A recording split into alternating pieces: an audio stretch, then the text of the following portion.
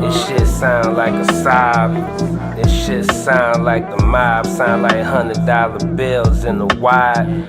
Sound like your shit a motherfucking facade. Sound like you ain't really comfortable with who you are. Sound like your bitch finna get up in my car. Running low on killer, finna run, get another jaw. I got trees at the studio crib, so I ain't gotta run far. We own all the houses on the block. I'm my own next door neighbor now. Stack that paper up and found us a way out. Turned a loose sheet of paper to a wrap and used it like a treasure map. Follow the steps, get a Rolex out of that. Flyer than the feather in my uncle hat. Pull up, lay my Chevy down flat, but you know where I'm at. You ain't coming around here black. Get washed, the laundromat owner, that's my homie. We go way back. Told me not to let no squares derail me off that money train. I must maintain, stay on track. All my partners got their own pack. Crazy how weed is the legal track, and the stock market is digital cash. Get in, I'll be left. NFT, the untouchable cash cow. I'm finna mash out like right now. Nigga got the Superman colored Porsche outside. Shit is super vibey. Sounds like I'm the shit, and you ain't the shit. Sounds like the 23 coupe, still paint the shit. Sounds like I could blow dank in the bank and shit. Sounds like your big homie salutes, I'm out ranking him. Sounds like I got a couple spots, make a couple M's. Sounds like I'm the alpha wolf in the fucking den.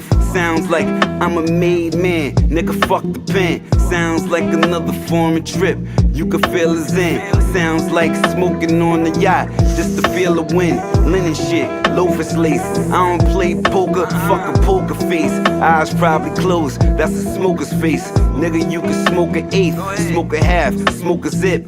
We be on that Sosa shit, probably more than most of it. Nigga, that's a fact, you say no cap, think of salary. I can just snap a man to clap, that's a battery.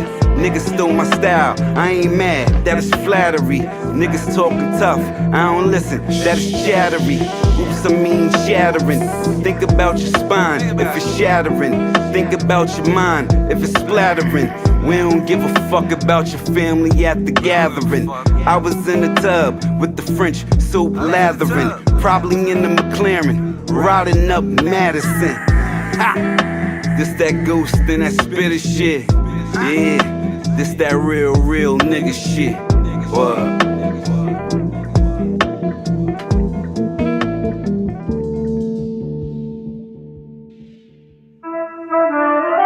We'll return after these messages. Gee, I never realized there's so many radio stations. Yeah, but where's the Ali. Everybody want to know who would be better, Tyson versus Ali. Yeah. They compare the greatest to the greatest, like Boston versus the Lakers. Question, do your legacy rest depending on where you rank amongst the current and the late? If so, I feel like I'm straight, but rapping and selling weight, I just had them genetic traits. Or do people really care? Do they just want to hear the music? So confusing, y'all compare two niggas from the same movement only for y'all amusement. It's funny to me, y'all do it. Truth is, while I'm killing shit, Conway be somewhere rooting. Y'all niggas still sound the same. Put out something exclusive. Need 100 more soldiers, the word out that I'm recruiting. We throw so many clips that way we can make bloopers. Rick in the car 3 lanes away from a state trooper. Where I'ma be in 20 years, I ain't looked that far ahead yet. Working overtime, Doc said I should stop, get my leg rest. I made dope, re-rock and stretch with a grand press. Made more than a med tech, paying double for head taps. The bigger the paper, the longer the conversation. Played in the streets where the locks never come with no combination. If I let you get some money, don't fuck up the operation. You know hood rules apply when it comes to this kind of gangster. So your bitch a bottle girl with a gullible occupation. Told her about Buffalo, now she wonder when I'ma take her. Ain't no telling what other rapper she fucking, so I don't chase her. She down to do anything for a couple more operations, huh? Tan and talk for, I'm handing out raw. You in the slammer by law, I never abandon my boy. They asking in my street, my track record standing like Floyd's. I'm more street than y'all, the fuck I gotta answer y'all for. Tyson versus Ali, Tyson versus Ali, Tyson versus Ali, Tyson versus Ali. They compare the legends to the legends, the icons to the greats. In my case, feel like I'm on pace, nigga. Tyson vs. Ali, Tyson vs. Ali, Tyson vs. Ali, Tyson vs. Ali. They compare the legends to the legends, the icons to the greats. Crowd go crazy soon as they see my face. Tyson hey, yo, vs. Benny, Ali. I remember what we used to do to the fiends. That's why it feels so good to see you doing your thing. Don't get distracted by the noise, don't let it ruin your thing. They try to pick you off, but that's really your moving screen. You and your team gon' see like 2 or 3 rings. Win that MVP trophy, that's such a beautiful thing. My bitch don't do the Gucci bag, she usually do the Celine. Sold pills in the trenches, that's pharmaceutical cream. Yeah, now those deals worth $1 million more. The Daily on spilling pour. I got this rap shit in a figure 4. You figure 4 niggas, Westside Derringer. Me and Benny, y'all looking at the illest 4 niggas that y'all seen in 10 years or more. I mean, you looking at the team with the winning score. Fuck them niggas, kill them all. We was in the kitchen whipping sauce. A nigga life changed though when he got that brick of fentanyl. Talk your shit, yeah. It's been like 5 years of excellence, but it's like they don't respect this shit. Had Angie Martinez like, who the heck is this? With no album out, gave Mary J $100,000 necklace, so effortless. I'm buying drip, the tailor taking my measurements. Michelin star brunch machine been setting precedents. Russian cream, La Machina, put your breath in it. Tell B-Dot I said F is lit. Tyson vs. Ali, Tyson vs. Ali, Tyson vs. Ali, Tyson vs. Ali. They compare the legends to the legends, the icons to the greats.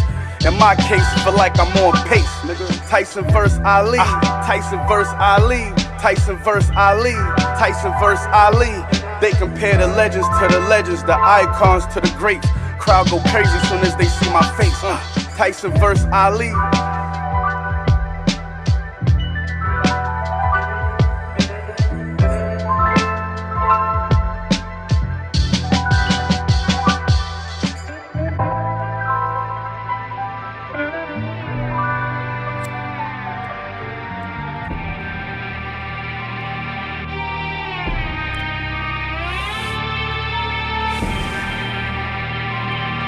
Young Money, yeah, Four.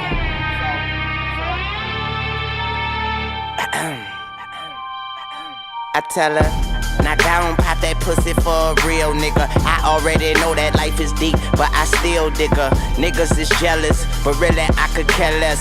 I'm in Hell's Kitchen with an apron and a hairnet. Devil on my shoulders, the Lord is my witness. So on my Libra scale, I'm weighing sins and forgiveness. What goes around comes around like a hula hoop. Karma is a bitch, well just make sure that bitch is beautiful. Life on the edge, I'm dangling my feet. I tried to pay attention, but attention paid me. Haters can't see me, nosebleed seats. And today I went shopping, and talk is still cheap. I rock to the beat of my drum set. I've been at the top for a while and I ain't jumped yet. But I'm Ray Charles to the bullshit, and I jump up on that dick and do a full split. She just started to pop it for a nigga and looked back and told me, baby, it's real. And I say I ain't doubt you for a second. I squeeze it and I could tell how it feel.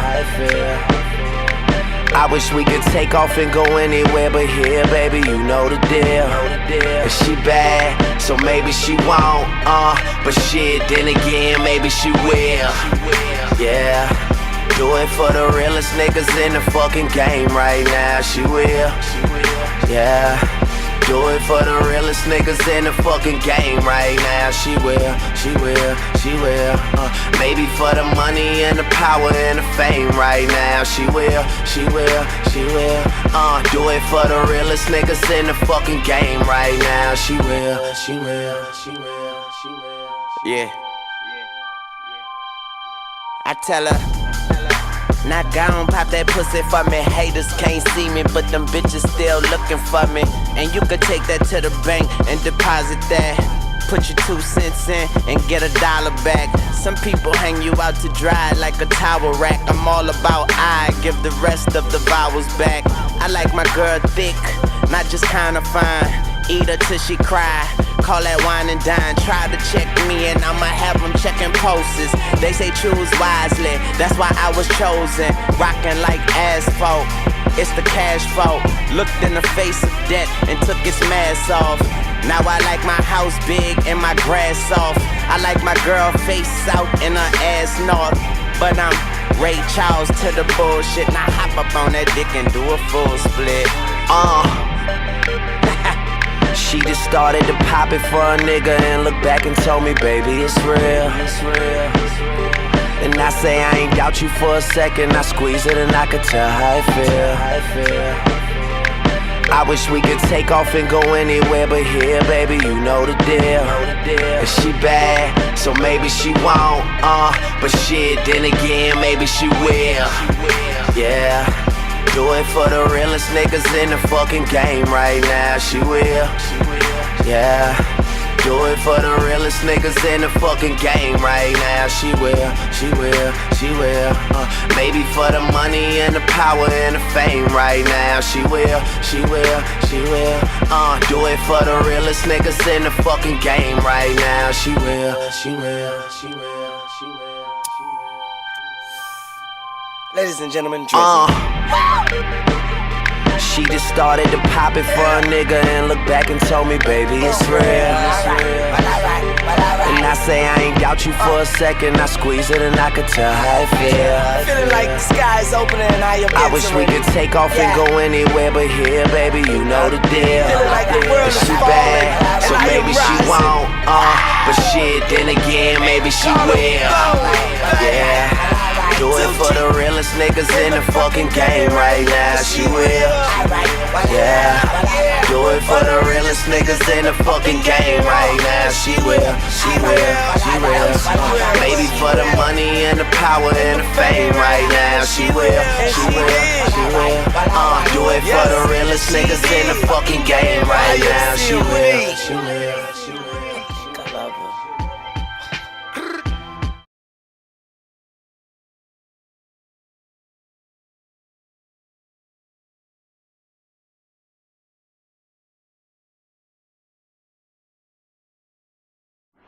Alright, we live with it. I'm trying to figure out why the fuck my mic was connected. It was connected to my fucking Elgato, bro. But anyway, what it do? Realest niggas in the game right now. She will. Hey, so I seen some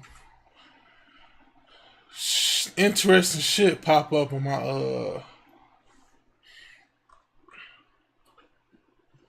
YouTube. We're gonna have to give that a watch.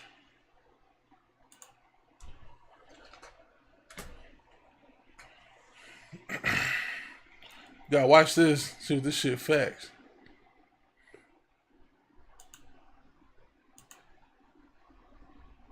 Whereabouts? Shout out to D Green. First of all, do you know your biological father's whereabouts? Shout out to D Green with this, man. Hey. Who is LeBron James's father?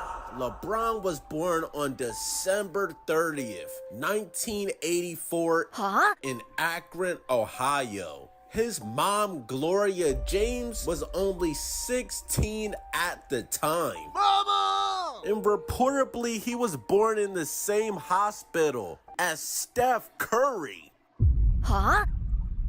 Before Steph moved to Charlotte, he was actually born in the same hospital as LeBron in Akron, Ohio. Really? When Steph was making no way! So LeBron and Curry are related?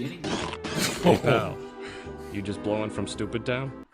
Oh LeBron's biological father is widely reported to be Anthony McClellan. McClellan was not involved in LeBron's life, and Gloria raised him as a single mother. LeBron's father, McClellan, reportedly had a criminal record, including convictions for theft and arson. Mama! and he spent time in and out of prison. LeBron has expressed that his father's absence was a driving force in his life, fueling his determination to succeed and be a present father to his own children. Why didn't my dad want to be around? I feel like I'm a pretty cool kid. You know, the reason he wasn't there is the reason why I became so strong. I actually respect that you explained it, my nigga. That was a great analysis.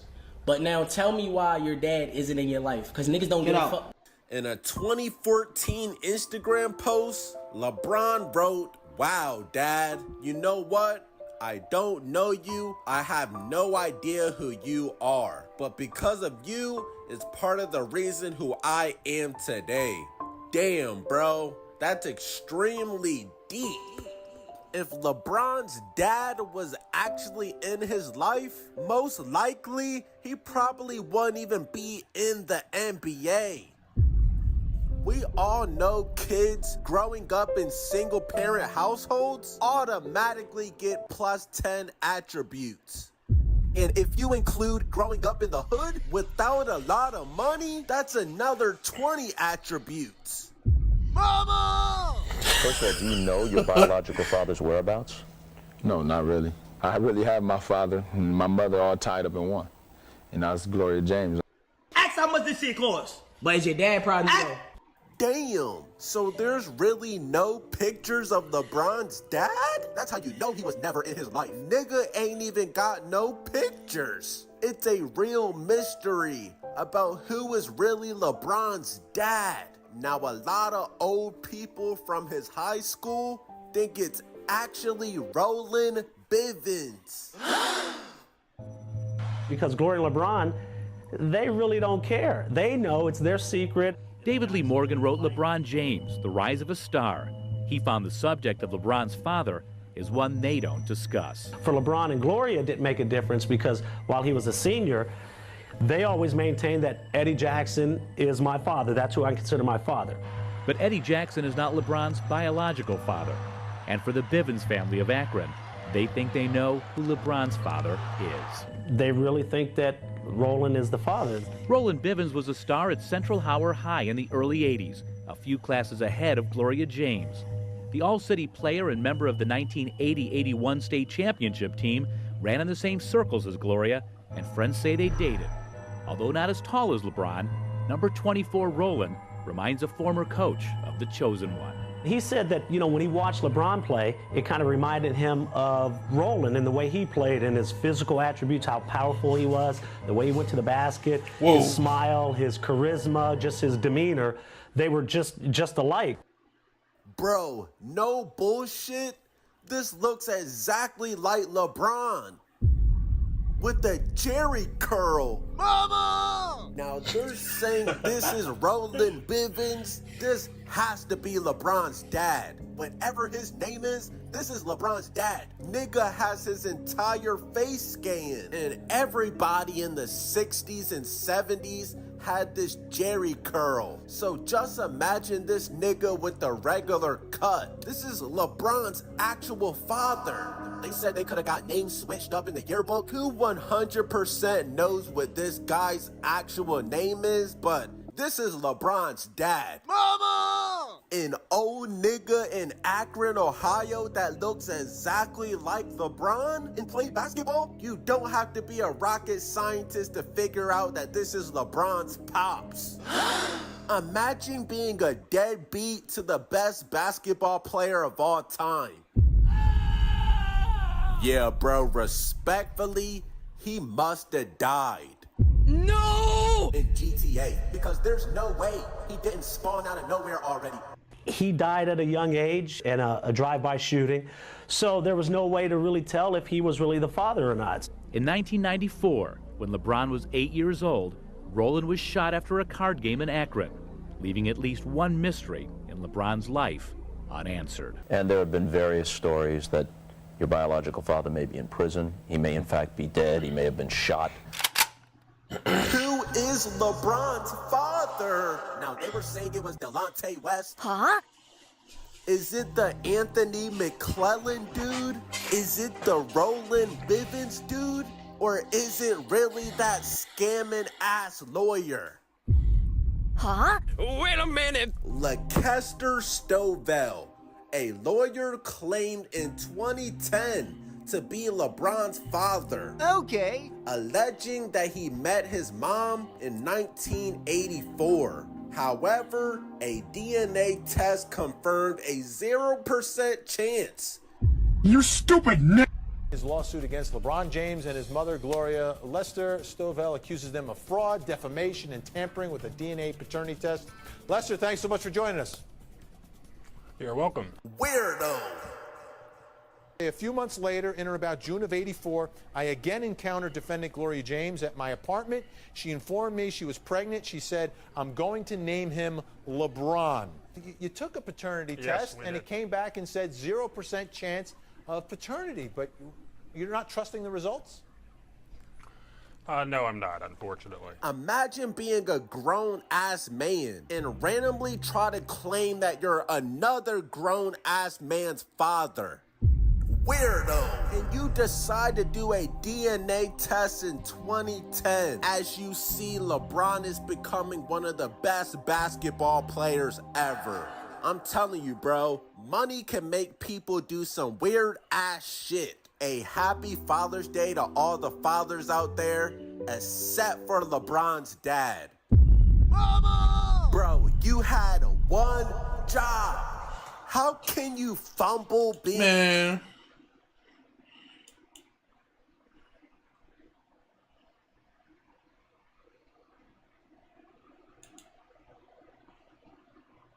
I'm over here thinking, oh, okay, well, like, but nah.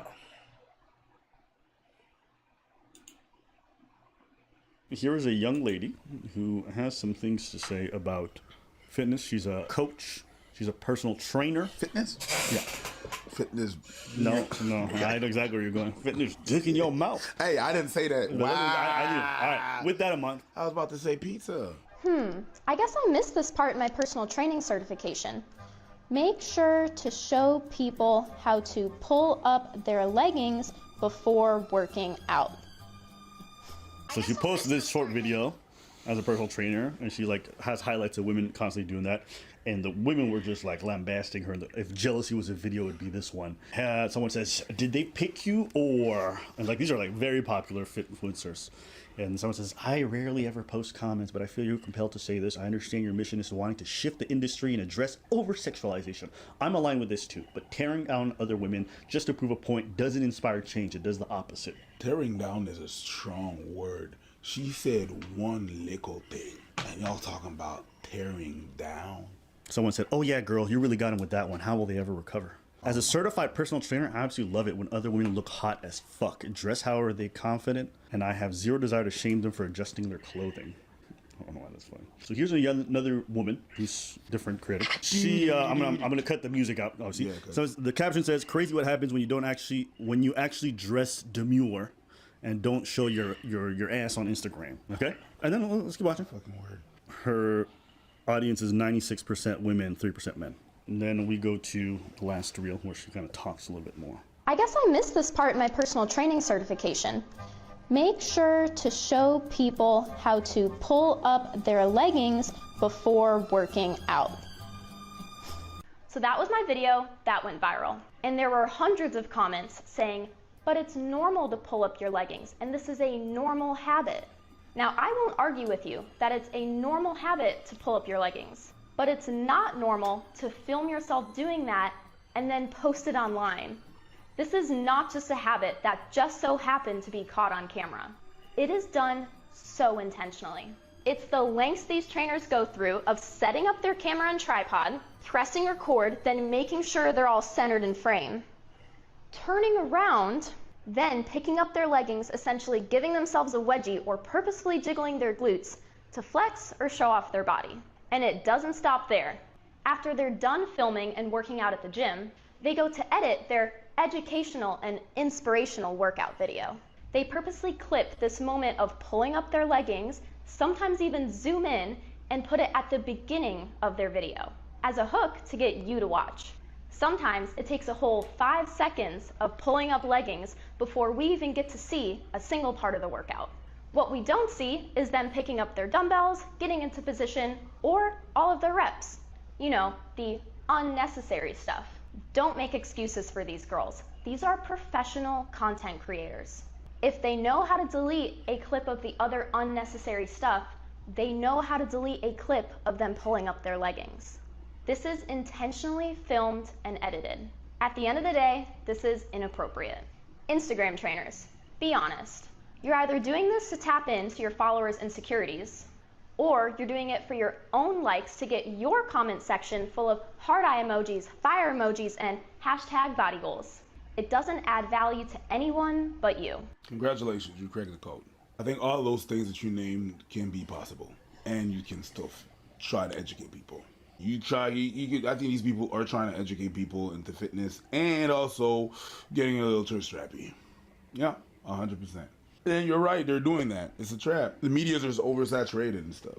Yeah, some people do that, 100%. It's their version of, for example, doing a clickbait or having a mistake in the title of their video and not changing it and having more comments and creating more engagement. It's a trick that they use to get more people, 100%.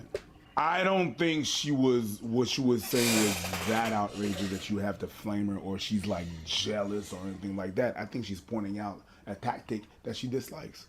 A marketing tactic? A marketing tactic that she dislikes. Mm-hmm. I don't think she's jealous. Mm-hmm.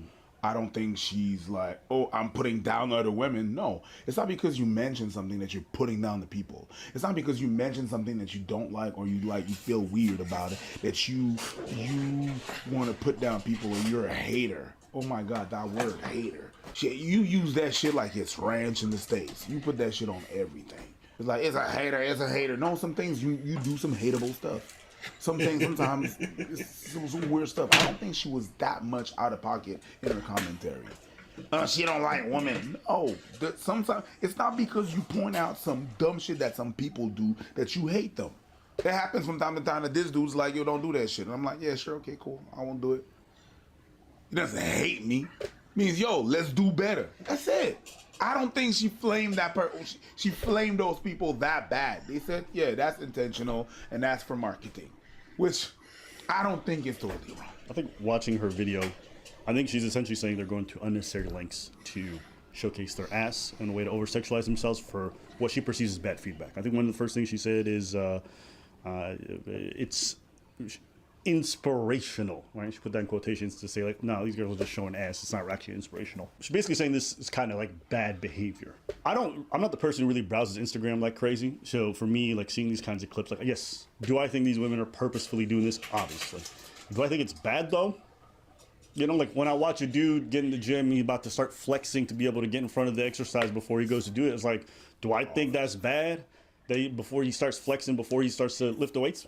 I don't know. I think this is more of a consumer problem than it is like a content creator problem.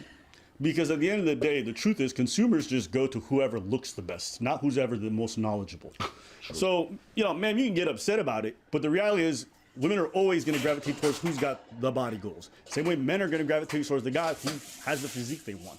They will pay this dude, no training, no nothing, but he looks good. Doesn't matter if it's genetics, doesn't matter if he's taking all this gear, doesn't matter what it is. If he's got the body, a lot of dudes are going to pay him. And you see all kinds of scammers like this. Essentially dudes who know how to work out for themselves, but don't know how to actually give that to anyone else. Don't know how to make a training program, whether that works or not. Doesn't know how to actually train people.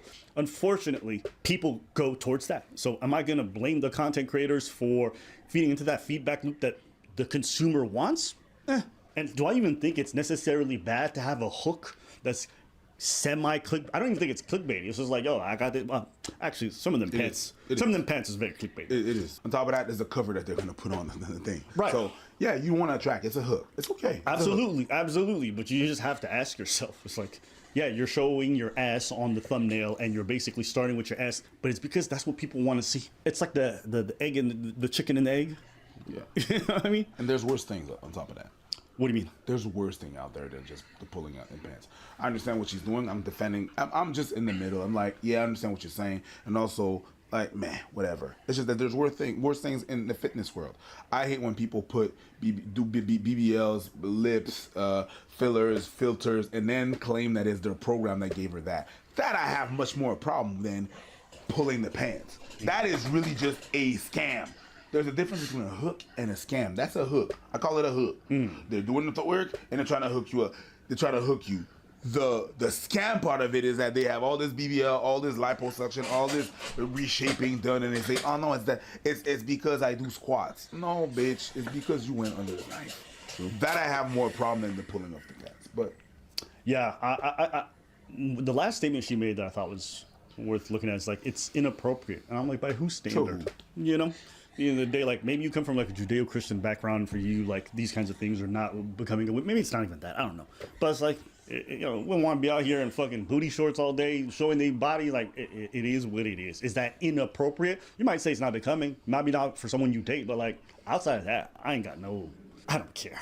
But like, you know, a fitness influencer, I don't know. Here's the thing.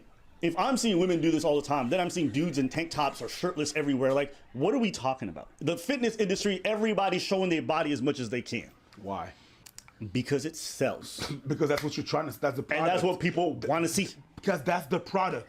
Right. If I'm trying to sell something, I'm trying to sell you apples. You don't see the apples. You're not going to buy blind apples. Yeah. You're going to want to see the products. Yeah. Same thing with the body. That's the thing. You know, you do something about squats, I might want to see your butt. Absolutely. Again, it comes back to the point I say, the consumer to me is the bigger thing, because again, that's what they want. That's what they gravitate towards. I've noticed that with fitness since the jump. Whoever's the nicest looking is the one who's getting all the sales. It just doesn't matter. Beyond that. And, you know, inappropriate, super subjective. So, do I agree with her video? No.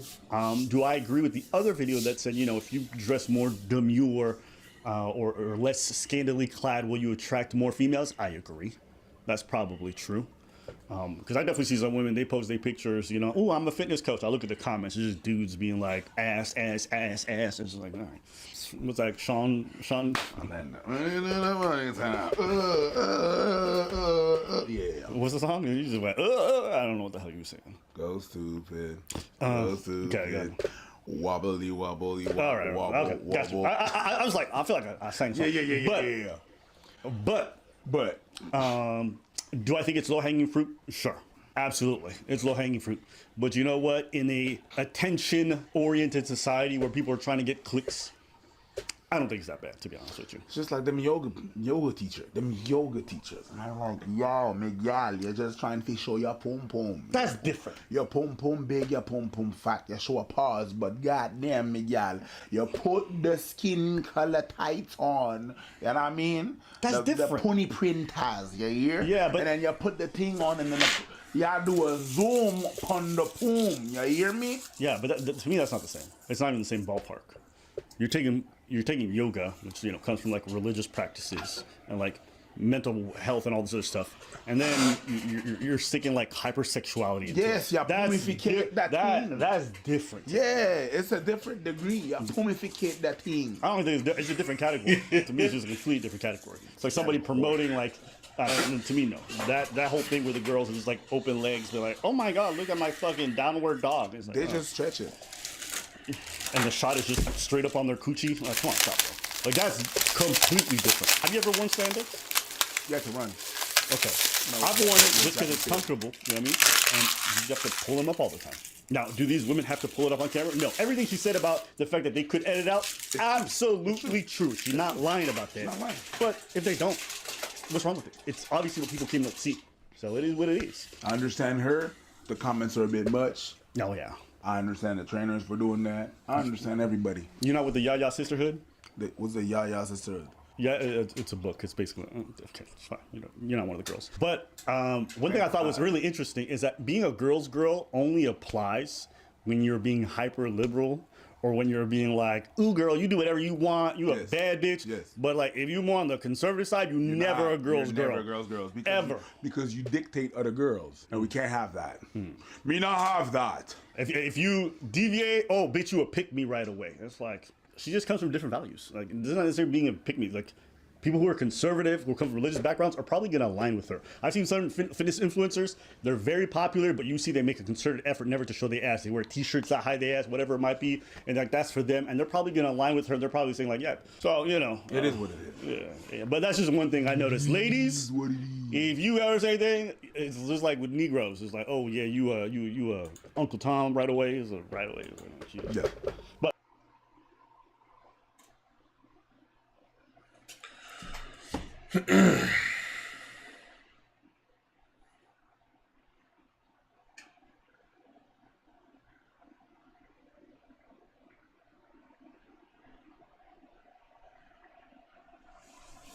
let's see.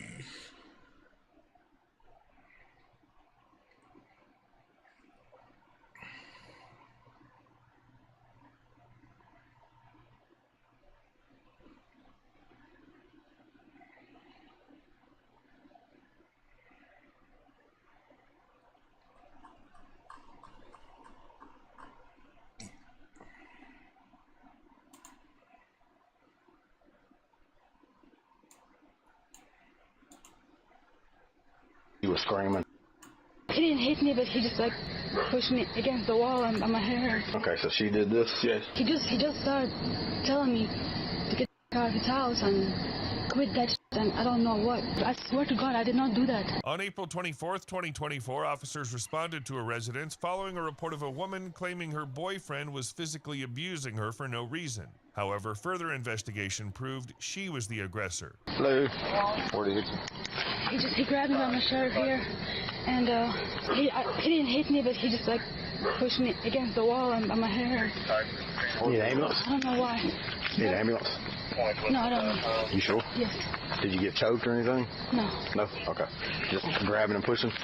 Yeah. Where's he at? He's in the house. Okay. You got a key? Yeah. You do? I think he's got a chain in the door. You say your kid's in there? Yes. Is it yours or his 8-year-old? It's his 8-year-old? And his mom. And his mom is inside. Okay. So what's the fight and the arguing about? That's what I don't know. I guess he's having a bad day and he just took it out on me. I don't know. So you said you were in the bathroom or the bathtub? In the bathroom. In the bathroom? Yeah. And then he just comes in the bathroom, no reason whatsoever. He was in the room. I heard him mumble something to himself. Mm-hmm. He was mad. And then he just walked in and just took it out on me. Any weapons? Did he have a gun, knife, anything on him? No? Okay. Any history between y'all? Does this happen regularly, or is this just like a one-time type thing? Just a one time. One time? Hello. How you doing? Sheriff's Office, how you doing? Okay. Corporal Canales. How's it going? Good. Crazy night? Yes, sir. You mind if I step in? Is it okay if I step in? We'll talk. All right. So what's going on tonight? She started getting crazy and looking here. Hello. I tell her to stop because I got my child here. And I can have this. Okay. And so she keep on screaming and stuff like that. And she got waking my daughter out. Mm-hmm. And she got scared and I'm going to put her outside because she can't stop. Yeah. Okay. She started attacking me here. Yeah, I see. Okay. So where did all this happen? In the room. In y'all's bedroom? Yes, sir. All right. Come show me where everything took place. That happened she was in the bathroom. When every time she give peace, how got my house so destroyed. Okay, so she did this? Yes. Okay. She been on the cycle house on the 5th floor, whatever it's called. Yeah. A couple times, and she been on jail and she just don't want to stop. Any use or anything like that? I don't know. So she tried to do some bullshit. Come back and midnight or so. Okay. All right. Who's this gentleman to you? My boyfriend. Your husband? My boyfriend. Boyfriend? How long have you been boyfriend? 3 years. 3? How long y'all lived together? 3 years. Okay. So what did he do to you tonight? He just walked in very fast and just like grabbed me by my shirt and like pushed me against the wall, and then he grabbed me by my arm, and I wanted to like beat him back or fight back, and he's just too big for me, so he told me just to leave my house. That's what he said. So she was in here? Yes, sir. And she was screaming, and my daughter was sleeping. Okay. So she was in the bathroom by herself, screaming. That's what she's doing sometimes, all the time. Okay. And last time she called you, and they have to took her to the hospital. Okay. Because she don't make sense what she's saying. Okay.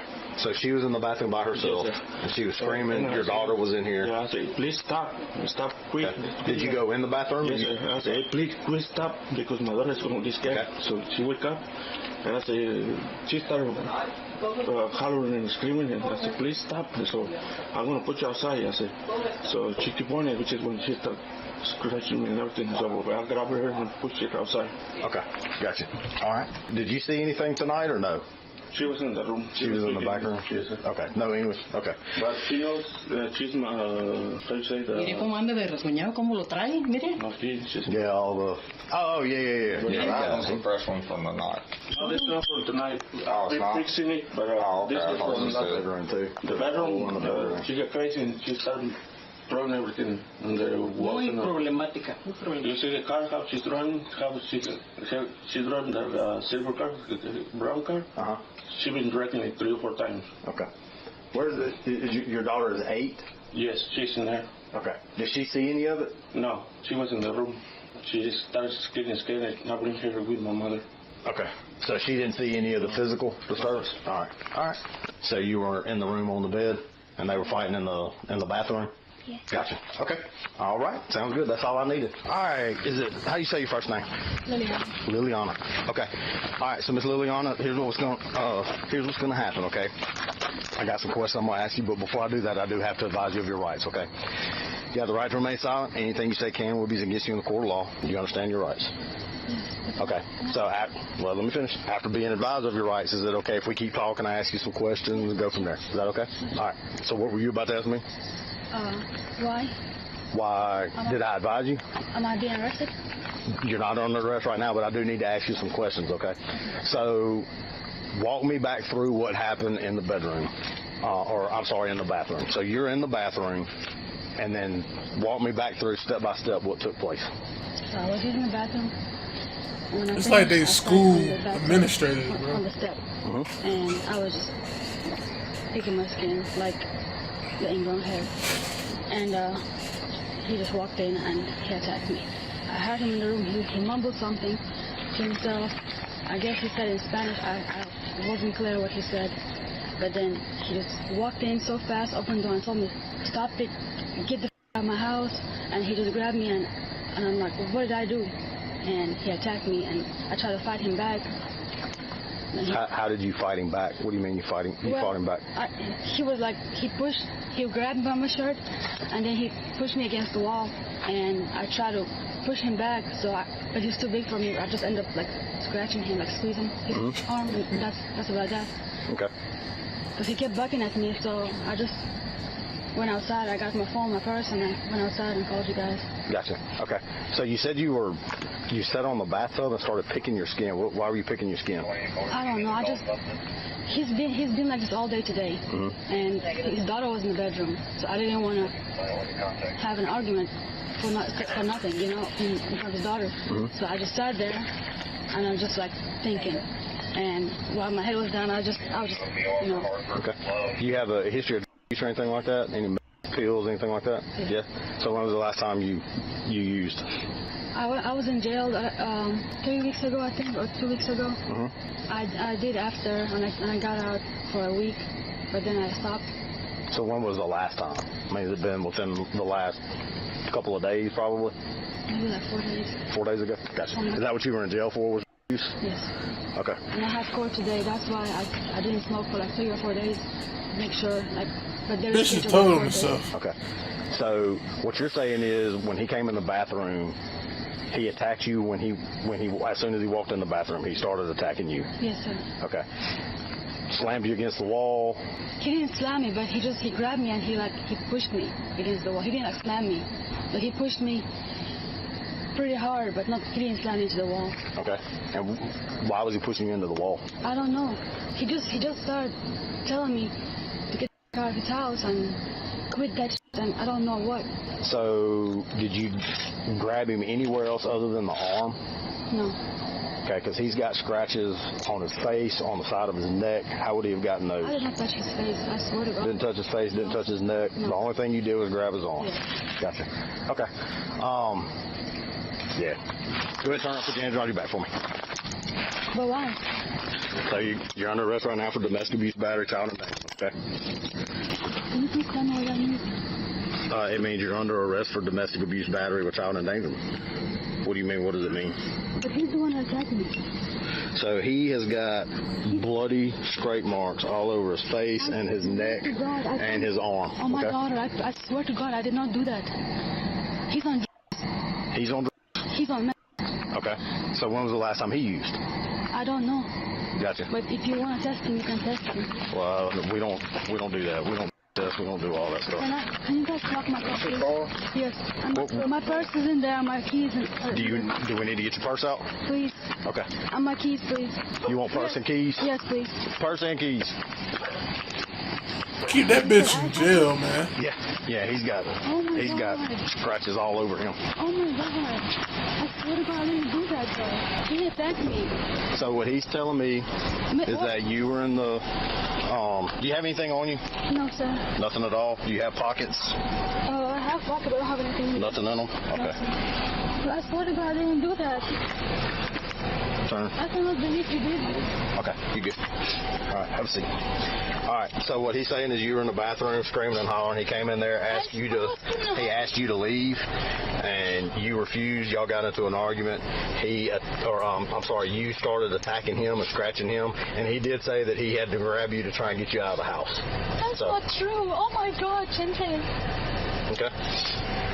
I can't believe it. She's going to jail tonight for domestic abuse, battery with child endangerment. It is a felony charge. I don't know what the bond is going to be. I'm not going to get her out of that thing. Yeah. So, you know, it's her story is a little bit different. So what she's saying is that she was in the bathroom. You came in. She did make a comment that you came in and told her to stop, which I'm assuming because she was screaming. She's saying that you grabbed her and pushed her into the wall. I grabbed her to get her outside. I never pushed her to the wall. I just tried to get her outside because I couldn't take her more. So when did the attack happen? When did she start doing this? Just like 10 minutes ago before you came. Was that after you had tried to get her outside? No, when I grabbed her, because I told her a bunch of times to stop, because I was late and my daughter was in there, and she kept on and on, and I said, please stop. I said, come on, let's go outside. And you didn't come outside because this is too much. And she started going crazy. Okay. So when you how did you grab her in the bathroom and try to get her outside? I grabbed her like this. Say, come on, let's go outside. I never did nothing, do nothing to get her outside. And because I know she was probably looking for this to call you, to take me or something, because she's been acting very crazy lately, you know. So I grabbed her and I don't even get her out to the door of the bathroom when she started attacking me. Okay. Let me finish this up. My sisters and them came out by to visit us, and it was the same. My friend, them, there's no respect. She was leaving in the middle of the day. Come back at 2 o'clock in the morning. Is matching the door, hitting the real car, screaming outside. Well, I put the chain, and she broke it 2 times. Okay, so she's in the bathroom screaming. Do you know why she was screaming? She's screaming like that. I don't know. Okay. I don't know if she's doing something crazy or something, because, like I say, I don't know where she goes. She don't tell me nothing. So you went in the bathroom and told her to stop and asked her to leave. Yeah, I said, she wouldn't leave. She don't leave. She said, you this and that. She started screaming at you. Okay. I said, please stop. My daughter's right here. My mother is sleeping. Okay. She said, no. I said, okay, come on, let's go outside. And she phoned. So you went to grab her to try and get her to come outside. I tried, come on. But I'm not even told to put my hands on her, no, grab her like that, nothing. Come on, let's go outside. You cannot do this. And she started throwing me everything and scratching me. So where did the scratching happen? Right here? In the bathroom, inside. Inside the bathroom. Yes, okay. Señor, he visto lo mismo con ella. Sí, every time she's here, she's doing the same thing. La niña la tiene bien asustada. She's scared for her to do something to my daughter. Yeah. She's scared. She broke it. Yeah. The windshield, she threw a big old block back like maybe 6 months ago. She got a black stroke in my truck and broke my windshield. Did you call us? No, sir. No. I'm tired. I've been calling a lot for her not to go to jail and stuff like this. You need to go. This is a Louisiana victim notification, and what this does is this will require the jail. This will require OCC to notify you before she is released. Okay. If you want to be notified before she's released from jail, I want you to initial this top line. If you don't care to be notified, and they can just release her. I just don't want her to be back here. Okay. So you don't want to be notified when they release her? Nothing to do with her no more. All right. So you can initial this bottom line, just saying that you decline the notification. For future reference, okay? Anytime you, even if it's, just a grab to try, you're not allowed to physically grab somebody, okay? That's not the best way to handle it. Now, I understand, with the way that she was acting, you're trying to get her outside. She's way out here. So all the holes in the wall, are these all her? Everything she did. Did you think that was going to happen again tonight? I mean, did you feel like that's where it was headed? Not to start. She was having done it for a little bit. Okay. But I don't know, but she wasn't, never know if she was going right. Did you think it may happen tonight? Maybe. Okay. Has she ever acted like she was going to hurt your daughter or do anything to your daughter? No, nothing to her. Okay. Were you fearful of that tonight? Like, did you feel like she may hurt your daughter? Never. She don't. Nothing to her. Nothing with the daughter. Okay. But damages the house. Yes, sir. And has damaged your vehicle before in the past. All right. I'm assuming you're done. You're not going to let her come back. No, sir. Gotcha. She admitted to use. Yeah, she admitted there's a history of drug use. She says that you also use drugs. I don't know if that's the case. If it is, that stuff is it's no good. If you haven't got some on me, I don't mind. I don't maybe her doing something, because in the middle of the night sometimes I saw her came to the kitchen and mess with the food. I don't know if she maybe put some on us or whatever. Right. But she's been acting really crazy. Just stand right there for me. I'm going to take some pictures of you. Any questions for me? No, sir. Thank you. All right. Y'all get some sleep. The woman was charged with domestic abuse, battery, and child endangerment.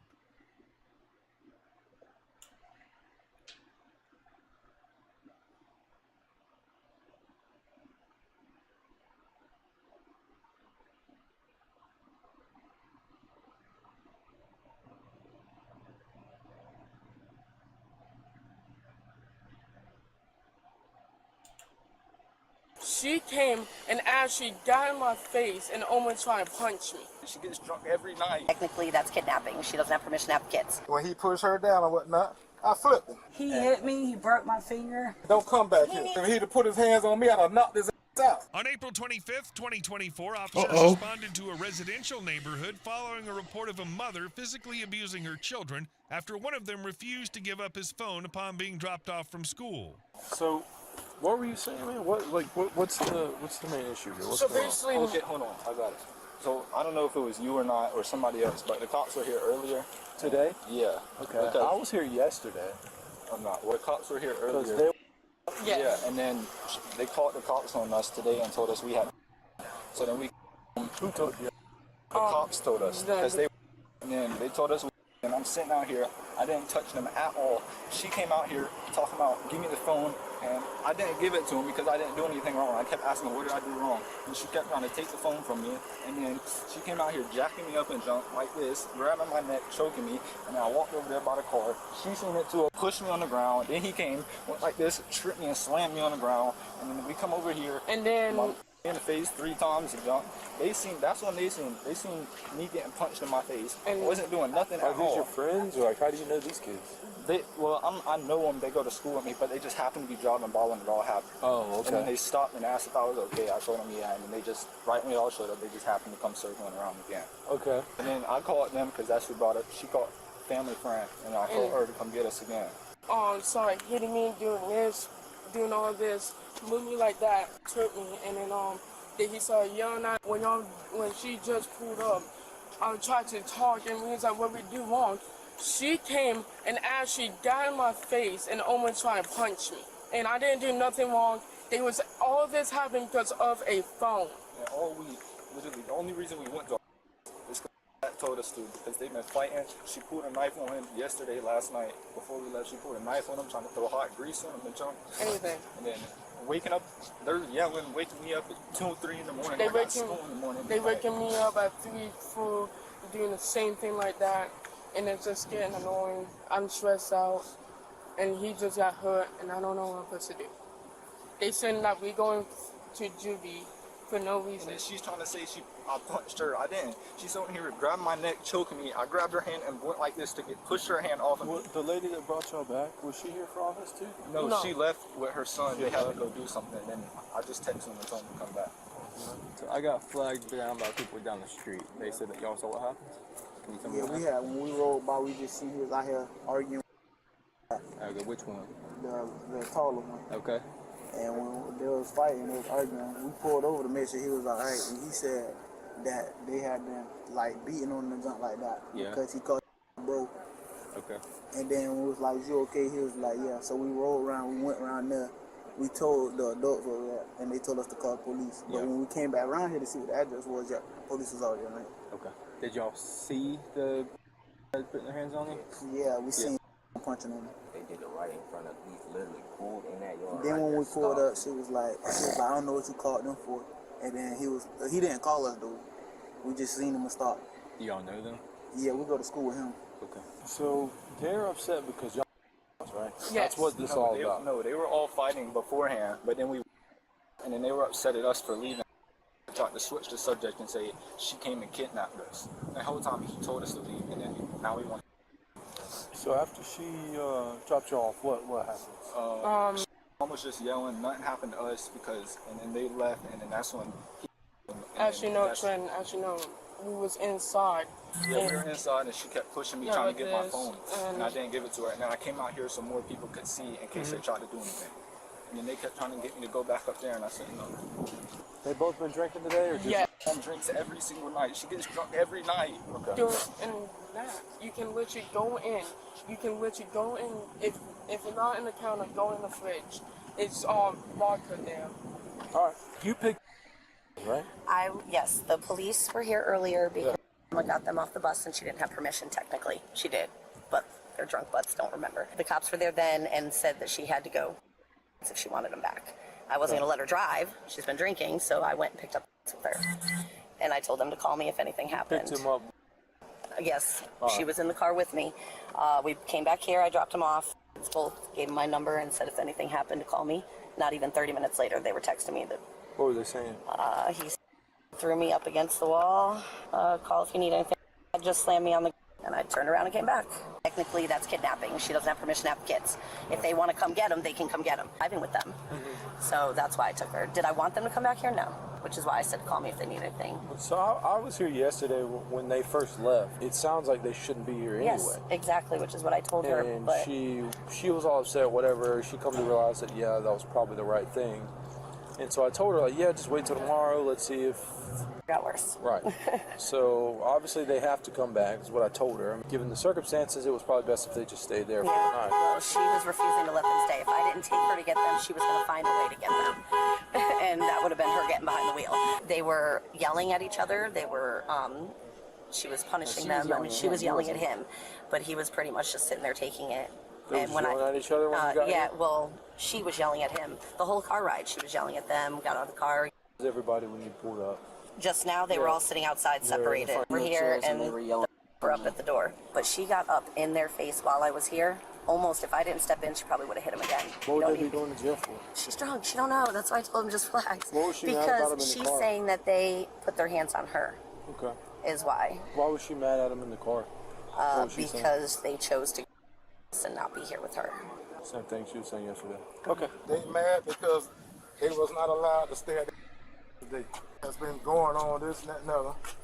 My wife asked for his phone. Yeah. We pay for the phone. He's refusing to give up the phone. Yeah. You know what I'm saying? I ain't giving up nothing. I ain't doing this. He pushed her down, so me and him went over there. There might be some footage over there, I don't know. You know what I'm saying? When he pushed her down or whatnot, I flipped him. And that's that. How did that all come about? He pushed her down right there because she's trying to get the phone from him.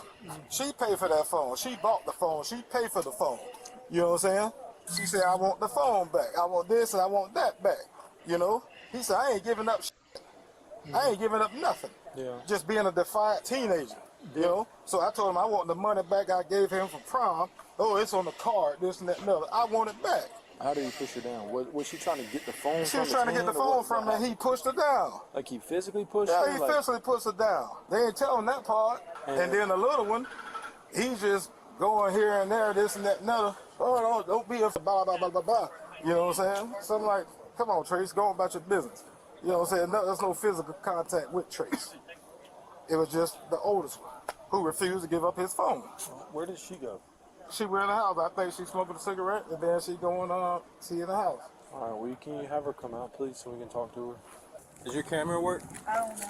Can y'all try to log into it I for me? don't know nothing about it. You can have my phone. I know nothing about Whose account is it? Mine. He hit me. He broke my finger. He pushed me down. We have a lot of he said, she said right now. That's why we're trying to get video But camera. I'm just saying. We have a that's, lot. We have a lot of he said. Don't she I have said. a right to take his phone? So he's allowed to bow up You're- at me because I want to take his phone? You were not listening to me.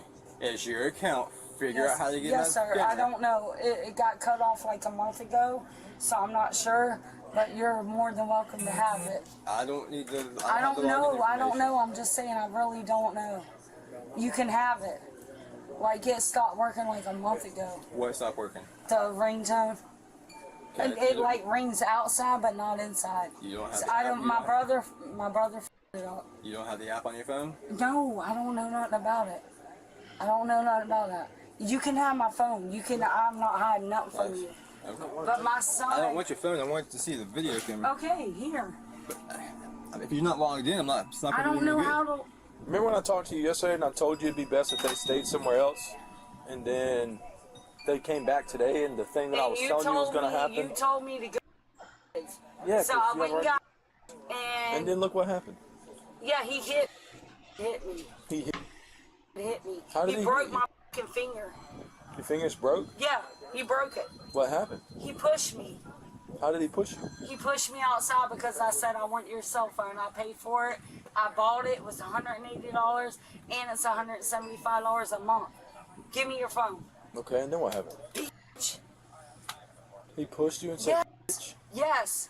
Yes. I mean, I don't even know what to That's do not- when you disrespect you like that. Like, what do you do? That's not what I didn't know what to do. I never do it. So The I'm just fuck? like, what the fuck do I do? What And then I got, I'm like, don't talk to him like that. And I'm like, what? I never disrespect me that way. I'm sorry. What happened with the cell phone in the first place? Why were you trying to take it? I took it because I took him from the bus stop. I told you that, right? They got picked up from here yesterday, right? No, no. They got picked up from somewhere I else? called you. They got picked up at the bus stop. You didn't tell me that yesterday. Yes, I did. No, you didn't. I You said they got picked she up from took here. him from the bus stop. Well, you hadn't Let's told me that call one it. time. I called and said it's from the bus stop, and you said go. It. Yeah, Why that's what I can't did you? say. Because you were So I drinking. went and got it, and No, then you went and got him today. He assaulted me. That's what you're saying is he pushed you? Yeah, he f***ing broke my finger. Okay, well, what happened after that? Nothing, because I don't touch. I'm not gonna do that. Well, what happened between... I wanted the phone. I wanted the phone that I'm paying for. So I asked for the phone, and he bowed up at me and pushed me and broke my fucking finger. You need fire rescue? Do you need them to check your finger out? Come on, man. I ain't know. Well, I don't know. You saying you got a broke finger? Are you being funny right now? No, that's what we do. Like you're really being funny. You said you have injury. We have to ask. Okay, son broke my finger. I've had 100 broken fingers. Okay. It's not a big deal. Well, that's fine. I just... But he did it, and then he called the cops on me. Well, he was saying that after you allegedly... I tried to stand up to him because I does. Either one of y'all can say it. Bowed up at her like that. You was standing up to him too. He didn't put a hand on him. He just sold him the phone that she paid for, and he's like, "Fuck you!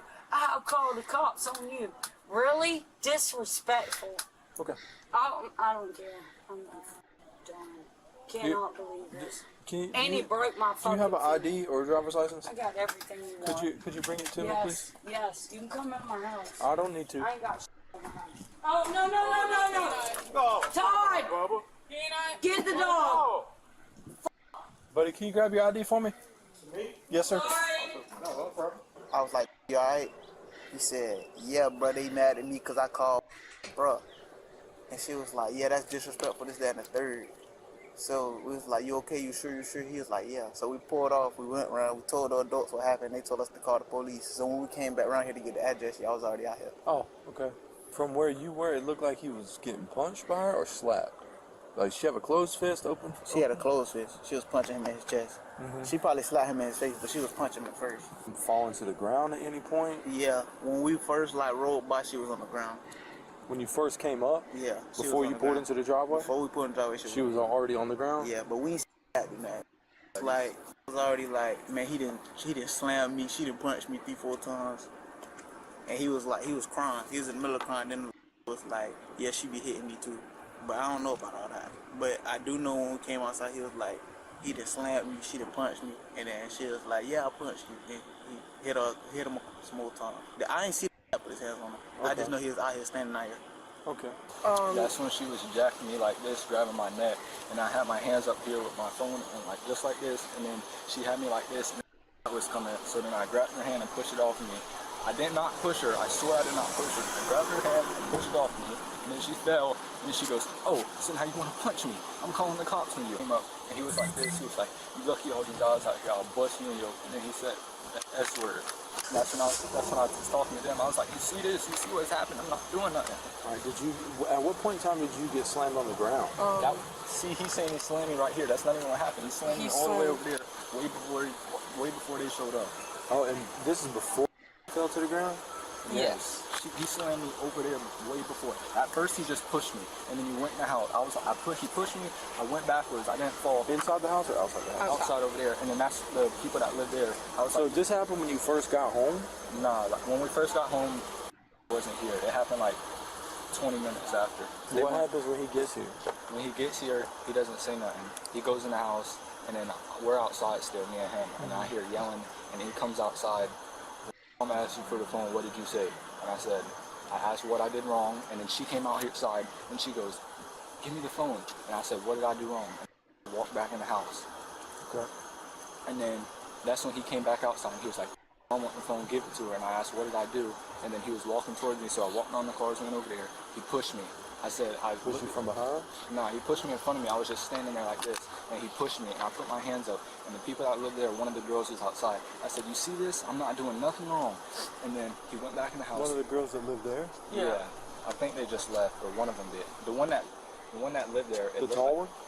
Nah, it was like a mixed girl, like my skin color. Okay. Her car's still there. I don't know if she's still there. Okay. But that's when she seen me push. That's when she seen him push me, and then I stayed out here. He went back in the house. He came back out. I walked back to the same area because they were still outside, but then they ended up going in. And then he was just standing just like this in front of me. He went like this, grabbed me like this, and slammed me on the ground. And then that one I got up and I was like, see, now I'm off. And then, because I wanted to go back over there. And then he went back in the house, and then came out, and then that's when we got over here. And then they were yelling at me. Grabbed me, and then that's when they seen. And that one she got in my face and did this to me. Got my. Yeah, she punched me 3 times too. It was a punch, not a slap? No, it was a punch. It was a punch. She had her fist closed? Yes. You remember what hand it was she hit you with? I was facing this way. She was her left, I think. It was her left hand. All right. Based on all this stuff I'm seeing and hearing, there's a lot of different versions of the same story. Actually, you weren't here when they first got home. What happens when you got home? Well, one of us are here. Took me. I don't know what happened. I was at work. What happened when you got home today and they were here? Chilling. He was outside chilling now. Mm-hmm. Yeah. And that was that. Well, I mean, how did all this get to be? It wasn't just chilling. What led up to this? She was mad at the situation. Was basically trying to influence them to do stuff. Thank you. Or You're the best. try to be, but she wasn't a hurt. I don't care what anybody says. And she wanted to get his phone, but she had been straight said that if you don't pay the phone bill, I'm getting your phones.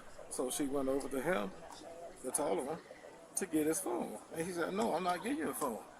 And I'm like, well, you didn't pay for the phone. It's her phone. Give her the phone. Mm-hmm. You know what I'm saying? So he just being very defiant and whatever. And he was like, I'm not getting you.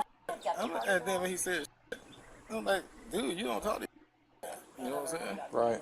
So when he bowled up at me, hey man, it is what it is. I'm trying to get the phone from over there, and he pushed it down. They're trying to get the phone. Mm-hmm. You know? So I just hit him with a, in his chest, because he's blowing up at me. I didn't have nobody swing on me or do nothing to me. Mm-hmm. You know what I'm saying? Yeah. Yeah. He just got pushed over there, and that was that. I can't help. He got pushed over there? Yeah. When? That was before it broke out. Oh, okay. Yeah. He got pushed, and what happened after He that? came up in my face, and he got pushed down, and he pushed her down.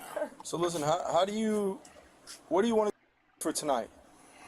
Because this does not seem to be functional. What do you want to do? I can't believe. That's not what I'm asking you. I'm asking. You want to sauce? Yep. All right. I feel like that would probably be the best thing. Is that going to be okay? What do you think, babe? That's the best thing. That's the best thing. But they come. I cannot believe they're that disrespectful, and they're actually okaying it. Like, it's so disrespectful. How you gonna blow up on me on a fucking $200 phone, $175 a month? You just asked him a question and then spoke right over top of it. Just calm down. April's gonna get them a ride over there. Okay. You know what I'm saying? And then they'll be on tomorrow. All right. Okay? I can't believe this. It's okay. All right, do what you gotta do. All right. Well, we're going to check with her and make sure that's okay. Yeah, she already straight up said that she'd give them a ride over there. I know, but we like to double I check. understand. Oh, don't worry about that. Yeah, she's doing everything she she'll can be to over take here them. tomorrow. Yeah. Okay. Who's April? Are you I am. April? So, would you mind giving them a ride Yeah, over no, to I'm grandma's? taking them. Yeah. Okay, that's fine. I'm not leaving without him, so. So, go on and get your stuff. Yeah, no, you're fine. And then you stuff your grandma's neck. I'm sorry. I just. Let it go. Let it go. I will. Just can't believe it. Just f***ing beside myself. That's me over there. All right. All right, do me a favor. Stand up. Yes, sir. Put your hands behind your back. Oh, Lord have mercy. Okay. It's okay, baby. Don't worry about it. What's she going to jail for? Child abuse. Child abuse? Oh Who did she my God. Hang on. We'll talk about it in a second. I never did. I never. Okay, I've we've got a few witnesses who say otherwise. Those dudes who rolled by in a damn car, they ain't no witnesses. Wow. There was no witness when he pushed her down. Todd, stop. Do not put this on them. Go get your Hey, stuff. Go get your stuff. Stop. Go get Everybody your calm stuff. down.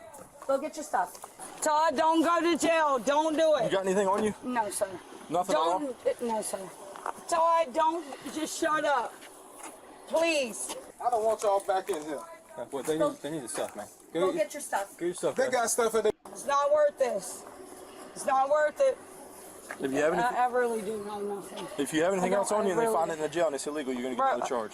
I'm in just my making sure. pajamas. I'm just asking. I have to ask. All right, take a seat. Okay, yes, sir. Don't come back He here. needs his prom stuff. Stop it. I don't give a damn what he needs. It's over there at his house. It's here. Yeah, it's not here. Bullshit. Put him in jail? Are you serious? Stop it. Are you serious? Yo, can you wait in the car for me? Sorry ass nigga. Child abuse. He put his hands on her so good. Yeah, she defended her damn self. That's like if he'd have put his hands on me, I'd have knocked his ass out. You know what I'm saying? Don't ever come back in here again. And I mean that. Mean that. Send your ass right to goddamn juvie. And give my damn money back from that prom. Said I can spend it on prom, I spend it on Wait, prom. okay. Keep running that damn slick ass mouth. All right, so here's what's going to happen, man. She's going to get arrested for child abuse. That's a felony in the state of Florida, okay? I know. DCF's going to be contacted. They'll be in contact with you for further investigation, all right? Given the way the situation unfolded and the one that I told you, I even gave you an example of this yesterday when I talked to y'all. You didn't talk to me, you talked to her. You were standing there when I told her what was going to I happen. was not standing out there. You was talking to her. I peeked my All right, head cool. outside. Well, that doesn't matter because we are where we are today. And then I went back inside. I want to explain something to you. I was going to charge you with child abuse too. How are you going to charge me with child abuse? You to pushing the kid down. Because all right? he bumped me. He got up on me. Let me explain something to you, man, before this gets any further. Because there was no witnesses and it was just your word and his, I can't arrest you. All right? But whatever's going on here, it ain't good. And now DCF is for sure involved. I don't give a damn about those. Well, that's fine. But what you need to do is change your attitude towards whether you care or not, I don't know. Those kids, 117. But you about caught a felony because of your behavior today.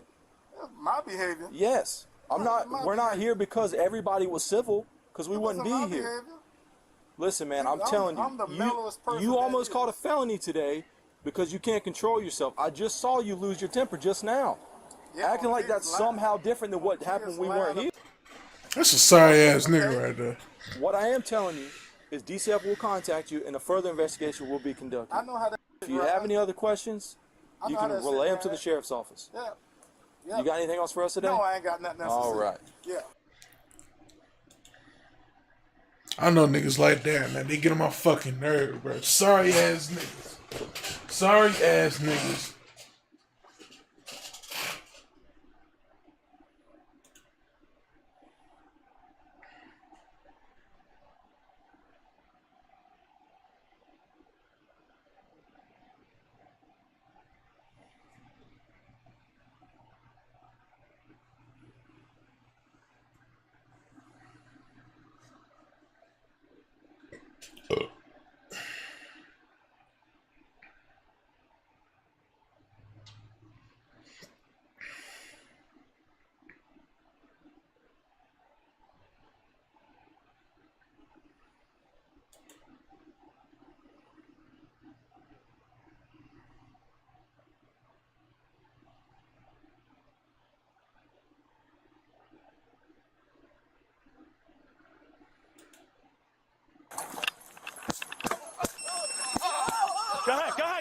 Go ahead. What are you doing? If you don't get up and leave, You gotta tell you this. Go ahead. What are you doing? If you don't get up and leave, you're.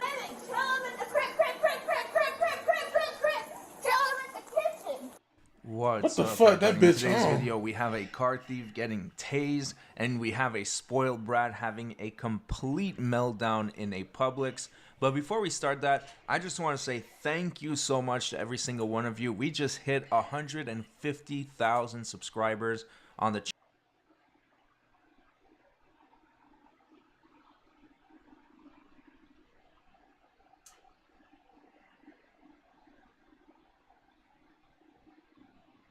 Let me see this shit. She hit me twice here. Do you have any other children inside the Watch house? what you say. So you hit him. Yes, I didn't mean to. I tried to get him off me. Yes, I tried to scratch him. Did she kick you? Not to my knowledge. On July 23rd, 2023, officers responded to a residence following a report of a verbal altercation between a woman and her husband. However, further investigation revealed the stepmother had physically abused her stepson during an argument about his girlfriend. So what now? Well, she's pissed. She's drunk and she's pissed? Yep, sir. Okay, come over this way real quick. I'm just going to pat you down You're for your good, weapons, okay? All right, so what's your name, sir? William Dial. William. Gentlemen, y'all can put your hands down. Y'all good? Yeah, y'all good. Yeah. Y'all come What's going on, man? She got an altercation with my son. Okay. I didn't like it. I flipped out.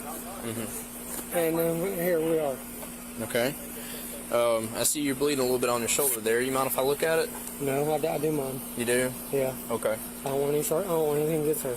I got you, man. Okay. Okay. Well, I'd like to make sure that you're not gonna need medical assistance or anything. No, I don't need nothing. Okay. I got you. Do you mind if I take a look at your hands real quick? She said that we would be lying and we would collaborate her story of how he beat her. That is quite the opposite. She hit me first. He confronted her. She started hitting him. Where'd she hit you at? On my face. Okay, I see another cut right there in your hand, another knock on your knuckle there. That knock on my knuckle. Has that been there for a while? Okay, gotcha. What do you do for work? Construction. Gotcha. Okay. Yeah. All right. You do any construction here in Dawson? Yeah. Okay. Is your wife still at the house? Yeah, she's right there. And are these the only two children that you have? That's not too good. Hey! She hit me twice here. And Can you point, touch it right there? Around here. I know the acne kind of makes it, but Do you have any other children inside the Watch house? what you say. Hey, you're talking to me. No. William, you're talking to me. Okay, they're okay with him. Watch what you say, boy. You want to protect everybody as much as you Better can. say the right I don't know what thing kind and of not run the you've wrong had- thing. Let me talk first. I don't know what kind of run you've had in the cops in the past, but my job is to ensure the safety of you, her, and these kids. Okay. Take my kids. So I need you to listen to what I'm trying to ask you. Okay. Alrighty. So kind of walk me through. Is she okay? Is she inside the house right now? Yeah, she's okay. Do you have any other kids inside the house right now? No, sir. Okay. Does she have any weapons that you know of? other than kitchen knives, but did she have access to firearms or anything like that? Access, yes, no. Okay, what kind of firearms? Everything. Okay. You big hunting guy? Yeah. I'm tracking with you, brother. I'm tracking with you. Okay. So, she got into a physical fight with which son? Red shirt. And what's his name? Jeffrey. Okay. Do you know what that was about? Stupid. Stupid. Dude. Okay. Like, can you describe that for me? No, it's just stupid. Okay. And then he confronted her. They started into a verbal argument, and then she escalated it into physical, and he was trying Sound like a dad, a piece of shit too.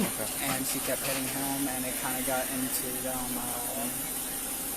rolling around him, trying to push her back as much as he could, multiple times until Dylan came home.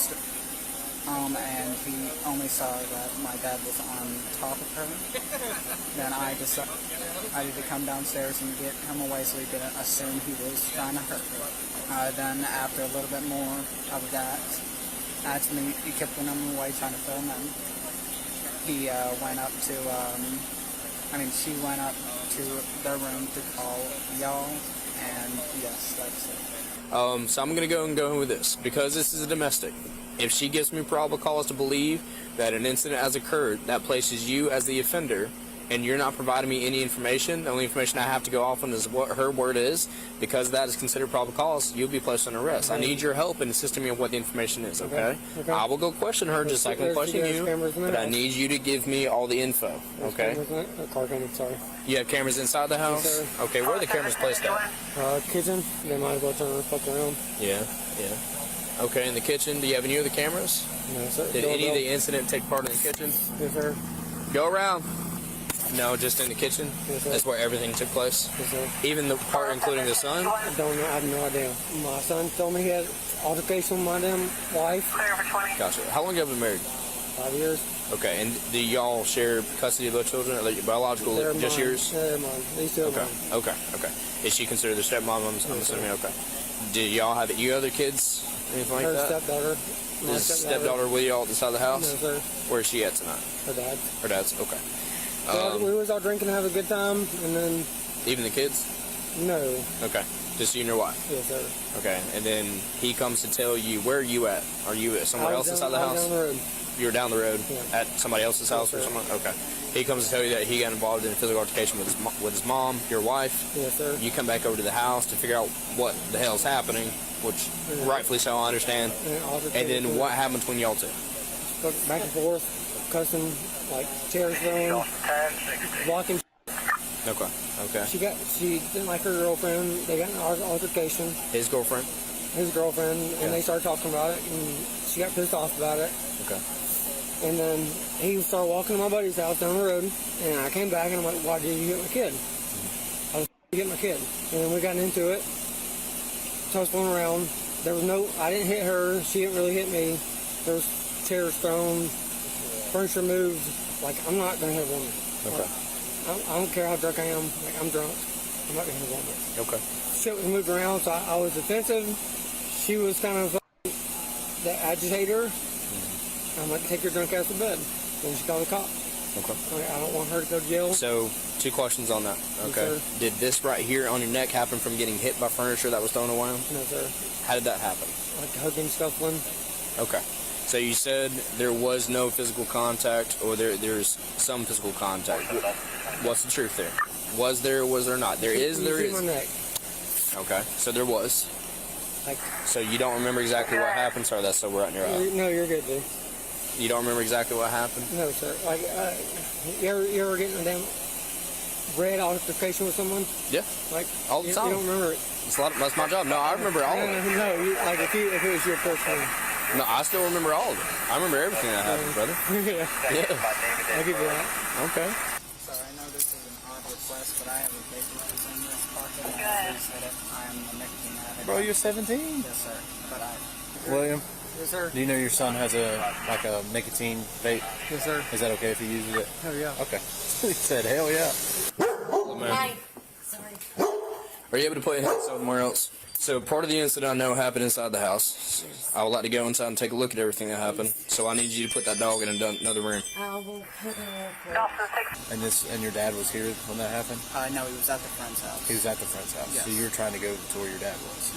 Were you trying to pick him up and bring him back? Is that what you're doing? No, we were just gonna go over there for and a hang little out. bit. Yeah, let them do their thing, me BTB, you know. And did you tell your dad, or how did your dad find out about the... Melanie called, my stepmom, called as she pulled me out because I was done. I was just going to walk over to him. I figured he'd be on the way back with my car by then, but I wanted to get there and be able to explain to him my side of the story first. I figured he'd be mad. Thank God he wasn't instantly. He just, at first he brushed it off as us bickering, but, you know, we used to do that a lot. I ignore now. And then I explained more. Me and him got a little heated when at first I said no physicality, of course. When I said I would like an apology from her by tomorrow, or I would like to go to our cousin's house, Johnny, and I wanted consent to do that because, of course, 17. Yeah. And he pretty much said no. We kind of we're getting a little mad at each other, but he still cared about me, of course, so he confronted her about her hitting me twice. Yeah.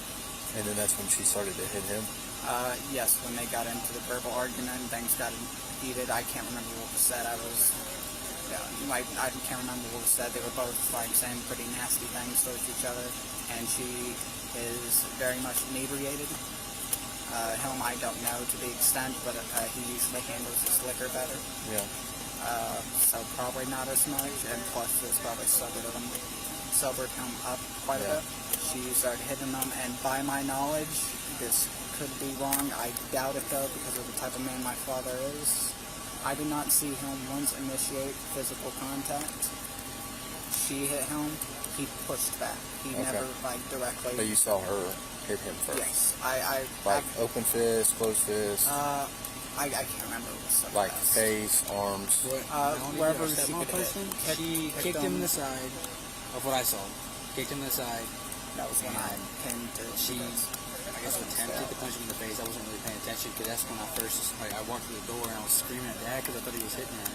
And then Jeffrey ran down the stairs. He was like, hey, just back up. You don't know what's going on. And so Dad said, Dad was like, what's going on over there? He's like, you don't know what's going on. And then, the next thing I see is, swinging at my dad.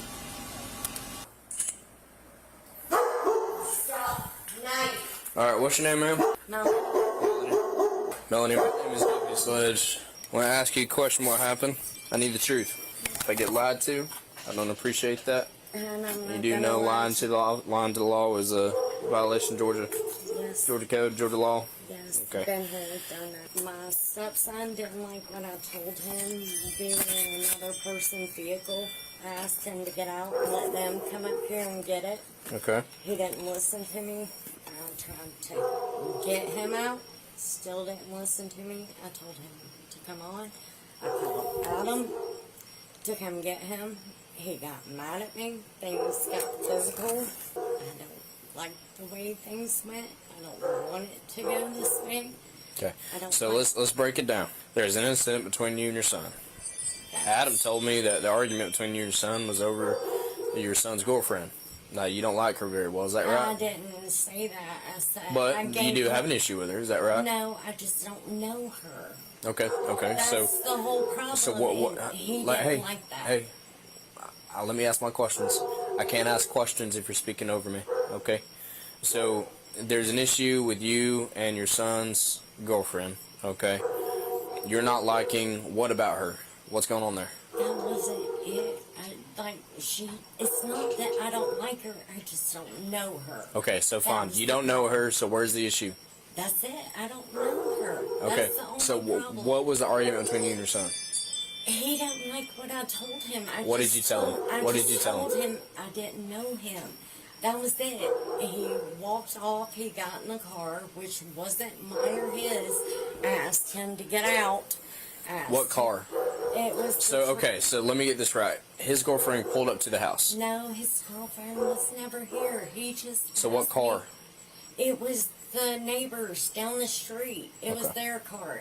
We came up here. How did y'all get on the topic of his girlfriend? He asked me, and I just... He asked you what? He asked me what I thought of his girlfriend. I'm like, I don't know her. I Okay, don't know all her right. enough. So y'all got into an argument because you don't... Listen to me. I don't like being talked over. Please, dear God, when I ask you a question, be quiet. Okay? Can I finish? No, because I'm talking right now. When I talk, you don't talk. Is that clear? Crystal. Cool. So, y'all get into an argument over his girlfriend. You're saying you don't know her. He's taking that the wrong way. He tries to get into a car and leave. Is that right? Yes. And you don't want him to leave? Because it's not our car. Because it's not whose car? Bitch don't even realize she told 2 stories. Those are his to take. So he was trying to drive away with somebody's car. Yes. Was anybody else driving the car? No, it was, he brought it up here and I said they would come up here and get it. Okay. Yes. So you tried to get him out of the car. Yes. How did you try? I tried to pull him out. Okay. Why did you try to pull him out? Because he wasn't listening to me. He had been drinking. I've been drinking. They have been How drinking. old is your son? He is 17. Alright, so your son gets behind the wheel of a car, he's been drinking, you try to not let him drive because he's been drinking. Yes. So you try to pull him out of the car. Yes. Does he resist you? Does he try to punch you, fight you, scratch you? Or does he just pull away? He pulled away and I ended up like trying to pull his arm and I hit him. How did you hit him? Like I went to go pull his other arm out, which was on the gear, and you listen. So you hit him? Yes, I didn't mean to. Okay, okay. I gotcha. Can I look at your side? Yes, sir. You care to pull your shirt up? You mentioned that she kicked you. No, she didn't kick me. Well, she hit you right there. Can I pull this? Is that okay? Nah, that was them trying to them. Trying to what? Can I look on this side? Is that okay? Anything on this side hurt? Nothing hurts, dude. What, nothing hurts. How did you hit him? Did you hit him like this? Did you hit him like I hit him this? with my fist when I was trying to go and grab his other arm off the gear. Okay. Where did you hit him at? I hit him in the cheek, I guess. I Okay. reached over to grab his arm and hit him in the cheek. Okay. I was trying to So tell what him- happens after that? I called him to come home and do it, and he just starts yelling at me. Y'all get into a physical This fight. bitch is a narcissist. So what happened to the fight? What happened in the fight here? You was a terrible actor, bitch. See, like, I don't want him. Officer, take That my doesn't tell side me of the anything. story. I You're not see listening, there's officer. been stuff thrown around, but that doesn't tell me anything. So what happened? And I've been pushed around. I tried to tell him to calm the fuck down. He's like, you're drunk. I'm like, I'm not that drunk. How much have you had to drink? I had a few high noons. Y'all both been drinking. I tried Y'all get to- into a fight. Yes, I tried to explain the situation. So where are you at? Let me see the phone, please. It's my mom. She just pulled up. Okay. So y'all get into a fight inside the house. You call him to come over here to deal with your son. So what happens after that? He gets mad. Like, I guess Jeffrey took down the road fucking saying, like, all sorts of shit. Like, that's fine in school. I don't take the blame for it. I just didn't want him driving the car when he was pissed. It wasn't mine. It wasn't his. It was I'm clear on that. We're not talking about that anymore. We're talking about the fight between you and your husband. What happened there? like, it just got physical, and I just wanted to de-escalate it. That was Where were it. y'all inside the house when that happened? Like the living room and the kitchen and the bedroom. Okay, so you saying it got physical. How did it get physical? Because this between me and my partner here, this is physical.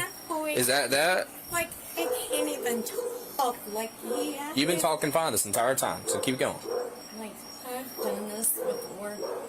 I don't want to do this anymore. Well, we don't want to be here more than you I want us know here. you don't But want me listen, here. I need you to tell me what happened. Alright, so what happened between the fight between I y'all two? tried to explain to him, and he got pissed off at me and started pushing. Okay. Elbow in the neck, pushing, throwing stuff. Yes, I threw stuff. I called 911 because I just wanted to de-escalate the situation. Mm-hmm. I wanted to get out. Did you try to scratch him? Why'd you just I leave, tried to bitch? get him off me. Yes, I tried to scratch him. Okay. When did you try to get him off of you? What was he doing? When he had his elbow on my neck. Okay, were you back against the wall? Yes. Were you on the ground? I was on the stairs when he did it. So there we go. See, we're now starting with getting the details. I need the details. You haven't given me this He details. had me on the stairs. He had me back against the wall. I wanted past. I wanted out. Okay.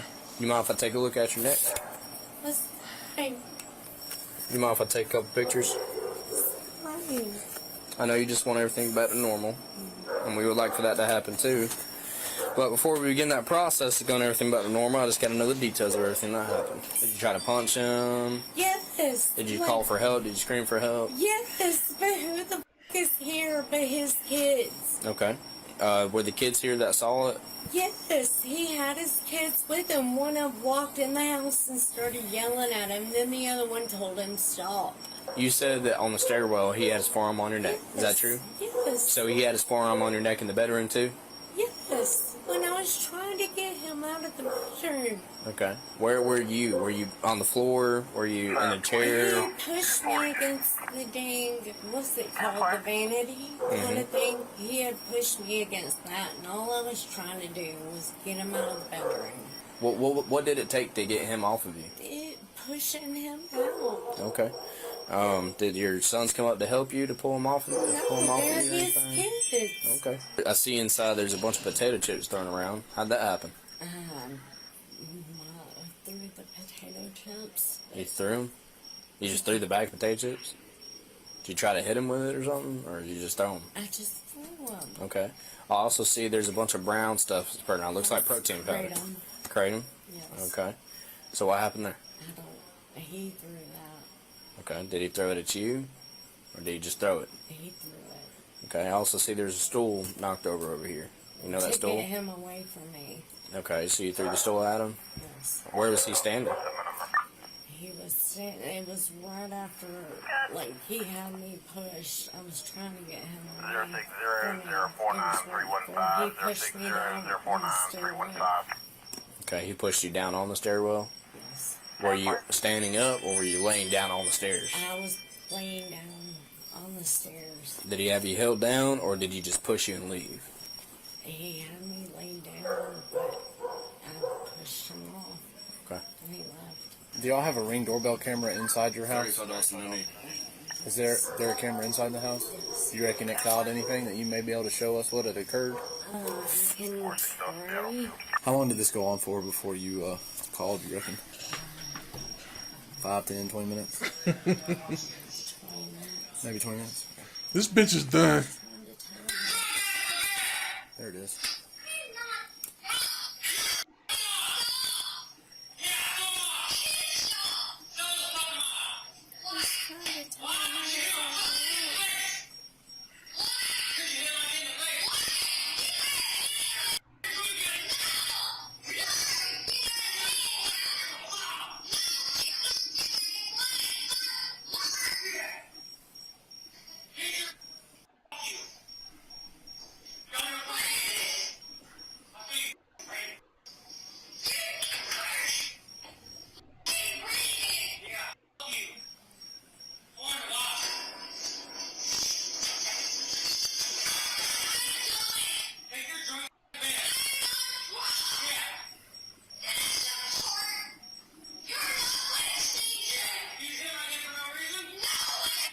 Jeffrey is the oldest son, right? Yes. Okay.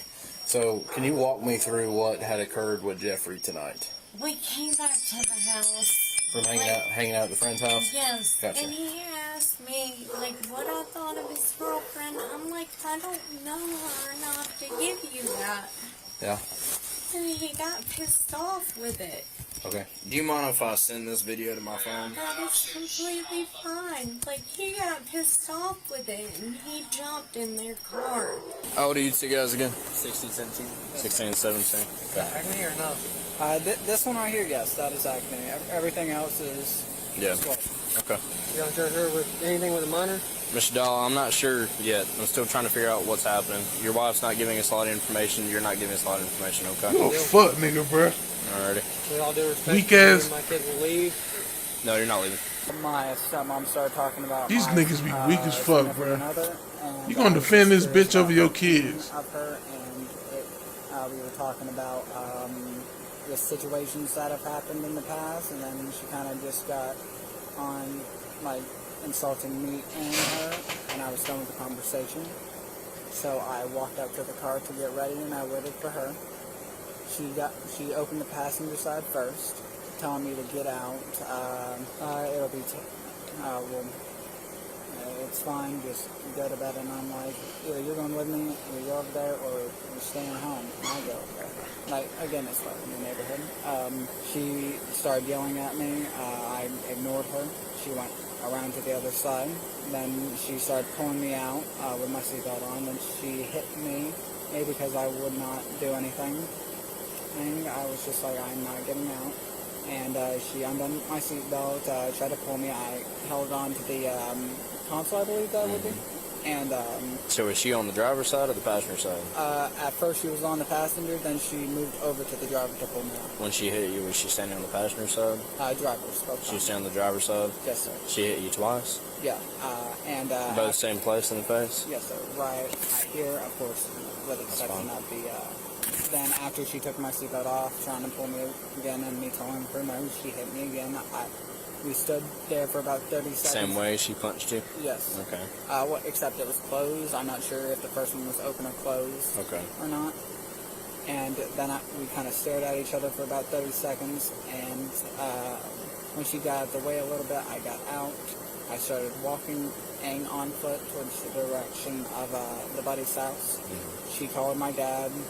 And when I got over there, we started going home. I explained to him enough, like with the face, he was at first dismissing it as bickering, but after me, like, really getting into him and saying how I feel, like, not assaulted. I felt like just, like, there was no reason for it. Mm-hmm. So, what was the deal with the car again? You were trying to do what with it? We were trying to head over to the buddy's house, just drive it over to the... do you have a driver's license? Not on me, but I do have... But you do have a license? Yes, sir. Okay.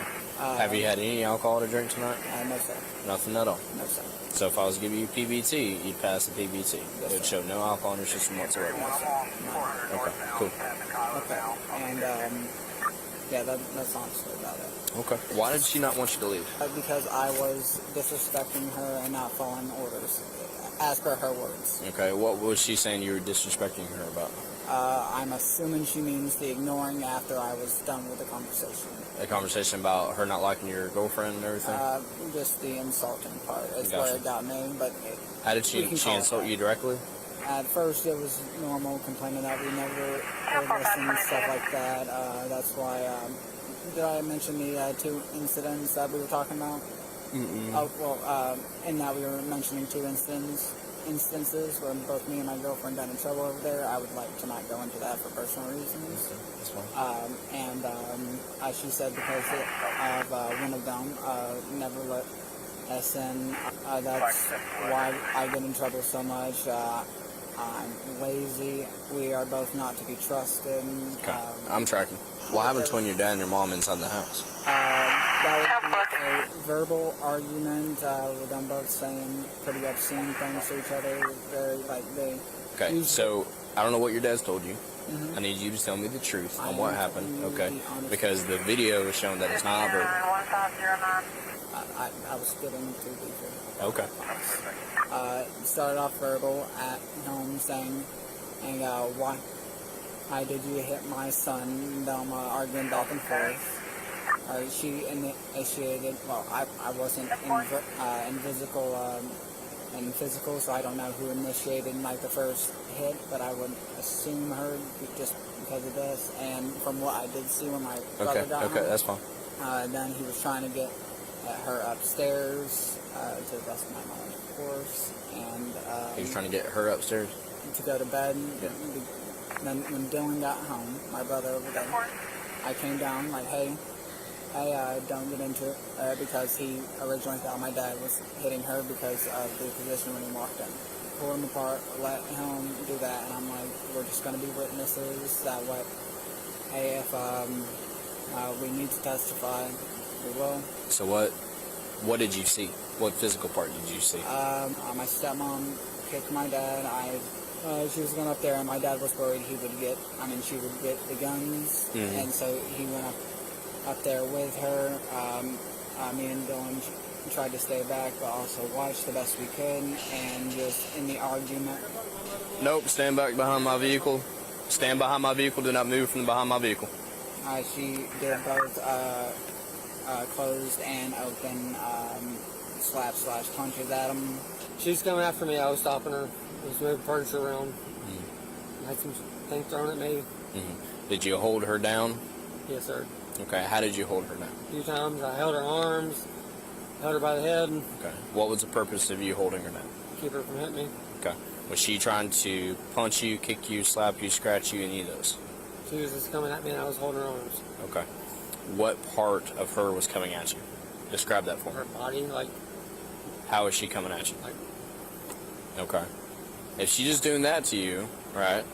If I do that to my partner over there, I don't know why he would hold me down for that. Unless I'm actively throwing punches, kicks, scratches, things like that. You understand? Yeah. So was she doing any of that? I feel like she was trying to, but she didn't. Okay. Did she punch you? No. Did she kick you? Not to my knowledge. Okay. Did she slap you? Not to my knowledge. Did she scratch you? I don't know. I really don't. If I was hooking I know you're trying to just protect her. No. Right. If I was hooking up on you and you grabbed me, would you not scratch me? So you're saying she scratched you? Possibly, yeah. Possibly, or yes? That's. I don't know. Okay. Can you get your first name? Dumbass. Melanie. Based on the video, the evidence that was provided to us, better testimonial and video evidence. All right. At this time, you're placed under arrest for domestic. Okay. Domestic battery. Come on this way. You have the right to remain silent. Anything you say can and will be used against you in a court of law. Okay. I don't have any questions for you this time. I'm gonna get you loaded up in my car and get everything squared away. Okay. So she has been placed under arrest at this time for battery, family violence. Yes. I don't know exactly what he is going to charge her with, but I'm assuming it's going to be against both you and your son. Minors? Well, he's 17. He's still considered a minor in the state of If you lock him up, he's not considered a minor, correct? You put him in adult jail. That is correct. You're right. Okay. But, that doesn't change anything. Making sure. Yeah. But no, he's not getting charged. You're not getting charged. No, I'm not worried about him. Where's my wife? Yeah, I got you. That's crazy. You didn't call, she called. But when we get called out to something like this, and we find that there's physical contact that's been made, probable cause, if there's probable cause to make an arrest, we have to make an arrest. All right, Mr. Dahl. So this is called the Victim Assistance Form. My partner's explained just a little bit about what it is, okay? It's just saying that if you want to, you can be notified at all the judicial proceedings, okay, including arraignment, trial, sentencing, and anything This nigga say he ain't worried about his son, he worried about his wife. The woman was charged with battery, family violence, simple battery, family violence, cruelty to children in the 2nd degree, and cruelty to children in the 3rd. This nigga said he wasn't worried about him, he worried about his wife. This a trifling ass nigga, bruh. Trifling ass nigga, bruh.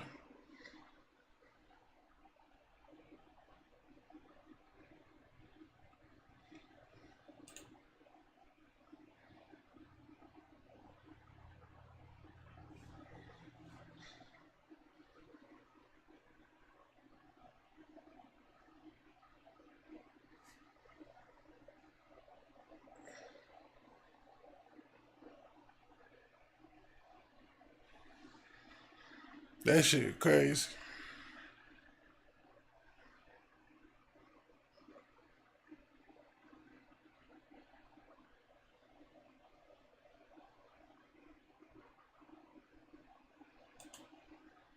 I watched you hit your daughter twice. Oh, really? Which is not good. I know. Sorry. Not good. You hit her in the face. Not face. I watched it. Oh, it looks like that. I watched it. And then you left her on the side of the road. No. Yeah. No. On September 19th, I gotta see this. The Asian getting arrested. Residents following a report of an employee witnessing a woman strike her toddler child before walking away from them. Hey, how are you, sir? Can we speak to you? You're not in any trouble, but can we speak to you for a moment? Yeah. What do you think the topic is, sir? My daughter-in-law and her rage towards her children. Yes. Yeah, we just watched a pretty disturbing video. Of what of something that just recently occurred, like maybe a half hour ago, right in front of the transfer station. She's done that 2 days now. She walks out of the house and goes where we can't see her. Are you the grandfather of? Yes. Okay. She's my daughter-in-law. Okay. She's from Japan. She doesn't know a lot of English. Okay. My son is still in Japan. He works there. Okay. He plans to come for a couple of weeks in October, but yep. Yeah, she's her mother. One reason she's here is to be away from her mother. Okay. Because she and her mother had the same relationship. Yeah. They yell at each other. They even physically hit each other. Yeah. Oh my God. And she's passing it down to her children too, and I don't know what to do about it. How many children, sir? 2 kids. 2. Yeah. And the older one is the one that's the biggest problem. Was that the child that? Yeah. And I was with this morning. Yeah. How old? 4-year-old. Yeah. Okay. And does that child speak English? Okay. Better than her mother does. They've been here about 5.5 months now. Okay. And English is improving while they're here. Yep. Yep. But I noticed a bruise on her forehead when she came back to the house, so something happened there. Today? Yeah. Yeah. And how old is the younger child? 2 years old. And they're both here? Yeah. Both the children are safe here with you without the mom, correct? Yeah. And my wife. She's down at the community center exercising right now, but yeah, we don't know how to deal with the situation, how to communicate with Kaho. She has told us things like she and my son have decided that he'll be the one that doesn't get angry, and she'll be the one that gets angry, as if somebody has to get angry, you know. And I don't know if it's part of the Japanese culture or what it is, but I can't believe that's what Japanese families are like. That they're all like that. The first time we went to visit her family in Japan, her mother hit her. And then they proceeded to have a screaming time together out in the street. Yeah. It's the first time we met the family. Yeah, so that wasn't a good introduction, but based on the video that we watched, it's not a good video. Oh yeah. Okay. The mom is going to have to come with us. Really? Yeah. Oh, wow. Yep. Yep. I bet she'll resist. Yep. She's going to have to come with us. And then where will you go and what will you do with her? Yeah. She's going to be charged with some criminal offenses based on the video. I've already spoken with the state's attorney. It's some serious stuff that I just witnessed that no child or no person deserves. Yeah, right. None whatsoever. Well, that's going to be tough. Hopefully you can communicate effectively with her. We've got services for interpretation. Japanese, yeah, right. Yep. You can't be assaulting people. Yeah, it's specifically children. She has to leave the country because her visa expires. So she has a flight scheduled for October 1st to go to Japan for 2 weeks and leaving the kids here and coming back with my son on October 15th, and he'll be here for a couple weeks during some vacation time. Okay. Then he'll go back. Her plan is to be here for a year altogether, 2 6-month periods. Okay. So she has to leave the country and come back in to get a new visa. Yep. And what's the mom's first name? Kaho. K-A-H-O. There's a real good possibility that she will not be able to come back to the house based on it, because it is... Or would she stay in jail somewhere? Well, we don't know. They probably wouldn't want her in jail. She would have to figure something out. Yeah. Yeah. Because that'll be the really primary. bad news. Yeah, that'll be the primary residence. Hopefully, as long as you guys are comfortable with it for the children, and so they don't have to go into some kind of placement. Maybe a better idea would be they all go back to, well, might not be better for the kids, but they all go back to Japan. At the same time, stay there. Yeah, unfortunately, we have to act on what we saw and what we have to do here. Can't give a warning. No, not for something because like next time they'll be more secret about it. Yeah, you just never know what's going on. Because if it's happened today, how often has it happened in the past, and is it going to happen again in the future? Yeah, right. Our culture doesn't teach that. Yeah, I know. Do you think maybe we can ever just come out and talk to us? Maybe I'll tell her that or the children there was a wait? video. Oh yeah, she's occupying the kids right now. Okay. Did she see us pull in? No. Okay. There's another house in the back. They're in the back house. Oh, okay. Yeah. I guess I'm trying to think of the best way say to maybe keep it that not traumatic for the children. There was maybe tell her that garage over there has video cameras and what happened. Did she talk to you about it? No. Was recorded, and I'd like to see the there daughter are some too. men that want to Yeah, okay. Yep. Yep. There are some policemen who want to talk to you, and I'll try to bring her out peacefully. We definitely need to see the daughter. Yeah, right. Like you mentioned that there's a bruise on her forehead, so I need to see that. Yeah, right. Hi. Maybe she's in the toilet right now. Aren't you beautiful? Yeah. Hi. How are you? Are you good? Yeah. Can you look at me? What happened here? Can you tell me what happened? Yesterday, we I was running around and I fell down. You did? Oh. Hi. Hi. We just, somebody called us, and we just need to chat with you about something real quick. Yeah. Can you step outside with us? How do you pronounce your first name? First name? Your first name. Oh, Kaho. Kaho. I'm John. Hi. Nice to meet you. Nice to meet you. And this is my chief. Nice to meet you. Nice to meet you. Do you have any idea why we may be here right now? Oh yeah, today, problem. Winona has problems, so. Yeah. What was the problem? She steals some food and how to explain? She is very excited in house, so we go outside. And what happened during your walk? I take her outside. She's running for the dump, so I'm so confused and keep distance for her. Distance? Distance for her, the load. So some people looks. I don't want to. You don't want her to run out on the road? No, I don't know how to say English. She is very excited, and because I'm angry for her, so I don't want to excite for her. So I want to keep distance in house, but she tried to go outside, and she is far away from me, but I don't want to hit her, so I keep distance for a while, maybe 10 seconds. For the load, I know that not good because the load, so, but I don't want to hit her, so, but some people look that looks like violence. So there's cameras out here. Yeah. Okay? Yeah. And we watched Yeah. a video of you and your daughter Yeah. walking down the road. Yeah. And I watched you hit your daughter twice. Oh, really? Which is not good. I know. Sorry. Not good. And the bruising on her forehead, that's, you hit her in the face. Not face. I watched it. Oh, it looks like that. I watched Sorry. it. And then you left her on the side of the road. And you walked away without your daughter. Oh, sorry. This is a very, very busy road, as you know, because you live here, right? Yeah. Here in Vermont and in the United States, that you can't do that. That's a criminal charge. Okay. Okay? Yeah. So based upon what I saw on the video, I have to place you under arrest. Okay? And you're going to have to go to court because of what I saw. Okay. All right? Yeah. Do you understand that? Okay. And how do you understand English okay? And I can get an interpreter if you'd like. Okay. Just so you understand.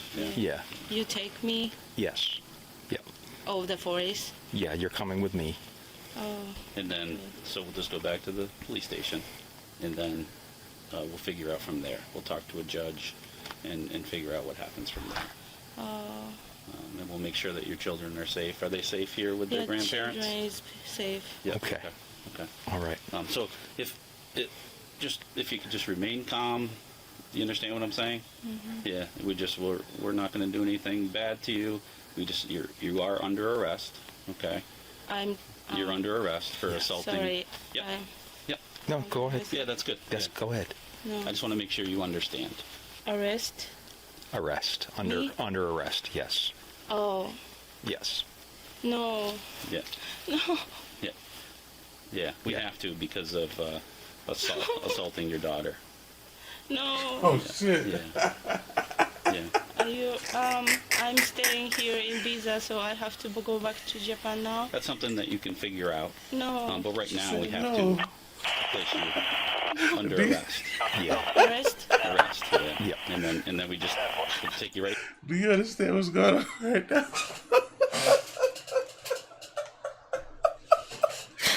Oh fuck! She had the damn translate arrest. She said me. He said yeah. No.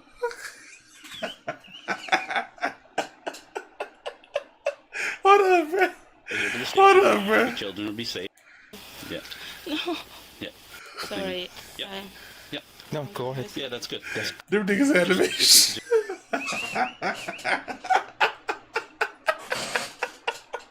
Bruh, them niggas had to make sure she understood what they was talking about, bruh. Bruh, this shit was funny as fuck, dog. just remain calm. You understand what I'm saying? Yeah. We're not going to do anything bad to you. You are under arrest. Okay. You're under arrest for assaulting. Sorry. Yep. I- Yep. No, go ahead. Yeah, that's good. Yes, go ahead. No. I just want to make sure you understand. Arrest? Arrest. Under arrest. Yes. We're not going to do anything. Bruh, why the fuck this nigga so calm with it, bruh? He's like, yes, go ahead. Oh, shit. Thing bad to you. Go ahead.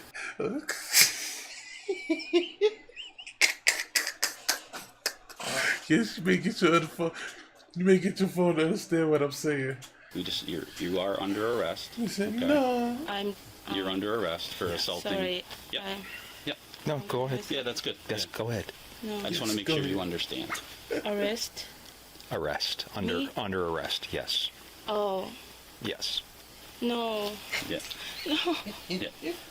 Yeah. We have to No. because of assaulting your daughter. No. Yeah. Yeah. Yeah.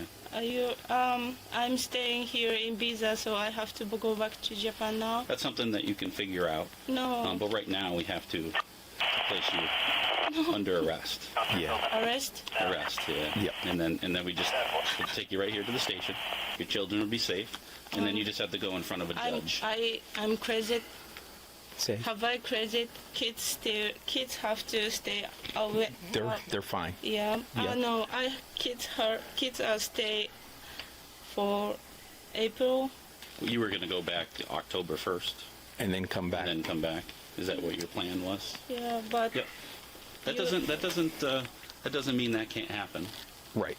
Do I type? yeah, no, please. Okay. Do I push here? No, Okay. please. So an arrest is not a criminal record. There's a lot of things that happen right before you have a criminal record.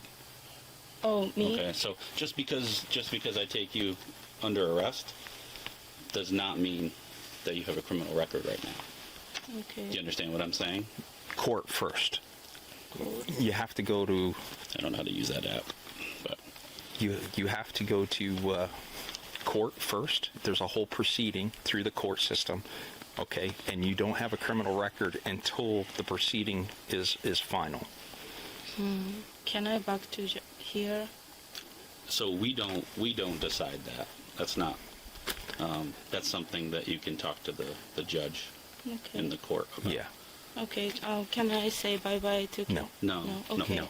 So just so what we have to do, I just want to make sure you understand. So when we arrest somebody and we bring them back to the police station, it's right down the road, not far.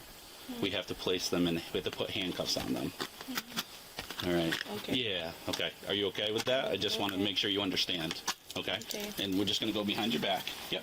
And if it hurts, tell me. Okay. Other than your cell phone. Not signal. Nothing. Oh, your phone is here. Phone. No. Okay. Have I never met daughter? Can I back today? We don't know. That's not up to us. We'll call a judge, and he will tell us what to do. Okay. All right.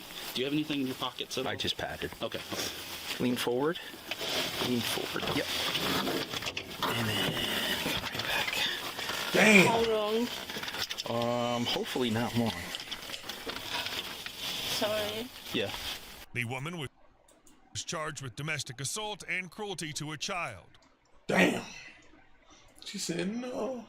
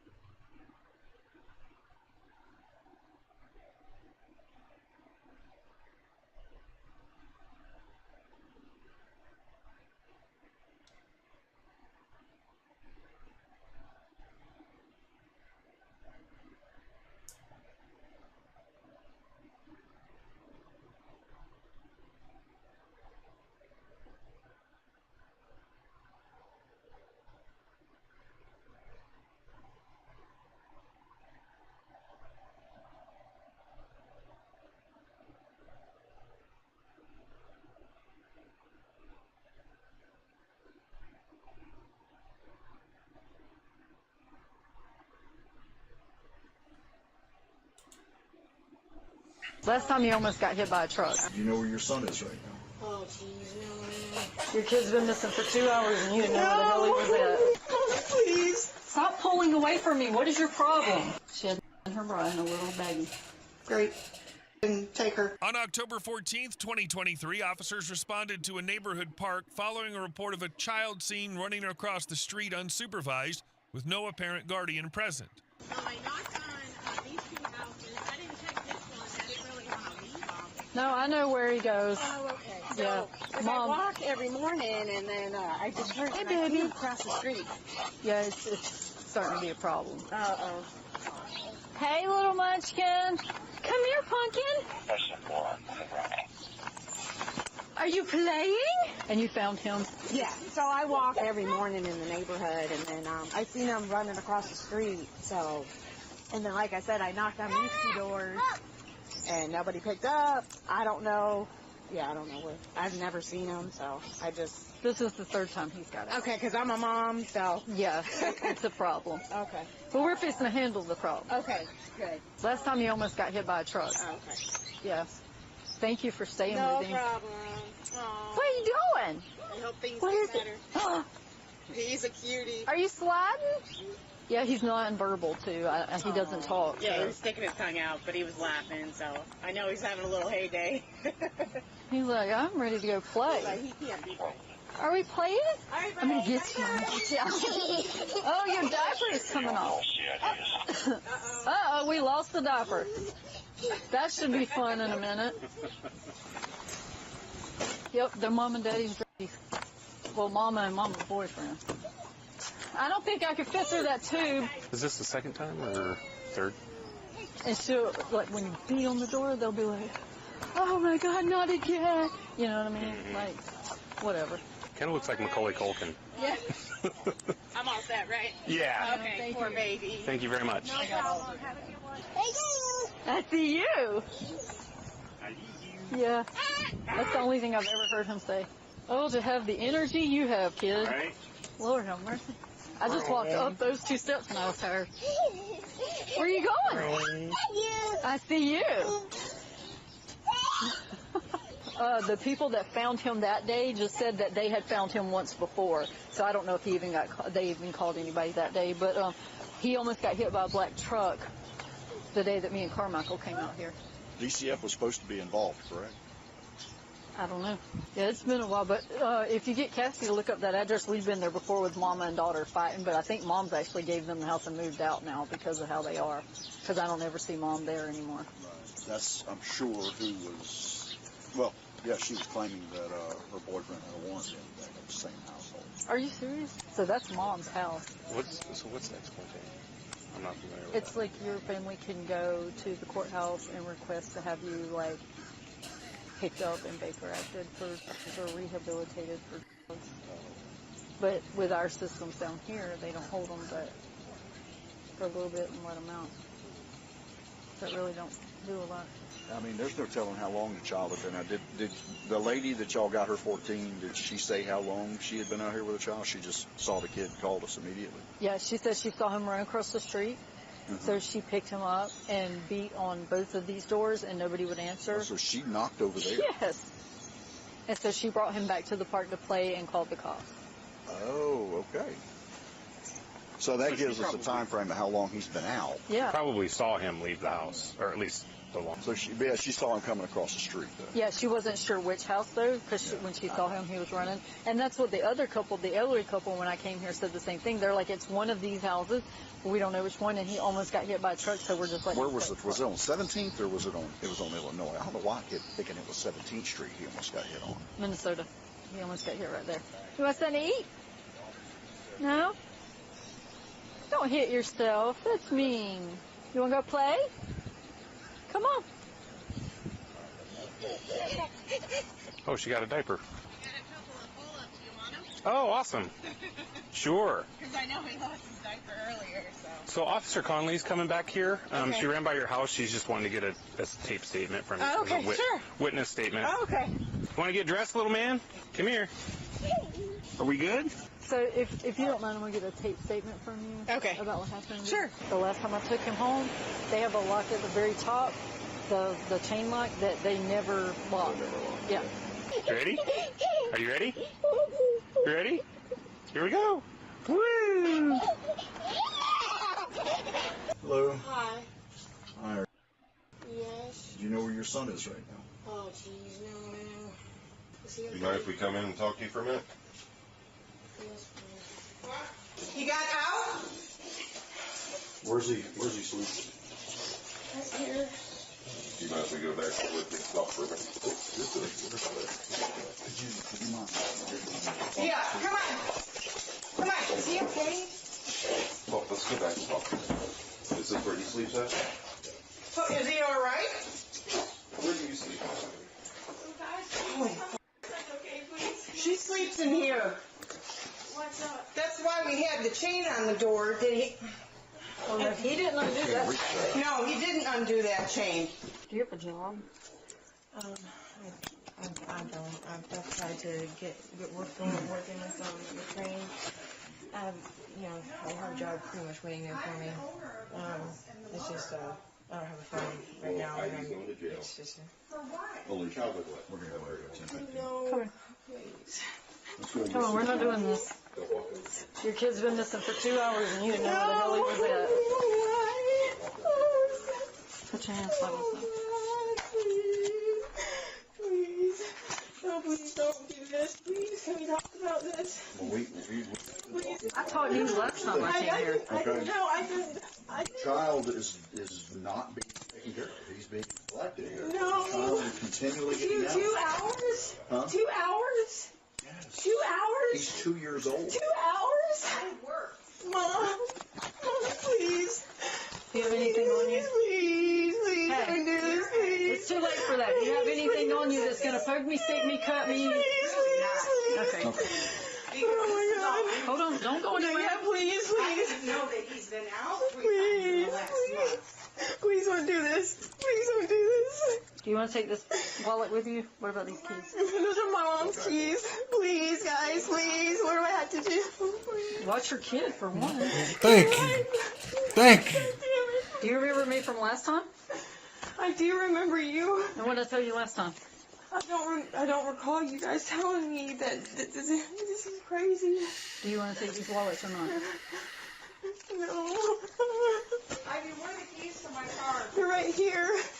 Give me some more explanation of what's going on here because You're being arrested. You're going to be charged with child neglect. So the long and short of this. Okay. And can you guys please give them to my mom, please? That's going to be up to DCF. They're on No, please. What is this? It's flavoring. Please. Do your pants button? Can I please smoke a cigarette? Do you have anything in your bra? Turn around, please. Do you have anything in your bra? I don't think so. I didn't hear it because my bedroom is in the back and I have the door shut. Okay. Hold on, turn this way. It is right here. If there's something in there, tell me now. Because if I get it, it's going to be a whole different problem. Stop pulling away from me. What is your problem?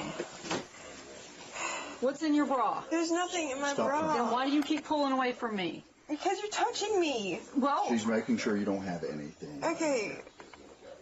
I do. She does. That's why. This isn't my last day. Can I please at least say goodbye to my mom at home? To your kid, he'll know. Please, Get I'm out. so calm, please. Let's go. Please, I'll stay calm. Come on, we're going to walk outside. Don't pull against me, okay? This is all new. She put effort not get caught in drugs, but your kid, bitch, please. Hey. There's nothing I can do.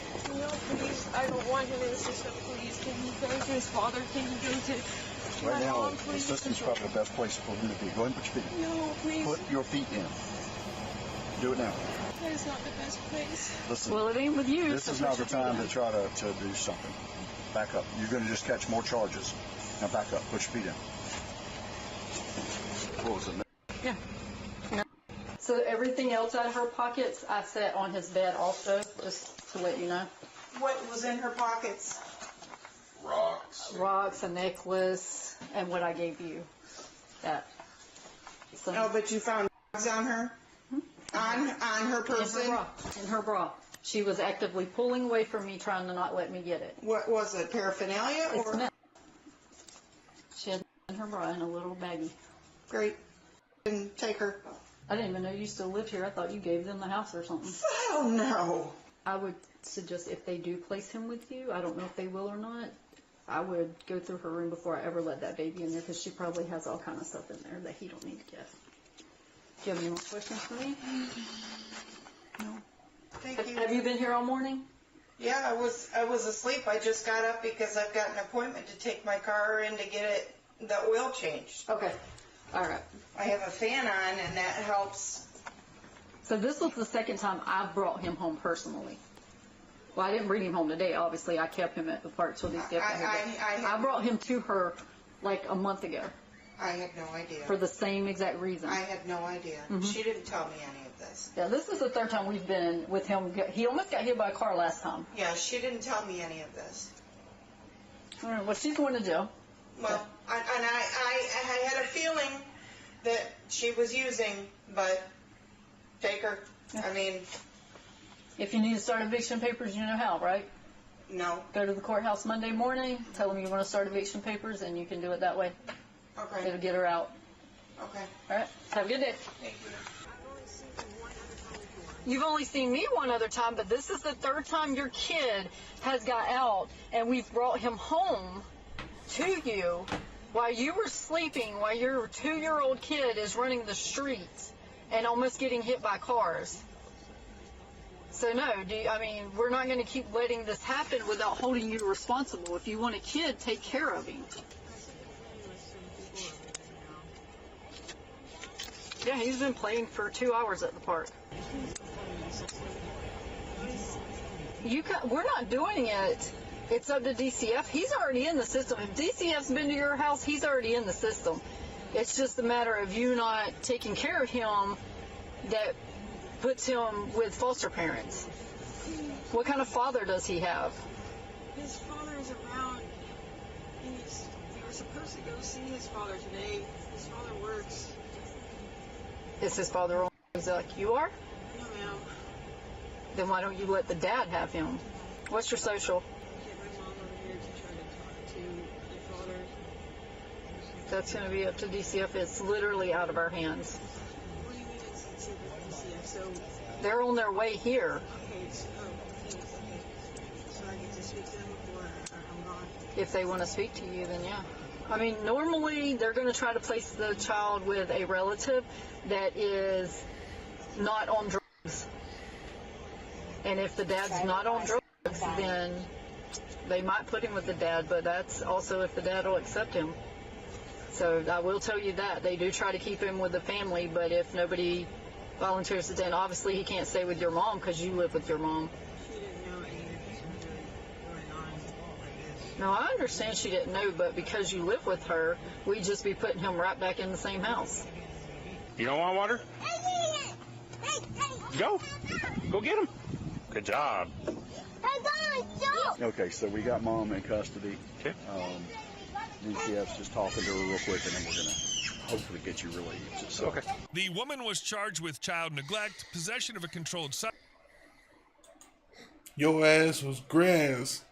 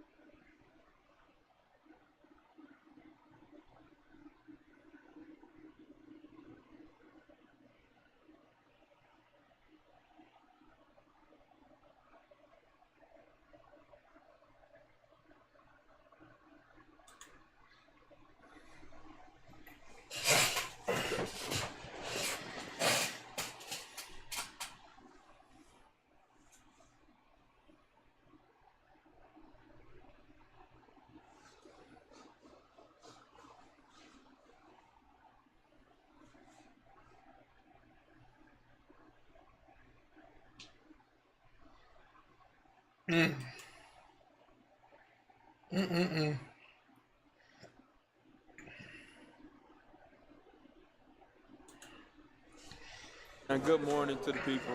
Hope y'all are doing all right. All right, today we got hundreds.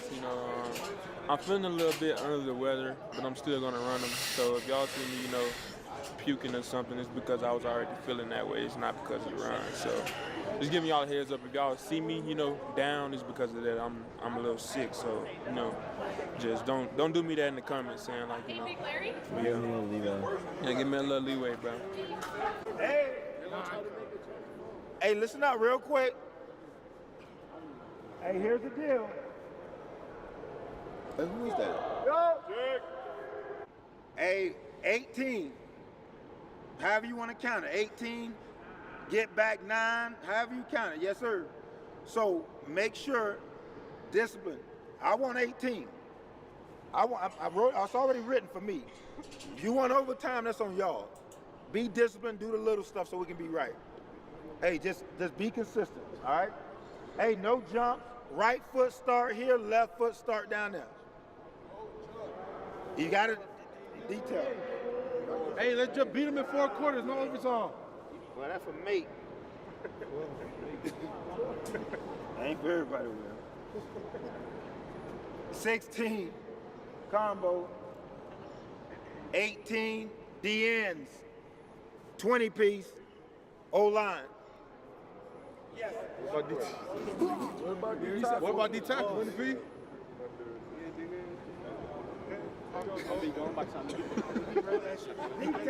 I don't give a damn. 18, y'all are not getting that 20 piece done. 20 piece done. Hey, ready?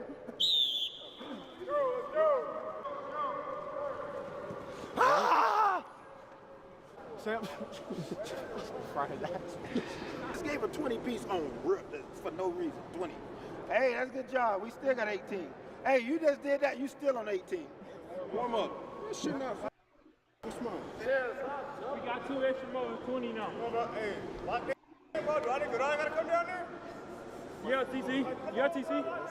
Yeah, big dog, you got to. Come on. You might have to, TC. Come on down here, twin. Man, I'm already feeling bad. I ain't want to make any run more. I ain't talking like this today. Shit. I'm not just gonna take times and just throw them out there and say, hey, here's the time. There's accountability to the time. So if you don't make your time, they're gonna be extra. We're already on 20. You want 22? You did it, fool. You want 24? I'll go down. Y'all want to go up. I'm just telling you. Hey, come on. Hey, how we good? Come on, Hey, Terry, run. Stop talking, Terry, run. We good. Let's go. Do it. Hey, that bull rush work, I'm trying to tell you, bro. They're homies. You right. I'm gonna tell you what I'm wrong. About you right. You right. The now you in church. Right foot. Scoot down a little bit. Y'all sit down. Y'all got room. Right, we've been at the same spot the whole time. That's what I'm saying. You this thing. You want to scoot down. They said scoot down. Let's scoot down.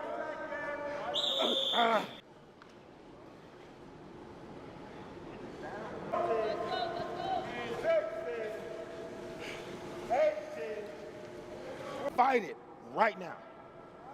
It will make a coward out of everybody. But if I'm in good shape, I can go to war. I can battle. If I'm not in shape, I can't battle. So learn to hurt now so it don't hurt later.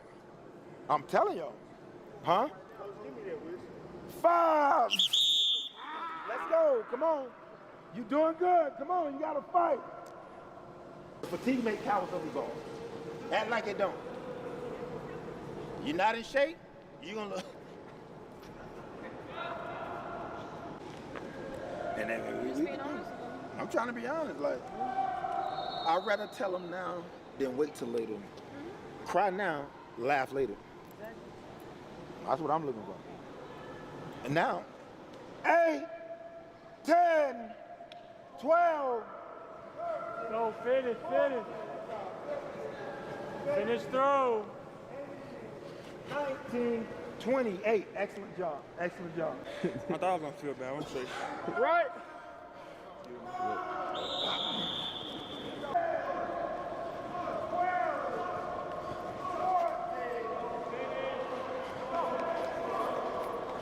Man, I'm too conditioned for that shit. Yo-Yo's not even breathing. No, I'm good. That's like 14 now, right? Yeah. Down the back. I'm looking too good, bro. You are, man. You can tell you got break coming up. No break. No breaks. No. No vacation either. No, we're running every day. Hey, how many we got left? 3 damn big. Bet. I don't want to like jump on him. I ain't having it. Hey, done. 12, 13, good job. 14, good job. 15, 16, come on, Royce. 18, 19, 20. Hey, good job. Hey, 2 more trips, man. Come on, hey, good body language now. Good body language. 2 more trips. 2 more trips. 2 more trips. Yes. Yes. Yes. Hey. Woo-wee. So what'd you say? It's the Coach Swayze system. Getting swole. Damn, I remember when I was briefing hard at 1000s. Wow. You ain't reading no more like that. Now I can run 40 if you want. Why? You trying to fly me up? Why? What is it about? Oh, We got a nice spot right here. Bob. You right next to Artie. Keep up. It's right foot. Keep up. Easy. It better be. Easy. It better be. That's your competition.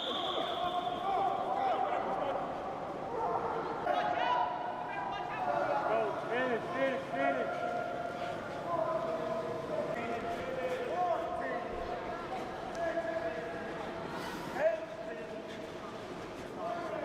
And it's for everybody. If a guy out here trying to push us as a teammate, and I'm talking about push the discipline, push the standard, effort, let's go. Someone being positive, why would I not positivity? Why would I not TT telling, hey, let's go, or TC, hey, come on, man, stand up. Why would we not that? Feet saying the same thing, hey, embrace it. Embrace goodness and positivity. We'll be a great team. If I feel a little fatigued, I feel a little tired because I want to do just a little bit extra. No. Listen and let's work. Everybody Gucci. Yeah. Hey, I need bigs outside. Start the group inside. Start the half. We don't got class. Come on, man. Okay, let's get Hey, jumped outside. Come on, y'all. Hey, who jumped outside? Tell me. Who jumped? Who jumped? It didn't. There wasn't a jumper. No one. That's Coach Corey. That's Coach Corey. Come on. Let go. Let's go! Hey, Coach. Coach. On site. On site, I gotta know that. I gotta know that. We can't break. I can do that, but China's gonna be at the 100. Y'all gonna be down here. You gonna be walking. They say about, she said about 6. Ready? Come on. I'm cut for it, man. I'm telling you. Hey, that's a good job, Jordan. That's a good job. Accountability. Can't be afraid of work. Can't be afraid of work. Can't be afraid of work. Hey, proud of y'all. Way to attack it. Hey, we get in a game. Hey, we're in a game. Somebody hold. They got to bring it back. What we going to do? Nothing. We're going to train, cry about it, line up, go score again. Hey, proud of y'all. Let's get a break and we got So what, y'all boy? Hey, count me up 3, 1, 2, 3. Got one more.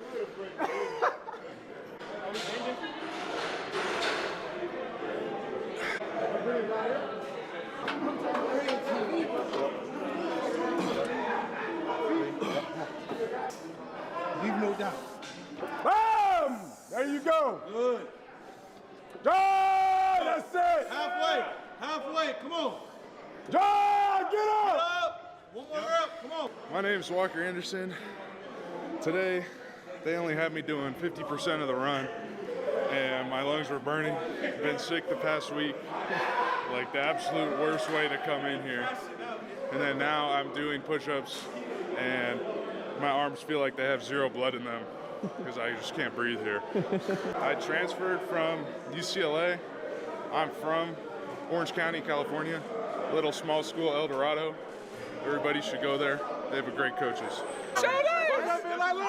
busting it up there. I think that was AI. I think that was AI. Tell him to bust it right now. He ain't gonna do it. I think it was AI. You think it was AI? I think it was AI. I'll give you something. I ain't gonna got to Give me something good. You got roll with. I'll give you something. There you go. Hamstring tight. You sure? I can't. What the fuck? I just had to tie. It's both sides. Do it one time. Coach, just watch it. I've never seen it. I did gymnastics. Okay. So I don't need to warm up, but I can like do the splits. Chill out, yo. Hey, he showed you a little snippy. He held it for like 10 seconds last time. Hey, chill out, yo. He just showed a little snippet. He held it for longer. He should do an OnlyFans. Cool. Like, you want quick money? Bruh, I can be your manager. He's talking about being a OnlyFans. That's crazy. I can do a backflip. I can do a cartwheel. I can do a backflip. Do it right now. I mean, I can do a cartwheel, all that. Or you can do a backflip? Yeah, I mean. I know, that's what I was saying.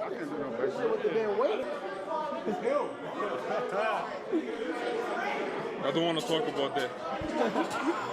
God, thanks for letting us come out here and get that work in. Thanks for letting everybody be able to complete the workout. Even though it got hard, we all finished it. We all got core done. We all about to get our lift done. If y'all ain't finished, make sure y'all finish that. God gave us the ability to be out here, and we appreciate that. In God's name, amen. Amen. Family on me, family on 3, 1, 2, 3. Kill a game. Put the game away in game time. Let's put it away. So 18, that's what I would like. But if you jump, if you don't make your time, bad body language, charge it to the game. And if you get one penalty, you know you got to come back. I don't know how you think we're gonna get back. We can't walk back, so you got to run back. So that's you already giving double dose. So every time you do one, charge it to the game for 2 piece. If you want a 2-piece dinner, don't do it. That's what they did. I don't even know. I stopped counting. I don't even know how many they had. I don't even know. I stopped counting. I swear I stopped counting. Hey, so on y'all 8 shoulders to finish it, we gonna finish. Make sure you make the time. Yeah. I'm gonna be like this. Let's go, kid. Come on, kid. No reps on us because you trying to help him. Hey, right that back. Let's try to kill it. Hey. No more bro. Joe.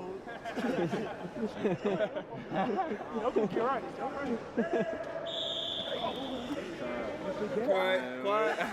This shit over here ain't doing 30, T-ball. We not doing 30, T. We disciplined over here. We disciplined. We got 8. Sound good. We ain't doing 28. It sound good. We ain't doing 28. Come on, man. We ain't doing 30 jets. Come on, man. Yes, because I have no class today. Happy Juneteenth. I know. They need to see me. They need to see me right. They think they eating it. Yeah, they are now. I had to tell them to do it. Man, I ain't gonna lie. You did some stuff like, bro, we were just talking about it. I was like, no, he nah, just need to go to the Spanish class. Third class, right? Third sequence. Today? Class? Nah, I don't got Today's class. no No class today. Nah, but running like that, bro, you coming in 10 seconds. Oh, yeah. Every time. Ain't no 14 seconds. Nah, you crush your time. I'm down there in 10. T-bones can keep running. All right. Chicken leg T-bones. Shit, boy got jokes, huh? Let's start cracking jokes, too. Let's start cracking jokes. Nah, them boys ain't tired. 12. Let's go. See, he happy when you done. You happy. And these boys ain't tired. Let's go in Spanish. No sé. No sé español. Let's go. Vámonos. Hey, prove something to yourself. Hey, prove something to yourself. You're doing good. This shit is shape over here. This shape with the altitude. Get on! Man, you. Hey, listen. Hey, hands off your head. Good body language. Hey, listen. Hey, hand off your head. Hey, listen. Control your breathing. Y'all in exceptional shape. Hey, listen up. Hey, now, with your teammates, big thing. When we're a little tired, a little winded, we got to be able to take what from each other? Who said that? Who said that? Bo. Constructive criticism. JB, hey, listen for the whistle now. It's like in the game. Hey, man, back up a little bit. Make sure we on side. Hey, make sure you're off the line. All that's going to be critical.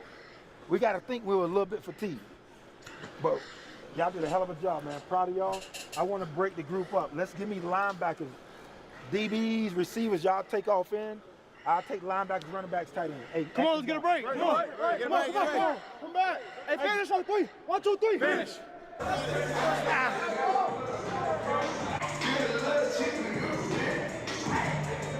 Down. Ah. Let's work. Hey, work on 2. 1, 2. Man, they about to cause damage.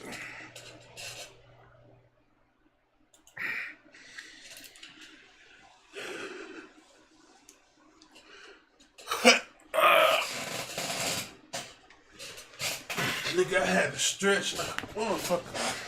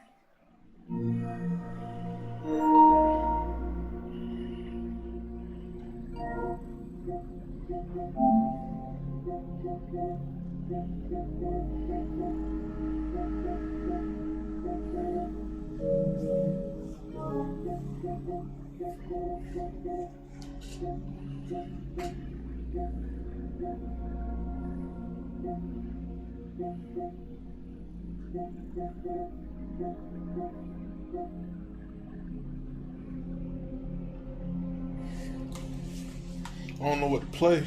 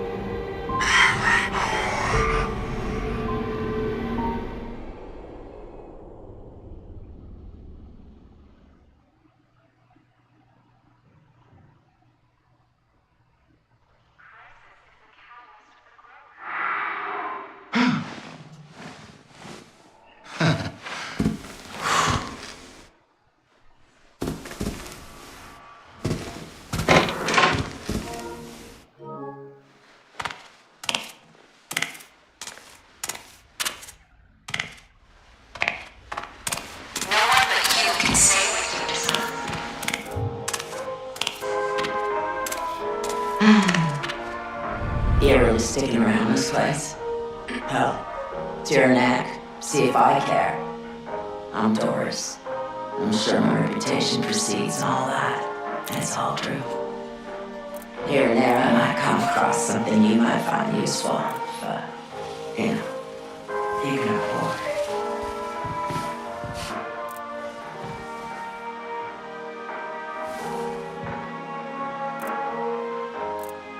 Don't let those fuckers get in your head.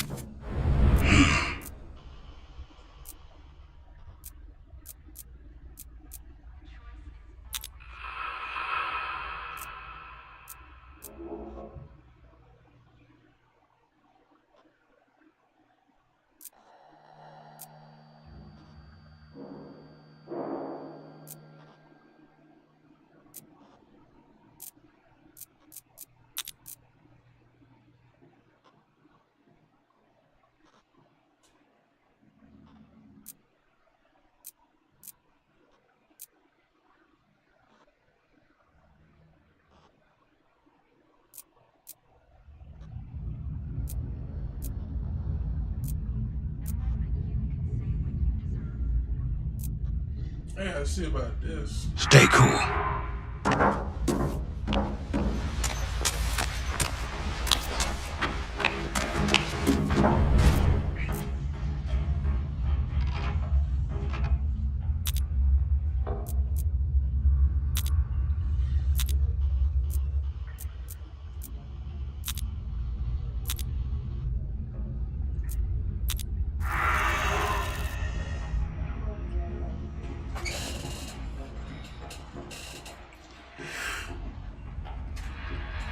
Trust the narrative. Step into the shuttle. The trial is ready. Our enemies are your enemies.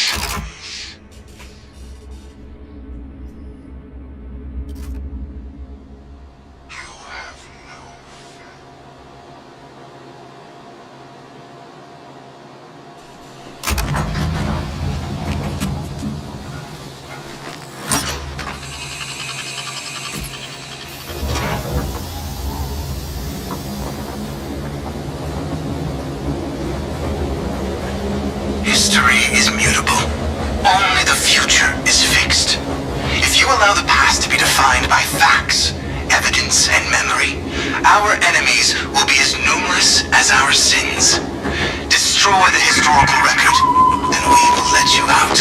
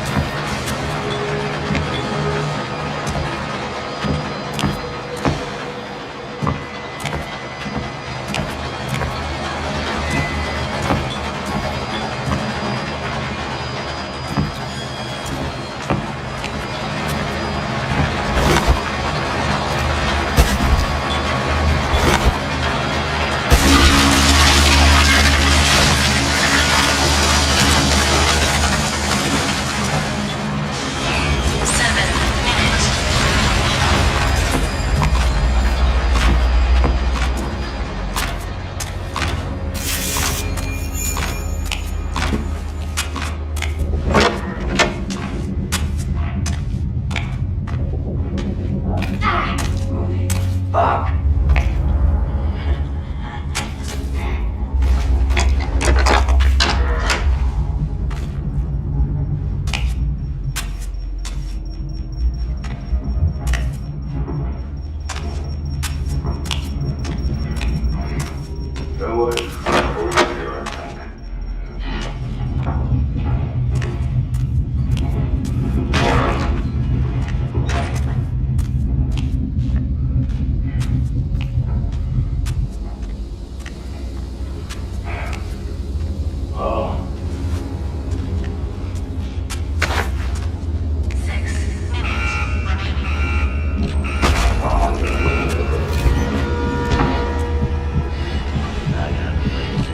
Go down these bones. I can't reach your mom. Ain't nothing for you, shit. You ain't.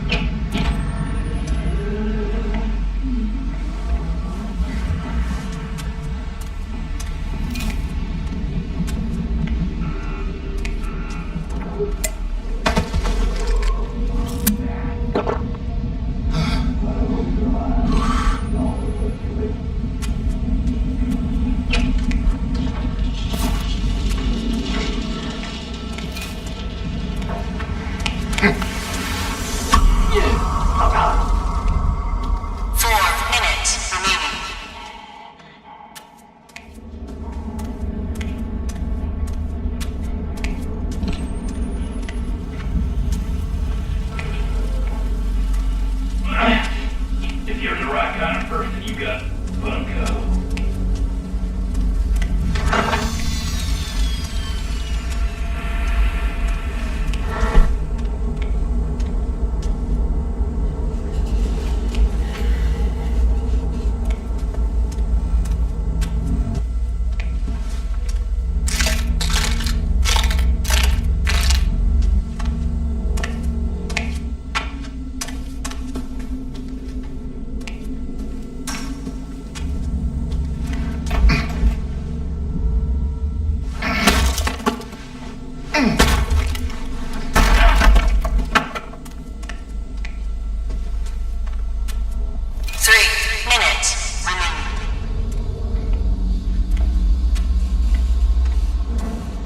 I don't know what the fuck I gotta do.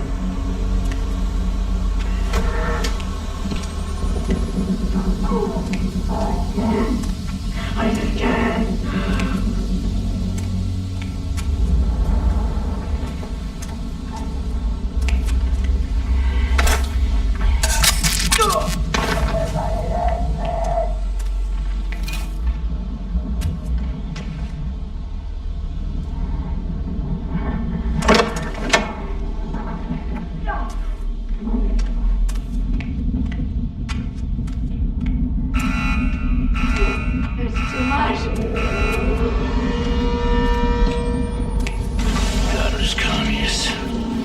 Let's give them a chance to report to the man and find out. 2 minutes.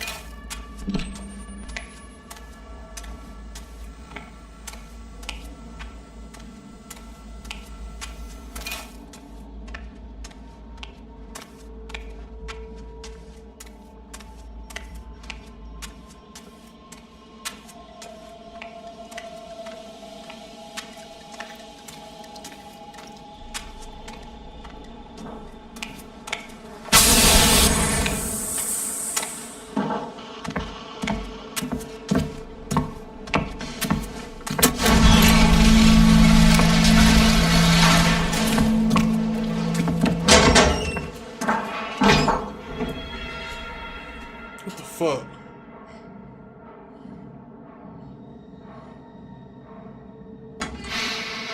Difficulty 9.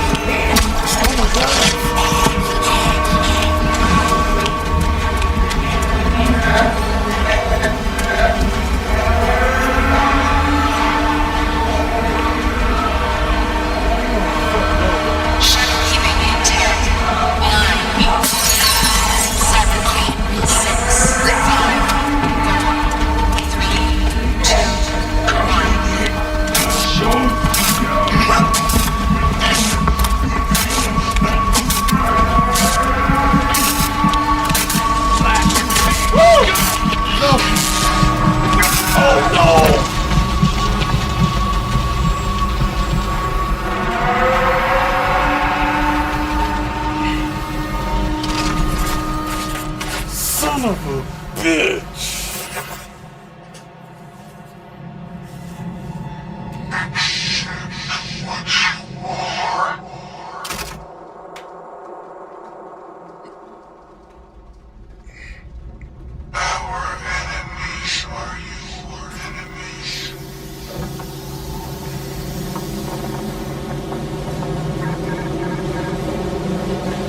History is mutable.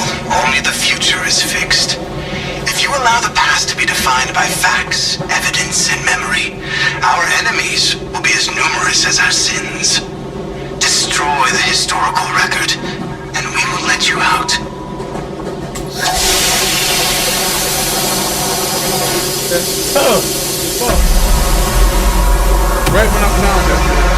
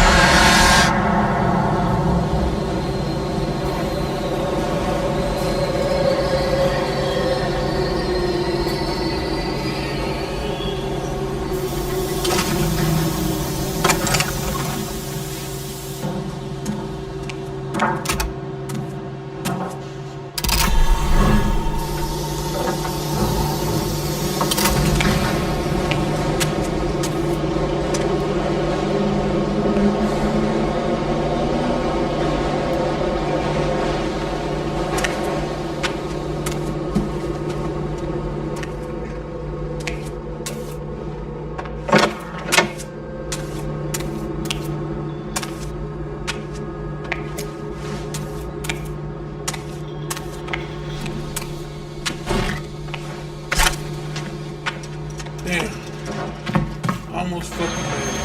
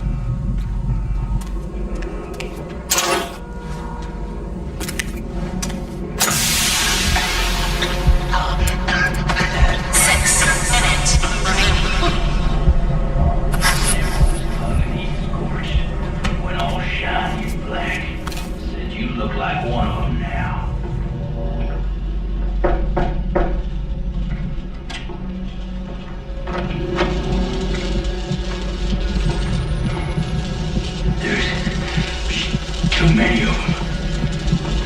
You know where I can keep all of them. Cowards.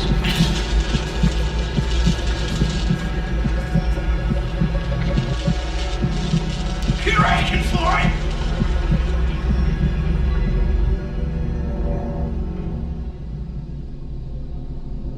So I'm curious, do I have to just chill for 6 minutes?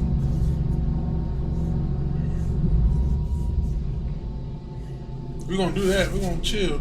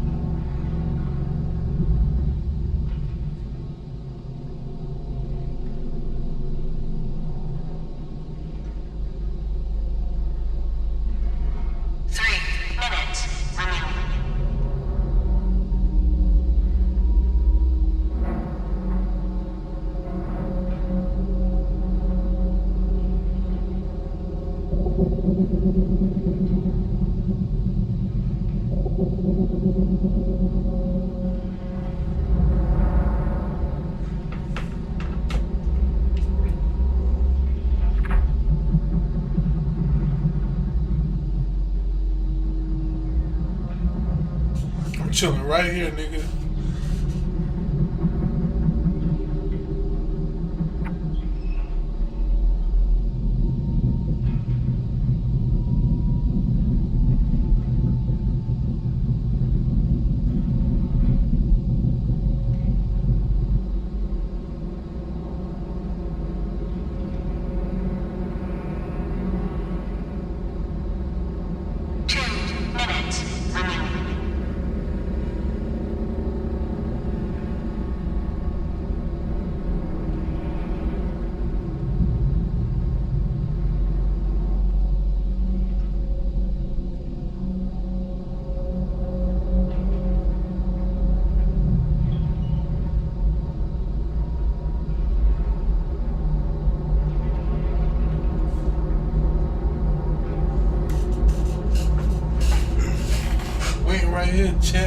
right here.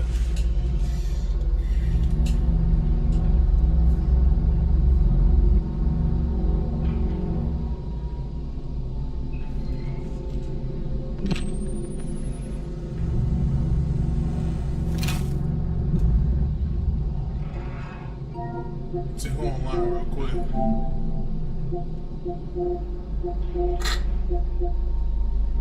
1 minute remaining.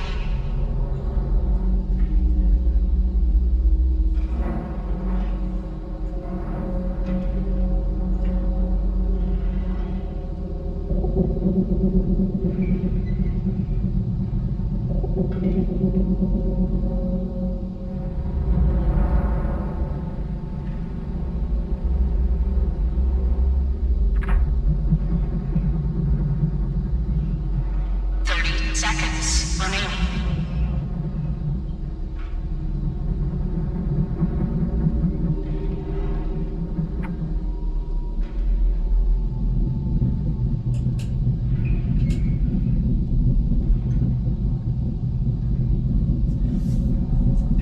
It's kind of like I sort of remember my way back.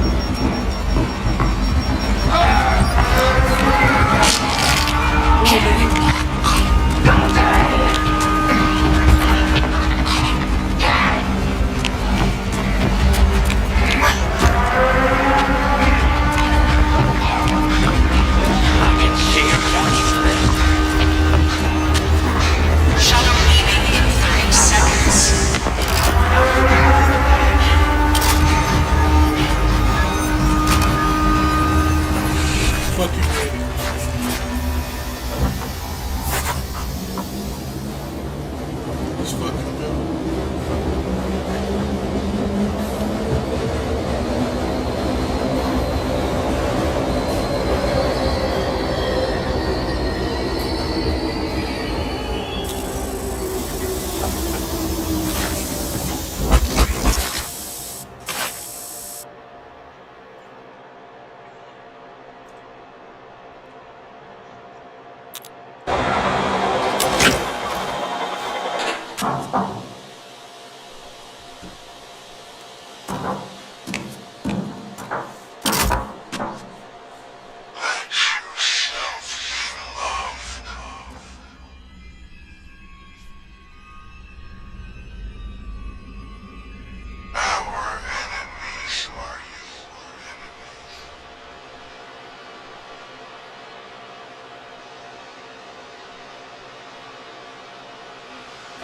Does anybody ever write down in the history books, such and such almost tried their best, and almost achieved something great? I'm trying to make you a miracle. It's not something we can achieve with half measures.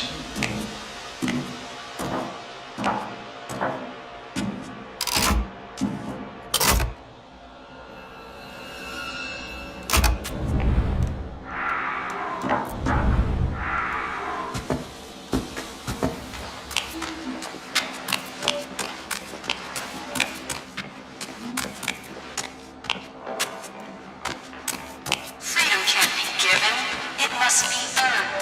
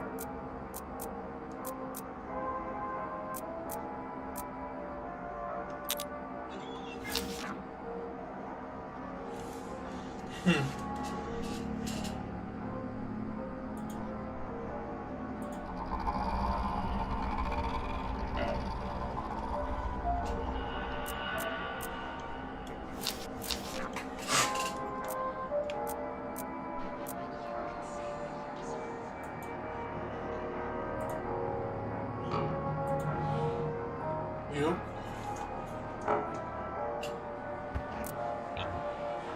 Hello? What's up? What's good, bro? Am I too low? No, you good.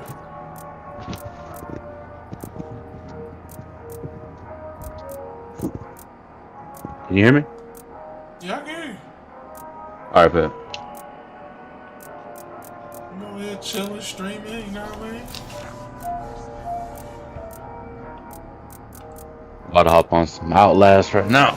I got so many videos to edit, it's crazy. It keep you busy though. That part.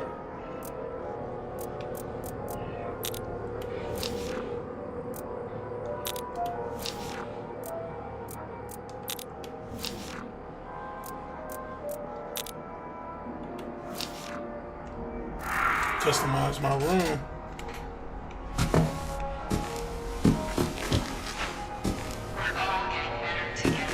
Did you play the Outlast other games? Other Outlast? I played the first one. I haven't played the second one yet. Oh, the first one the best one, but yeah, that second one was pretty fucking scary. Did you play the DLC for the first one? No. Oh nah, you gotta play that, bro. I gotta replay both of them. I might see that shit on PC, dude. Yeah, that's what I was thinking too. Cause I can run those. Those are pretty old games. Oh, I got Woke up in my room. Oh, I need PS Plus, bro. Fuck. Let me buy this bullshit real quick. You playing on the PlayStation? You ain't got an Xbox? Huh? You ain't got an Xbox? Yeah, I got an Xbox. Oh, but no, you gotta buy it if you get it on the Xbox. Yeah, I bought this on PlayStation, like. I'm surprised this is not on Game Pass. Facts. Nah, I bought this on PlayStation like a year ago.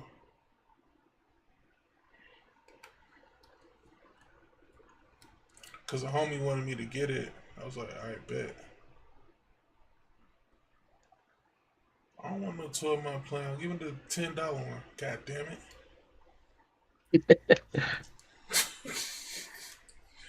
I know what the fuck I clicked, nigga. That shit's like, are you sure? The one that you don't want that 1 year? Why not spend $80? That shit wasn't that cheap as it was back then. Right. I would have I got think it the was game. it was like $60 for a whole year, which was a deal. Right. But damn near you get $60 for only 3 months now.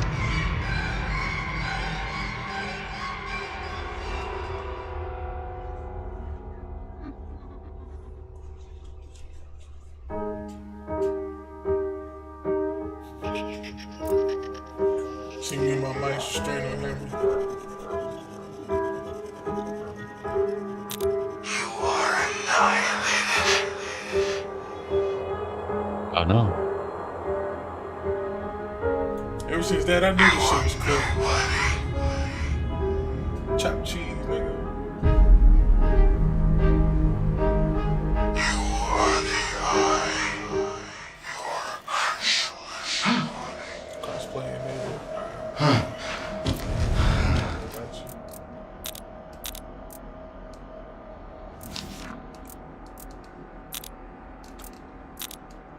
I might get some DLC for this game. I don't know.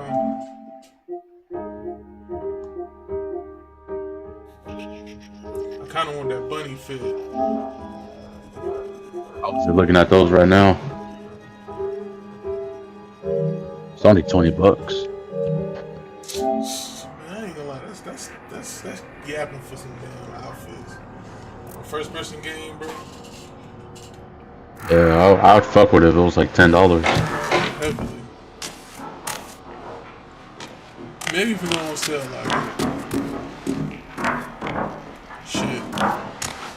Crisis is a catalyst. You wanna do the one I just did? What we feel? It's up to you, bro. I'm down to do whatever. I'm starting to get tired of that damn police station. Nah, facts. Well, only got like 2 more there. Cause them shits be fucking, man, that shit get weird. I'm pretty sure it gets weirder. It's so fucking many, dude. God damn. Of what? Trials. On one list, you got 1, 2, 3, 4, 5, 6, 7, 8 trials. Right? Then there's one called special therapy. Oh, I guess that's the ones we're doing now. Okay, never mind. I don't know what the fuck this is.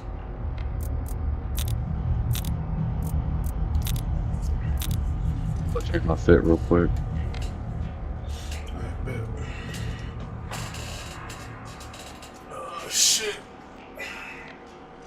Never found my fucking room. I'm probably gonna be streaming too long. Cooking some food.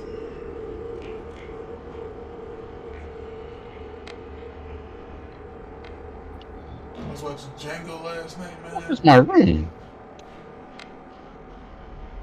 don't even know where you sleep at. It's crazy. Hell no.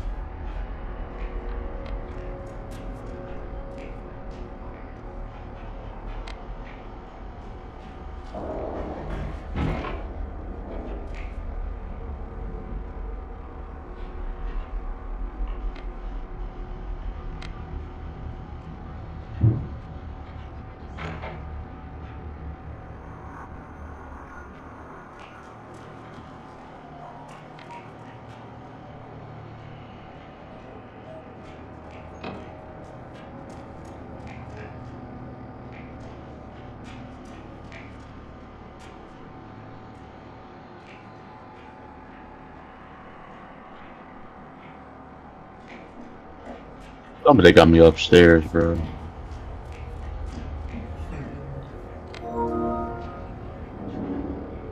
Yep, they got me upstairs.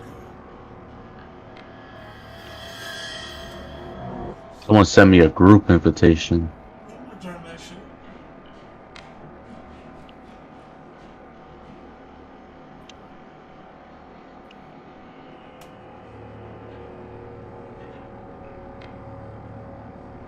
That nigga might be scared. He might be by himself. Random person join me, please. Terrified. Come on, man. Let me join your group.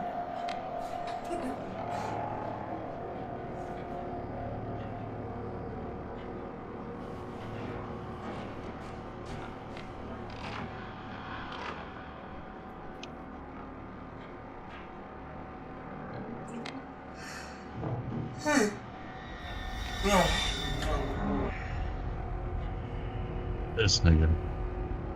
Oh, yeah. Chillin, dude.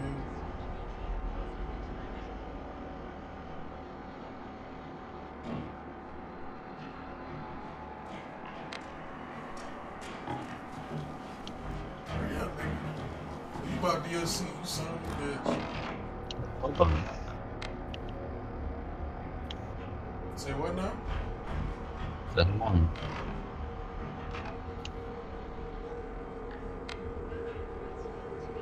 Hey.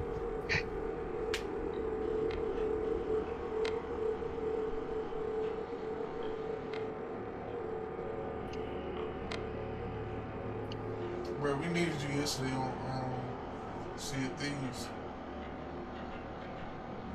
Let's come across. Huh? What's that? What'd you guys come across? We did this mission when we went against ghost ships. We was holding our own, but we was on a 3-man ship.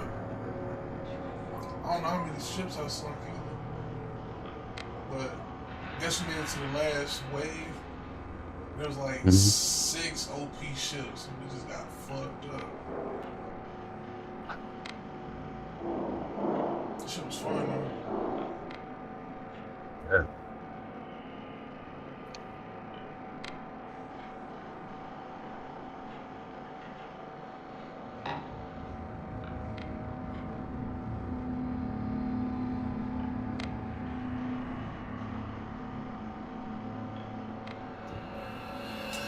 I decorated my room.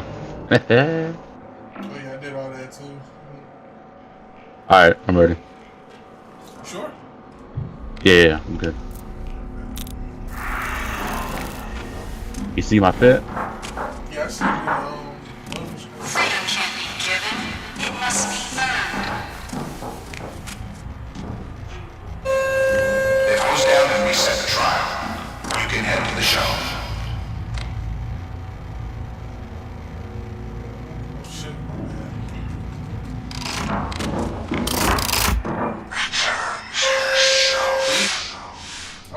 I was just thinking about going to get myself a bowl, sir. Ready. Huh? Said I could have waited. Nah, that's all good.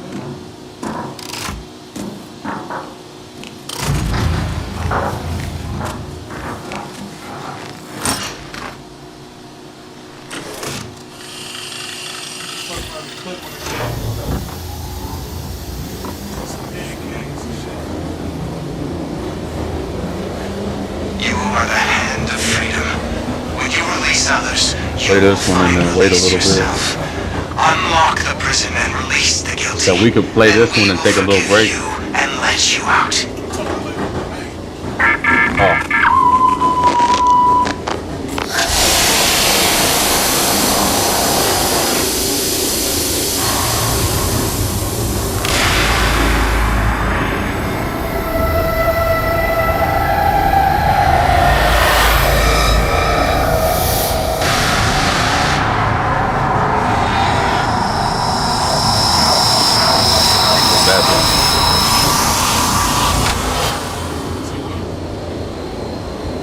Is that a good thing or a bad thing?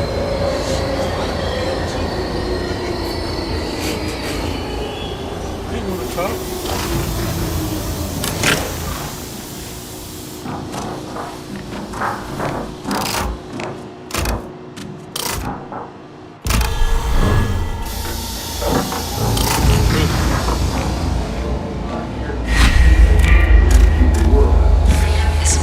I ain't gonna lie, I thought we'd be going to different levels of the police station.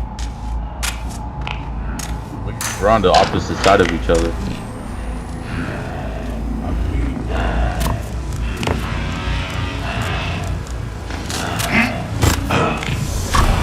Shit.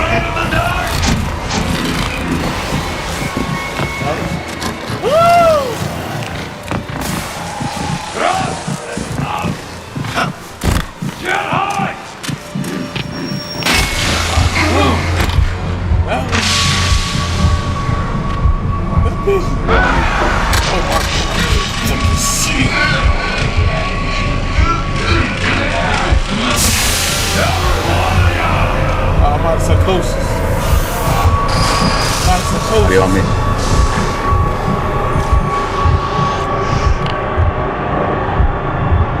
That nigga was right on me. Oh my god.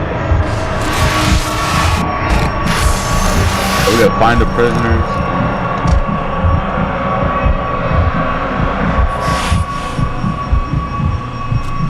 Nigga, if you've seen what I just went through, dude, god damn. Somebody else is escaping. I'll be respect for authorities, key to productive healing. Hey, look, I don't care about none of that, bro. Oh, fuck.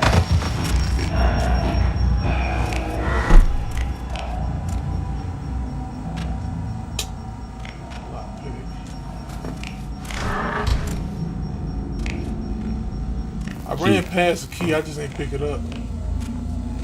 Gotta pick that key up. Nigga, I was getting chased, nigga. You remember where it was at? It's on the map. On the screen.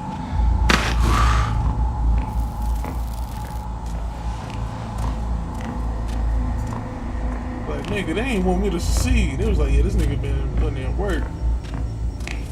You got the key? One key.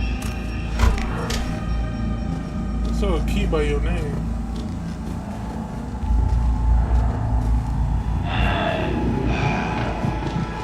I'm gonna watch you bleed, and I'm gonna watch you die. Killing this wall right past me. Oh fuck. You on you too. That nigga was right on my ass too.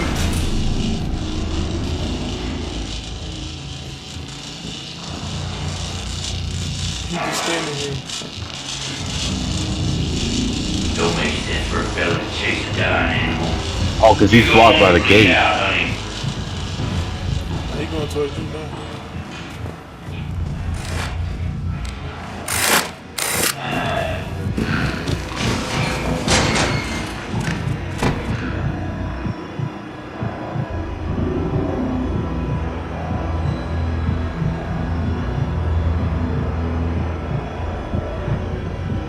Okay, head towards you. Yeah, I see you. I opened that gate so I heard somebody. Oh my god.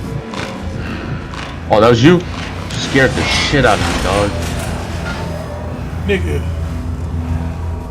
You're scared, bro. You gotta change that shit. The little one of them niggas that's chasing me. Right, bro, we gotta take the key. Oh, there's a nigga right here. You see him? Yeah, he's right in front of that door.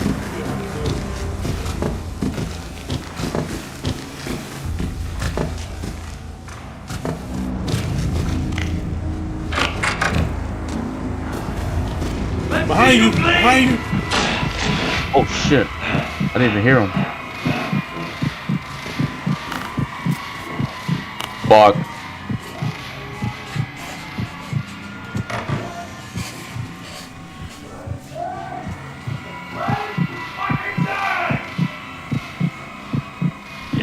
Oh shit, he right here. Oh fuck, I couldn't ping him.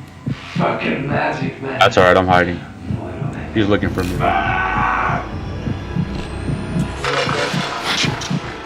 can't hide, go on. Right beside me, bro. Look at that Expo, right there. You can't hide from me. I didn't see you. No, but as soon as I came back out, he was right in front of my face. Don't know how he didn't fucking touch me. If I had this war. You see when I pinged them niggas? Alright, he gone. Yeah, it shows me for a second, but Come back this way, you going towards him.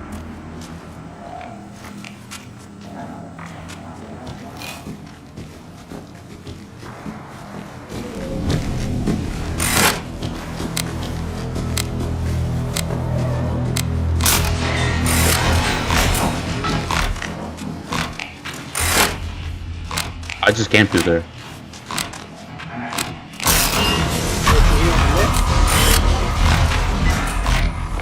Yeah. Oh shit. Oh, he got me out of the hole.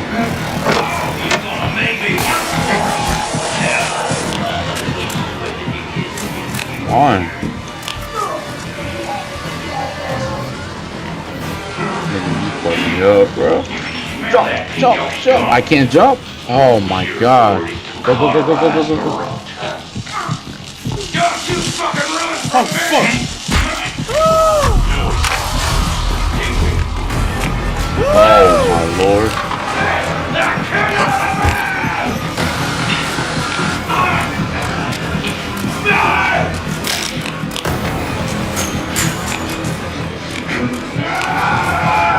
Oh.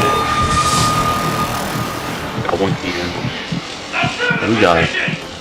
One more key to find.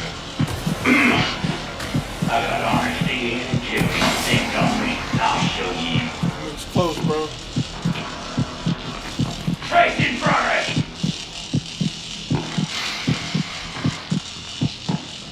A clean snake.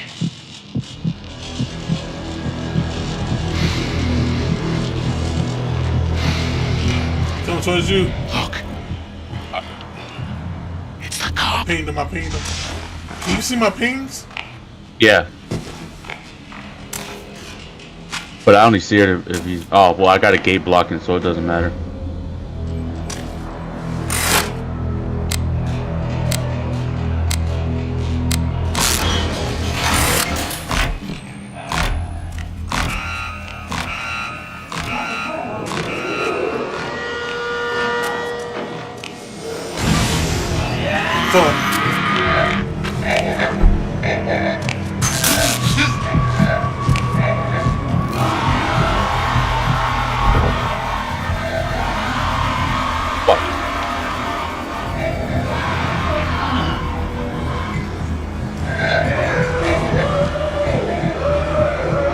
Fucking antidote. You don't hear this shit?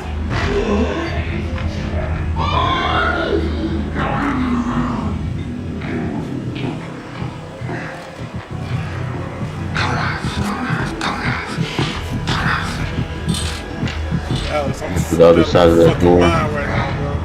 Why? What happened? Nigga, a new killer just got let loose.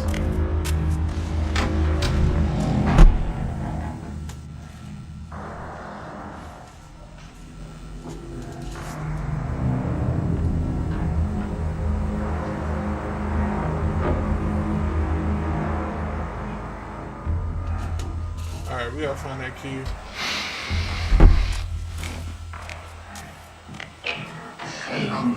I need to find fucking antidote bad. I got one.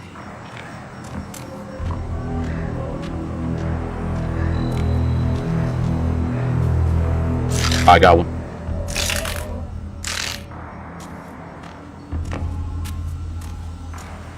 It's like hella bottles in there.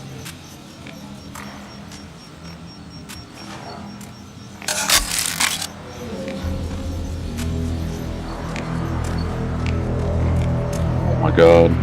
I just got fucking sprayed again.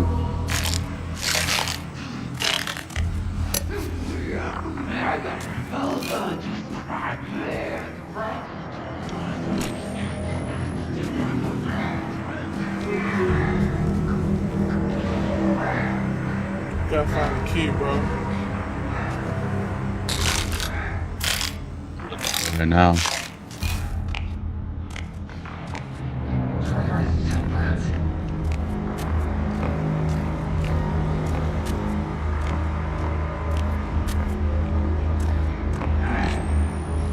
Oh my god.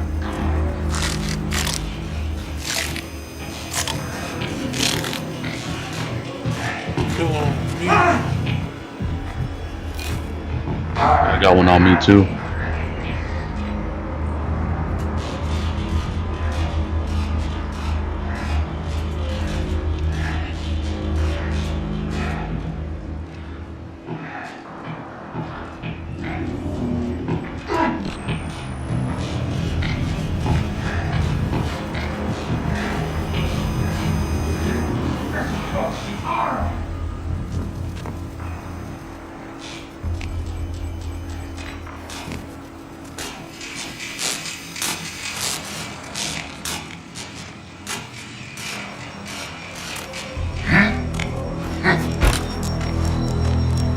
Gotta find a fucking antidote, bro.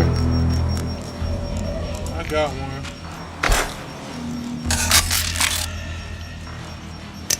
Need some health too.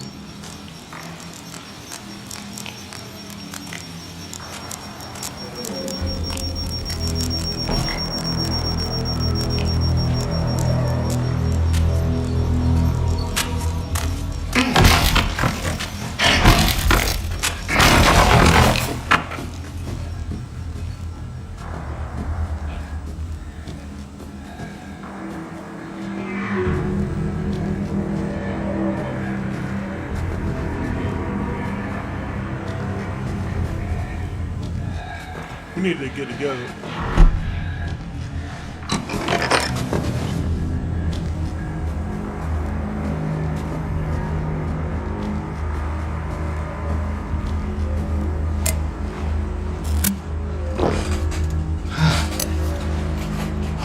You know where you at, bro? I'm trying to find this key. I'm trying to circle back around.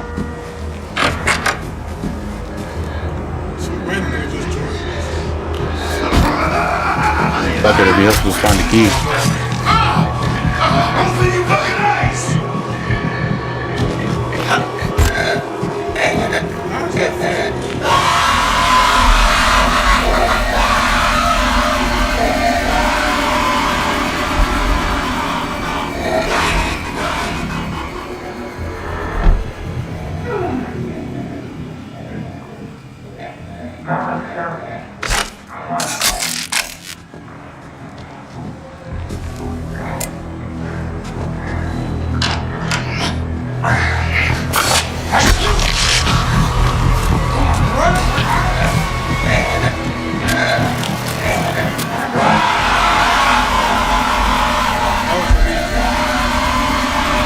I got this thing on me.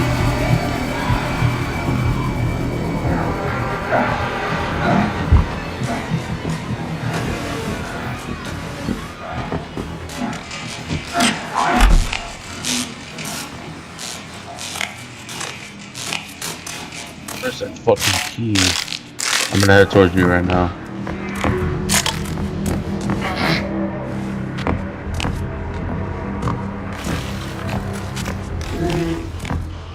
Think I found the exit, maybe? Yeah, where you drop the keys off?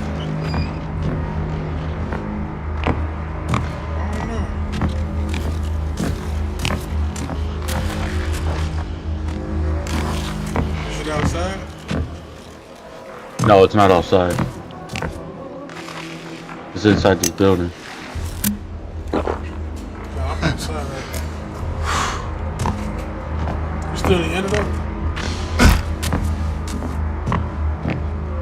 Yeah, I found the antidote.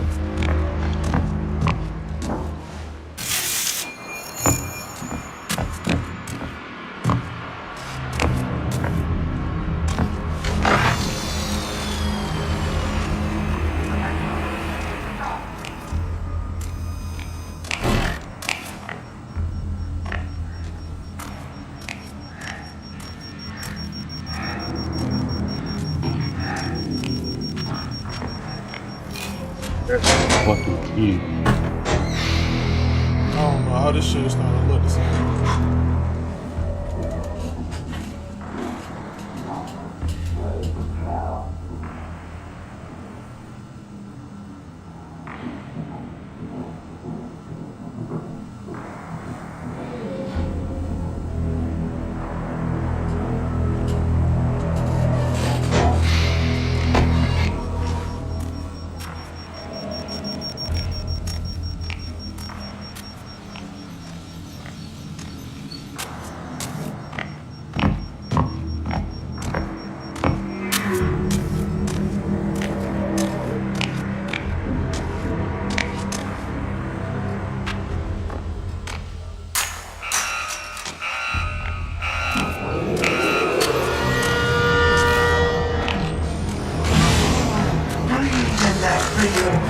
You're in flavor country.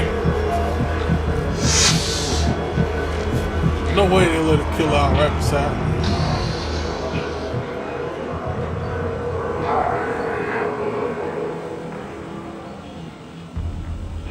It's a vast conspiracy.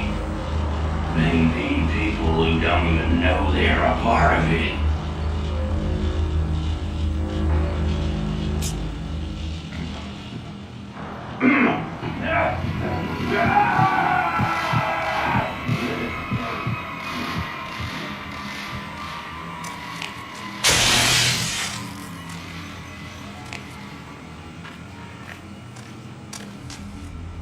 I have no idea what this dead body is, dog. Fucking security guards chasing me around.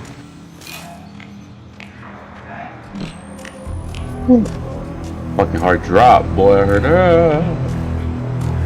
Fuck.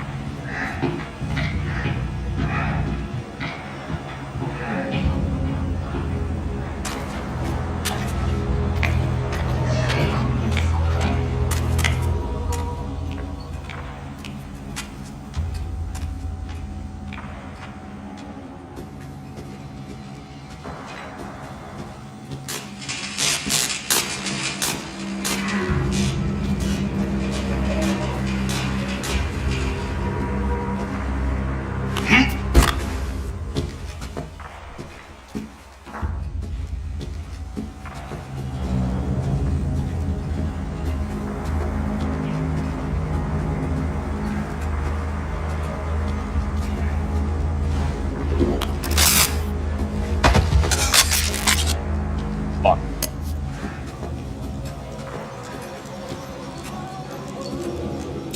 Bro, I don't know where this key at.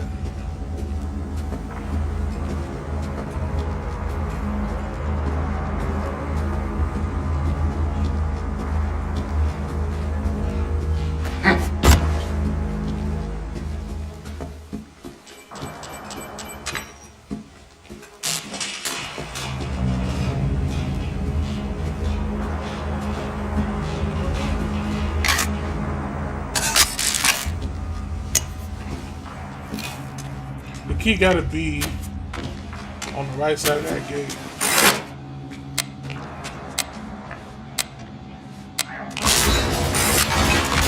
Gotta be on the other side.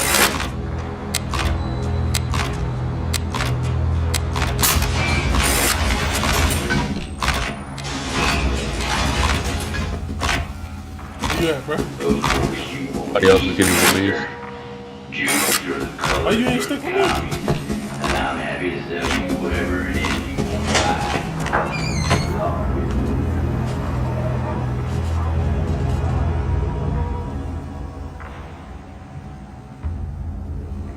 I done checked all through where you just went. Ain't shit over there. I'm going over there.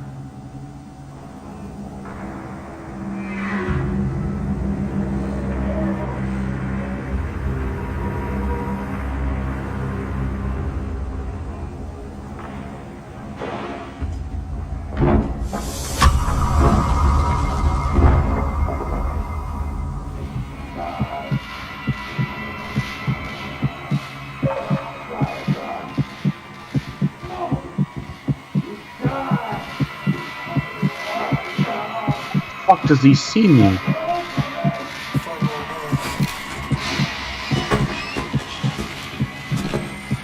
Oh, okay. Instead of fucking Cubs.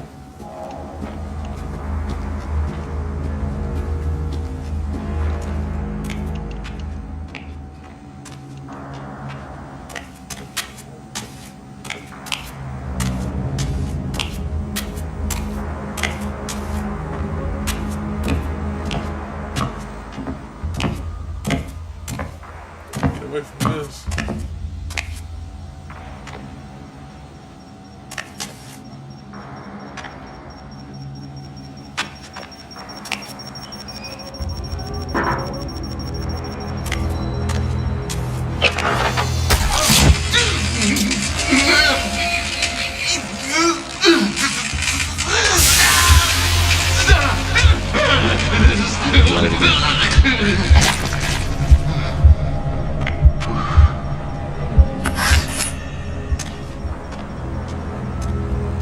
Say what? See, my thing was out.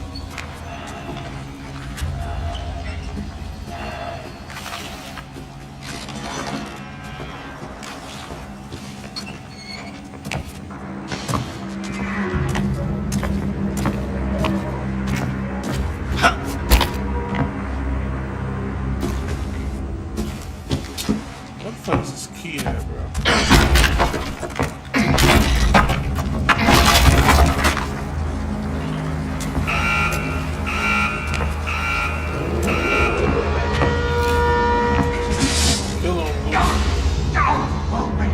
If I was going where you're going,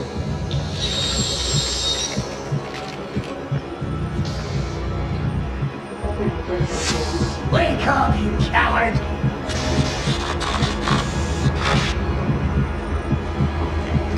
Come on, man, be cool! Hey, man, relax! Come here, you!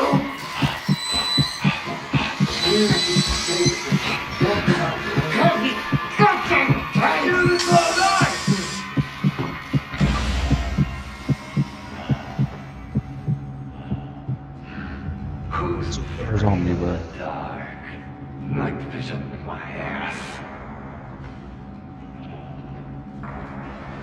You can't hide, you sure can't hide from the man with the X-ray eyes.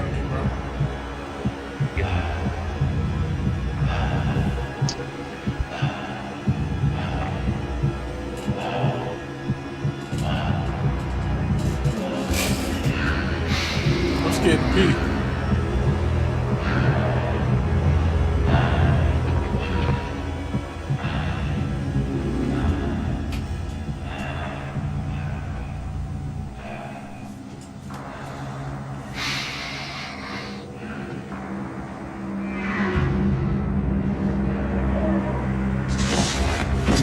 I think I found a key.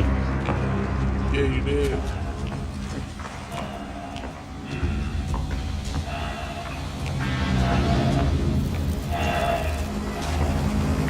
Pulling up, pulling up.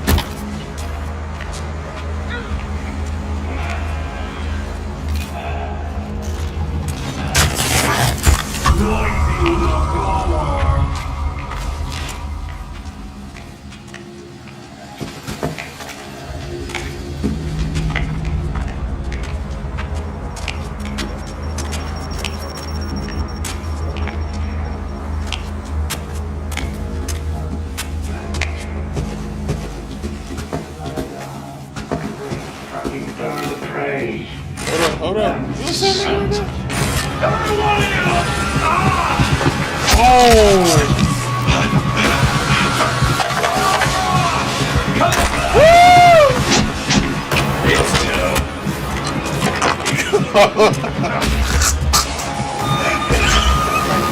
You ain't shit. Boy, you ain't shit. Woo! Boy, you ain't shit. Oh my god, this nigga. Here I come! Dead boy, I didn't give a fuck. That's all shit. Oh my god. I'm gonna go. Man, you ain't going no fucking well. Oh, he seen you. He seen you. No. No, he did it. You're gonna fucking die.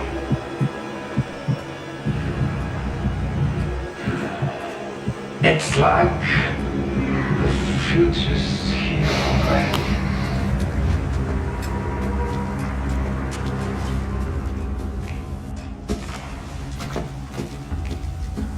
Pop that door.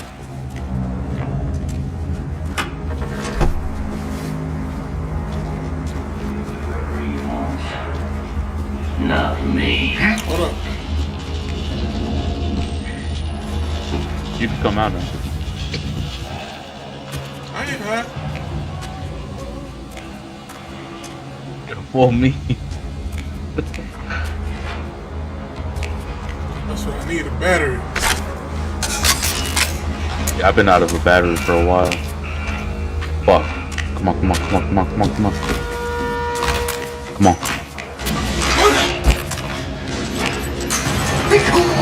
Oh shit! Oh! Oh!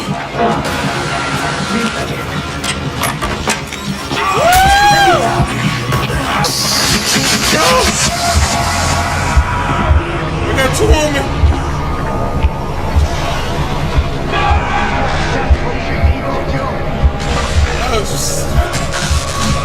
There's a desk to the left. There's a desk to the left. I need psychosis. I don't have it on me.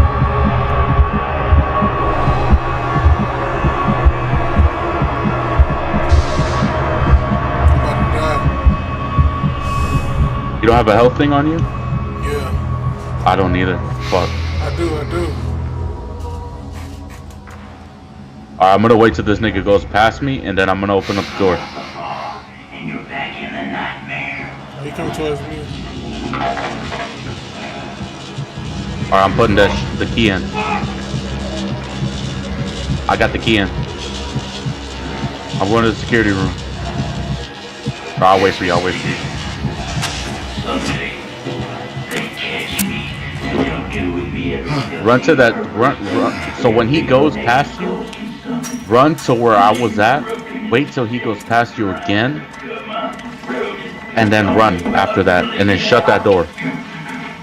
Let me know when you get past that door.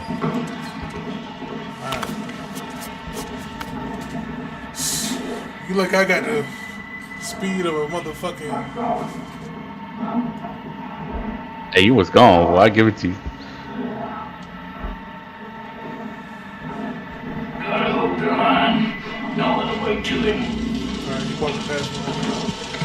It's a vast conspiracy. Maybe people who don't even know they're a part of it.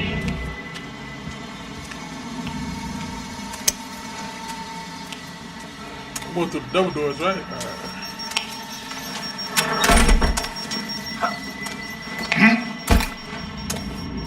Sexy bitches on my mind. I need to come back. All reagents must be present to proceed. Hold on, don't push the button.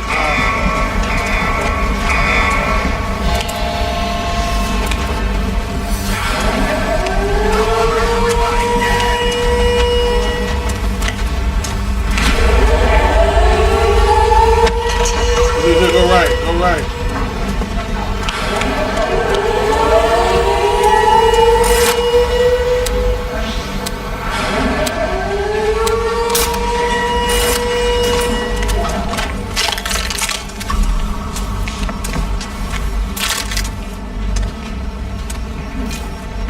Come on, come on, come on. You with me? Come on.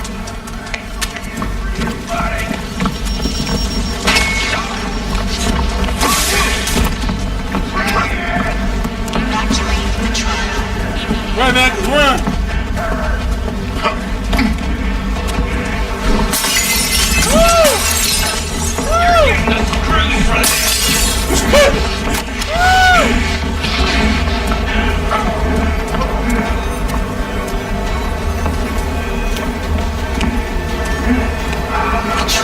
Go, go, go, go, go, go! Go! Fuck, nigga! Let's go! But that last throw was dope, bro. A C+.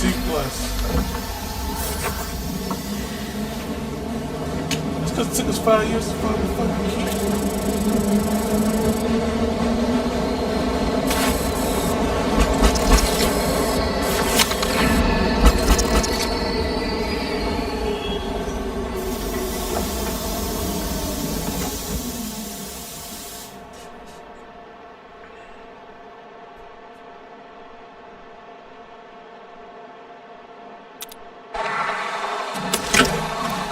I think they're mad because we stopped this shit, bro. How the fuck that was a C+? Because it took 30 minutes? I think you muted, fool. I think I was muted. I was muted the whole time.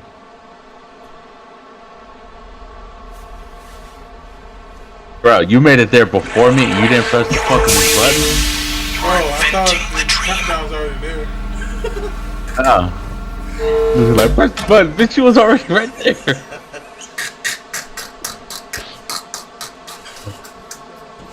I'm like, yo, I was sitting here mad, bro. I'm like, yo, if I fucking die, because this nigga didn't press the button. I was on some fuck shit with that. I was like, what the fuck? I thought we was good. I ain't gonna lie.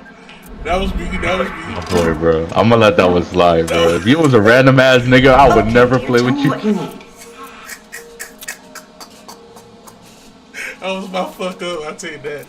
I'm accountable for that. That's what we. That's alright, bro. It happens.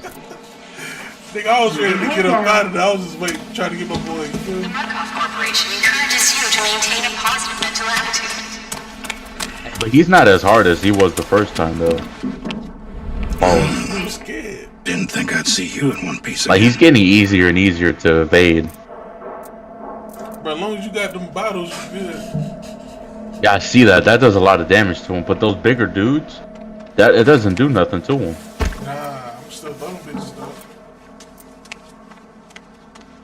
You see my room? Look at my room. Hold on, I'm over here getting an upgrade.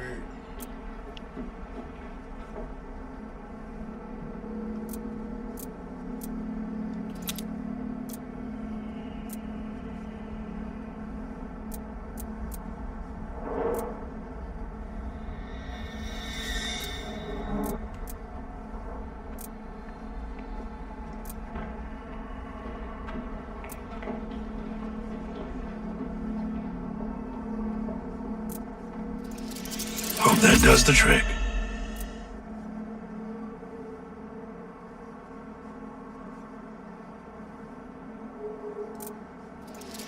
Good luck with that. Look, I don't need to know your name. I'm Cornelius Noakes. You can call me Mr. Noakes. And all I need to know about you is you volunteered for this. And I guess things must have been pretty rough for you out there. Oh, but compared to the shit in here, so I guess you've been inside now. Therapy, right? Shit, man. You survived.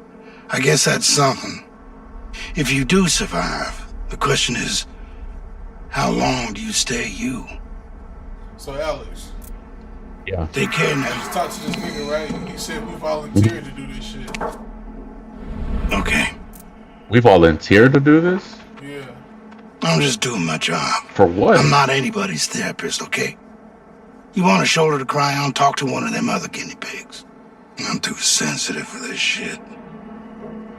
Stay cool. It's like different. Don't forget to set your loadout before you start. Man, you got a loadout? Nigga.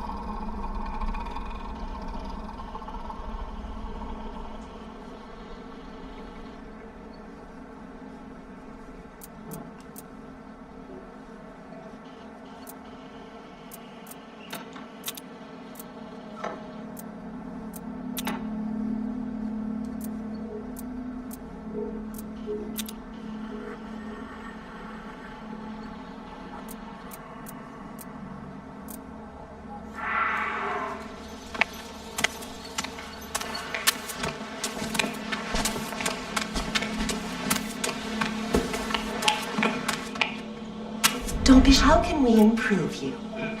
I feel so lucky to be alive in an age of miracles, to be exposed to men like Dr. Easterman. You have to think of the therapy like you're getting a tooth drilled or some minor surgery. It can be a little uncomfortable, but you'll feel so much better when it's over.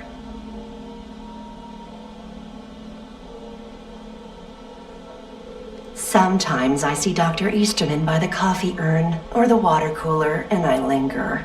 I pour a little extra sugar in my coffee and stir it slowly. I'm not nosy, just curious. Dr. Easterman was so upset by the news he heard out of Korea. Some of our boys came back changed, like they were different people. And Easterman thought, well, if you can change people for the worse, why couldn't you change them for the better?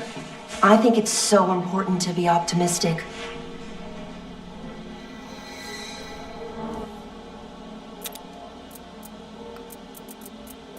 Okay, who the fuck is... Come back soon. Oh, Doris is the bitch that smoked shit. You mean that bitch upstairs? Yeah.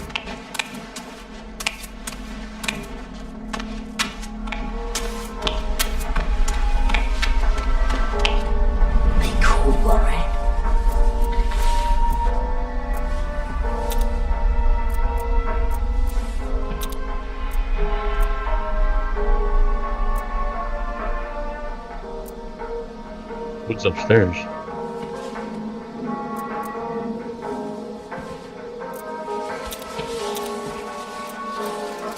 There's one born every minute. You don't bother me, I won't bother you.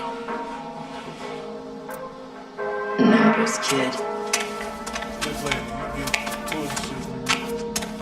Number 10. I can't talk to her yet.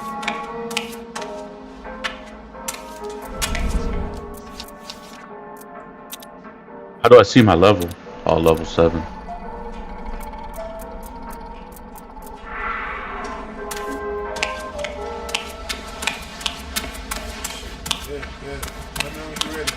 The choice is always yours.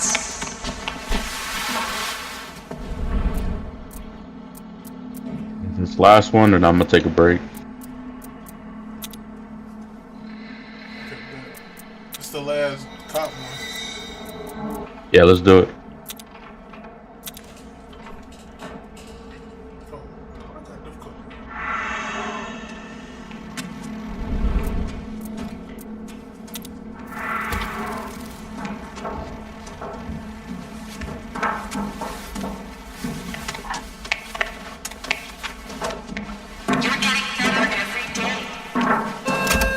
Trial is ready for subjects. Please proceed to the shuttle.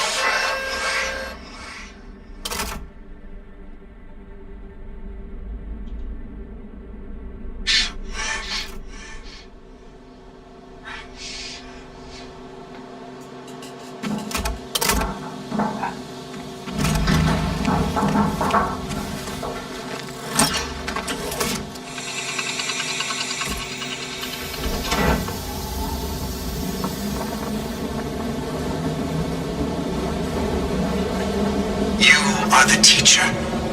We lend police authority to protect our property and profit. When they overstep their bounds, they must be taught fresh humility.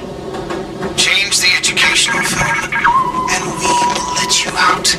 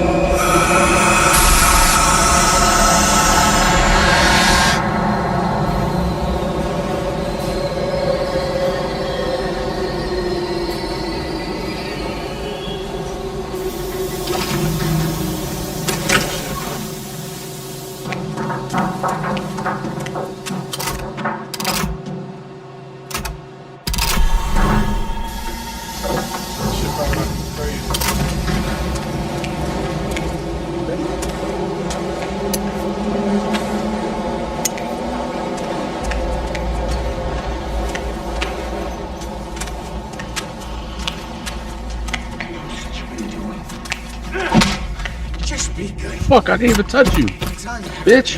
No better than him. Smack his little bitch ass. Yeah, this is a little sus. Yeah, we getting shit off the rip, bro. This is a little weird.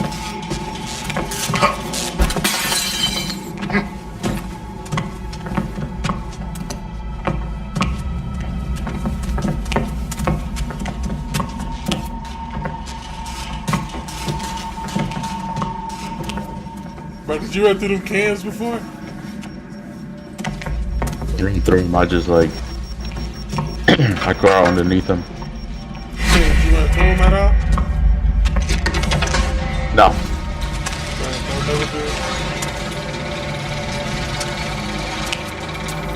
Okay, this police station looks different.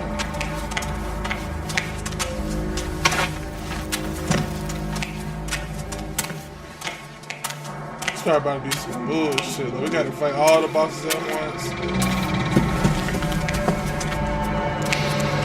Right here. Block.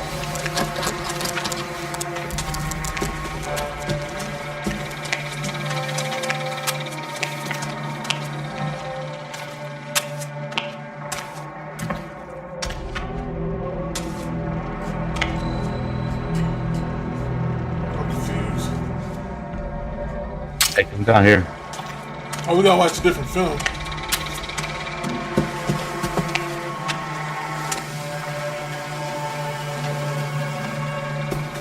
How the hell you get down there?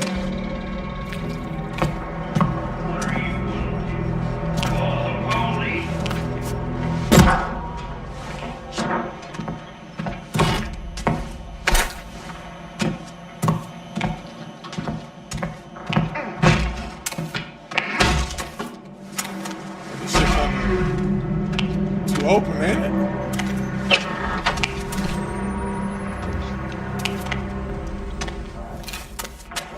Yo, you see this shit down here?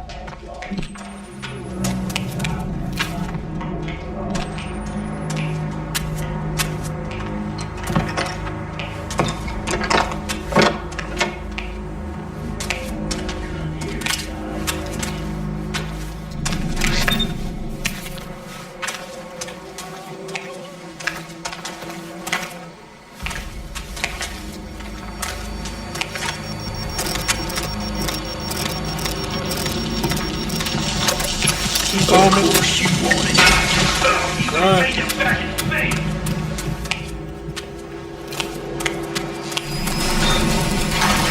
Oh, fuck.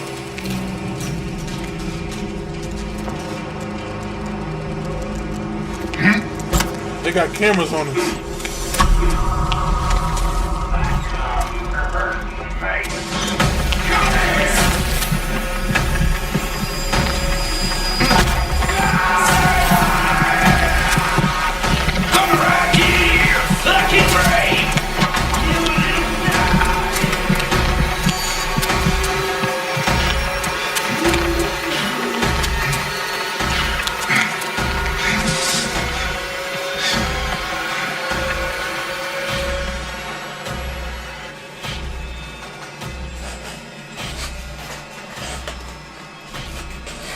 Switch to training film room. That's what we gotta do. People that lawyer around these parts can't give a fuck today. Here right now.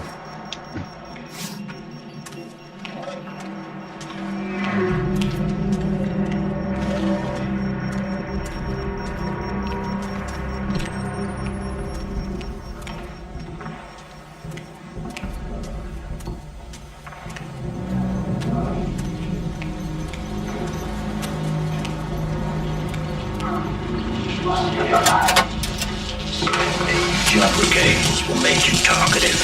But how's the son of a bitch gonna talk with a clamp on his tongue and he's scorched? When all shiny and black. Said you look like one of them now.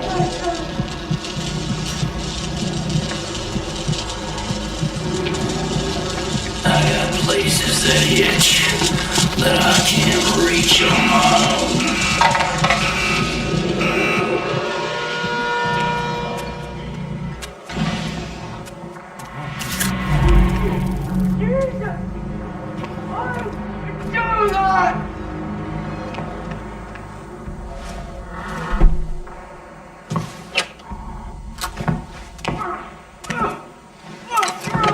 on me.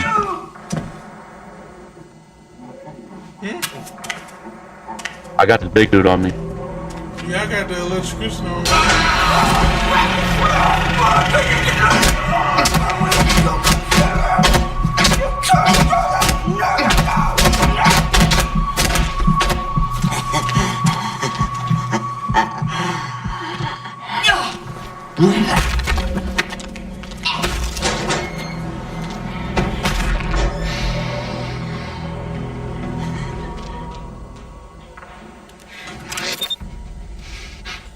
What in the hell?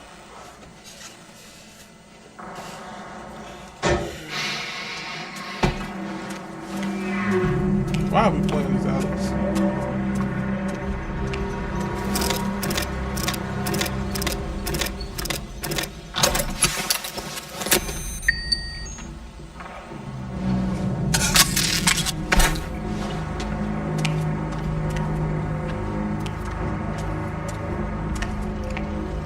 Find an eyeball key. Key lock.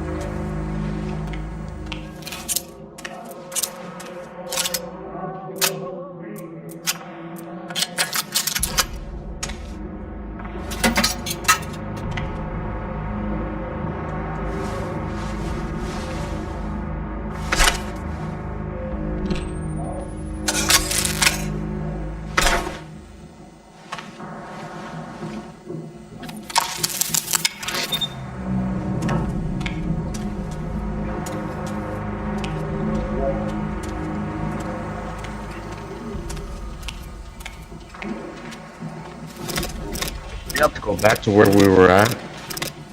I believe so. Did you get a new key? I did. I picked up a key. So did you. Bro, you should have said something. Come over here. Come over here. You see that?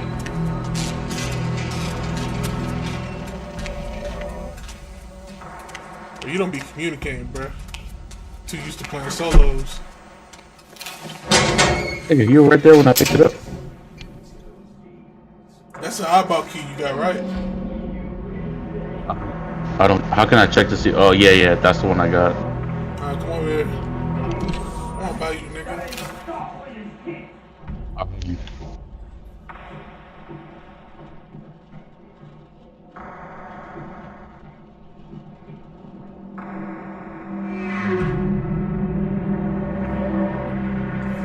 You see the ping I made on the eyeball? I'm just trying to evade this guy real quick.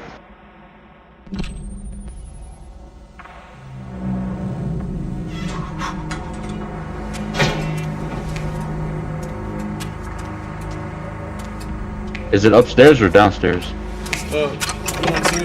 Alright. Perfect. Right here. You see that? Oh, I see the cameras.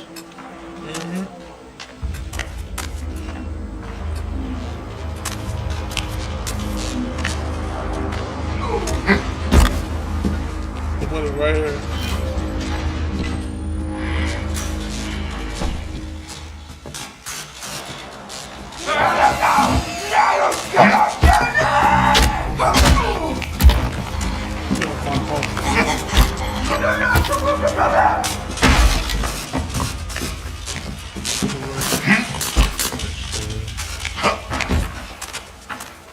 Right there, homie. Right here.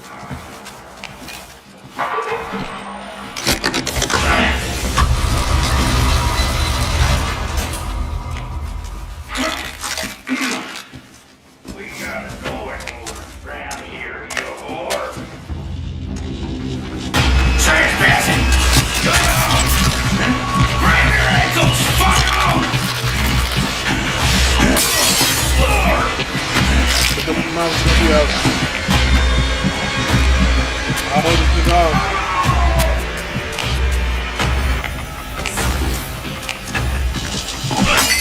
Fucking miss.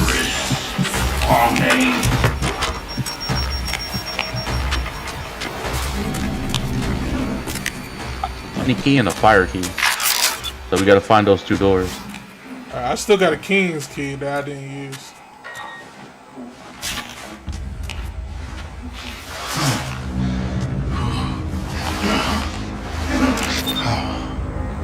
find the door to your key.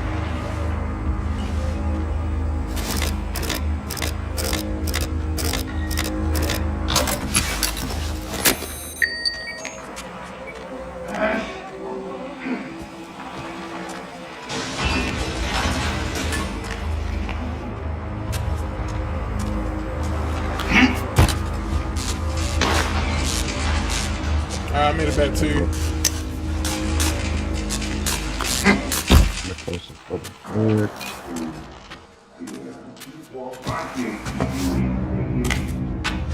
So we just came in here to get 2 keys? Yep.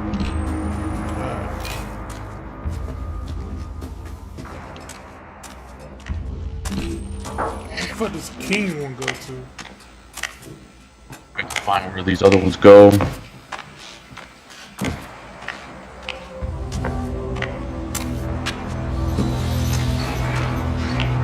Fuck. You got an antidote? Yeah. Okay. I'm about to take that from you. Go, go, go, go, go, go, go. This is why we can't have nice things.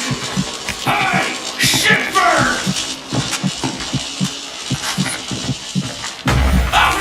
Over here? Well, you've been rehabilitated. Oh, yep, yeah. Wow.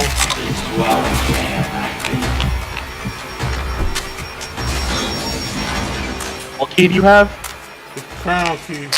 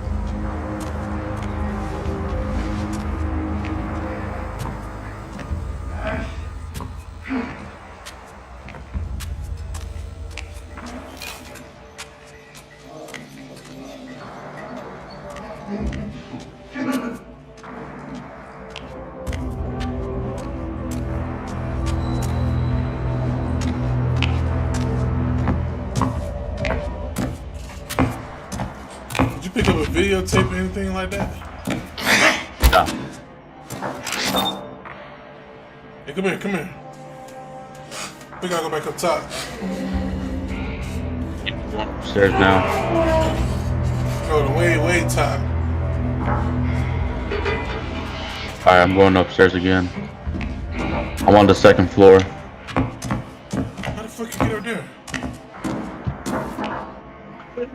Alright, give me a second. I found the bunny door. I'm gonna open that up real quick.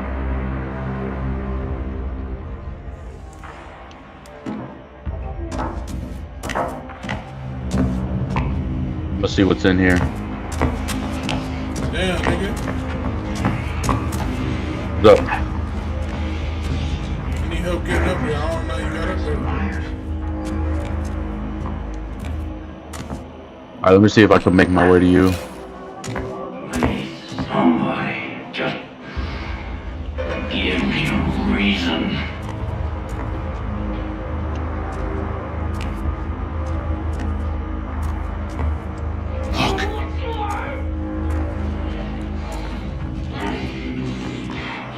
Okay. Hold up.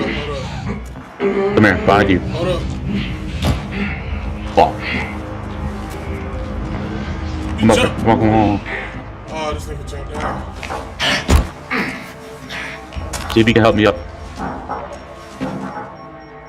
Look at me, look at me.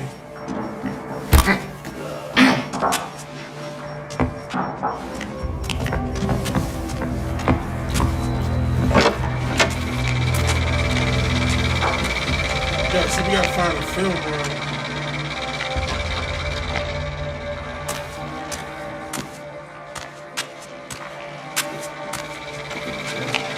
But you got one. Come here. Look at this. See if I can put something in there.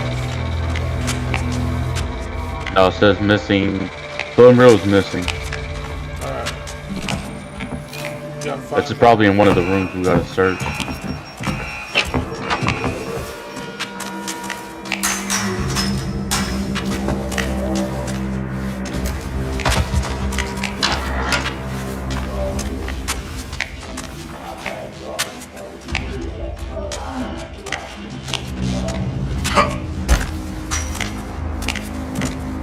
These stairs you took? Yeah.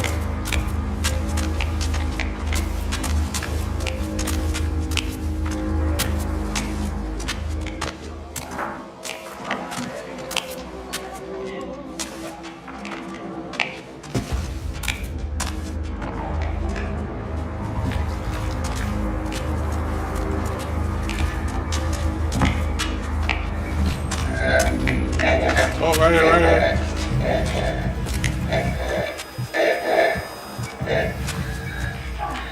They're close. Be careful. Oh yeah, he's been there. He ain't gonna bother nobody.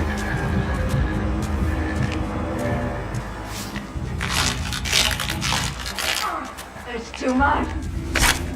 Careful to the left of you. What? Careful. Don't go through that step over here.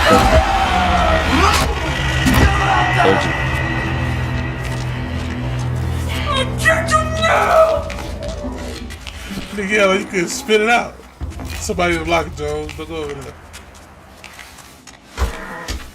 Oh my god. Excuse you, nigga. What? All over my grill.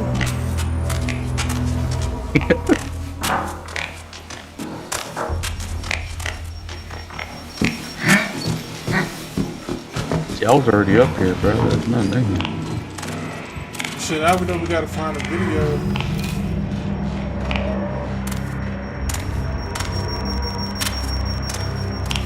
You have a star key? I have a crown key.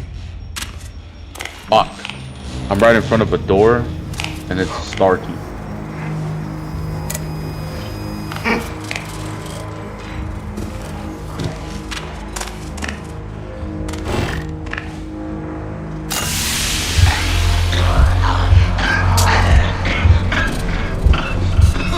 You need an antidote? Alright, here, take this. This is coming in handy.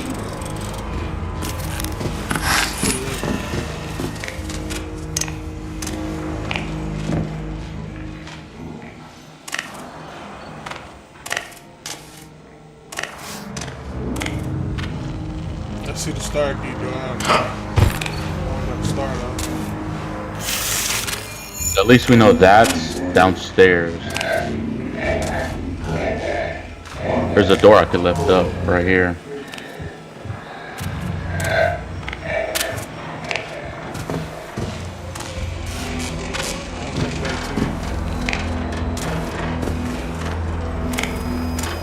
I ain't gonna pick this shit up. Oh, I guess it leads us back over here. Watch that trip mine.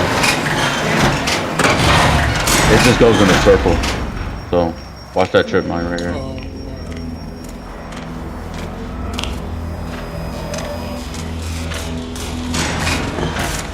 Alright, so we're gonna have to go to the first floor then. Because we're down in the basement. Oh, I finally found the crown key. Hold up.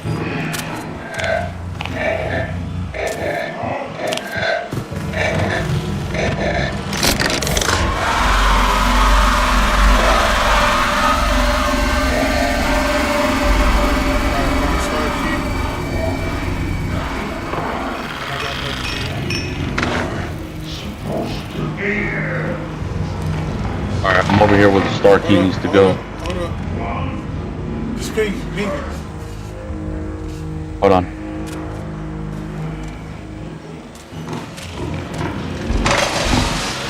Holy fuck? You good?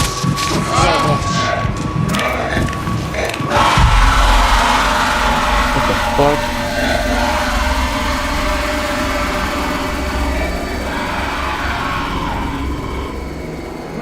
Did you hide, bro? Yeah. I ain't been. Oh my fucking gosh. What did you piss off? Bro, 2 killers came downstairs, 2 giants. Well, no, 1 giant and 1 a clone of you. So you stabbed me. I was like, oh shit. Alright, sound safe. Yeah.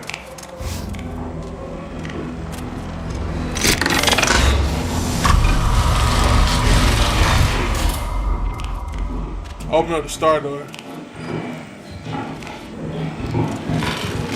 I'm the man of the house now. Come here, black. Yeah. Stalking. That nigga gonna walk right past me. I'm gonna walk right past him too.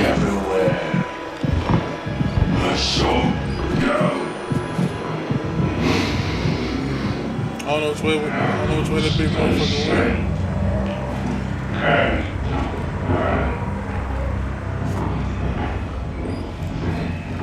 You think in there? No. Right there. Let's go. There's nothing else in here. Fuck from up here.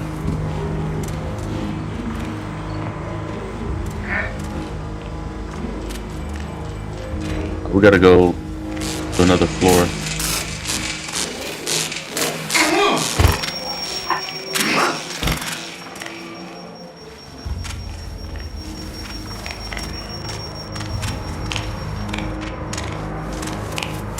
So we gotta go this way. Let's go this way. I know where we gotta go. To put a car. We gotta go this way. You sure?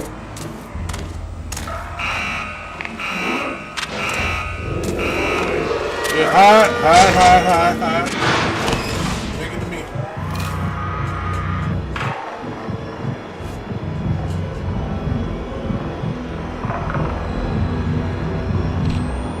Battery, nigga.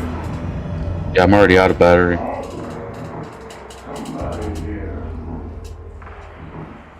You gonna be checking the supply crates and shit? No, I play this game without the battery on. In the complete dark? Yeah, it just makes it so I don't have to rely on it.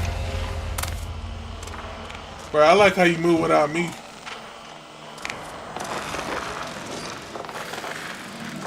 I can run.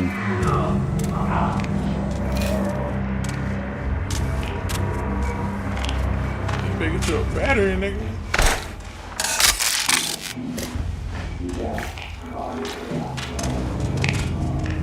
This way.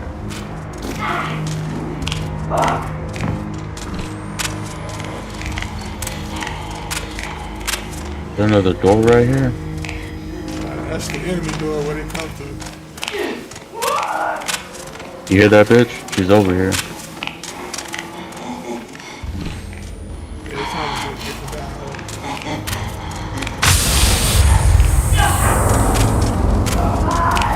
Let's search this floor real quick and see if we missed anything. Careful with that camera. What does it do? It closes these doors right here.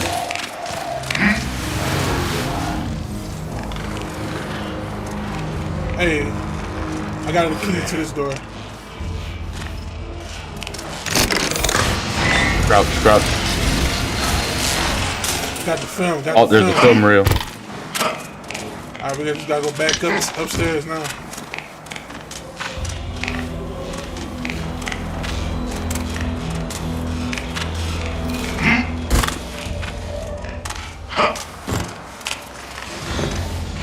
Alright, so it closes that door. Hey, get that poster. You see that? Fuck. Can't go that way.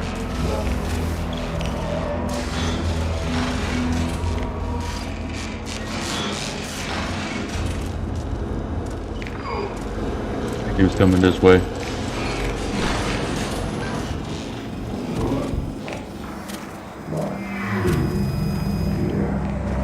You know where it's at? Just gotta get upstairs. Yeah, I do.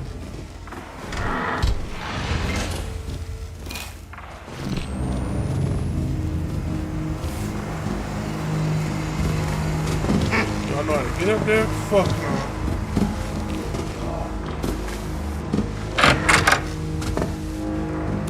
Take this battery real quick. There's some bottles in here. No, I don't need the bottles.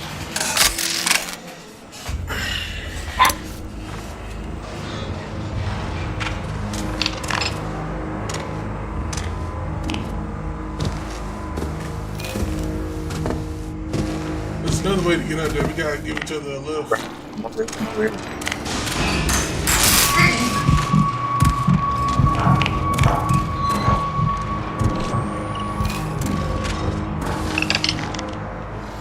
Fuck. You can jump. Yeah, but the film I left down there. Oh no. Hey, take it to the stairs and hit it to me, then I'll just come back around and give you a boost. You're gonna have to guide me on where the stairs are. That's where that security door is. Look at me! Just fucking look at me!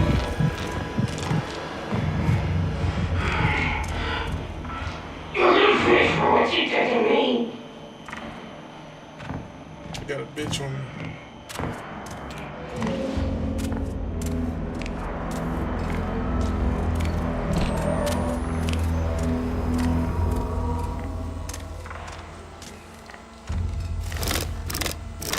Hold up, set a trap.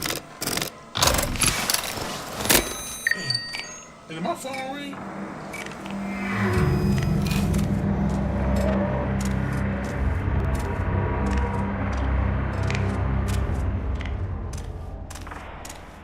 I'm heading to the stairs now. You there? Yeah, I'm at the stairs.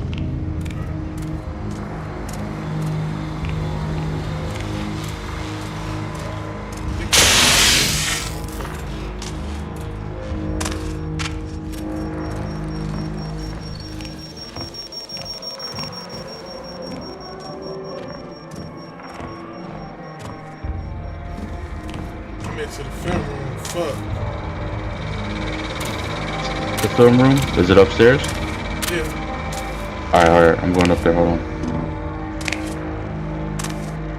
You got the film on you? Yeah. Alright. You see that?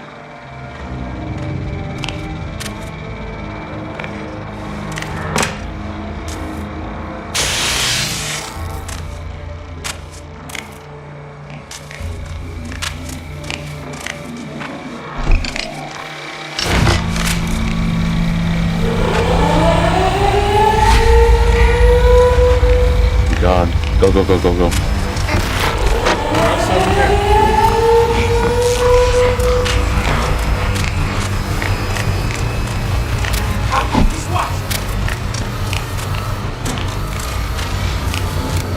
Hey, watch this door.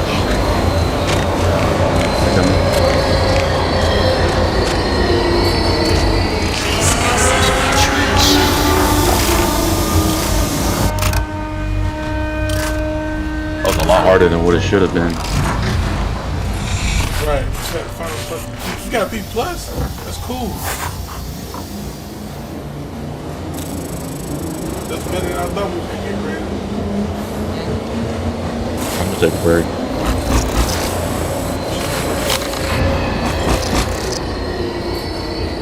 We still be on stream and shit.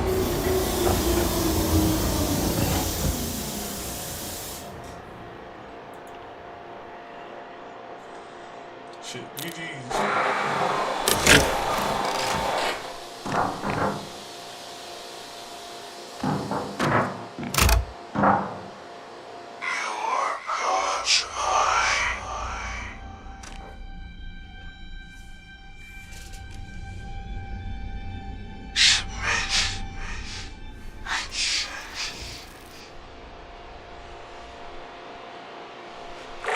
There's my little ally.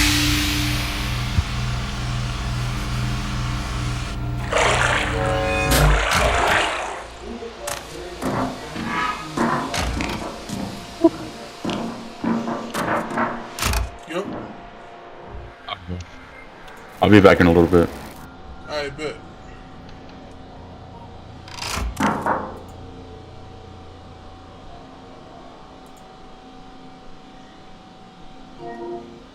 Alright, my chatters, viewers, I will be cooking this shit like that.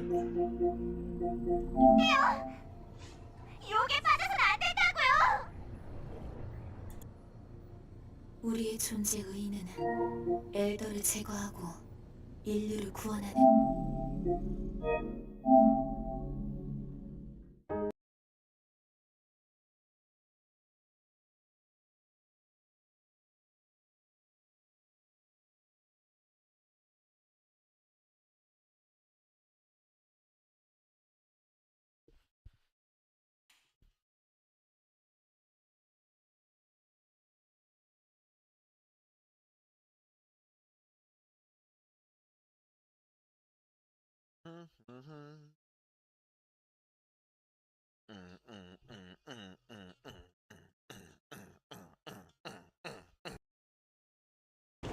Fuck off.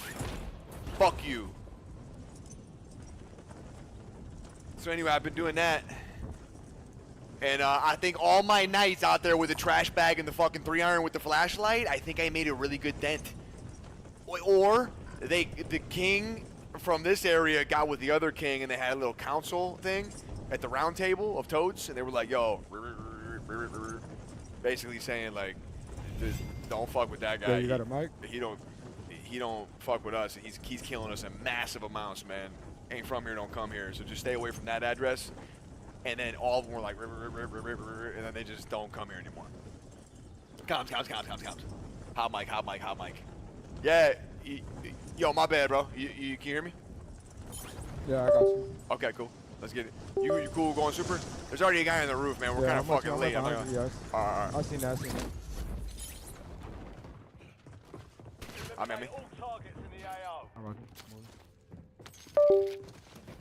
He's coming around. He's probably got weapons already. Yeah, no. Maybe we go this way. Come on. I'm gone. My bad, bro. It was a bad land. No, you good. They were like trying to follow us while we were going in. Yeah, they suck though. That's the thing.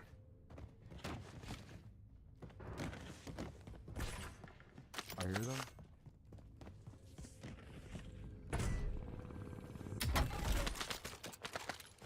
I got a gun.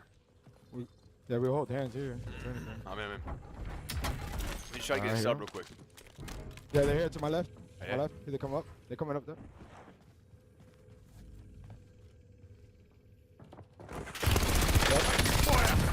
That's just one. You got plates? Yeah. No, I got you. I'm good. Here's another one. I got you, papa. Appreciate you. Can I drop it? You won't let me drop. No, you good. That's right. I dropped it right there. Reloading. That might have been the only team here. That's wild. It was kind of a far. Alright, we got a 9. Yeah, almost.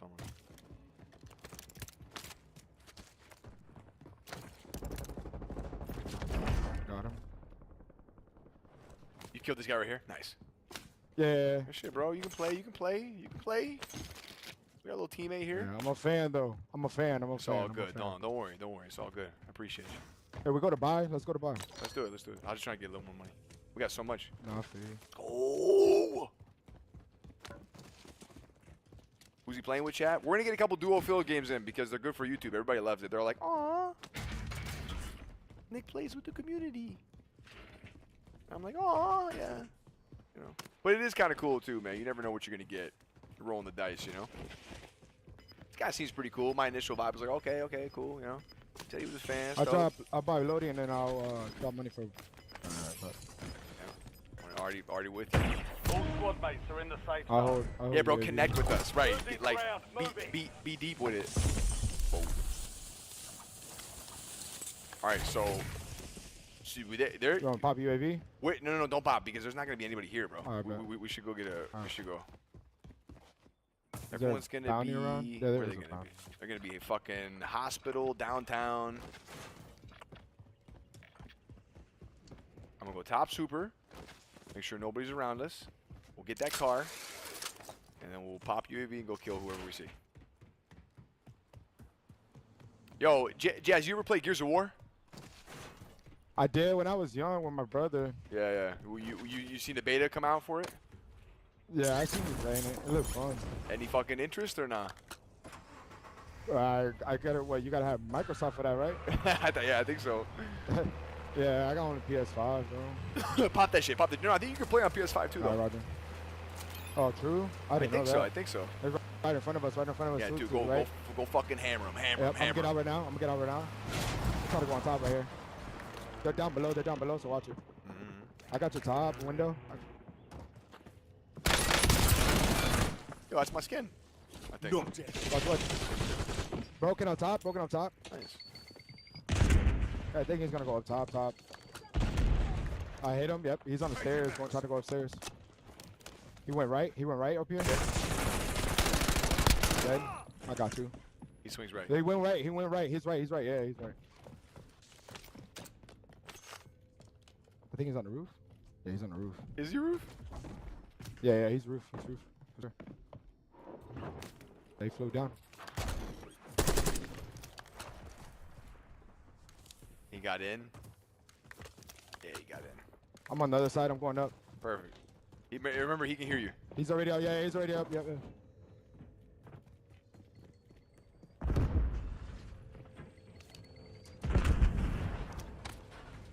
Fucking he flew guy, down. Man. Yeah. Yeah, he flew down.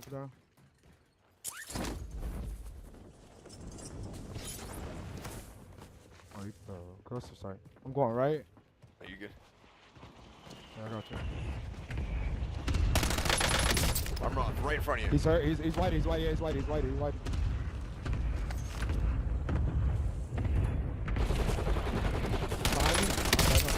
good. I mean, damn! Yeah, he was sweaty. I'm gonna buy UAV here. And I'm gonna drop money for a selfie. I got play box. Can you play box? I got two. I throw this. Right on our right and our left. I'm gonna zip this fucking guy, bro. We'll stuff him. I'm gonna buy another UAV here. Oh. Do it. I'm with you. I'm down below though.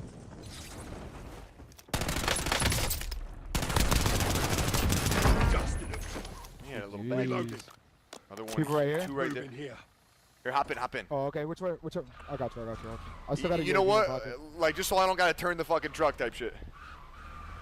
Go ahead. But yeah, we can go back that way after. Nice, man. Tell me to pop it. Gears Reloaded is back up. Yeah, I saw a tweet saying that they added execution and new maps and new stuff. You know. I was like, fuck, Mac, I might gotta play tomorrow. I might gotta play. Chad, you want me to play Gears Reloaded tomorrow? I think I want to.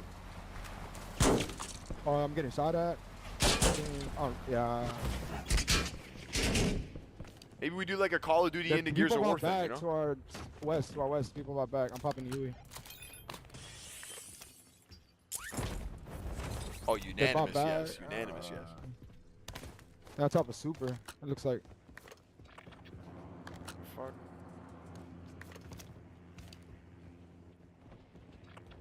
Bottom floor on airport. They're pinging two of them. Bottom floor. Let's go get these guys. Let's get this. Alright, bet. I'm with you. Is it in basement? Or is it on your floor? No, yeah, it's on my floor. Okay. Right, car. They're cracked. One, I cracked a little bit. They're moving pretty fast, so they're pretty sweaty. Let's see. They're probably on your side. No, they didn't come up. In stairs, or they went back. Yeah, they went the opposite side. Yeah, they're not over here by me. Yeah, they probably kept pushing. Where? Hold on.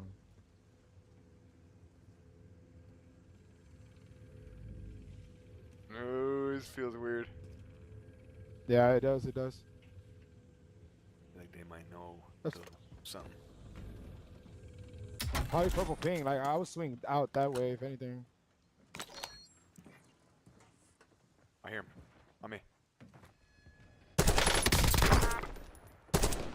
Oh, floor or like... You know, it's just You got patience, bro. Come on, man. I'm like a monk. I'm a fucking monk. Drop the money, get another UAV. Oh, that's right. I'm gonna post this on my YouTube. I ain't famous, but I'll post it. I don't care if we lose or not. Oh man, post it. And tell me what your YouTube is after the game. You shout it out when we're going up the fucking rope. You know what I mean? Yeah, it's an honor though, for real. UAV available for tasking. This casual? Jeez, don't do that to me. Head to the safe zone. Don't fucking do that to me, bro. Gas is inbound. Nick gets 2 kills. Gotta be cash. As this guy, it's gotta be cash, man. It's gotta be. They're on top of the roof, to the building to our right. I think they're looking at you. Nick gets shit on. Unc, you gotta give it up, man. You just, I don't know. It's time. It's time. Now. Where the fuck is this guy? Are you coming down? Thanks for the work. UAV overflight terminated. Probably coming up. Enemy here. Is he? Would he come down? Is the chute just not fucking opening? Yeah, you see that guy, right? He might come down. Yeah. Yeah, he's flying away. Yo, we should fucking beam. We should beam him. We should beam him. We should beam him. Let's do it. I'll mount up. Ready? 3, 2, on you. 1, go. My bad. I hit him. You hit him? Yeah, I didn't fucking touch him. Oh, it was a little bit. Oh, no, die. Where's he at? Where's he at? Right in front of me on the right side. He's back. He's mine. Beautiful, beautiful. And then they're doing a little thingy over there. We'll loot these guys and we'll go. Oh, yeah, I see. You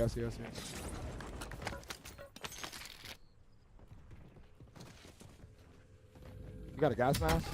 I don't. Yeah, I know. I do. Sorry. Oh, it's over here. Oh, I do. okay, My bad. Fly your heli, dog. Let's do it. Come on, man. You got me motivated, dog. I'm gonna throw you into a building just for YouTube. Just for the LOLs, man. Let's get it. I think there's a team in front of you. I'm almost positive.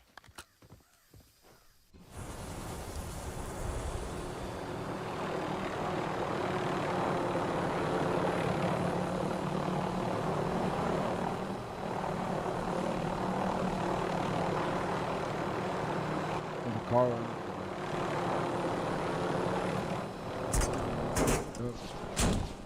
Over here.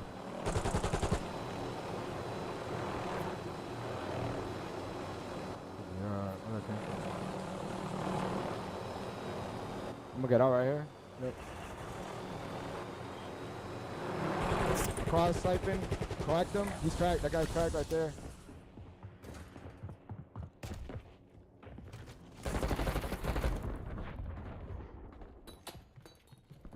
Get to cover. Oh no, I'm dead. I'm dead. Oh, he can't hit for shit. No. I'm in a safe spot. Do you?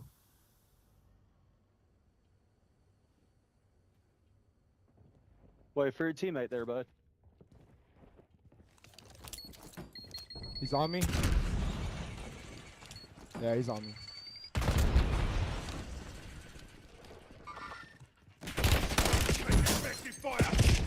He's down below. He's going up the stairs. I'm reloading. Enemy UAV overhead.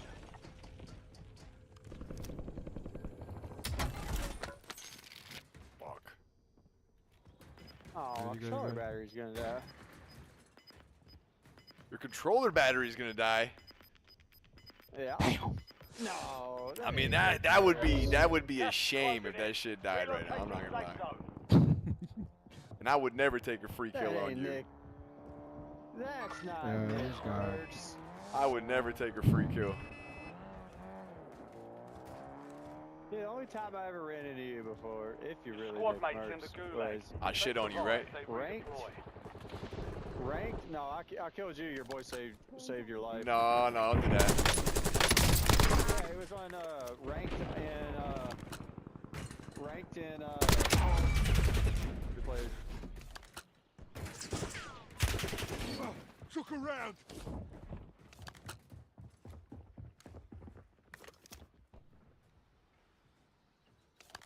Reloading.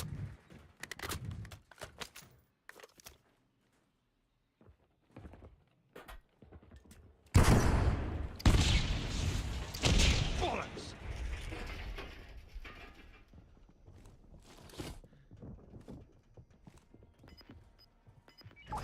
I'm back, bro. Let's get it. Squad mate redeploying. I can't talk to this guy because then they're gonna hear me. People on you? Yeah, they're shooting on you. Gas is moving.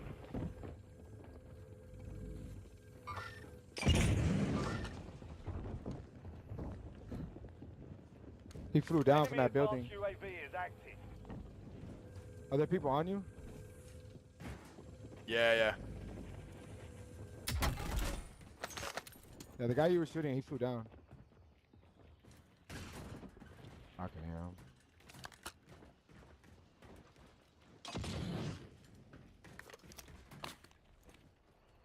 Bro, I'm not gonna lie. Yeah, bro, it sucks to be up this high and then other people shooting you too. Nope.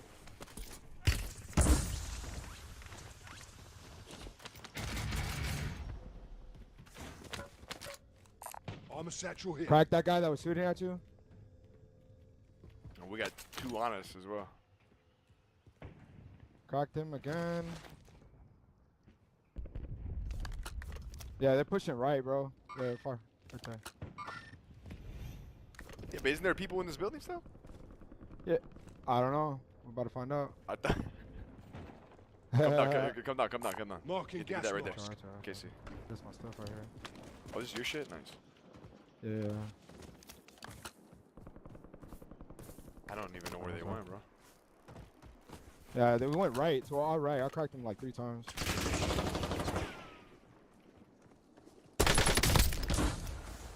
I'll throw a smoke on him just in case.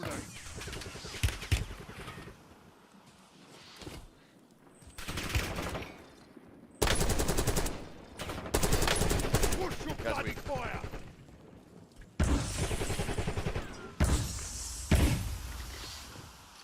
Incoming!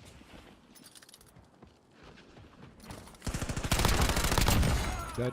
Get ready to come. The guy to your right. There he is. There he is. He's like straight in front of you. Straight southeast. Pink skin.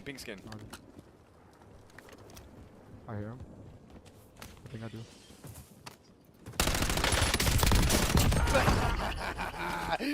Yeah! Oh man, I think we made it out. We gotta get up. All right, we're going right. Yeah, or left? we got it. We gotta go right. Just look at the far right, John. Yeah, I forgot. What a rat. Yeah, this is shitty. Yup. Taking effective fire. I got you.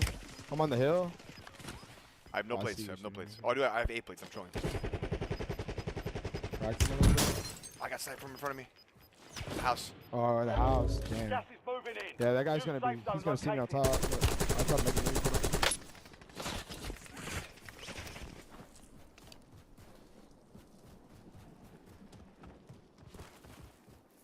Are you pushing him? Fuck yeah. I Yo, are you good? Enemy UAV is online. He's on fire. There's 2 of them up here. Damn. He's on top. Watch. He's come down. Both of them down. Get away. Fucking rats, bro. Change your max.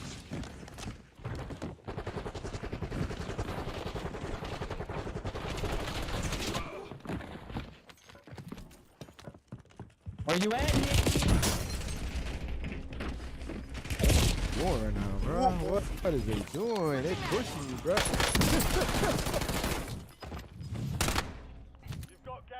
Did he hop out and just like high five me, man? Fuck, bro.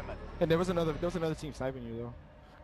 Yeah, right when you went down, there was another team pulling up from the town in front. You know what I mean? And then another team on the hill sniping. So 3 teams maybe. Could be 4. Fuck, I had no audio on that guy running up on me. Wow. They're just watching you, bro. All good. Tee up real quick. No audio, man. No audio. Couldn't see him at all? Well, how do I not fucking hear that guy? I mean, he's running up on me. He's probably 200 pounds, right? Backpack, AR, I mean, everything. What the fuck? Earn redeployment or die trying. You heard, I think? Really? I thought I heard him above me.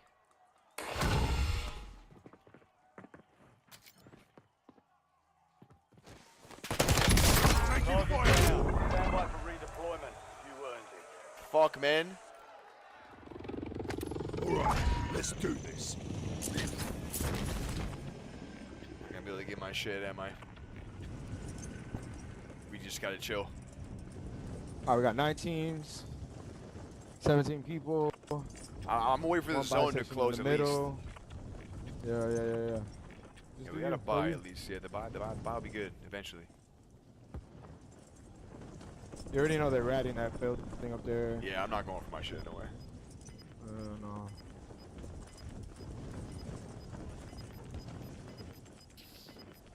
Let me get a good zone pull up. Nice. Gas is inbound. Marking new safe zone. See a guy there. Gulag's Two closed there. until further notice. Look around. Alright.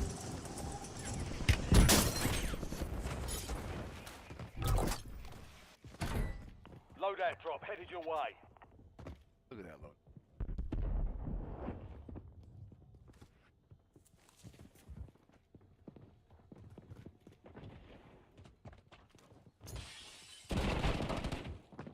Grenade out.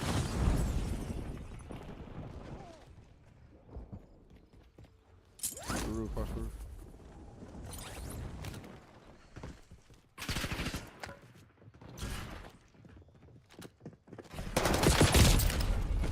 Same guys. Yeah. Yeah, good try, Eat it bro. thick, man. Fuck. Jazz, GG's, bro. GG's. All the best, man. Yeah, God bless you, bro. It was an honor again. You too, man. GG's. Fuck.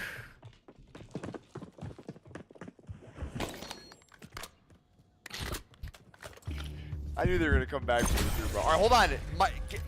If like my monitor on top went out or something, I don't know. I gotta fucking unplug it, plug it back in. Hopefully the streams don't turn off. I'll play one more and then we're gonna hop in with the boys. You didn't get his YouTube channel? I said when we were going up the fucking rope. I know, guys. My monitor went out, or I would have got it and we would have won maybe. I don't know. Hold on, give me a second.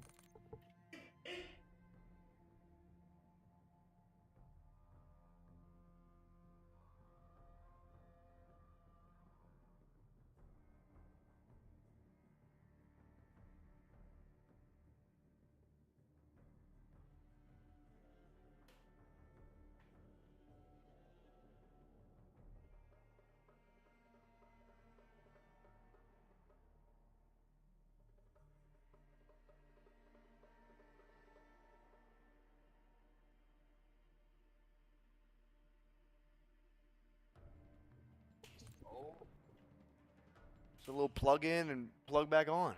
There we go, baby. All right. Fuck, bro. Close one.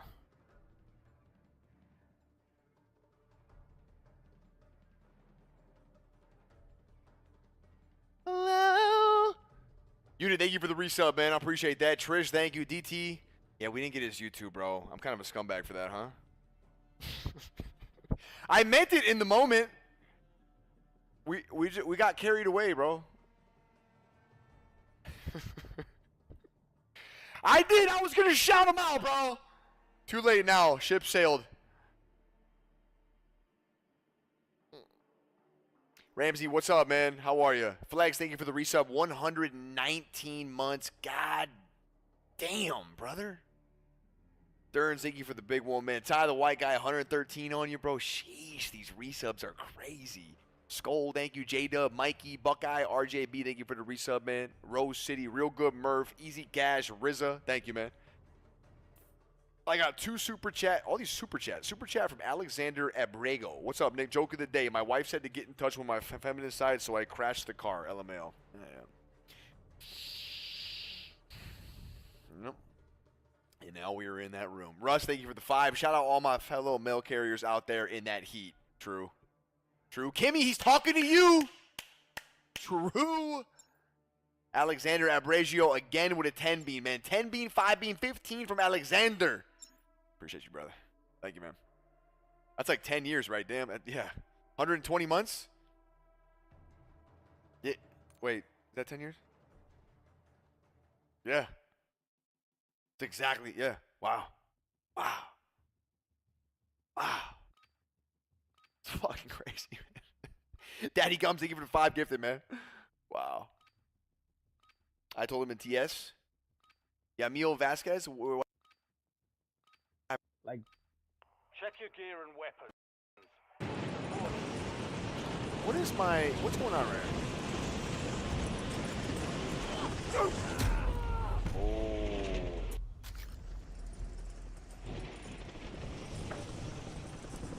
Inflict, my PC's lagging because of the bitrate, I think, bro. No cap.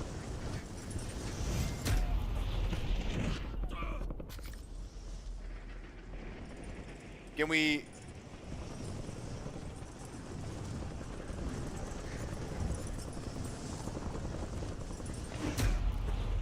New bitrate isn't on yet? Yeah, it is. All stations, green light. We're deploying to the war zone. Nah, there's no way, Gary. It's 21K. We didn't change anything since yesterday. Let me show you guys something.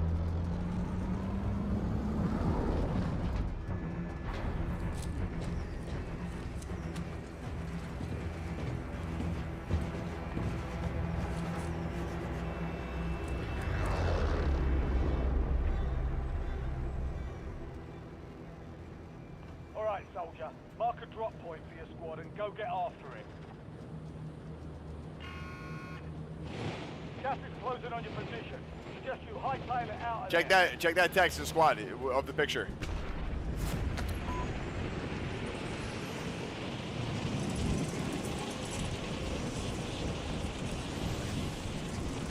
Yo. Good, bro. How's it going, man? Enemy soldier incoming. You're clear to engage all hostiles.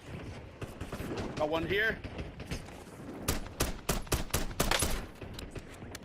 I get this shit sighted. Got 2 down below here. Yeah, I got a lot on me too. You stay. Don't go down. Did you go down low? I'm on you. Hostile UAV. Nice. No, I'm on you. Beautiful. Get this. I'm a satchel here. This guy. It's my last Good mag. shit, good shit. Okay. Enemy UAV overhead. Inflicted doesn't. I don't know what we. You gotta think about something that you might have changed because I'm telling you, it's different today. I've noticed that. I noticed it when I started the stream too, but I didn't say anything because I thought, do you just? We're doing. I know it's not lagging anymore, but it was. You want to drop down here? Hostile UAV. I'm just taking her slow. You know, there's a lot of people in there right now. Hey, sniper, Best Buy area, dealer, whatever that is. I see that. Armor off on him. Peek it, bitch. It popped me a little bit. I didn't hit that. Let's go kill him, actually. Alright, cool.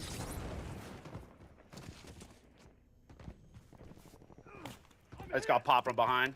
Alright. Stop getting popped, man.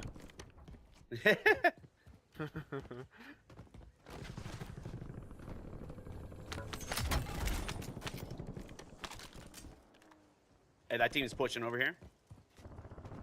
Who is? We got 2 to the northwest side here. Alright, I'm here. Yeah, that might be outside here. Switching mags. Up! He's on top, he's on top. Pushing me.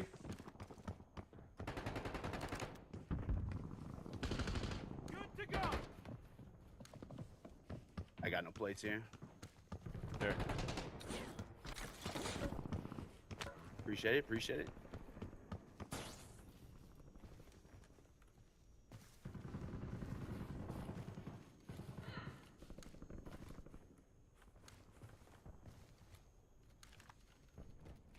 You guys are just gonna hang out up there, bro? You're not gonna push down?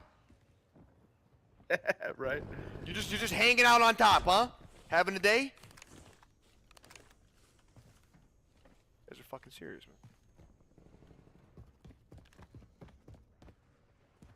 You want to push out of here? Yeah, come to me though. Come on, you.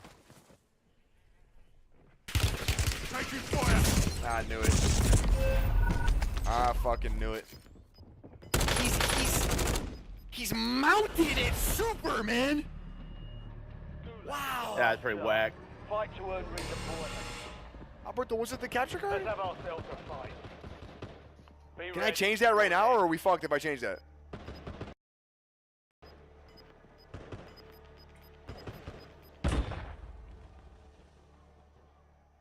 Should I change it?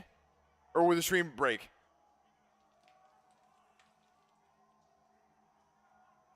Earn redeployment or die trying. No, we probably shouldn't do it. It's gonna break. We'll do it later, maybe. Fuck it. Should be good to do it live. Well, now I want to do it in Flick. Fuck.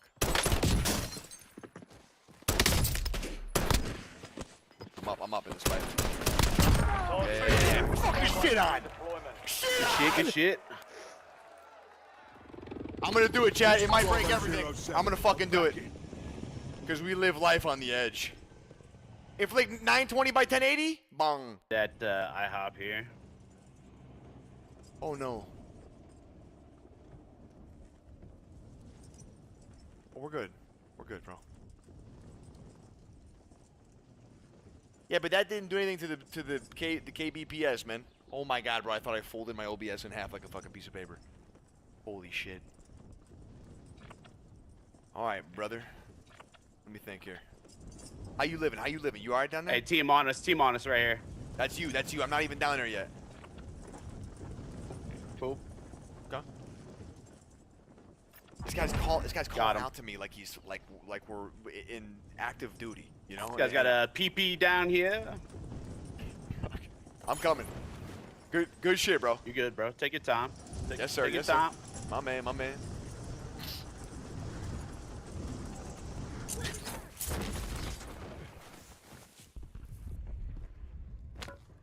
Enemies are dropping in. Someone's dropping on my. I think you got people on you.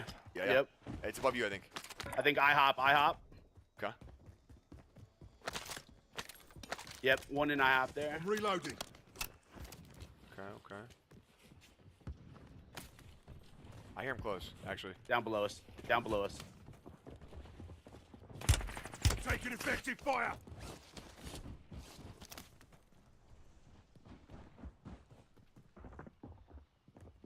I think they're your side. Possible enemy here.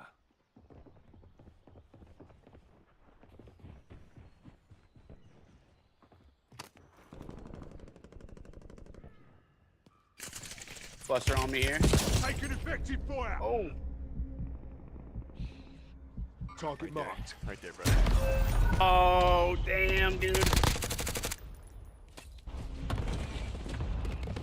Think these guys stream sniping you or what, man? Yeah, the antennas are going off, man. I'm gonna be real. You know, this is. You good, bro? This is stinky. It's stinky. I think everybody's stream sniping me, bro.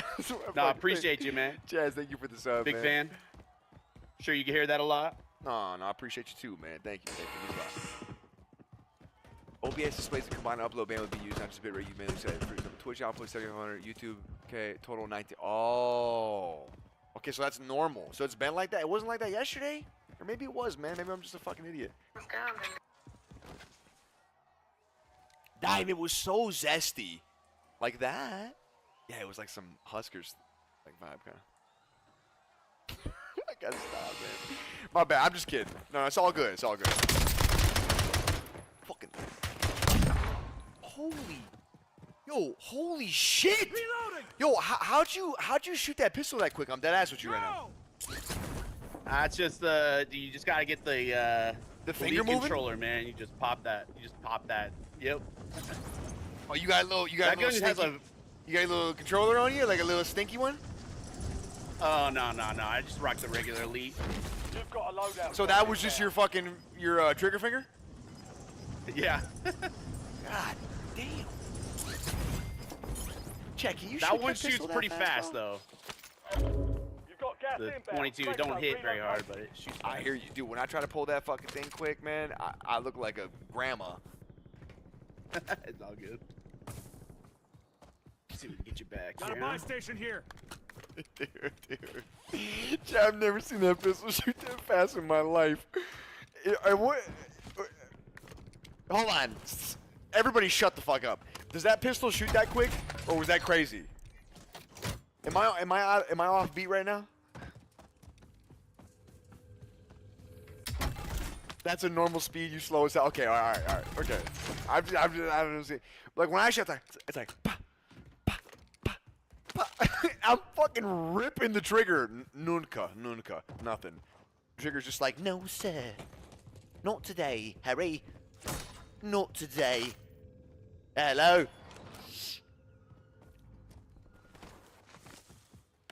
You're 38, Kevy? God damn, you're old, bro. Wow. You're gonna be 40 in a year and some change, bro. Oh my God, it's over, Kevin. You're back, Not baby. for me, but for you. I'm gonna push that load out for you. I still got 5, 6 shooters. Go, man. Good shit. Appreciate you. Deserve. Right, now I'm gonna land and assume that nobody's fucking sitting here with 2 Bettys and a bag of popcorn. I think we got a team pushing this. Chopper just through here. You're losing ground. Move it. What am I hearing? I'm pushing back to you though. I think we're cooler. Okay. Let me dial in real quick. You got it.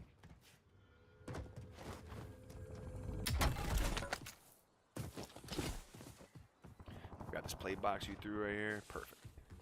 Yes, sir. All right, let's go back to the buy area because it'll probably be a little easier to All right, bob cool. and weave over there. This place we're in now, Zach. Hey, someone just got bought back. Yeah, shots on our right too.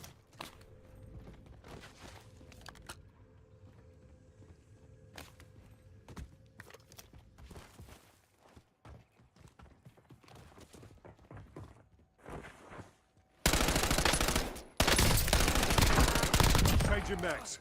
Good shit. Yeah. GG, bro.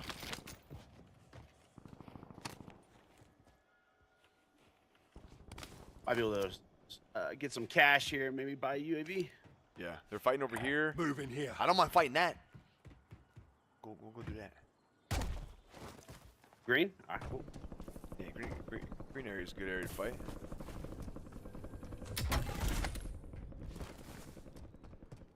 Redemption. Yeah, we gotta get those guys again, man. Dude, I felt like I got stream sniped from 8 different angles right there. Who knows though? You never know. I mean, I do, but you know, you don't. Fuck it.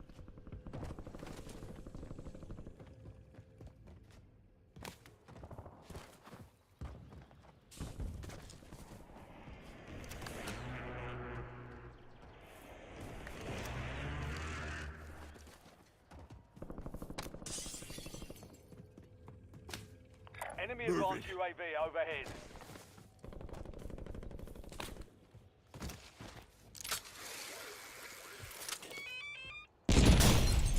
I think someone coming up opposite end here. I got hit with that mine, bro. I'm coming. Got one. Good shit, bro. Yep. They might be zipping up on the other side here too. I hear him below for sure. One in stair. Yep.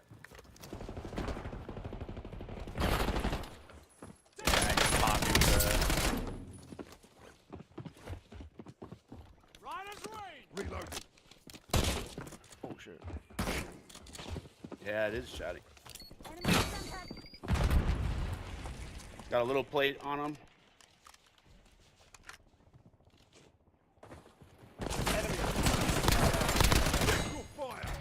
Fuck that fool. Hey, satchel right there. There we go. Are you getting sniped? Getting now? sniped somewhere. Oh! Oh shit. Where? Yeah, I'm coming in. Oh. How's he You're a hitting you, half bro? bastard. You'll make it. Where's he sniping you Yeah, from? must be on tower, dude. What tower of I was trying where? to figure out. Yeah, I know, right? What the fuck? Like, I don't know how I got where? hit. No, Yeah, I I'm think I going. came No, from back- okay, backside. dude, just get ready to res me. I need to see this. Might be What? airport. Oh Closing shit. in. Relocating safe zone. Enemies are dropping into the area. Watch the Yeah, skies. I guess it could be airport. Fire sale is active. Buy station prices are adjusted. Marking gas. Hijo de su puta madre. Shut up, bitch. I hate when they call me a puta madre. Yeah, you tell him, bro. I got him, bro. The one down there below you? Yeah.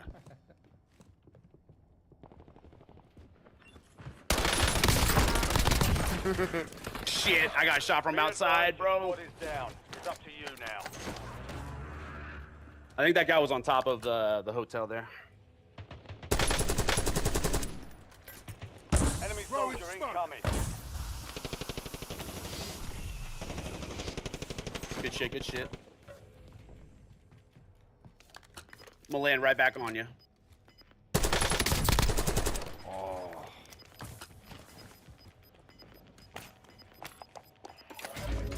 The squad's in the safe zone. You've got gas moving in. Changing max.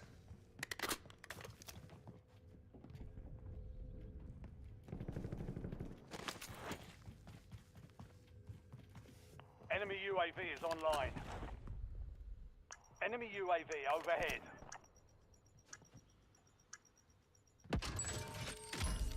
Fire sales done. Prices are back to normal. I'm back on you here. Yeah, they're above. They know what I'm doing too. Come on, come on. Show me.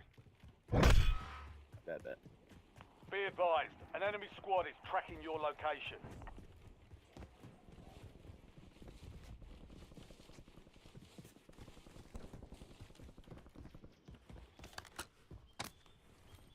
He fucking ran. I thought I heard him pull his chute too. Did he bro. really? Yo, can we beam this guy together? X-ray marked. You see him? Cancel my last. You see that guy? All right, as soon as he stops, shoot. As soon as he stops. Back behind us. Oh, I thought I heard something. Never mind. You're good. You're good. No, I'm looking. Oh, you did here. Oh, yep, there was one, huh? Enemy airstrike in the area. Put a precision on us.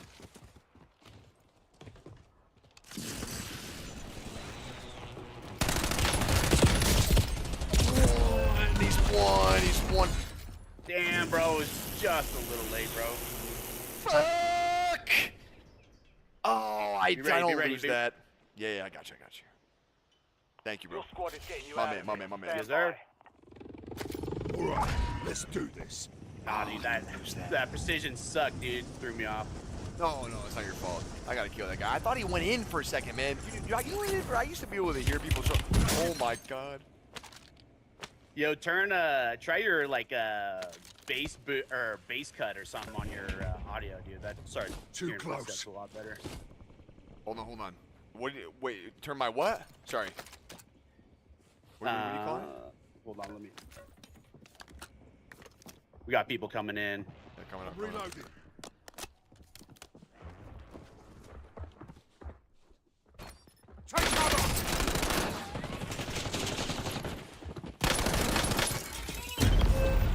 Oh no way, bro! How does that even? Oh, no terrorizer! Way. Oh no! No, I can't believe that took us both out, bro. Bro, we're on fucking TikTok, man.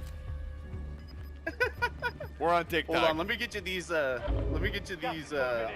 New safe zone located. Yeah, tell me. Headphone bass cut. Try that out, bro. Headphone bass cut on the audio mix. Yeah. They're gunning for me. That helped me a ton, man. I started hearing Headphone shit. tighter dynamic range EQ with. Okay. I was on Treyarch mix. Is that bad? Am I bot? Dude, I was on that too. The headphone bass cut helped me with footsteps a lot more. I'll try it out. Thanks, man. GG's, Yeah, bro. try it out, Sorry, man. Hey, GG's, bro. GG. No, you're good, bro. Appreciate you, man. We're gonna be on TikTok, man. We're gonna be on TikTok. I know, that's fucked up, bro. Oh, fuck, man. All right, I'm hopping in. I'm here. Sorry. ¿Qué pasó?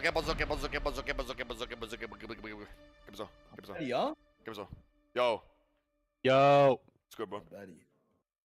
Yeah, double how you got Betty, man. mine. TikTok, what's going on today, man? Listen, okay, boys, look. I know. Can one of you guys add this guy? Because I can't add Joe, bro. I've typed it in 7 fucking times. Drac, I'm just gonna text you his thing. Nico. Okay. I don't have your number because you're an op, so I'm just gonna DM it. I'm an op. It's crazy. Well, the shoe I'm fits, an man. op. It's a long story. We'll go around. Wait, am I a bot? This guy told me to use a different audio mix. And Nico, am I using the wrong one? Did you see it? Now it's gonna help a little bit. Is your effects volume like all the way up? It's like the press square on the master volume, and your effects volume should be like at 100.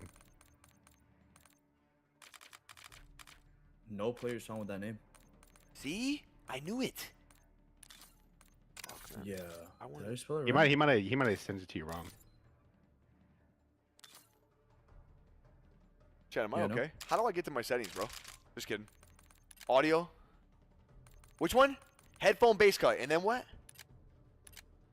It's in the master volume, like at the top. Press square. It should like bring out a drop down menu. Okay. And is your effects volume all the way up? Yeah. Okay.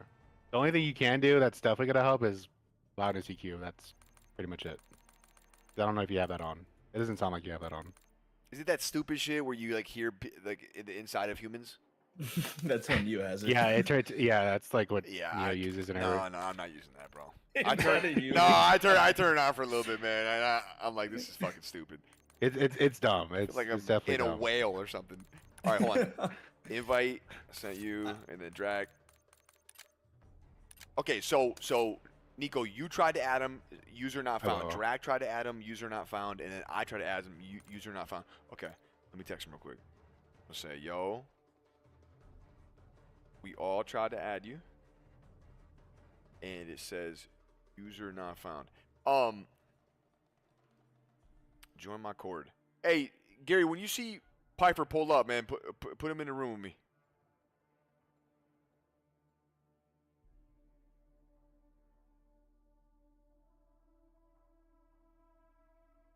Did you leave, Nico? I just got a weird. All right. Nah, don't start. Invite Bro. me We're not again. even a game in. Yeah, just invite me again, bro. Yeah, yo, Here we go, bro. Drag, text me your shit, and then he'll add you. Okay. But you gotta do it right. It's the name with the barcode, and don't With show the it on hashtag. stream, bro, or it's all over. Yeah. No, I'm not live. I'm not live. I think you can't, but like mine's right here, right? Like, Wait, what if you need a space? Thoughts? maybe, me yeah. try- I mean, I don't. Let me. Yeah. I let just me got a try friend this. request. Blessed Express. Is that Max Holloway? Go. Max, are you adding me right now, bro? Are you in here? Hello? That might be Max, bro. No cap. Is it actually? Max, text me if that's you. I'll accept it. I have an outgoing friend request to Merc JDD 55 weeks ago. Is that a year ago? Is this guy fucking serious? I'm revoking it. I don't want to be friends anymore. 55 fucking weeks, bro. He didn't accept that shit? That's him? That's Max? Is it really Max? Hold on, bro. Except, Max, I got you, bro. No way. UFC day on stream. No. Okay. Let me text you my thing. Drac, you know what you should do, bro? You should buy a plane ticket to Vegas end of the month, and like I'll get you a ticket, like a really like cheap ticket to UFC, you know, like a really like way up in the you know, and then we'll just fucking slime around, you know. It's just, bro. I'll sit outside. the No. stadium. You know, I'm You saying can FaceTime me from no, inside. I'm saying we'll get you in. I don't even got to be in there. And then we'll go scheming, you know. Skiing? Huh? You say Scheming. skiing? Skiing. Oh. No, skiing's crazy. I did not say that. I said scheming. Dude, Relax. YouTube chat was already on dick today because, bro, fuck. I'm like jamming the music on Twitch, but on YouTube you don't hear shit, so I look like I'm on fucking crack. That's but I'm not. That's dope. That's dope. I'm just, you know. Nick versus buy drag a ticket, dude. What? Miro, No, I he already just, bombed- he already I bombed me just once said in I Miami, would. bro. No, I just No, said I no, would, but there's no accepting ticket. that. I'm not accepting that. Oh, like a plane ticket? Yeah, no, I'm not buying a plane ticket. No, I'm not. No, not the plane. The UFC ticket. You Yeah, already no, paid I'll for buy. my No, I'll Miami get you. one. Yeah, I'll get you a UFC ticket. No, I'm good on that, bro. I'm not accepting that. Yo, I sent you my friend. So you don't want to go to the UFC with the boys? You don't want to do that? No, it'd be amazing, but I'm sweating and shit. Doesn't sound Bro, like you wanna I do it. can't. I feel bad accepting that. Yo, I sent you my hashtag. All right, I'll forward it to him. God, you would think that we would be better at this by now, but we're just not. This game is a little complicated. Yeah, they make it. No. Apex is horrible too. You know No, it. you just go to Steam. Really? Little shift Yeah. tab. Little shift tab. No, you don't, bro. Drake, get off You that just fucking getting, like, skin. Why older, does bro? Neo have all you guys on this fucking Kiwi bullshit, bro? What's going on, Dude, right they It's a didn't let me play Kiwi. with them until I bought it. now? What is that fucking thing, man? I had to buy this shit. Take me if he don't go. The fuck? Dude, chat. Guys. Chill, bro. Yo, Miami was low-key a movie, though. Yeah, Miami's always fun, man. Miami and Vegas. That shit was... Well, I've never been to Vegas. I think those Okay, are my two favorite let places me- to go in the country. Damn. Because Vegas, you gamble with, like exposed. Well, you've never been to Vegas, right? Or have you? I went to TwitchCon. But No, but they just like on the strip, right? It was cool. It was cool. You were over 21, right? You were like Yeah. 24, 25 or something like that? Yeah. Dope. Okay, let me invite.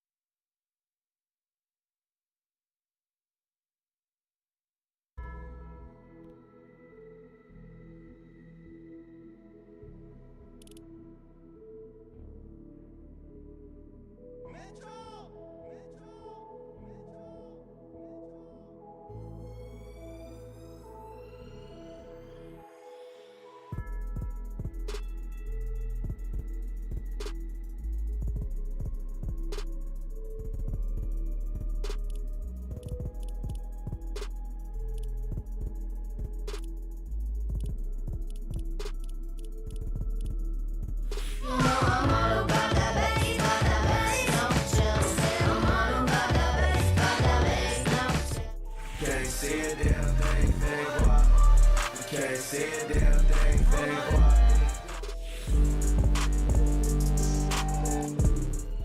So I tell him it's one of me. He making fun of me. Ain't it fun?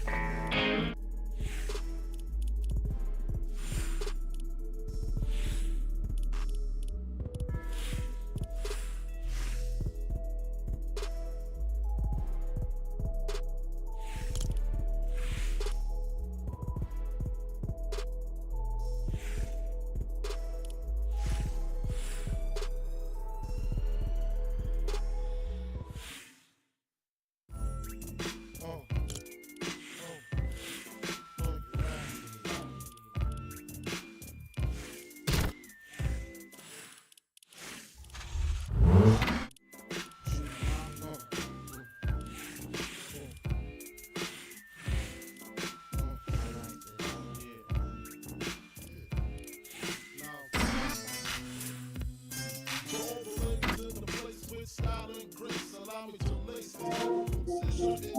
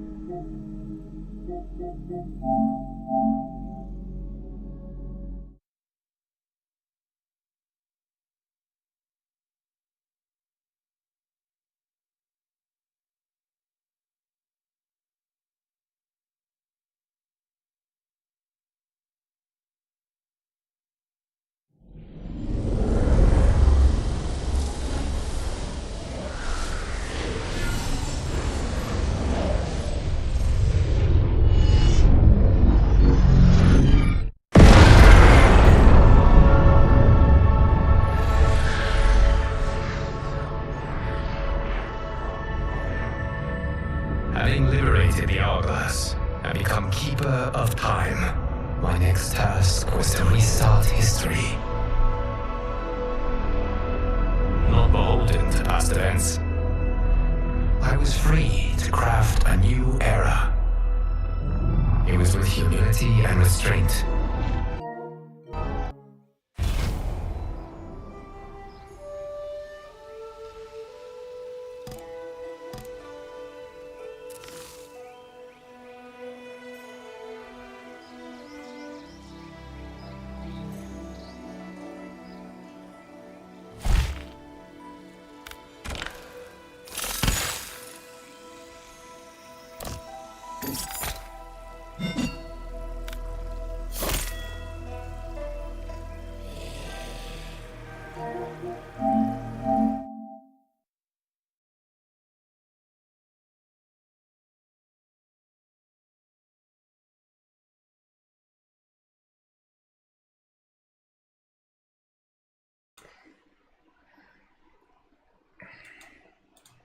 My shit was muted.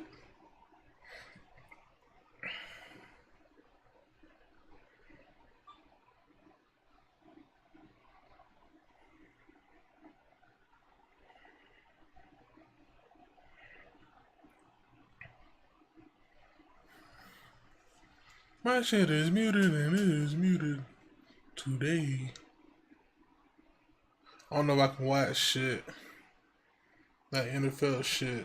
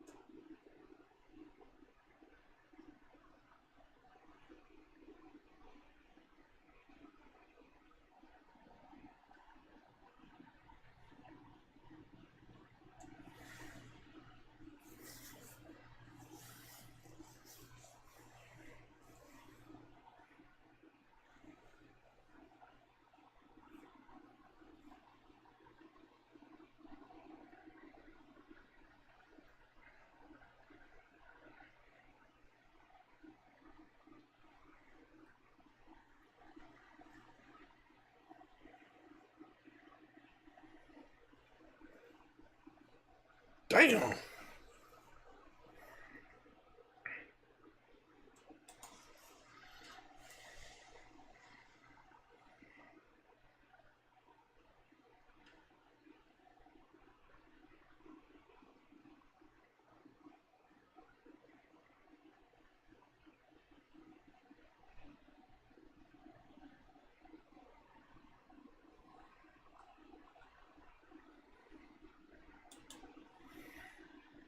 From Dokes discovering Dexter's blood slides, to Dexter almost being caught with the Trinity Killer, to leaving behind crucial evidence at Travis Marshall's crime scene, Dexter had countless near misses. Throughout the 8 seasons of the show, Dexter almost got caught 52 times. Arrests, or at the very least making him the prime suspect.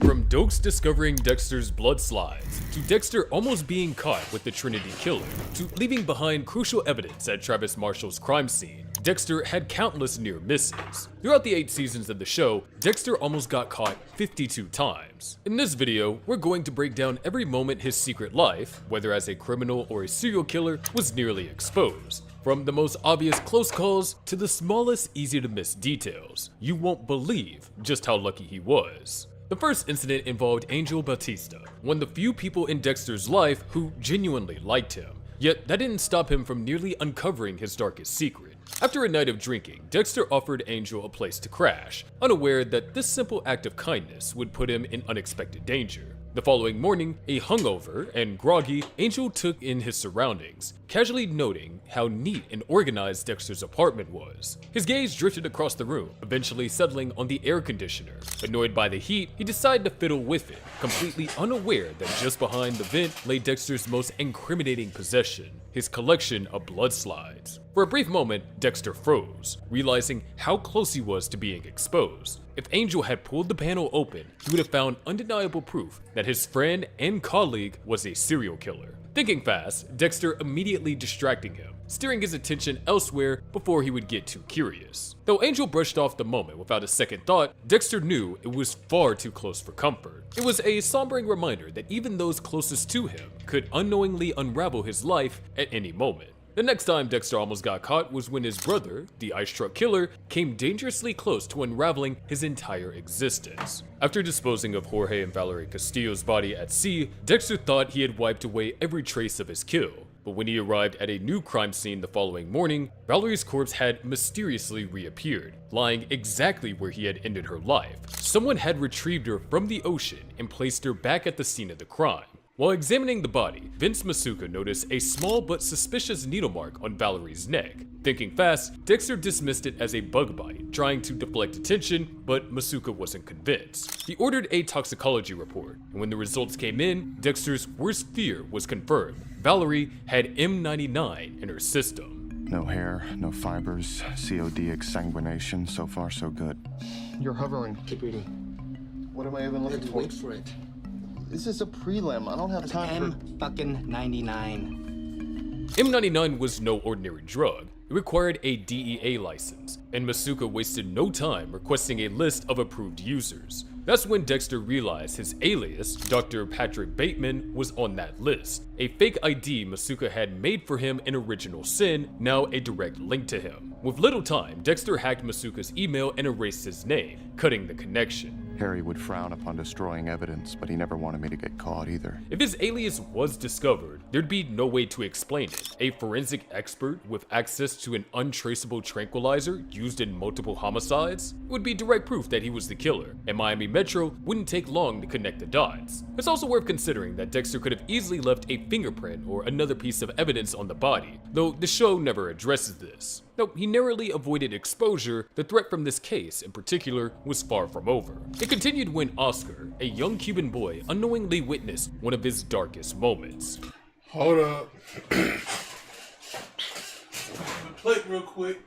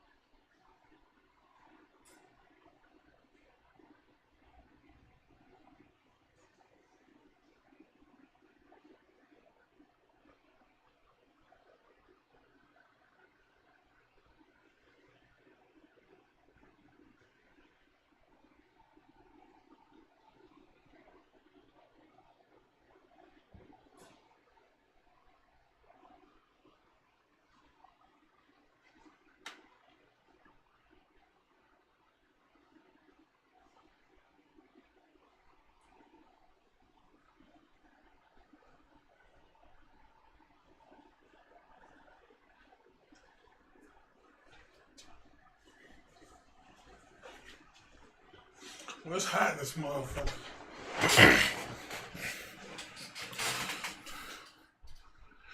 1 sec. Alright.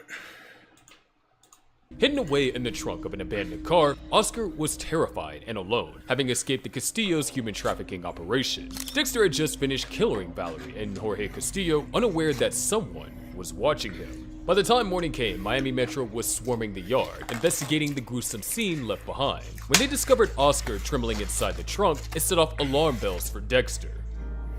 The noose is tightening. If Oscar had seen him, even a glimpse, it could mean disaster. But fate, or perhaps sheer luck, spared Dexter once again. When asked to describe the man he saw that night, Oscar recalled not the image of a killer, but something else entirely, his savior. His sketch, instead of resembling Dexter, bore the likeness of Jesus Christ himself. If the sketch had resembled Dexter, it could have triggered an investigation into him, ultimately leading to his downfall. A near miss, but a chilling reminder that no matter how rigid the code was, he couldn't predict everything. The next time Dexter nearly got caught, it wasn't as a killer, but as a suspected pedophile.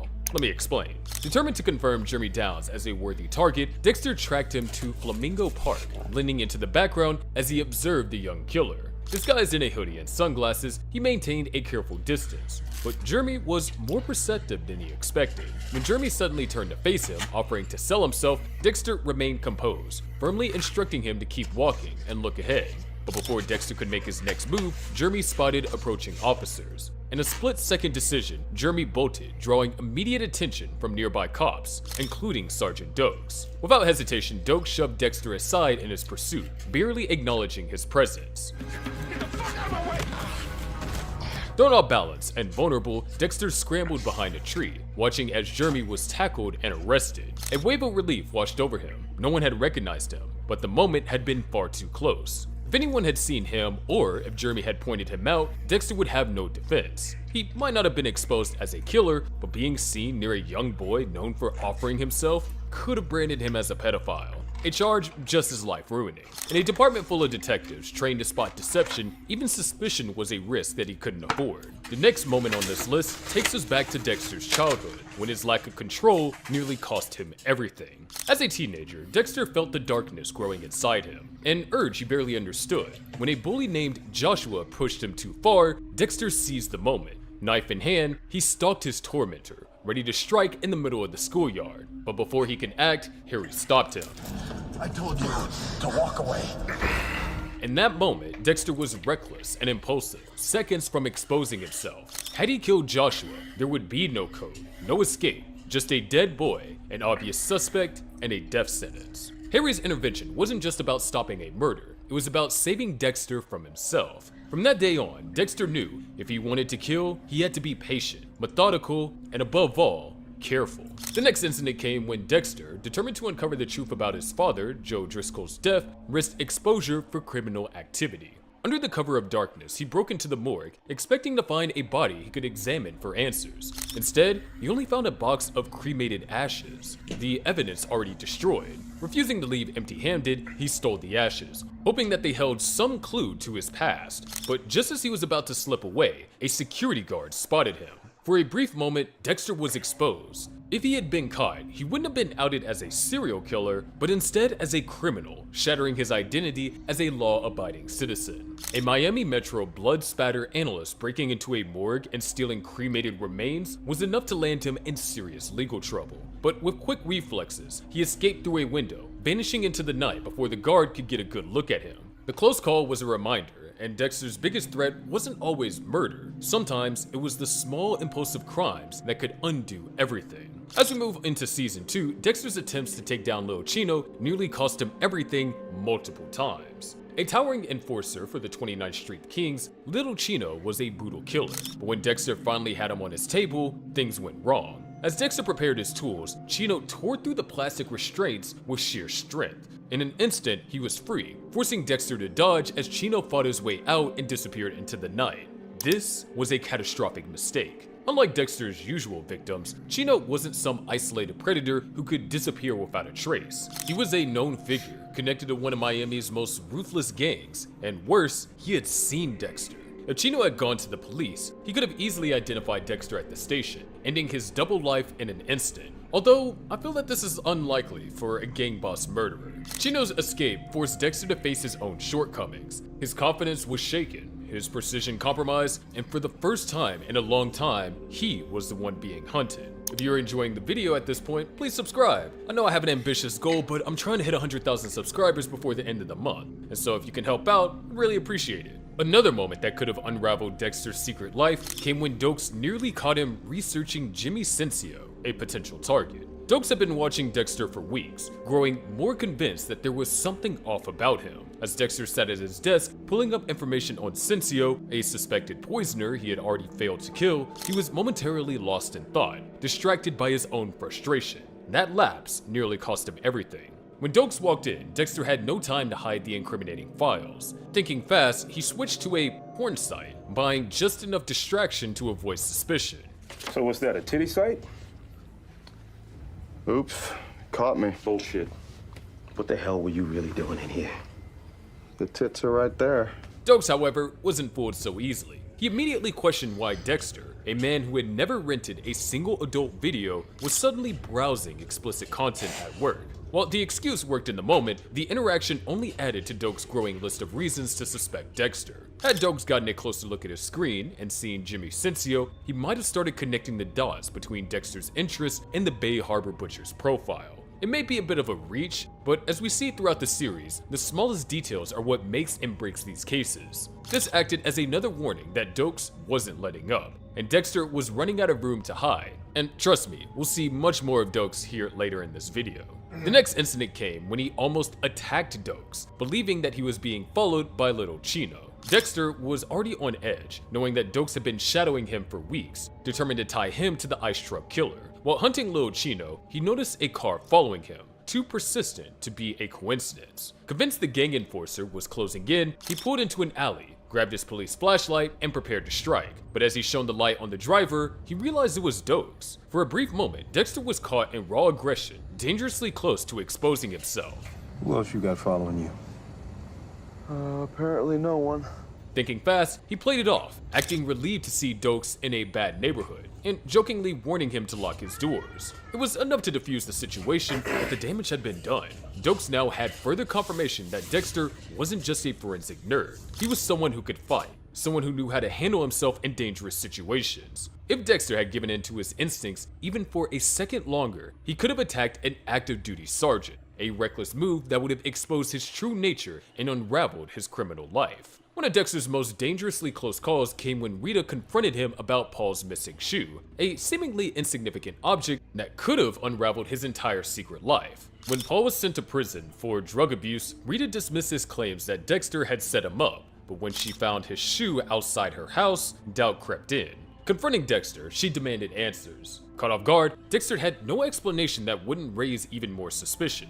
With no other way out, Dexter did what he did best: improvise. To keep Rita from digging deeper, he steered the conversation towards a different deception, admitting to being an addict, just as she had suspected. It was a gamble, but it worked. Rita believed that Dexter was coming clean about something, believed his lie, and saw his secrecy through the lens of an addiction rather than murder. Had Rita pushed a little harder, she might have uncovered the truth. Not just that, but on another day, she could have reported Dexter for assaulting a man and injecting him with drugs, a crime that would have put him behind bars for a long time. In that moment, Dexter had been inches from exposure, saved only by a well-placed half-truth. And in the next incident, Dexter came much closer than that.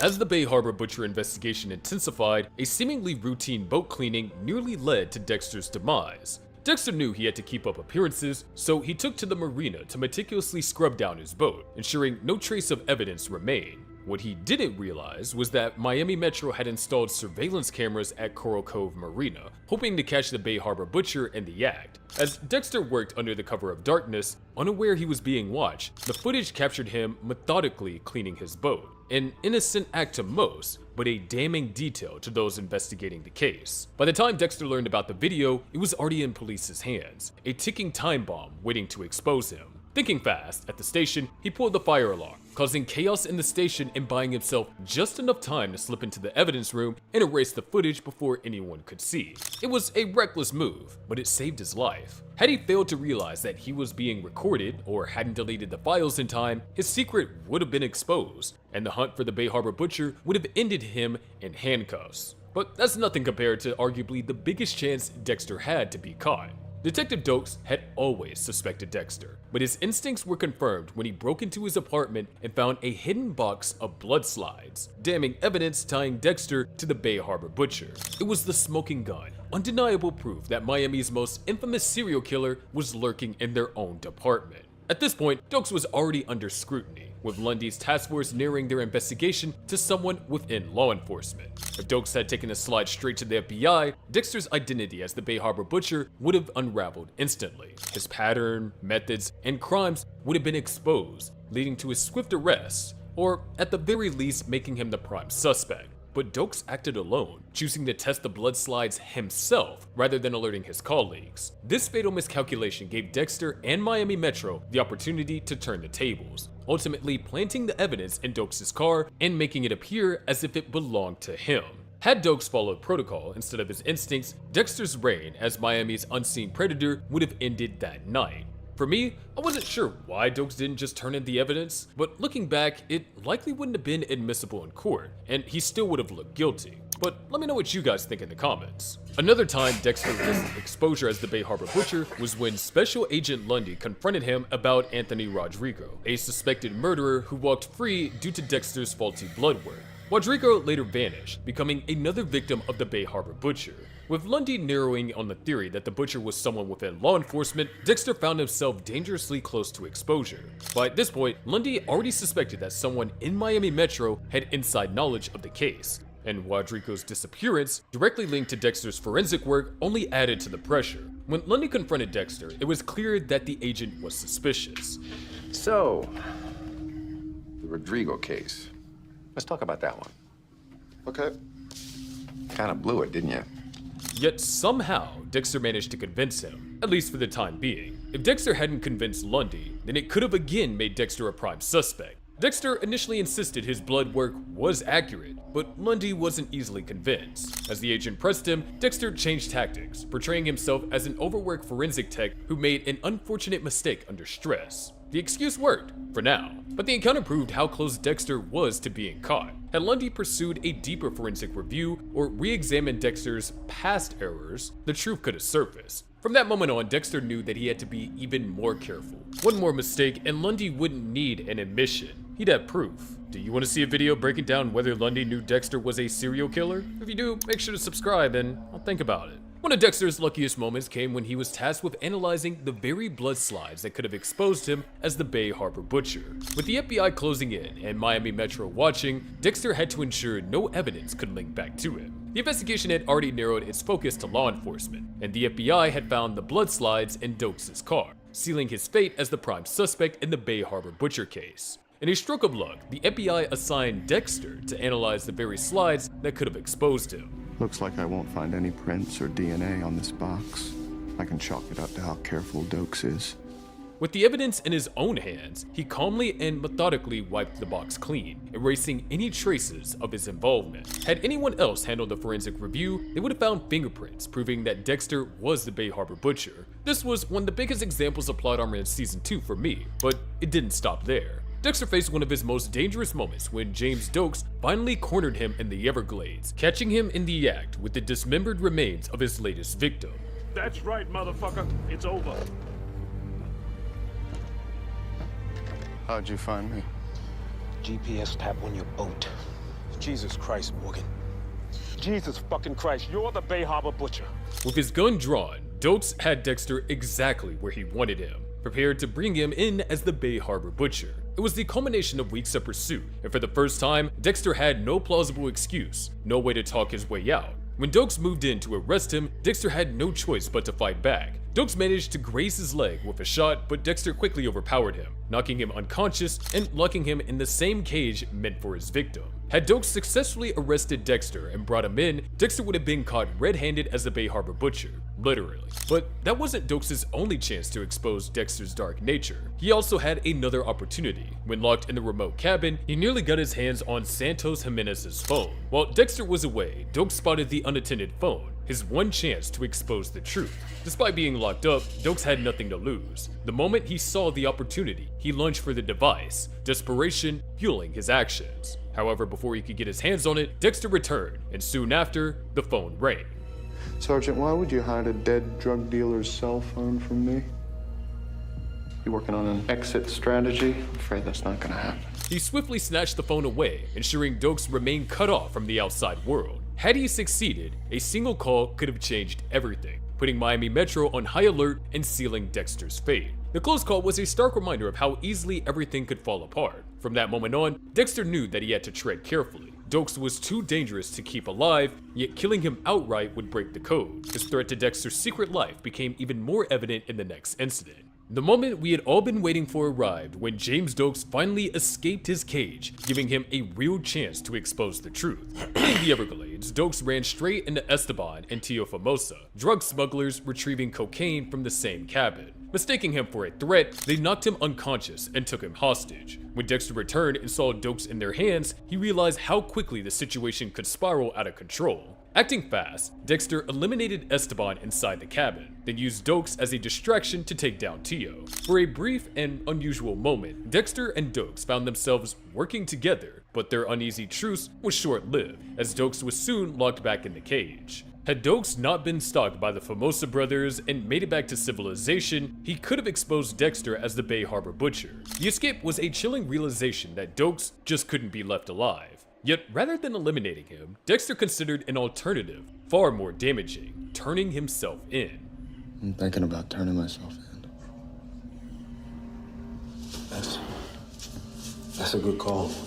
With Miami Metro closing in and Dokes locked away as the prime suspect, Dexter saw the confession as the only way to take control of the situation. But before he could act, Lila got there first. Following his GPS, she found the Everglades cabin and discovered Dokes imprisoned inside. Rather than freeing him, she saw an opportunity to secure Dexter's love in the most twisted way possible. She turned on the propane, lit the gas, and walked away, leaving Dokes to die in the explosion. The blast wiped out all evidence and officially sealed Dokes' fate as the Bay Harbor Butcher. If not for Lila, Dexter would have followed through with his confession, resulting in his arrest as the Bay Harbor Butcher. Instead, the problem was taken out of his hands and his dilemma was solved, but at a cost. The explosion erased his need to turn himself in, but it also made him realize just how dangerously unpredictable Lila truly was. If you're wondering whether that was the last time that Dokes nearly exposed Dexter, think again. The aftermath of the entire ordeal with Dokes brought Dexter dangerously close to being exposed one final time, even after Dokes' death.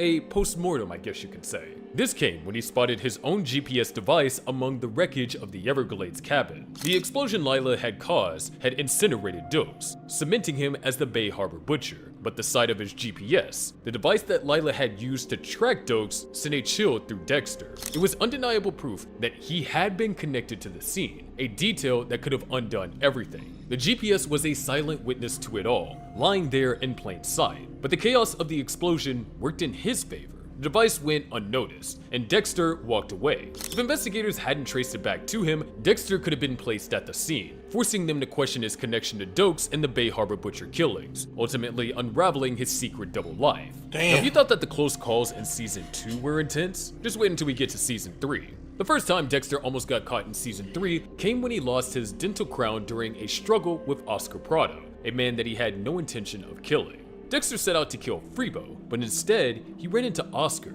In the heat of the moment, Oscar attacked him, and in the struggle, Dexter's crown tooth was knocked loose. Forced to defend himself, Dexter stabbed Oscar, killing him. Panicked, and realizing that he had just broken the code by taking an innocent life, he fled the scene in haste, leaving behind Oscar's body, and unknowingly, his dislodged tooth, a crucial piece of evidence that could link him to the crime. By this point, Dexter had honed his ability to cover his tracks, but this situation was different. Not only had he left the crime scene intact, but Oscar was the brother of the assistant district attorney Miguel Prado, making this a high-profile case. Worse yet, the next day, Miami Metro swarmed the scene, turning it into an official investigation. Realizing the danger, Dexter re-entered the crime scene under the guise of forensic analysis. With careful precision, he retrieved the evidence before anyone could notice. If anyone had spotted his dental crown, forensic analysis would have led straight to him, exposing him as the killer. It was a rare, reckless mistake, one that nearly cost him everything. This close call served as yet another reminder that one misstep, one overlooked detail, and his double life could come crashing down. But that doesn't come close to the incident when Miguel Prado unexpectedly arrived at the scene of his latest kill. By this point, Dexter was already walking a dangerous tightrope. The murder of Oscar Prado had created complications, and now Miguel, Oscar's grieving brother, was obsessed with hunting down Freebo himself. Dexter's carefully structured world was becoming increasingly unpredictable, forcing him to improvise more than ever. He had no choice but to eliminate Freebo before Miguel or anyone else got to him first. Just as Dexter finished his kill, Miguel's unexpected arrival turned a simple murder into a crisis. Seeing Dexter's bloody hands, Miguel's first instinct was shock, but Dexter quickly took control of the situation. He fabricated a story on the spot, claiming he had tracked Freebo down the forensic work, but was attacked and forced to kill him in self-defense. Miguel, emotionally vulnerable and desperate for closure, believed the lie. In fact, he was grateful. I'm gonna tell you something. I wasn't sure that I could do this. But you did. You did. We're gonna get rid of the evidence. The danger, however, wasn't over. Miguel, overcome with emotion, tried to enter the garage to see Freebo's body for himself. Dexter had to act fast. He skillfully redirected Miguel's attention, convincing him to leave before he can step inside. It was a masterful display of manipulation, but the encounter left Dexter shaken. This was too close. If Miguel had reacted differently, either by reporting the murder immediately or after witnessing Dexter's ritualistic killing would have been exposed to Miami Metro. Though Miguel's trust and friendship in Dexter would grow after this, it also introduced a new problem. Miguel was a wild card, and we'll see that with this next incident here in this video. Miguel Prado's trust in Dexter nearly became his undoing when he considered telling his brother Ramon that Dexter had killed Freebo, a revelation that could have shattered Dexter's carefully crafted cover. Miguel and Dexter's secret alliance formed after Miguel mistakenly believed that Dexter had avenged his brother Oscar by killing Freebo. As their bond deepened, Miguel toyed with the idea of bringing Ramon into the fold, convinced that he can be trusted. Don't worry, Ramon will always put family first. We worked too hard to get to where we are. He would never jeopardize that. And we can trust him. However, Ramon was erratic, emotionally unstable, and consumed by his obsessive hunt for Freebo. The tension reached its peak when Miguel insisted that telling Ramon would help him find closure. Dexter, knowing that Ramon was too reckless to trust, pretended to agree while secretly planning to prove how unstable he was. When Miguel called Ramon to share the truth, Dexter had already baited Ramon into a drunken confrontation at a bar, leading to his arrest. With Ramon subdued, Miguel finally realized what Dexter had known all along. His brother was too unpredictable to trust with the truth. If Miguel had gone through with his plan, Ramon's emotional instability and connections in law enforcement could have put Dexter under suspicion, risking the exposure of his secret life as a killer. Now, what Dexter did here was actually pretty smart in my opinion. In Season 3, Episode 5, Wendell Owens was dangerously close to exposing Dexter, a moment that could have sent shockwaves through Miami Metro. As a young drug runner for Freebo, Wendell had seen Dexter at Freebo's house just before Oscar Prado's murder. When Deborah brought Wendell in for questioning, Dexter knew a single moment of recognition could make him a suspect, not just in Oscar's death,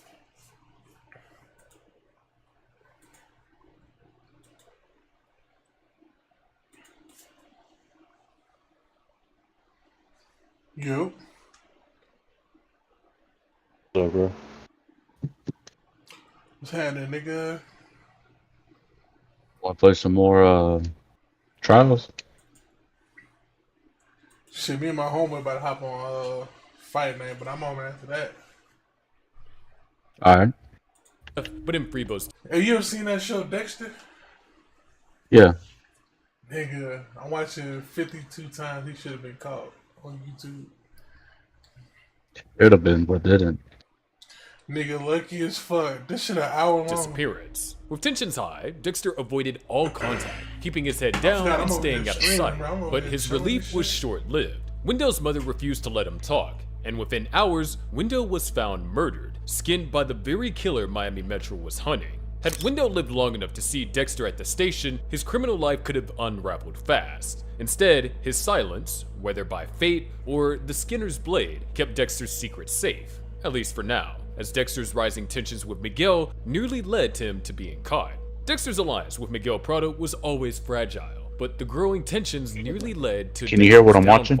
At first, Miguel was a willing accomplice, eager to embrace Dexter's dark methods. But as his thirst for control grew, so did the danger. Miguel's arrogance made him unpredictable, and when he killed defense attorney Ellen Wolf without following the code, Dexter knew he had a problem. Worse, Miguel started throwing his weight around, subtly threatening Dexter with his influence over law enforcement and city officials. The situation escalated when Dexter stole Ellen's ring, evidence that could tie Miguel to the murder. Miguel retaliated by planting seeds of suspicion, hinting that he could use his power to expose Dexter. The rooftop confrontation made it clear Miguel was out of control and willing to destroy anyone in his way.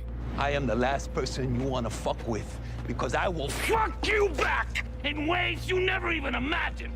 Out of context, this sounds a bit questionable, this but goes so hard, had Miguel bro. followed through on his Like the threats, first 4 Dexter's seasons carefully is- constructed life would have crumbled. Masterpieces, bro. I didn't say season 5.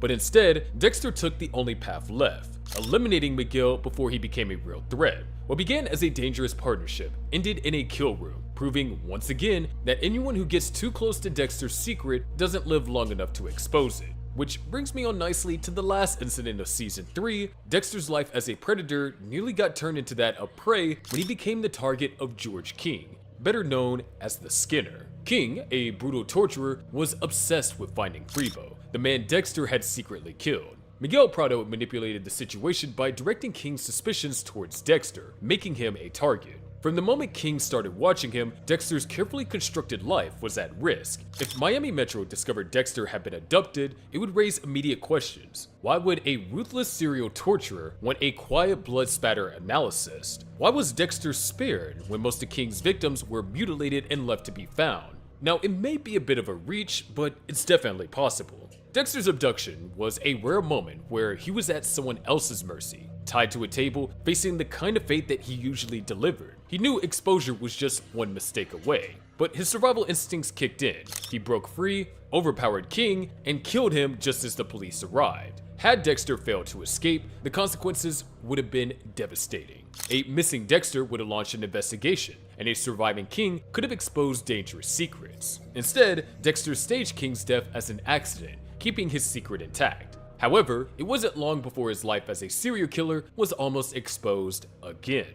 Dexter carefully managed double life nearly collapsed when he crashed his car while transporting the remains of Benito Gomez. Exhausted from juggling fatherhood and his dark passenger, Dexter fell asleep at the wheel, causing his vehicle to flip multiple times. The real danger wasn't the crash itself, but what was inside. Bags filled with Benny's dismembered remains. If first responders had arrived before Dexter regained consciousness, they would have found something far worse than an injured forensic analyst. The discovery of a mutilated body in his trunk would have led to his almost immediate arrest as a murderer. But luck was on Dexter's side. He awoke just in time to clear the wreckage before anyone arrived, disposing of Benny's remains before they could be found. Although, it took him a while to remember it. Instead of becoming the subject of a homicide investigation, Dexter walked away with only minor injuries and a valuable lesson. Sleep deprivation and serial killing do not mix. The next close call came when Dexter's fight with Zoe Kruger almost left behind evidence that could have exposed his secret. With his family out of town, Dexter set a trap for Zoe Kruger, luring her to his house under the pretense that she was in control. As a cop who had murdered her own husband and daughter, she was confident she could outmaneuver him.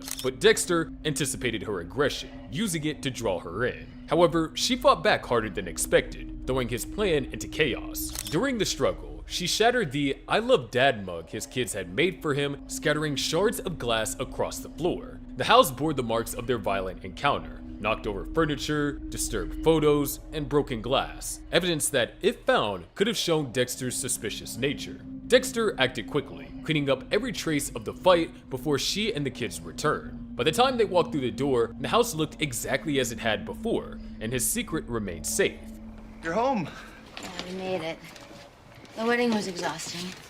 If Rita had arrived moments earlier, she would have seen the wreckage and questioned what had happened. But yet again, Dexter clutched up just in time. Whilst some of you may have remembered that incident, I guarantee you none of you will remember the next close call. Dexter came dangerously close to exposure when he and Arthur Mitchell found themselves approaching a DNA checkpoint, a moment that could have shattered both of their lives. Miami Metro had launched a targeted DNA sweep, aiming to match evidence from the Trinity killer's crimes. As they walked in line, Dexter knew Arthur's DNA would have inevitably exposed him as the infamous serial killer, but sitting next to him, Dexter would have found himself in an impossible position. If Arthur was caught, Dexter's presence in the car would have raised immediate suspicion. Why was an average family man and forensic analyst traveling with a brutal murderer? Any investigation to their connection could have led authorities down a path towards Dexter's own dark secrets. However, a red card ahead of them made a sudden U-turn, avoiding the checkpoint.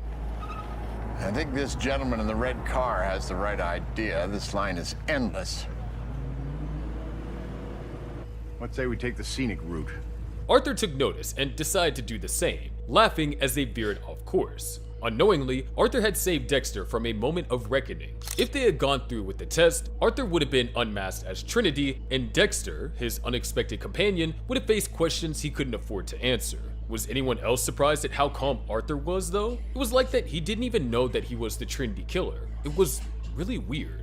The next time Dexter almost got caught was when Cody crashed through his shed roof, an accident that could have changed everything. While the immediate concern was his safety, a far greater danger loomed beneath the surface: Dexter's hidden trophies. Rita's call to Dexter about Cody's fall included an offhand mention of Elliot suggesting he could remove the air conditioner to get Cody out. Elliot was gonna push on the air conditioner. No, don't. He didn't. Right, he took off the door with an axe. That air conditioner was a crucial piece of Dexter's cover, concealing his blood slide collection behind it. If Elliot had followed through and pried it off, he would have uncovered dozens of blood samples, each one clear evidence to Dexter's life as a serial killer. Even if Elliot didn't immediately grasp their significance, the discovery would have led to questions, suspicion, and a potential investigation that could unravel Dexter's carefully maintained facade. Fortunately for Dexter, Elliot took a less invasive approach. By the time Dexter arrived, the situation was under control. His secret space remained intact, but the close call was a harsh reminder that even the most meticulous plans could unravel due to something as minor as a child's accident or a well-meaning neighbor's curiosity. This was a close call that I didn't really notice when I first watched the series. Did you? One of Dexter's most reckless moments came when he slammed Arthur Mitchell to the ground in a fit of fury, revealing a side of himself he had always kept hidden. It happened during Thanksgiving dinner, when Arthur's abusive control over his family pushed Jonah to the breaking point. Jonah lashed out, shattering a mirror and tossing his father's precious urn across the room. Arthur retaliated by choking his son, his rage boiling over. Dexter, unable to sit by any longer, acted without thinking, grabbing his belt, yanking Arthur to the floor, and nearly strangling him in front of his terrified family. I thought you was talking to me. I'm over here answering the fucking questions. I know. I was like, this nigga here. I was just gonna let you do you, bro. Nigga.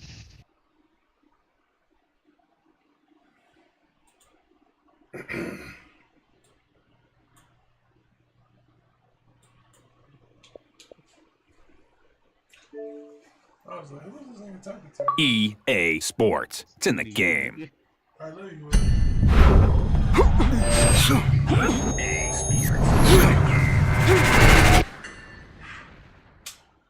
Oh, I got a subscriber, bro. Nice. Thanks for subbing to my YouTube channel, man.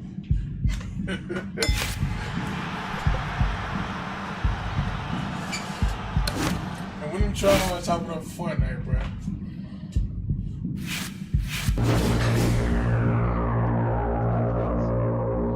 Say what now? You got a new game.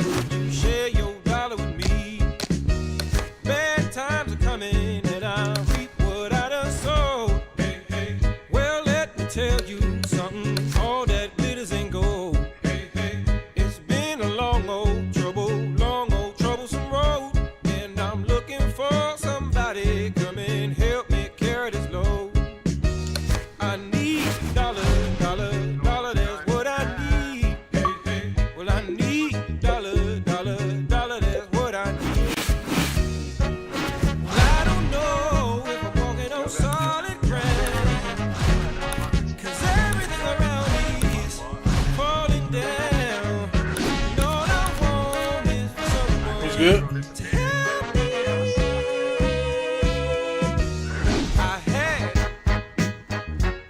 Oh, my homeboy left. That nigga probably bet. That nigga probably bet. Hi, everybody. I'm Joe Tessitore alongside Teddy Atlas. Good evening and welcome to the State Palace Suite, a great venue here in New Orleans for tonight's main event. Scheduled for 7 rounds in the middleweight division. Boy, and we expect this to be a big night of action. We spoke with both fighters yesterday. Fireworks anticipated here tonight. Let's see. And his opponent across the ring from Oregon, Julio Cesar Chavez.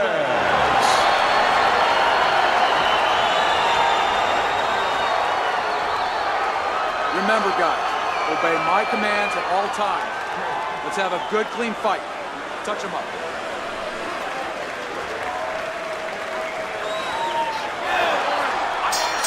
When you get a fight like this that everybody's been talking about, it's always so interesting to see these opening moments here in round number 1. During your training career, is this the type of matchup that you liked when you had a power puncher facing another power puncher? No, I hated it. I never wanted to fight a big banger. I wanted to be the only guy in that ring that brought that to the party. Come on, kid, focus. Dynamite's left, working well that time. Wow, look at that, trading shots. Nice work with the double jab to the midsection. Good right hand from Chavez. Keeps his hands up defensively, protecting the head. Oh, that's good stuff. Firing right back with one of his own. Good work by Chavez.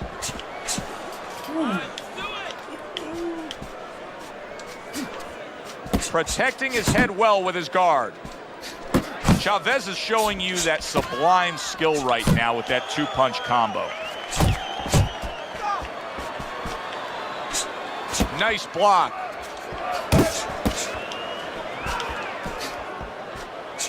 Commits to the overhand right, and it serves him well. Hayes is doing what every trainer wants to see their fighter do. Land punches in bunches. The combination lands.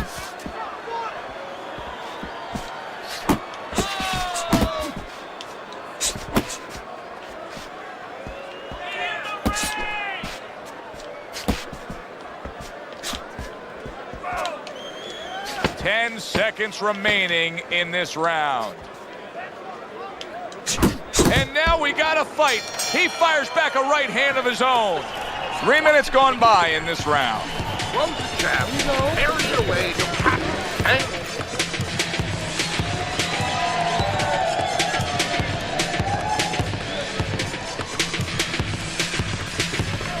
You got to land a big punch now. No doubt about it. You are losing this fight. You need to throw and land a big shot. Look at me. Knock this motherfucker out. You're okay, don't worry.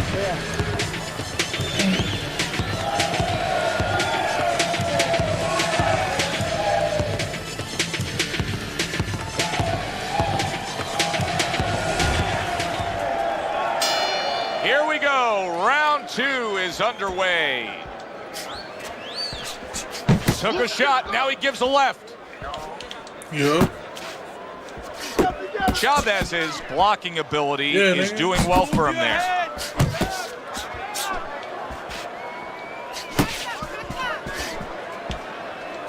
Come on, kid, focus. Teddy, his pro career started all the way back in February of 1980 and didn't wrap up until September of 2005 with 107 wins. He was the Energizer Bunny, and you know, one of those classic tales that we always talk about, but when you're that lifelong warrior, it's tough to quit the game. Yeah, it is. And one of the things that served him for longevity is he did not have a big amateur career, so he didn't get worn out early. He saved his best for his pro career and gained and gained and gained as he went on. What about the popularity of Chavez? Now, Mexico has produced so many all-time greats, but it just seems that he is almost like a saint-like figure among the Mexican fans. Because these are hard-working people. These are people that come from places that are difficult, and they appreciate where he came from and how he got there.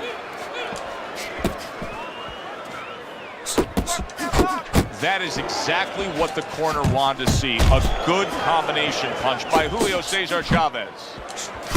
No, he missed that right. And now he's targeting upstairs. Able to block that away. It was targeted for his head. Scoring well with that hook by Hayes. Up top with the right hand. Oh, for real? Really good work right there, landing the 2 punches in sequence by Julio Cesar Chavez.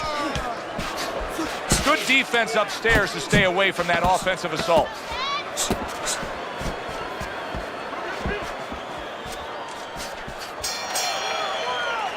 Dynamite's corner's got to be thrilled with what they just saw. They won that last round. They put down a beatdown on their opponent. And now they got to be thinking, hey, this thing could really snowball in our favor big time when we get off the stool here. Yeah, they have to feel that way. Keep it going. Why change it now? You know, what you did the last round, it worked for you. It got you into a commanding position. Keep doing it. Keep doing more of it. But remember your defensive responsibilities as you go forward.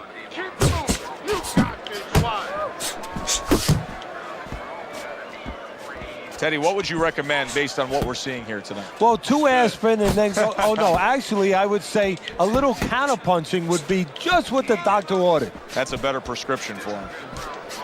Well-targeted 2-punch combo by Julio Cesar Chavez.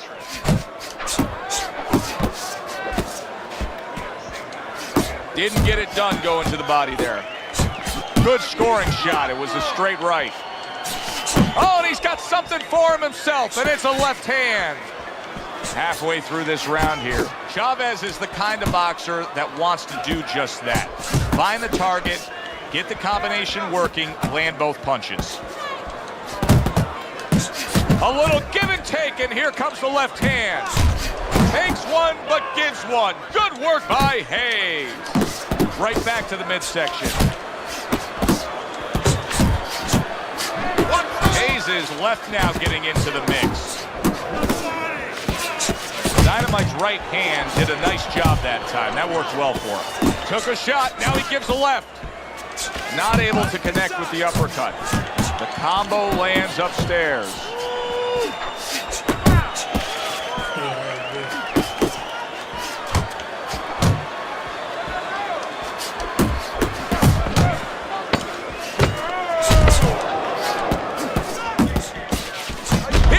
For you now, he says, right back with the left hand.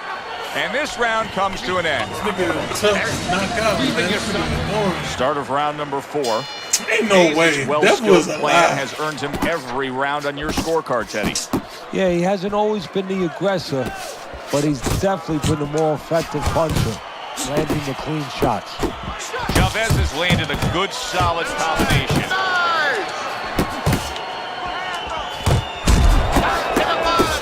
Gets rid of that. It was intended for his head. Good looking right hand after he got hit. Chavez has got a cut. It looks like it's below the eye on the cheek, but it's something that needs to be monitored. Dynamite's hand speed is the difference here. I mean, that's what that combination was all about. Yeah, purely speed. He just got off faster, sooner. Chavez's combination punching is working well here. Hayes is way off the mark. That punch didn't have a chance. Scored well upstairs with the right hand. Chavez is so dangerous with that accuracy. A 2-punch combination landing. How about a return to sender with the left hand? He got hit right there, but he also gave one. Solid effort by Hayes. There's the old 1-2 from Keyshawn Hayes. Nice work offensively. Chavez is impressing the judges and himself with that right hand. Well-placed body shot again.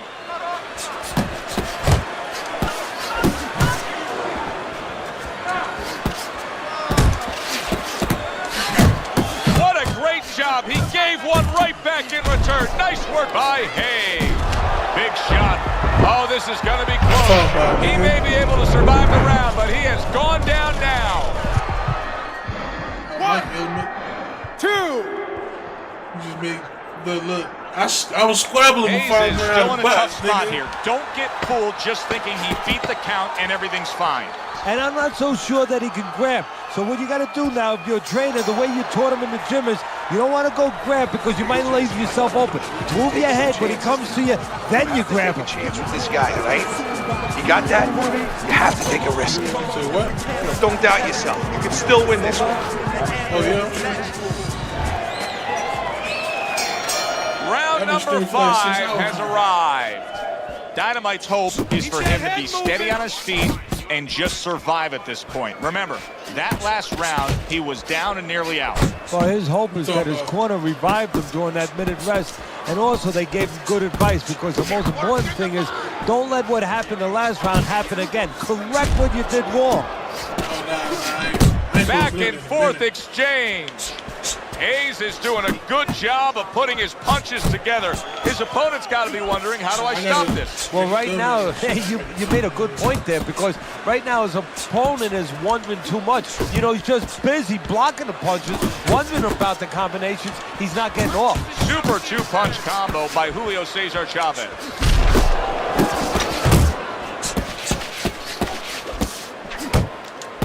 Takes one to give one. He comes back with a right hand. A crushing two-punch combo by Julio Cesar Chavez.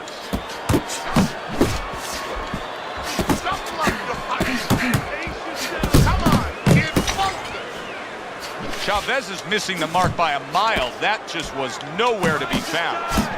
What an excellent two-punch combo by Julio Cesar Chavez. There it is! Oh, and he goes down again. The question is, can he rise up and continue on?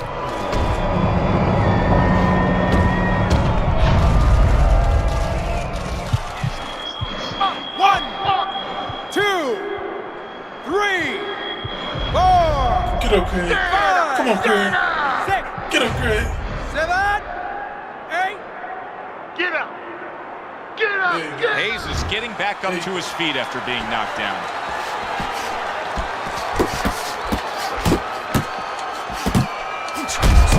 Good work there with the 3 punches in sequence by Julio Cesar Chavez.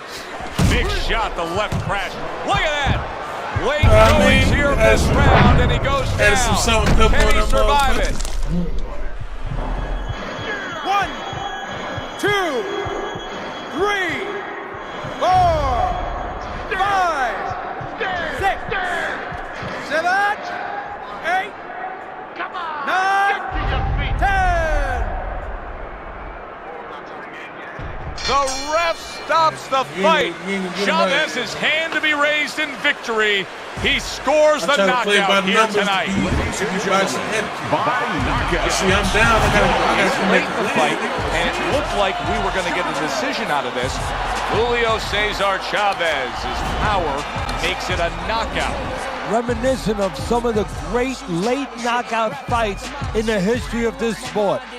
For Teddy Atlas, I'm Joe Tessitore. Always enjoy you tuning in. We'll see you next time at the fights.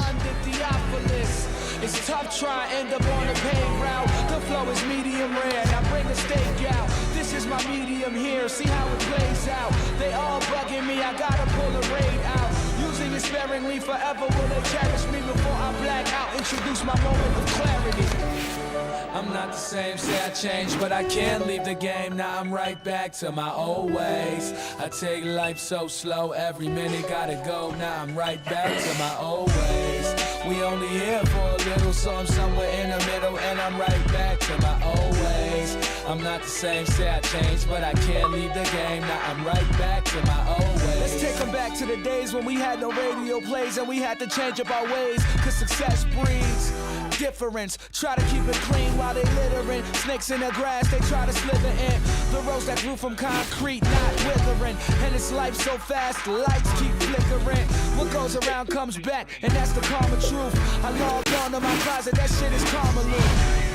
So I get a little fresh. My teachers used to hate me, but now I could pass the test. Got confidence, subconsciousness makes me overlook all of my many accomplishments. But see, I get it like nobody else did. I found a deeper meaning, know what sense of self is. and I'ma die of old age. And stay true, I've reverted back to my old ways. I'm not the same, say I changed, but I can't leave the game. Now I'm right back to my old ways. I take life so slow, every minute gotta go. Now I'm right back to my old ways. We only here for a little, so I'm somewhere in the middle, and I'm right back to my old ways. I'm not the same, say I changed, but I can't leave the game. Now I'm right back to my old ways. Hey, I'm over here fried, bruh.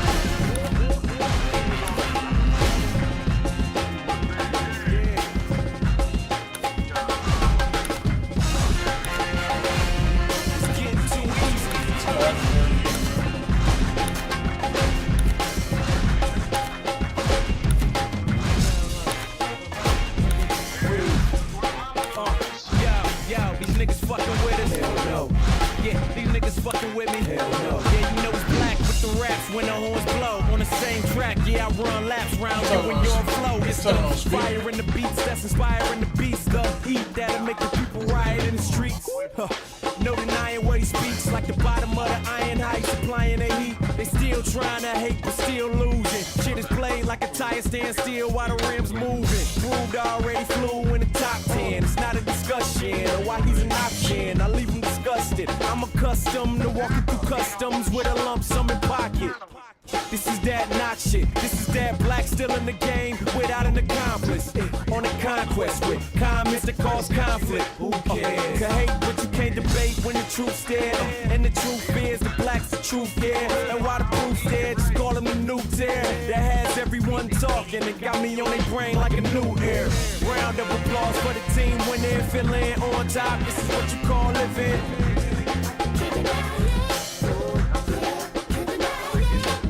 And we ain't tripping, champagne sipping. Yeah, we finally here. This is what the game's missing.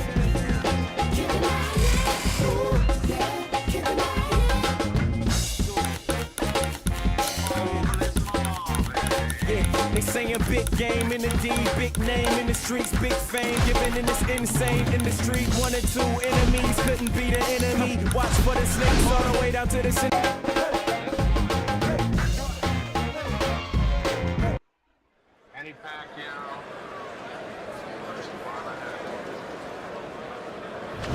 Good evening, everybody. Glad you've made the decision to be with us. Alongside Teddy Atlas, I'm Joe Tessitore, and we're glad to be bringing you action and welcoming you to Vegas, where they do it bigger and better than any other city when it comes to the big-time fights. We're at the Thomas & Mack Center for tonight's main event. 7 rounds of middleweight action between Tommy the Hitman Hearns and the marvelous one, Marvin Hagler. Tommy Hearns is approaching the ring now, and this ring walk can tell you so much. Look at the focus on his face. Marvin Hagler is really keyed in for this one. You can see it as he makes his walk to the ring.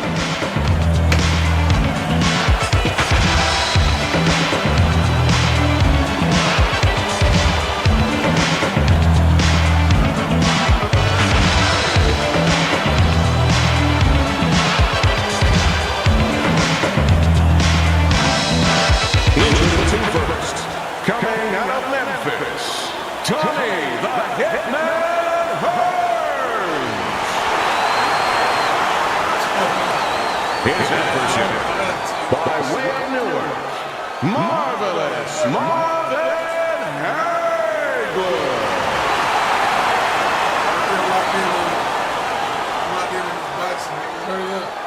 Remember, guys, obey my commands at all times.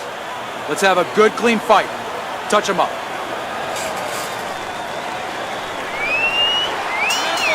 Everybody's been waiting for these two to meet up. Now they do, as round 1 is underway. Jab followed by the straight by Tommy Hearns.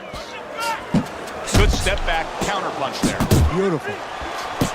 Hearns' jab has to be first and foremost on his to-do list, isn't it, Teddy? Yeah, I would say so. You ever see that commercial where the guy says, how do you spell relief? Sure. Well, it's kind of like, how do you spell victory in this fight? J-A-B. That's exactly the way you go. That's what he wants. What's the best way to neutralize good hand speed? Timing. Guy's throwing real quick punches. Maybe a quick jab. You time a right hand right over. Hey, let's go!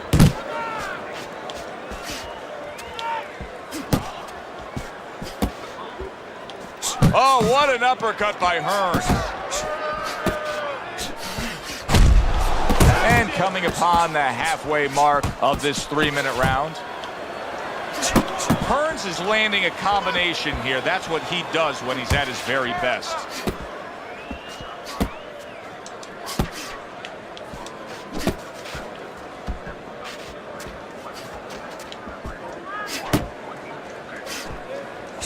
Get out!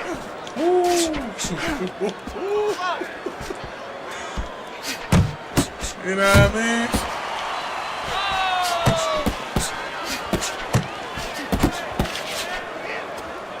Tommy Hearns blocks that punch. Scores well to the head with the right hand. In and out! In and out! On the mark with the hook after blocking that shot. And now he's acting like a fighter. Coming back with the right hand after getting scored upon. Again, that looked good. Do that one more time. Do that again. That look good right there. I don't want you to slug it out with this guy, all right? Seen that movie Center? Jab, right, okay? Okay, keep boxing. Doing great. Make your heart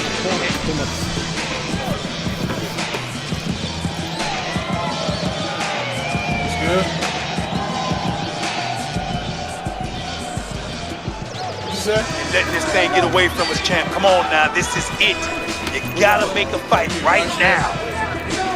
You need to capitalize on his misses, okay? I want to see that counter hook. Now, make him pay.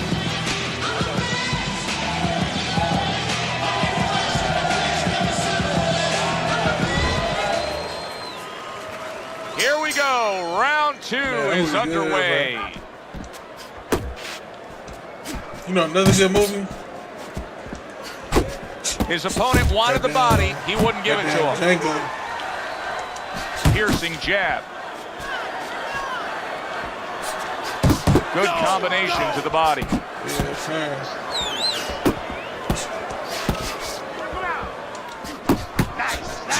Tommy Hearns with a big right hand.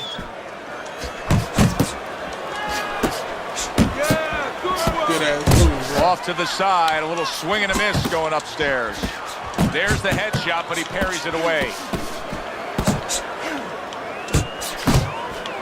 A well-targeted hook landed by marvelous Marvin Hagler.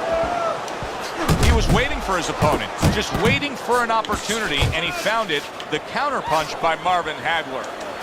Halfway through round number 2. Teddy, I've heard you say it many times before, but the better fighters have a wide array of punches. Yeah, well, you have to, because obviously your opponent is going to adjust to what you're doing. You want to keep them off balance. Stay effective.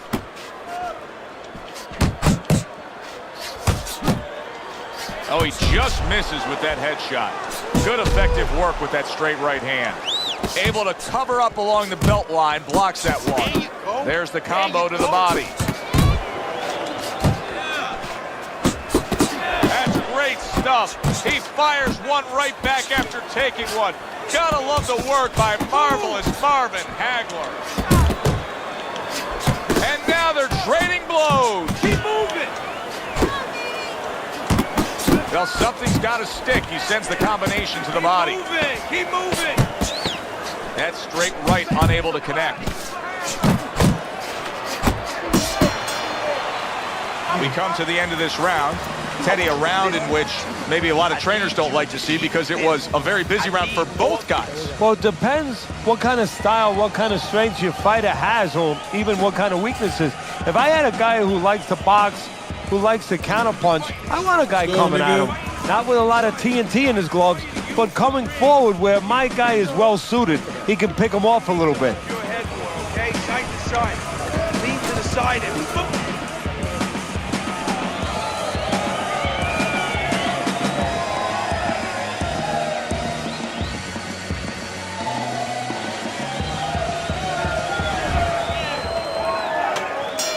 Underway here to live fight action. Tough fight to score. Very, very even, closely contested bout throughout.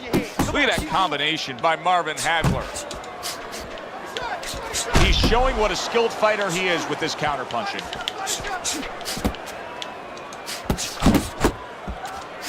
Well, I don't know if he's hip to the idea of becoming a counterpuncher, but I get the sense you'd agree with it. Yeah, definitely. I mean, he's got the perfect platform, the perfect form for it. The guy's walking in right now, not moving his head much. He can time him, he can counter him. Jab with the straight, classic combinations. Hearns is proving to be elusive. Keep it up!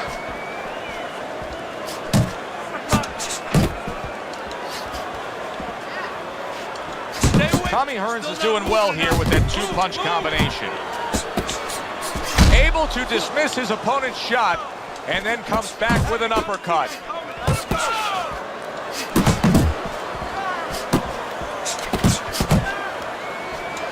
Thought he had his target, but way off to the side with the uppercut.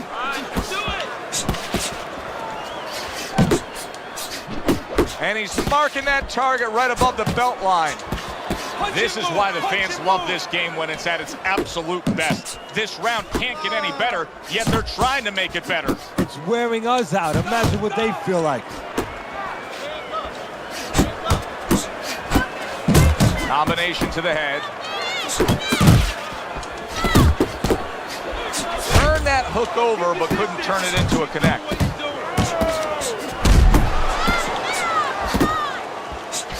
Little head knocking with that right hand.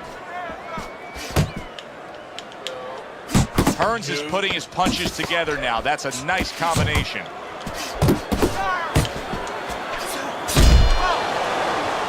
And this round comes to an end.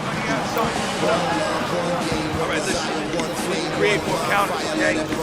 Slip this punch and then throw a straight right down the middle.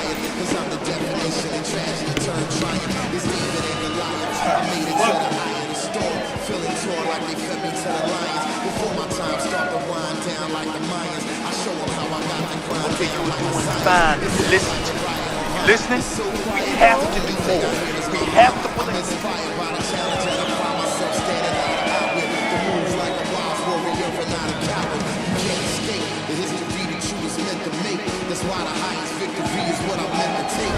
Start of round number 4 as we look at Teddy's scorecard. I think this is pretty much what we expected. We thought it would be a good, fair, competitive, balanced fight, and it's even so far. No, not much to separate the two fighters. Right now, both of them working on the outside using the jab. I think it's going to come down to does one guy decide to have a more educated jab? Maybe hook off it, do something a little bit more with that jab. Come up, come up. Solid right by Tommy Hearns. He's targeting downstairs time and time again. Comes right back at him with a left hand. Good clean shot, returning fire. Well done by marvelous Marvin Hagler. See, he's got his guard up really well that time, and it protects his head. Punches and bunches, combination up top.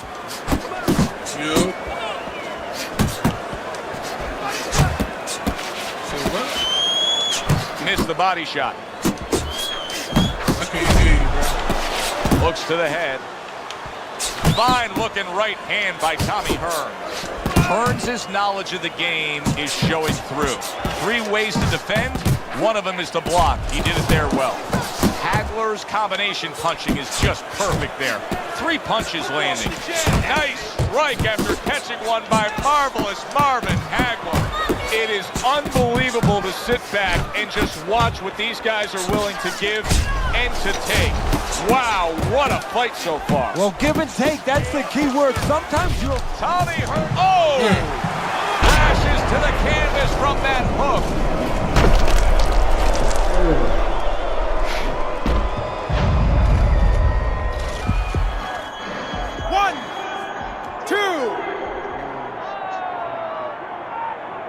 Hearns rising to his feet after that knockdown. You know, he's always been good at dishing it out.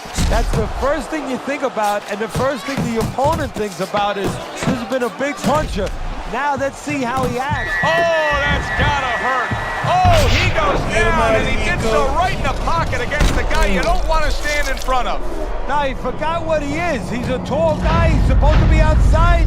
He went into the wrong neighborhood there. 1, 2, 3, 4, 5, 6, 7, 8, 9, 10. And it's over. This fight is over. Tommy Hearns is a knockout victim.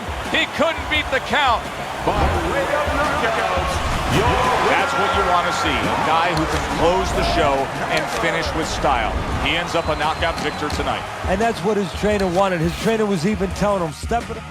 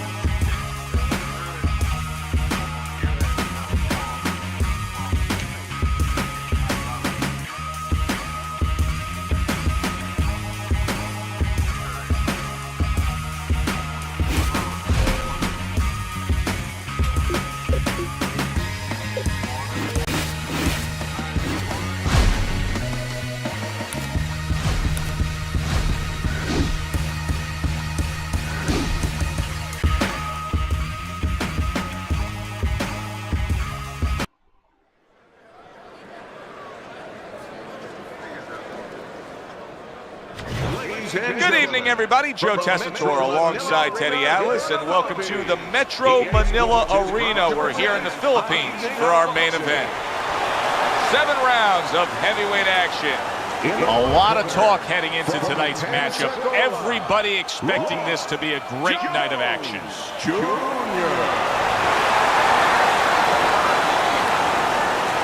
And his opponent across the ring, hailing out of Philadelphia, the Executioner, Hawkins.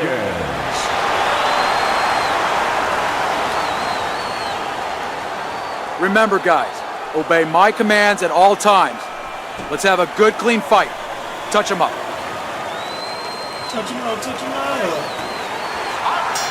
The opening bell, round 1 underway of this scheduled 7-rounder. We are underway here, and we've heard from everybody that speed is going to be the big factor. Jones has got it, plenty of it. Yeah, now it's up to his opponent to come up with something. Maybe go to the body, take it away, slow him down. Good solid shots with the combo downstairs.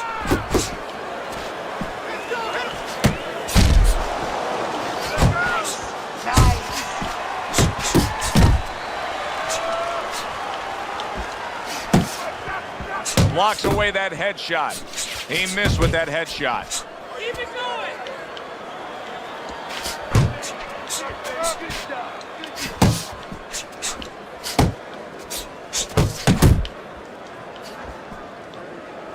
Halfway through round number 1.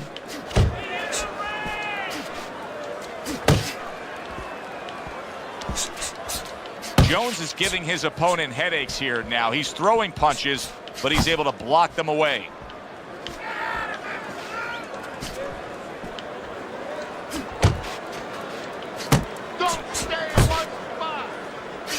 Oh, he is stunned. He could go down. To the head he goes with a left hand. stunned, but all of a sudden now surviving. You can tell he's just looking to survive. The executioner is holding his opponent right now, just hugging him. Yeah, he's doing what he has to do. Look, they work on this in the gym, Joe. We look at all the things where you work on the pads, you work on the heavy bag, putting punches together, but you work on this, on moments when you're in trouble and when you have to survive.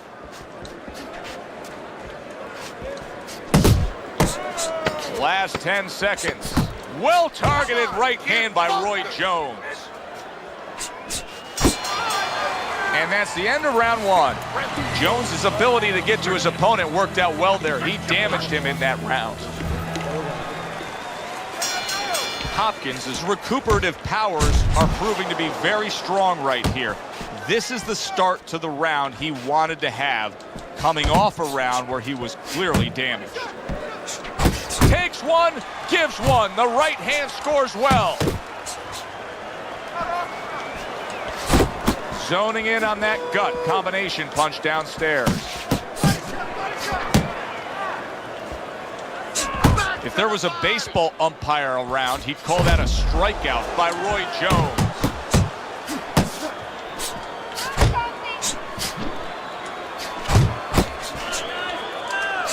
And now committing to that midsection as the target with the combination punching.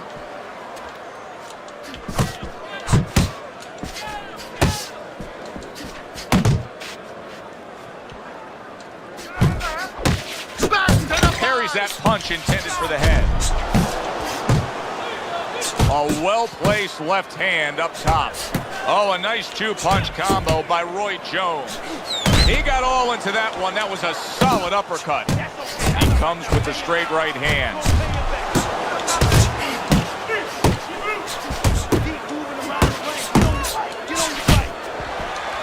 Way to block there. That's a forceful two-punch combo by Roy Jones. Good step-back counterpunch there. Accurate hook by Roy Jones. Roy Jones Jr. with a big uppercut. Comes right back at him with a left hand. Scored well up top. Little volume punching to the body there. Good block by Roy. That works out really well. Throwing off the right hand after getting tagged like that. End of the round is upon us, and if the next round holds up like that, we're going to be in for a real treat. No, we will be, because both these guys have the philosophy that their best defense is their offense. We don't need that.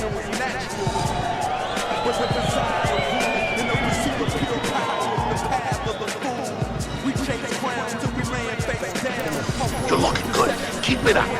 Keep those hands moving.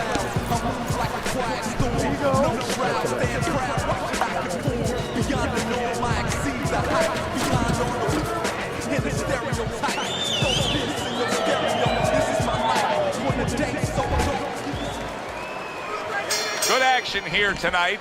Both guys bringing their best, and both guys meeting each other stride for stride, punch for punch. Tough fight to score here as we're back underway. Roy Jones Jr.'s on the bad end of a flush, solid hook. Good right hand. Boy, sharp two-punch combination by Roy Jones.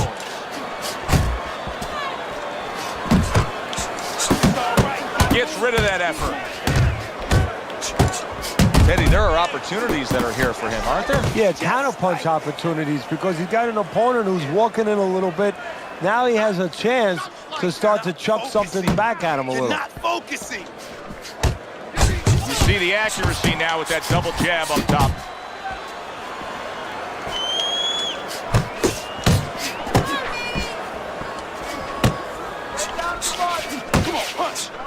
Halfway through this round. Tried to land that upstairs and was off the mark. He's committed to that left hand, and it's working out.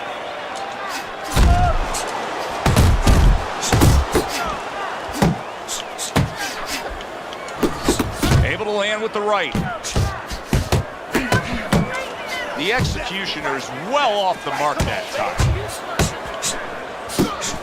He got hit, but he sends it right back. Combo lands to the head. That's what we worked on at the gym. Good job, boy. Good job. Needs to improve that accuracy. Missed with the headshot. Very accurate with the overhand right.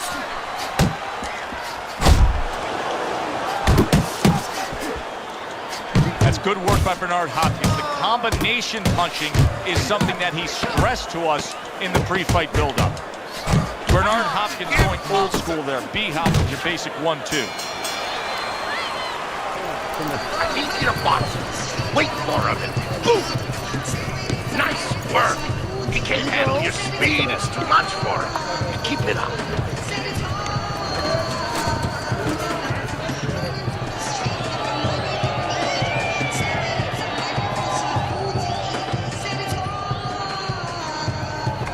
You just can't move around.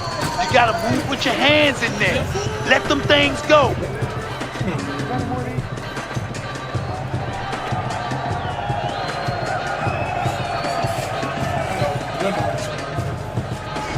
Round number 4 is underway. Teddy's got it a clean sweep. Jones has taken the first 3 rounds. And Teddy, it's not always the #1 indicator, but in this case, he's simply just throwing more punches, and that's why he's up on your scorecard. Yeah, Joe, he's keeping his opponent defensive, and he's not allowing him to do anything back.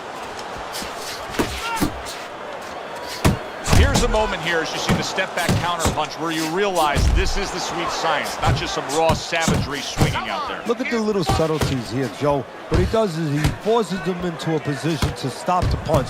And then when he stops, steps back, makes a miss, and comes right back. Roy Jones Jr. has been landing that jab all night, and Teddy, he then gets the payoff on the inside because of it. Yeah, he does. You know, he sets the table, and then he goes in and that is boxing 101. A nice, crisp combination by Roy Jones. Bernard Hopkins is swinging and missing like he's at bat right there. That punch was nowhere near his opponent. Oh, and he returns fire with a left hand. More than one punch down, and yet another big shot comes in. Oh, shit. Never saw this in the early half of the career of Roy Jones Jr. He got clipped with a power shot and couldn't withstand it. 2. Hard to prepare for a situation like this, but many do. He's been down, now he's got to survive. So that's where you're wrong. It's not hard to prepare, it's a must to prepare. If you're a trainer, that's what you do in the gym. You teach a guy, if you're in this situation, this is what you do. You grab on, you move your head, you survive. Focus! Well-placed, well-timed combo up top.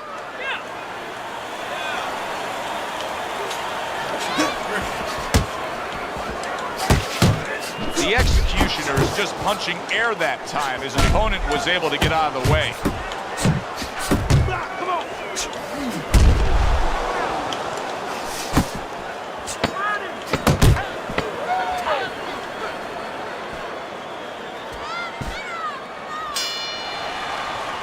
Bernard Hopkins' last round was a big improvement. I mean, that's more of what he's trying to accomplish in this fight. Down on the scorecards, but now things headed in a better direction for him. Yeah, to me, he was cooperating with his opponent before. Right now, he's arguing with him. Hey, arguing is good in boxing. Jones is going out there after just being knocked down in the last round. If you're standing opposite him, what's the mentality? What's the strategy here? Well, you want to go after him, but you don't want to walk into a trap either. You want to kind of size him up a little bit. You want to see if he looks like he's... Oh, shit. This is going to take some guts to get up from this. Once again, he goes down. 1, 2, 3, 4, 5, 6, 7, 8, 9, 10. The ref is stopping this fight. Jones is unable to continue. This fight is over. Knockout. That woke up the fans. Wow, did that wake up the fans. A fight that was assured of heading to the judges' scorecards. It ends by knockout. That's why as a trainer, you like a fight that's close, that's closely contested. There's a little danger going on because then you know that your guy's going to stay alert. Here, there was no danger. He fell asleep, and now he is asleep. For Teddy Atlas, I'm Joe.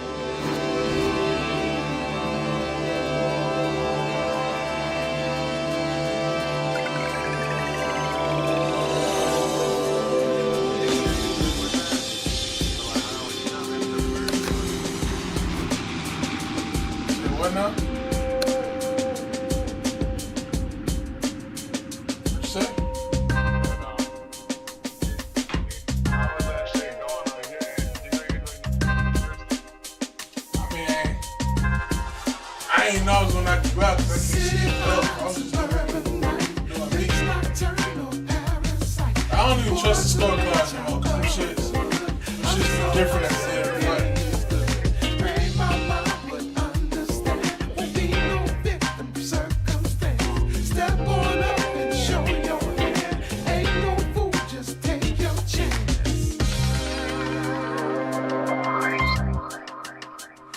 Something to prove.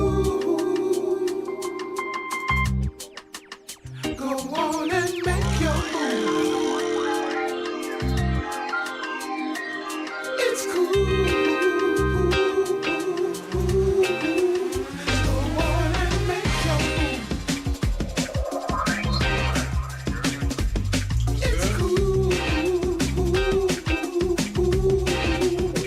Go on and make your move.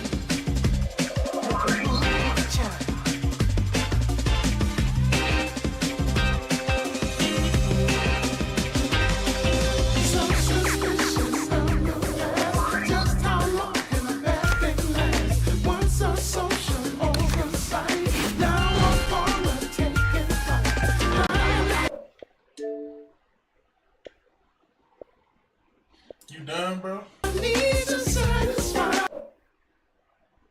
I'm saying another hand. You want to stand heavy? Go back to middle. Don't matter to me, bro.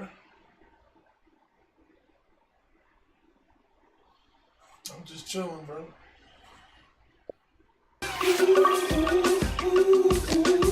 Go on and make your move.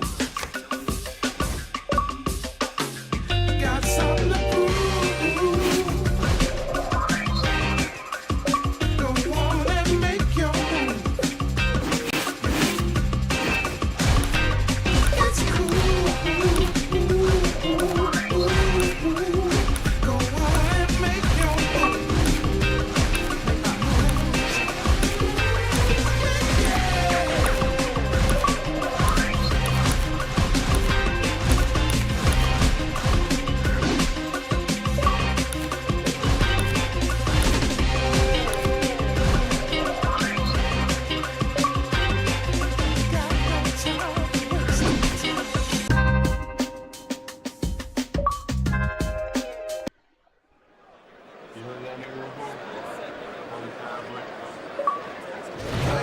Good evening, everybody. Joe Tessitore and Teddy Atlas welcoming you to the Aragon Ballroom here in Chicago, Illinois for our main event of the evening.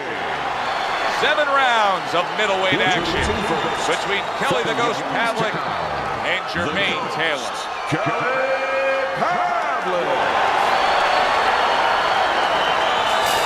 His adversary, by way of Little Rock, Jermaine Bad Intentions Taylor.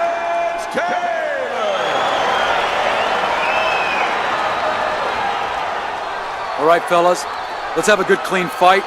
Touch him up and let's go.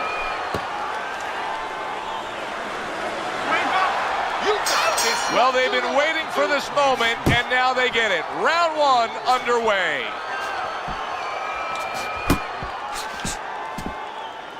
Is this a good matchup with Pavlik facing a well-rounded guy like this?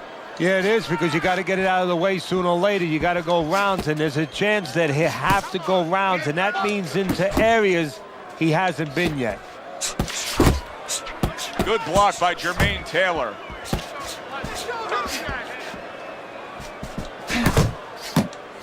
He took a shot, but he gives one of his own. A left hand scores.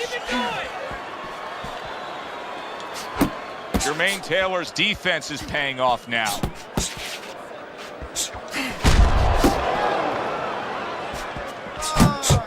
Damn. That shit was quick.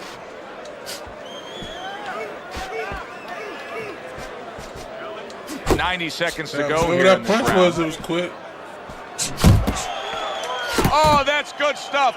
Firing right back with one of his own. Good work by Jermaine Taylor. Taylor's putting forth that hard work he did in training camp there, landing a crisp combination.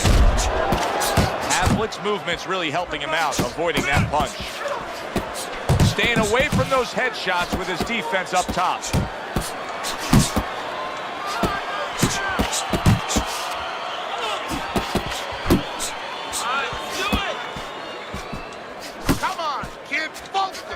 Teddy. He did a smart thing right there. Jermaine Taylor's clamped down by a left hand. Boy, he was hurt, but now he's gathered himself a bit.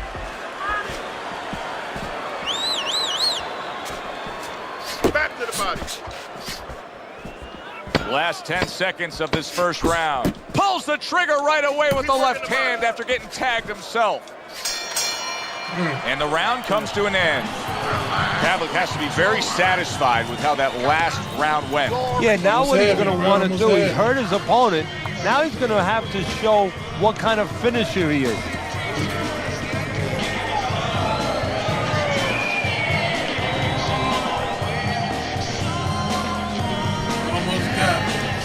You need to capitalize on his mistake, okay? I want to see that counter hook.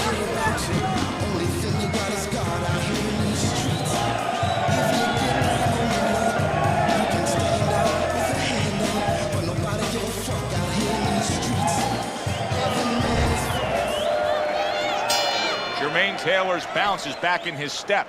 The start of a new round, coming off a round in which he really took some punishment. Well, that's what being in great shape will do for you. Also, great experience where he's been through these things before and he's not panicking.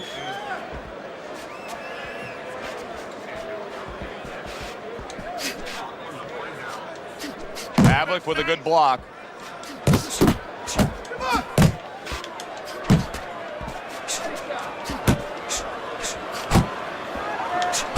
Oh, and he's got something for him himself, and it's a left hand.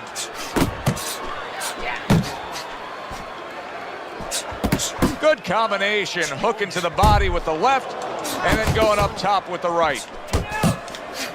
Jermaine Taylor blocks it. Get that head moving!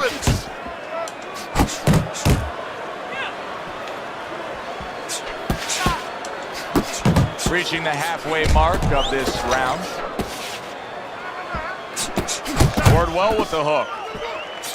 Pavlik's gonna think about the next time he throws a punch because he just got hit by a good solid counter.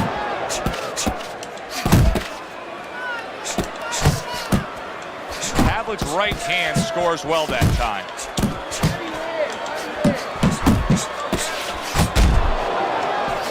Lands flush with the two-punch combo by Jermaine Taylor.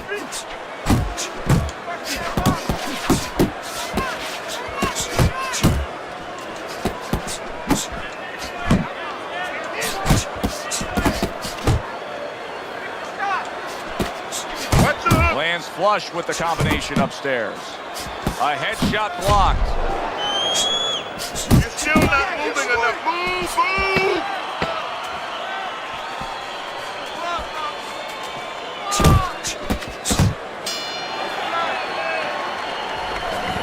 Listen, you need to move your head more, from side to side, okay? I want to see that head move more. Listen, okay, look.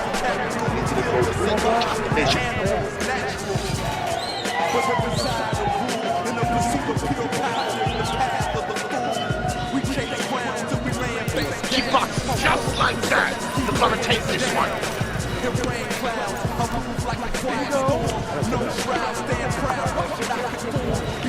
Go, nigga.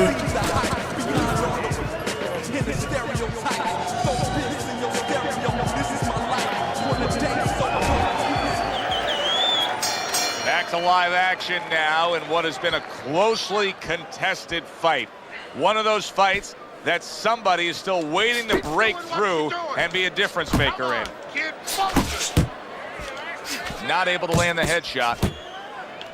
Well, his opponent is opening up and coming forward, so I would think there are some opportunities that exist. Yeah, I think some counter-punching opportunities.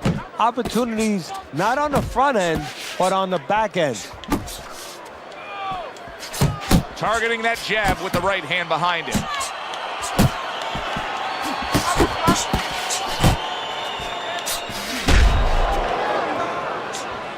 Keep moving.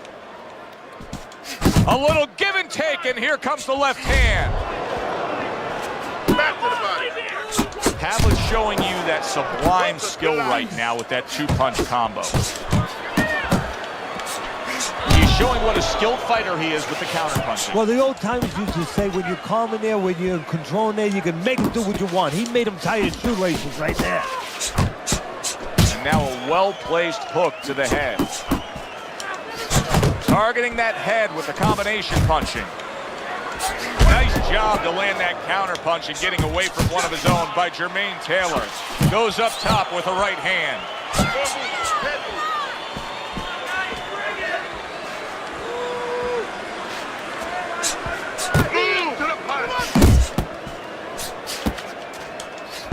Taylor's the kind of boxer that wants to do just that. Find the target, get the combination working, land both punches. Takes one, but gets one. Good work by Jermaine Taylor. As basic as can be, but it works. A jab followed by the straight. Covers up nicely, gets rid of his opponent's body shot. And round 3 comes to an end. Okay? Slip his punch, then throw a straight right down the middle. Knock it down. That was good.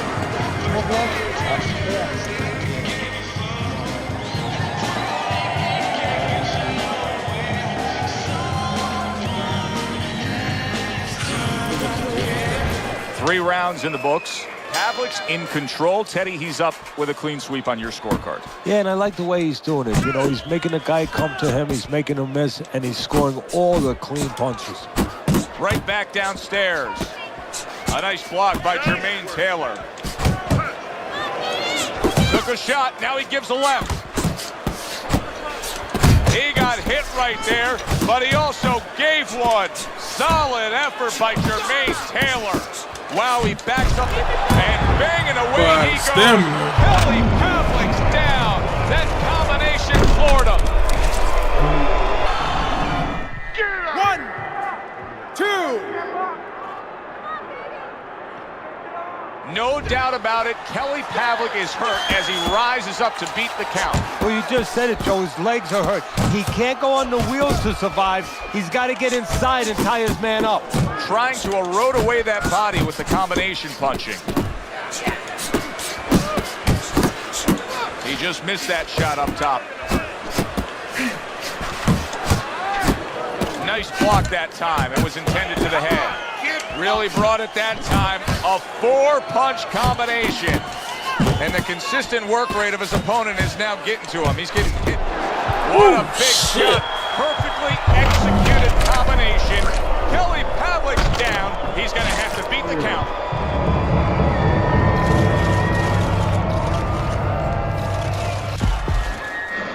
One, 2, 3, 4, 5, 6, 7, 8. Oh, my nigga got up. Respect. So Kelly Pavlik goes down and now rises to his feet. Remember, he got up off the canvas to win the middleweight title of the world. You remember. He better remember. And he better remember exactly what he did, how he behaved at that moment. Good job on the 2-punch combo by Jermaine Taylor. Jermaine Taylor showing you a little defensive skill there. Had to move away from that punch.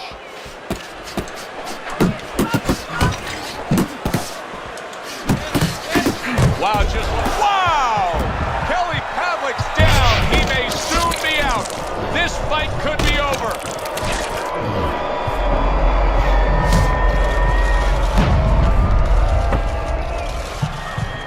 Hurry, 1, 2, 3, 4, 5, 6, 7, 8, 9, 10.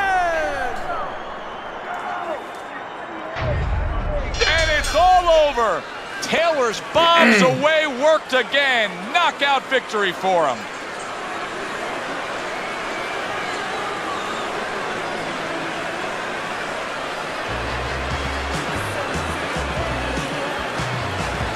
Ladies and gentlemen, But, you know, Teddy, not long ago when we put up your scorecard on the screen, I noticed somebody from his corner looking up at the big Jumbotron here in the arena. They knew he was losing this fight. Yeah, but that's smart use of information. They got it to him, they let him know, and they got the results they wanted, they needed. The result, a knockout victory.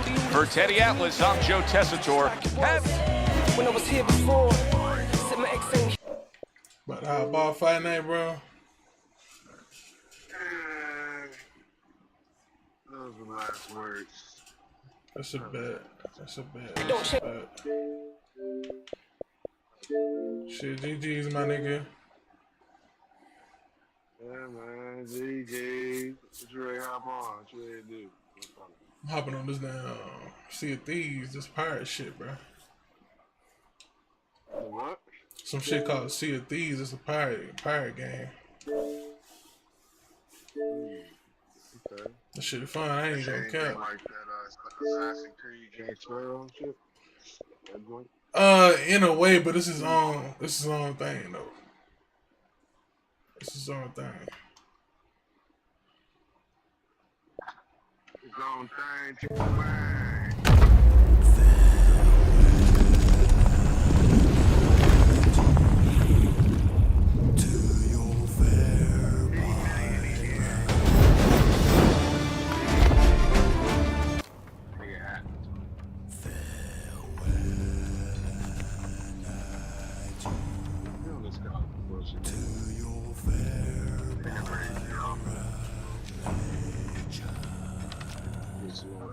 It's not getting repetitive yet. What you talking about? Fucking shit. I just get sick when I got homies that's like, you know, I play with the freshman because we're on like 84, 85. I played over songs like 88. And then they nice freshman, and then they ball out softly, and then they want to leave something. They're like, no, they're not leaving softly. And it was like, that person's not gonna leave. He's not gonna leave. Shit to get tight. Like,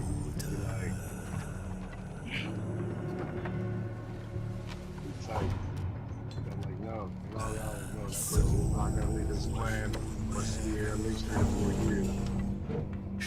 And like the way they make it, I'm like, no, especially the way it is now, they're gonna stay longer. That shit be getting me tight. Players, so I'm having to save the game.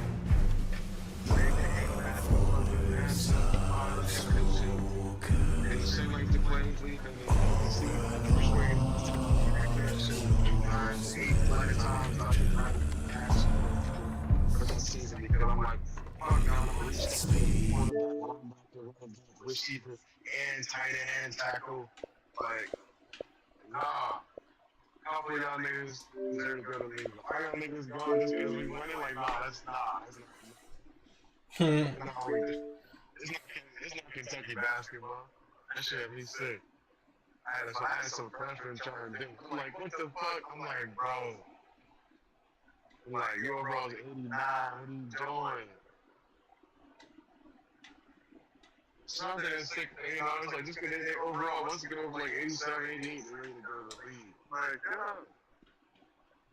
No.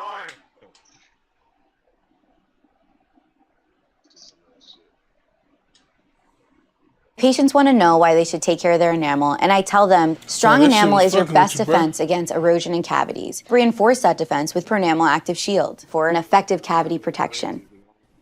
I recommend Pronamel Active Shield. Alright, hey everyone, this is Mass, and welcome back to some more Rematch. I have gone ahead and played just a few games here. It's been a few hours since I actually recorded the first video. I figured I'd get a little bit of a warm-up session in. We'd get some goals in. Actually had a hat trick game that I think we managed to lose.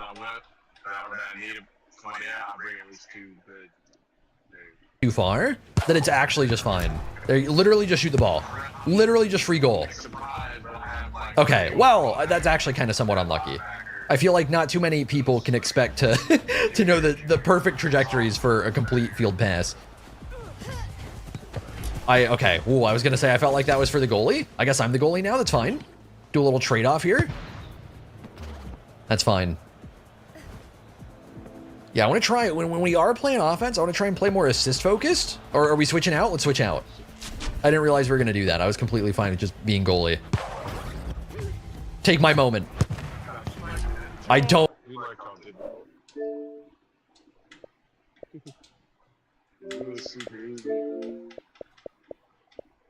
Nah, facts. I might fuck around cop that Madden, I don't know yet.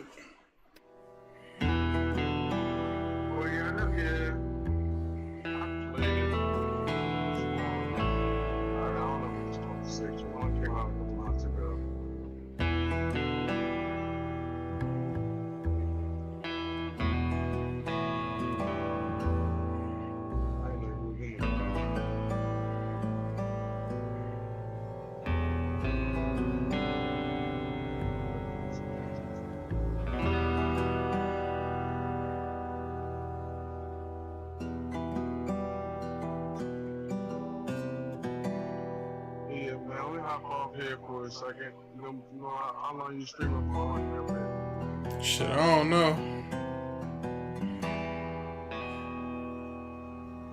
I'm over here chilling right now. I know you doing that for sure. I know I sound like a broken record. Funny as shit.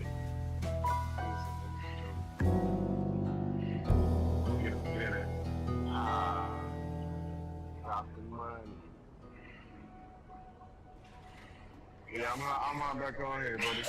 Yeah. Get up with you.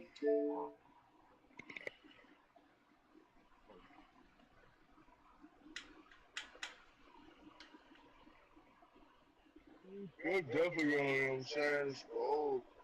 Butler, the harmless friend, he was Dexter Morgan. I should have fucking killed you when I had the chance.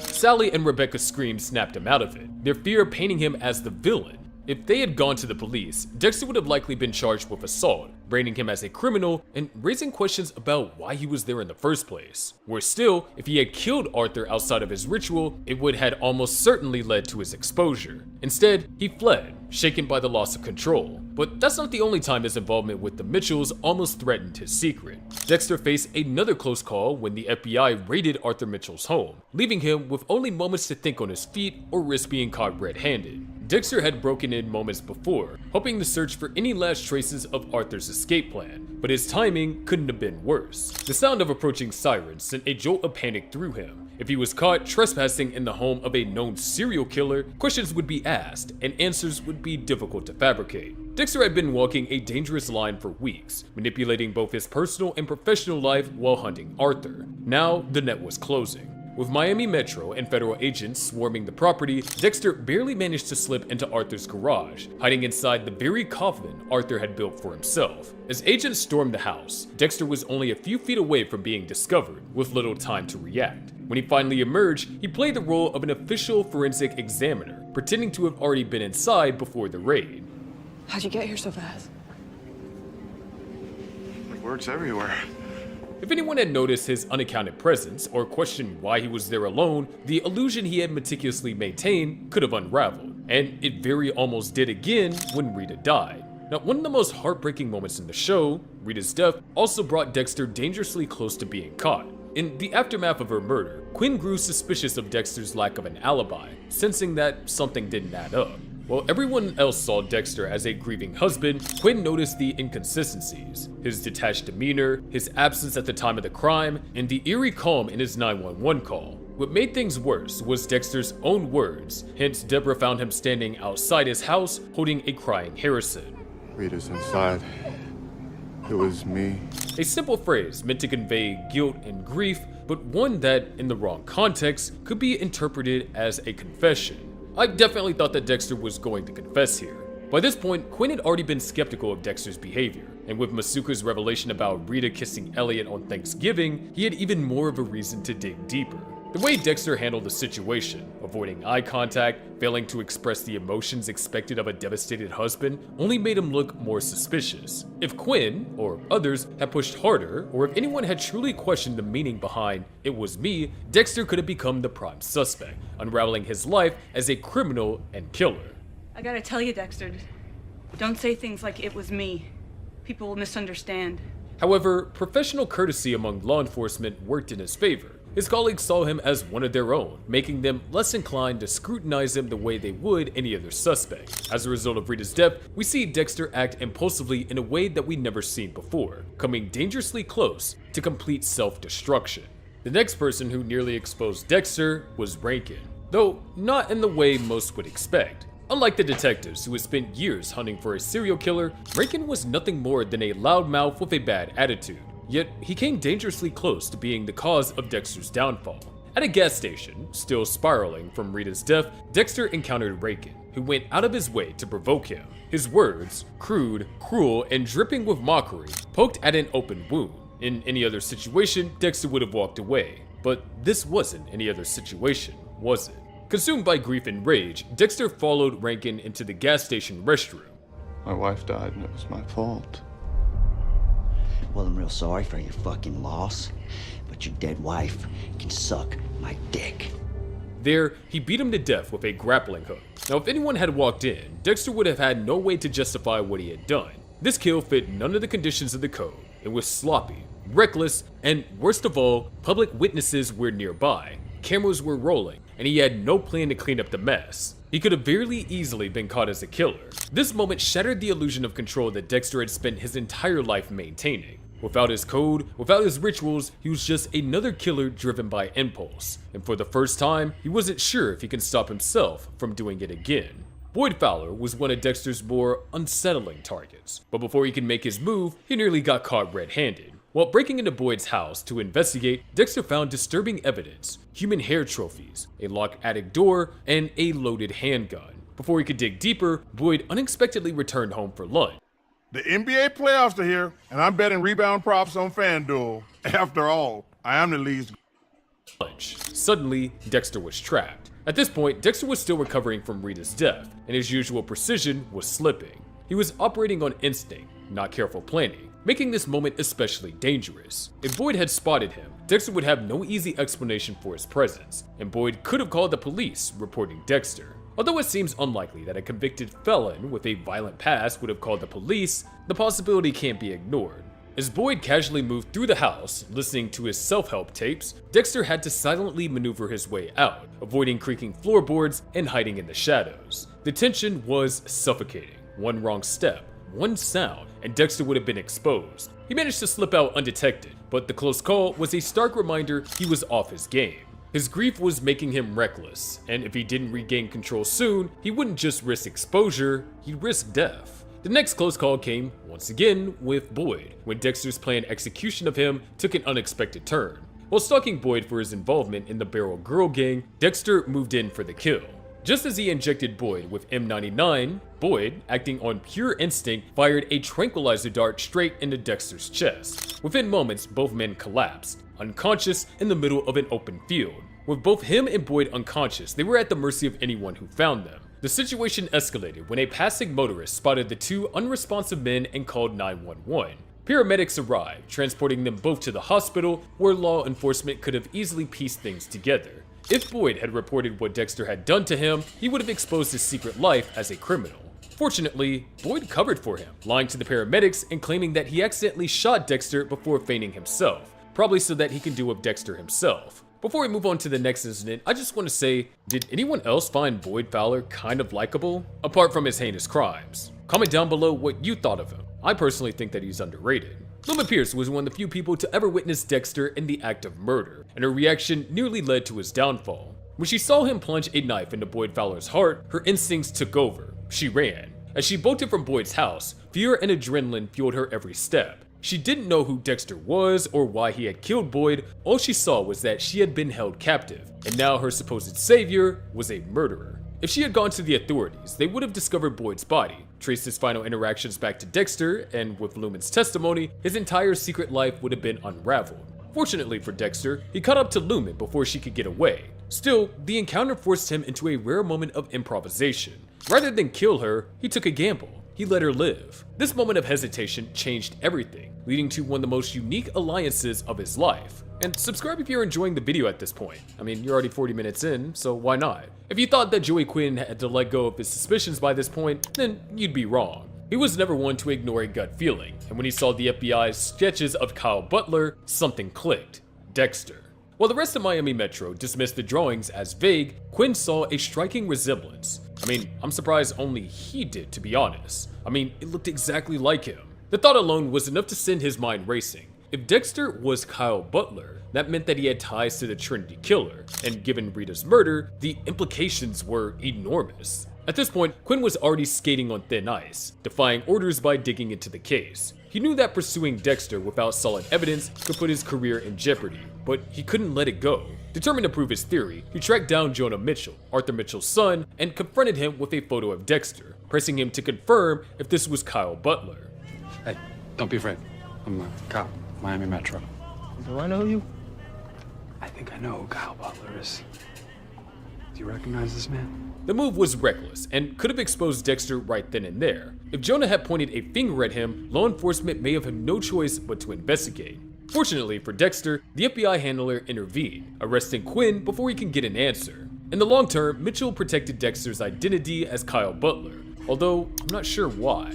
Though Quinn was suspended for his actions, I do think that it would have been interesting if he knew for certain that Dexter was Kyle Butler. In the long term, he hired Liddy because of his suspicions, but we'll get onto that soon. Dexter's near downfall with Lance Robinson was a perfect example of how one misstep could have unraveled his double life. Lance was a predator who lured unsuspecting men into deadly encounters, making him an ideal target for Dexter. With a carefully staged online ad and an RV set up for the kill, Dexter expected the night to go as planned. But just as he wrapped up his ritual, everything spiraled out of control. A desperate call from Lumen, asking help with Dan Mendel, forced Dexter to abandon the scene, leaving an unconscious Lance locked in his trunk. Dexter raced across the city to help her, unaware that his night was far from over. While trying to contain Lumen's crisis, his situation took a dangerous turn. Lance woke up. By the time Dexter returned to his car, his would-be victim had escaped, sprinting towards freedom at the same time Miami Metro arrived at the scene. Had Dexter not caught Lance, strangled him in a last-minute scramble, Lance would have ran right into the arms of Miami Metro, ready to tell them all about Dexter's ritualistic tendencies. Dexter ultimately staged a double homicide with Dan Mendel and Lance Robinson, so bizarre that even Miami Metro dismissed it without suspicion, and Masuka was just being his usual weird self. Thanks to Masuka's keen expertise, Deborah will be able to close this case. Evidence will go into a banker's box and be filed away, eventually transferred to a storage facility in Bradenton. Stan Liddy came dangerously close to exposing Dexter's double life when he photographed him and Lumen dumping black trash bags into the ocean. By this point, Liddy's obsession with Dexter had reached a boiling point. Tasked with investigating him by Quinn, he had been gathering intel for weeks, but this was his first real breakthrough. Solid visual evidence of Dexter engaging in highly suspicious activity. Dexter, unaware that he was being watched, believed he was disposing of Cole Harmon's remains under the cover of darkness. But as he and Lumen carried out their task, Liddy captured every move with a telephoto lens, collecting the kind of incriminating evidence that could dismantle Dexter's carefully constructed life. Had Liddy shared the photos with the department, it would have been the beginning of the end. Your boy Dexter Morgan is lady friend on his boat at 3 a.m. in the morning, and they are not fucking. What's in the bags?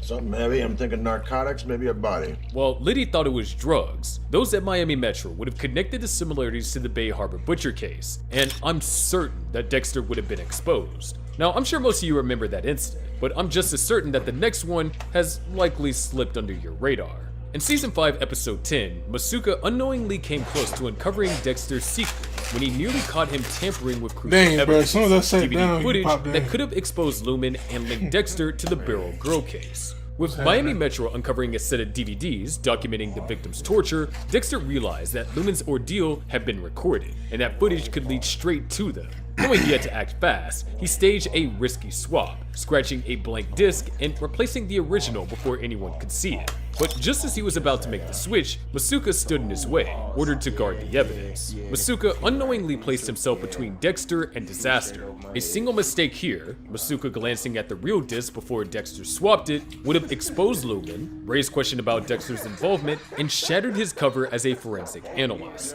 In a moment of pure improvisation, Dexter knocked over the entire stack of DVDs, using the distraction to pull off the switch. By the time Masuka recovered, Dexter had already placed the decoy disc, escaping suspicion yet again. This moment was a chilling reminder. His greatest enemy wasn't just the criminals he hunted, but the colleagues who trusted him. If Masuka had been paying just a little more attention, Dexter's secret life as the duo killer would have come crashing down. And he very almost did. In the season 5 finale, Deborah Morgan came closer than ever to uncovering Dexter's secret when she unknowingly confronted him and Lumen at the site of Jordan Chase's murder. After tracking the vigilantes responsible for the Barry killings, Deb arrived at the abandoned camp where she found Chase's lifeless body. But the real threat to Dexter wasn't the evidence, it was Deb herself, standing just feet away, gun drawn, demanding that the unknown figures behind a plastic sheet step into the light. For a tense moment, it seemed inevitable that Deb would uncover the truth. If she had taken just one more step, she would have seen her own brother, bloodied and standing beside Lumen, exposing him not just as an accomplice, but as a killer. But in an unexpected twist, Deb made a choice, one driven by justice, not law. In an hour, this place will be swarming with police. If I were you, I'd be gone by then.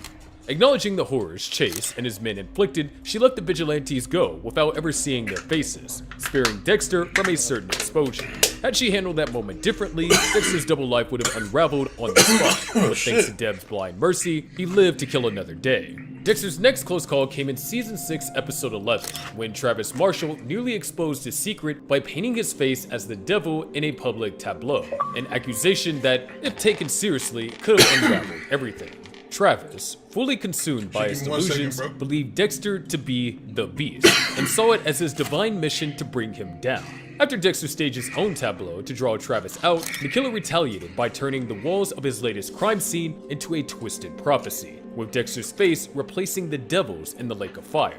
If Miami Metro had connected the image to Dexter, it could have raised dangerous questions about why a supposed serial killer was targeting him specifically, likely leading to his secret life being exposed. But, in a stroke of luck, Dexter arrived first at the scene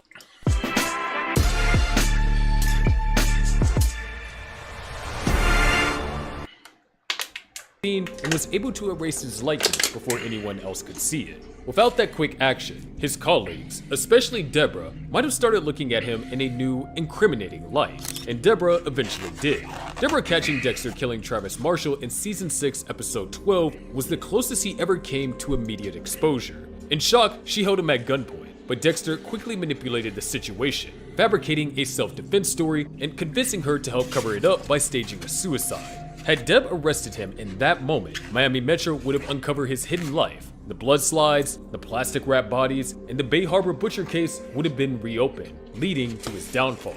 Even after covering for him, Deb couldn't shake her suspicions. By the next morning, she began connecting the dots. Travis's murder resembled the ice truck killer's methods, and her memories of being strapped to a table resurfaced. When she found Dexter's kill tools and blood slides, the truth was undeniable. She strongly considered turning him in, knowing it was the only way to stop him. Had she done so, Dexter's arrest would have triggered a full-scale investigation, exposing years of murders. But her love, fear, and denial kept her from pulling the trigger, for now, allowing Dexter to remain free, though his life was now hanging by a thread, especially as Deb and Dexter had done a sloppy job of cleaning up the Travis Marshall crime scene. A single overlooked detail nearly exposed Dexter's hidden life, the small pieces of plastic wrap left on Travis Marshall's toe. After staging Travis's death as a ritual suicide and setting the church on fire, Dexter arrived at the crime scene, fully expecting his deception to hold. Miami Metro quickly ruled it a suicide, but as Vince Masuka examined the body, Dexter spotted the damning evidence, a fragment of plastic still clinging to Travis's toe.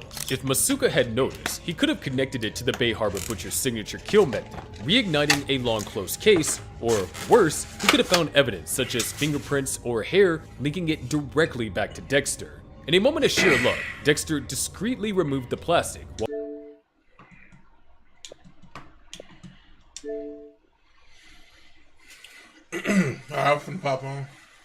Hold on. I'm about to send a different light. Good dude. Gotta watch what I say around niggas. Nah, you just gotta watch yourself. Or, you know, something else will pop up. You know, you never know.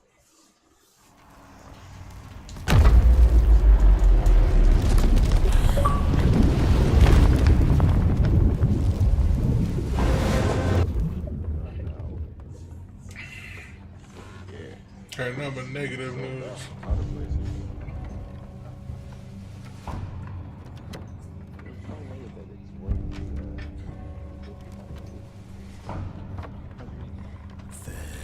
It's probably really good, bro.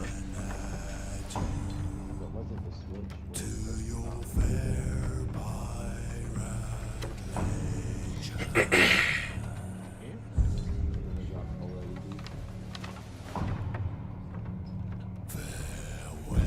All I know is I just bought a Switch and they got a second one out, so I'm still pissed about that. I've had it for years. You bought a PS5, though. You bought it a little bit later. Like, it's been out for a couple of years. I didn't know that.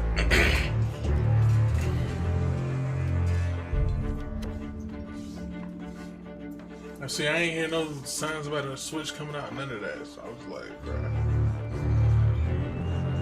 Yeah, you know what I mean? Like, if I knew a Switch 2 was coming, I wouldn't have bought it. This shit came out 2 months after I got my Switch. The announcement. So, like,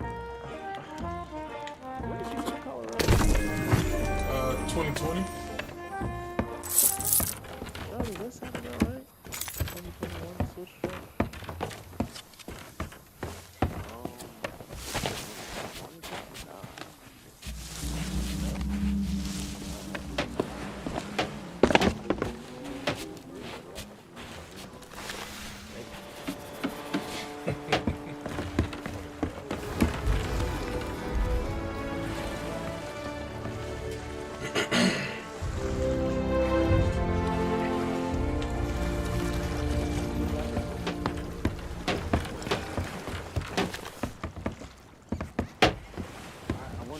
What do you need?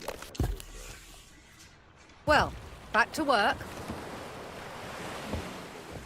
I mean, it was pretty. I ain't gonna say what, but it was pretty. It out For it to have Breath of the Wild, game of the year game for a minute, yeah. Like, I want to say it's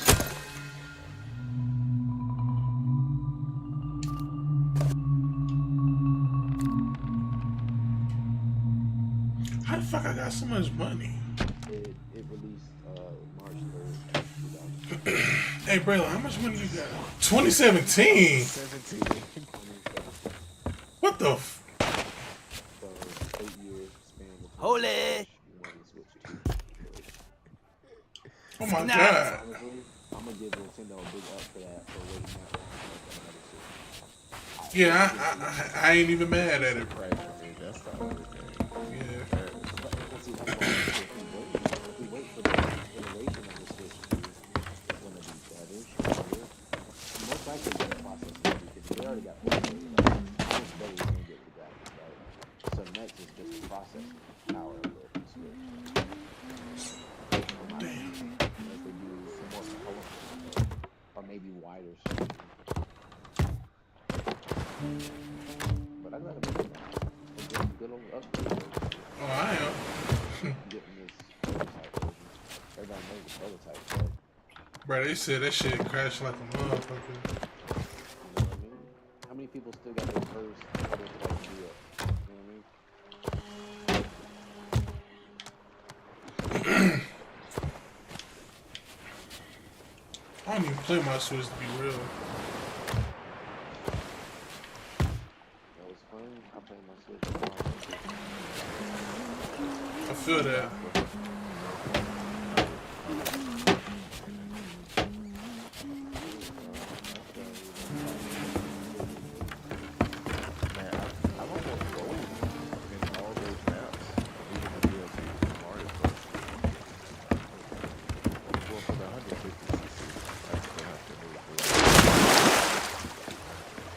I haven't even touched Mario Kart since I bought it. I know. We going already?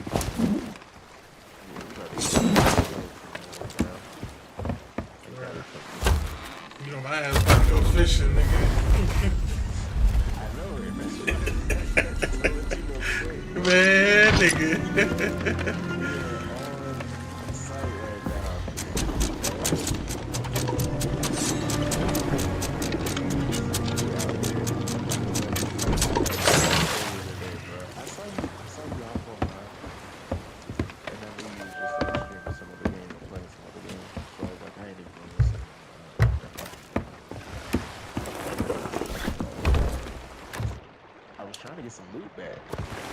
Oh, well, you should have hit me up. I could have quit the game like I helped you, nigga.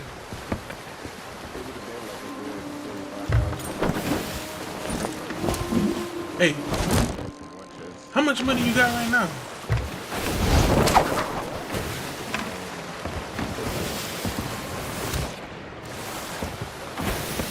I ain't even trying to brag. I don't know how I got 295K.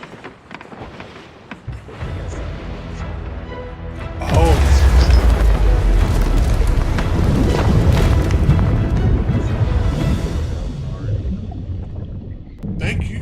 Damn. You hopping on, Flea?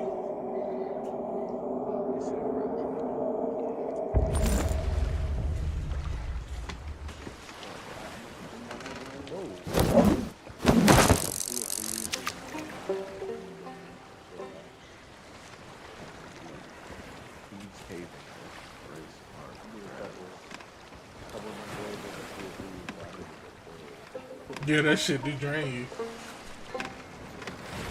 I hopped out the game, went straight to sleep, bro.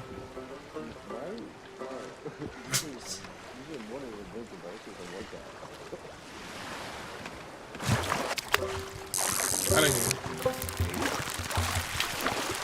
He's saving.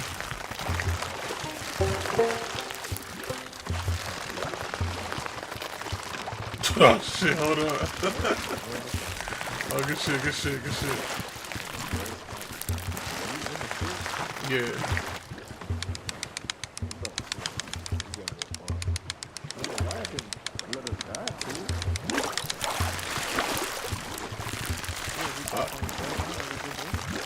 Oh, so I thought we did down to it.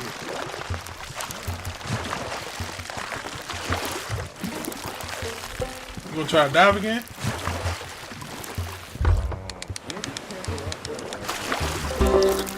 Yeah, I just caught a fish.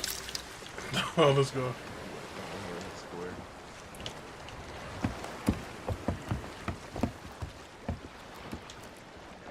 It says vote to cancel voyage. Oh. Alright, bet.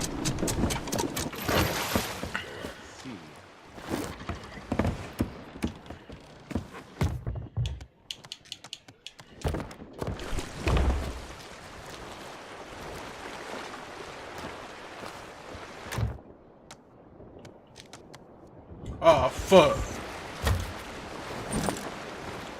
I lost my fish.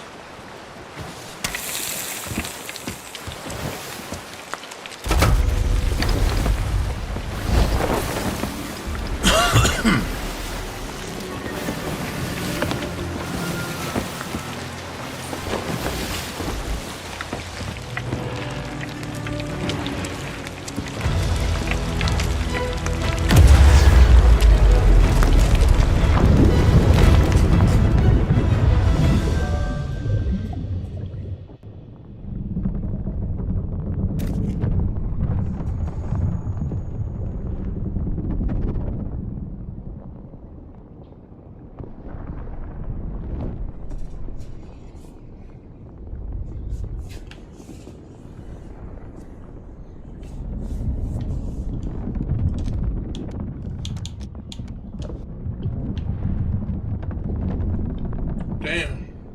Shit kind of fucking with my ears. Oh, you're underwater, brother.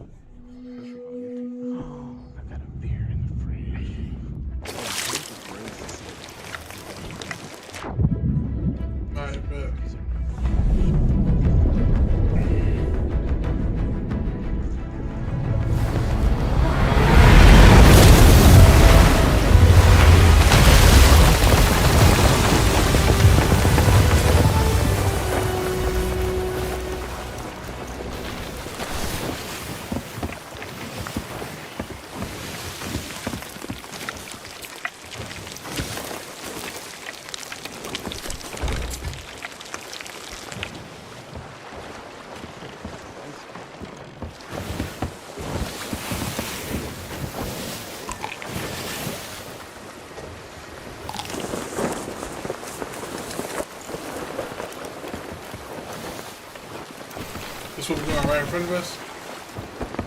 Yeah, we're going to the other side.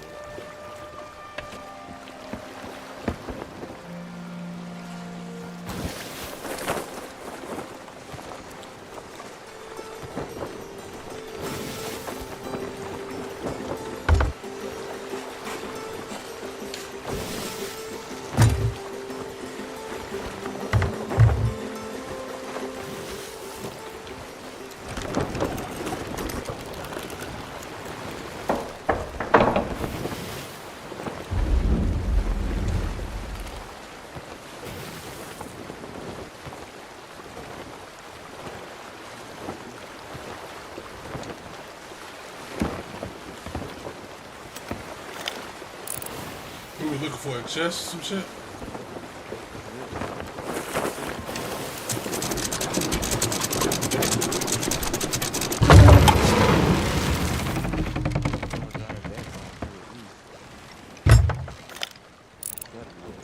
Oh, wait. Hold on.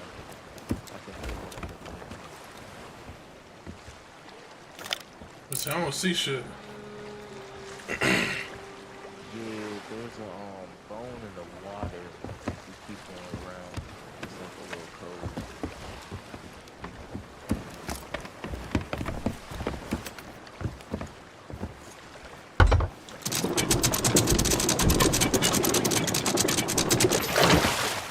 It's so quick to raise.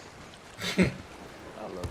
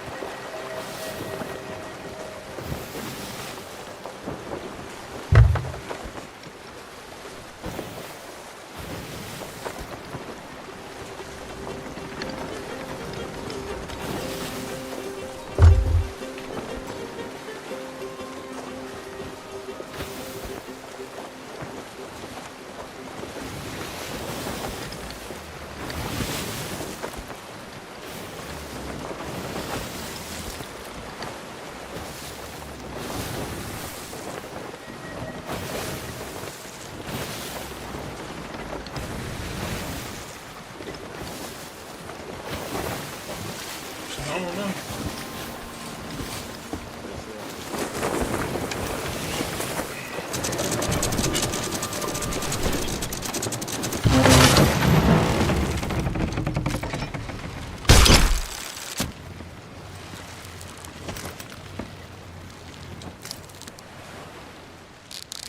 Got some food for one. No biggie.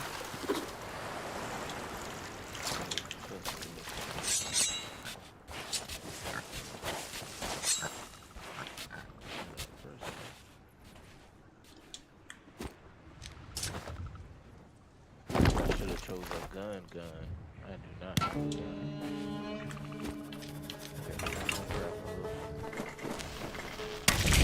Oh no, it's good. Oh, yep, they over here. I'm on the way.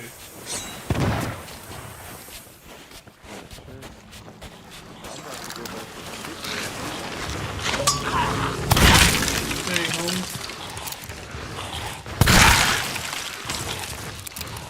It's a lot of motherfuckers. Yeah.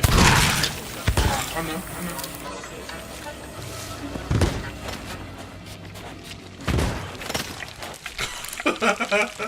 Yeah, nah, I ain't a dickhead now. Your man has done it like twice.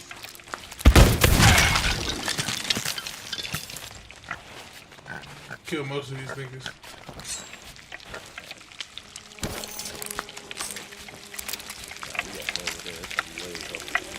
This is bad. Hell nah. Yeah.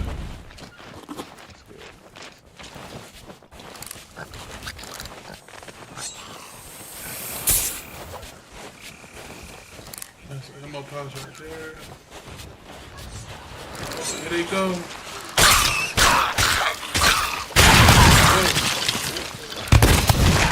Got him over. I shot him, but I ain't shoot barrel. That man is kind of far.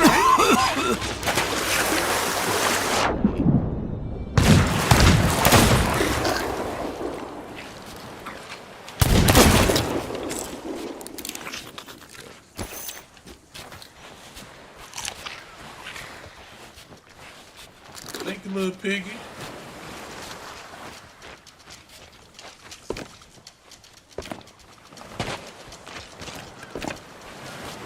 Oh, they back here. Let's go, nigga.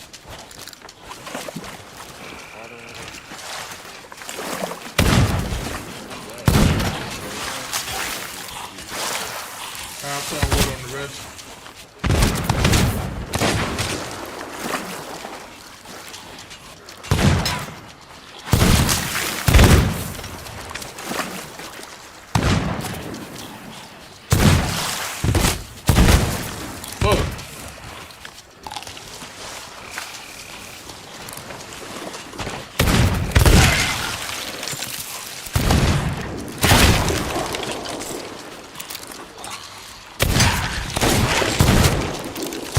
That one didn't get what on him.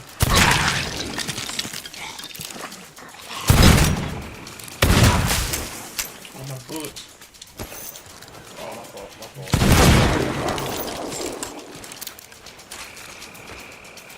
Bitch, damn, close your mouth.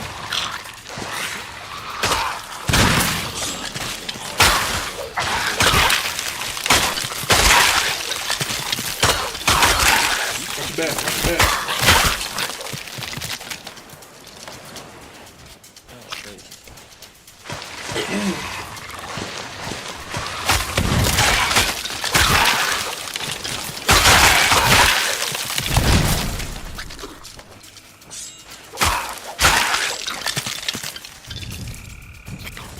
We gotta save her, or she just here?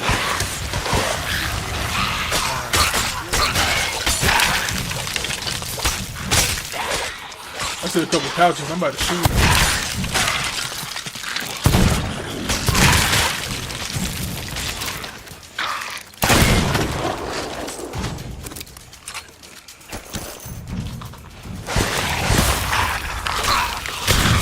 I like these niggas.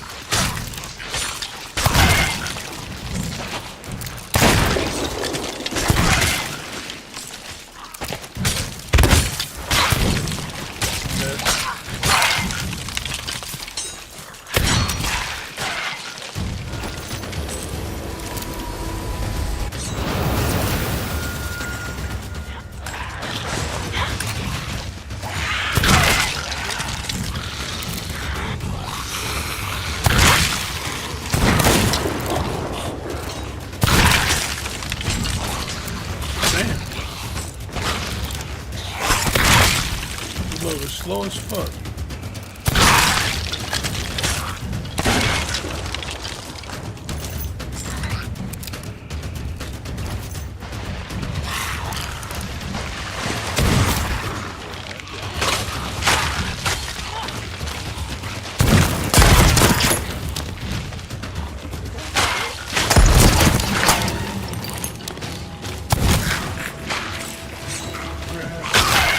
Nigga hit a banana right in front of me, bro.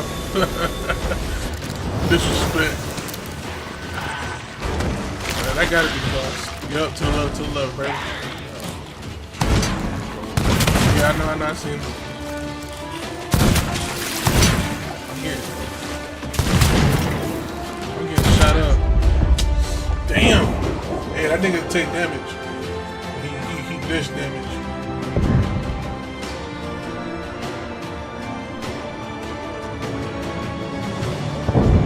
I'm dead.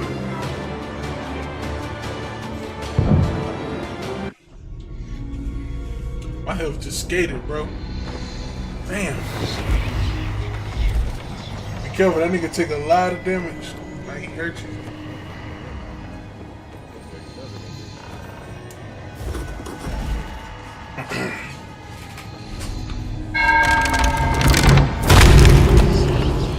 Come back now.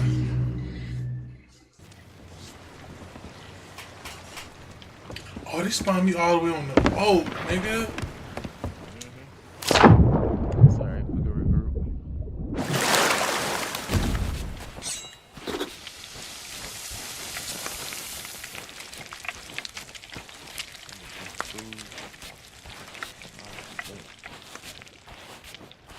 Should have stopped that.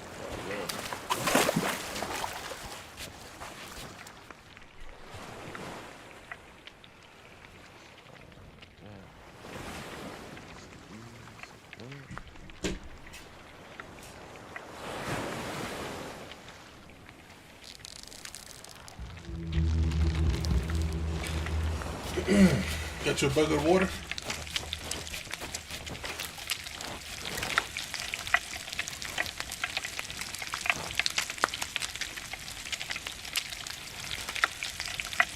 Check with your telescope.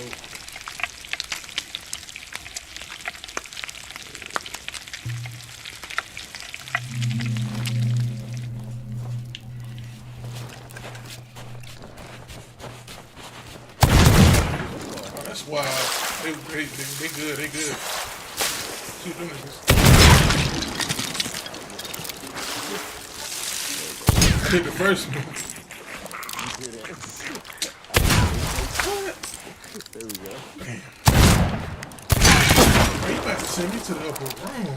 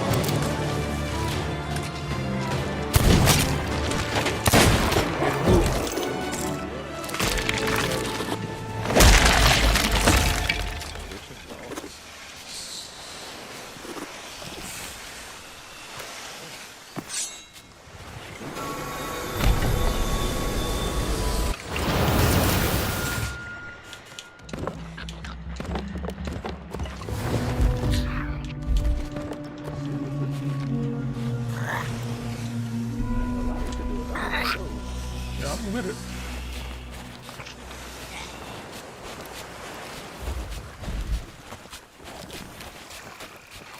Got stuck on some more food, bro.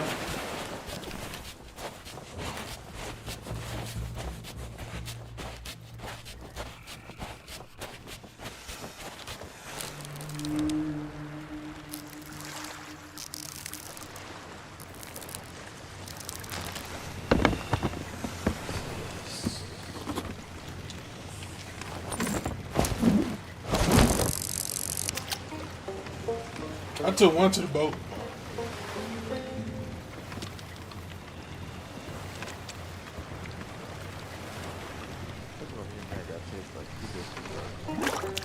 Oh, for real?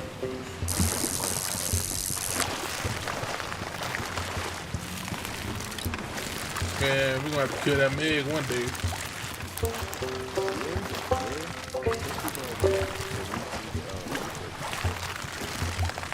Oh, hell yeah.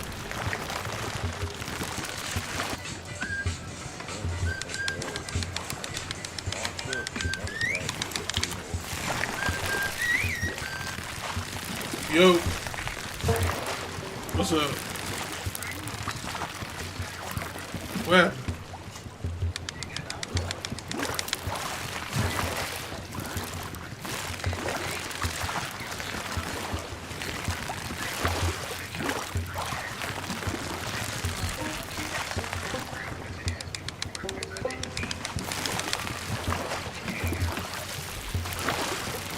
Holy shit, somebody recorded you? They letting you dispute it?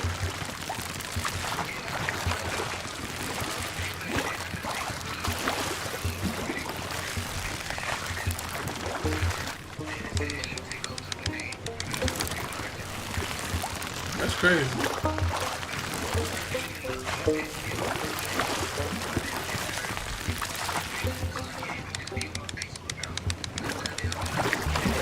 Oh, damn.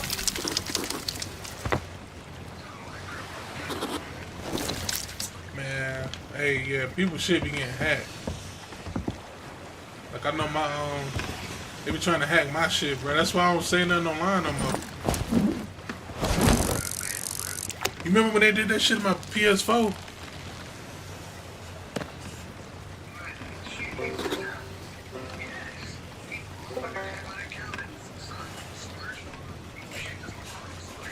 Oh, they did do that shit to you too. I remember that. Yeah.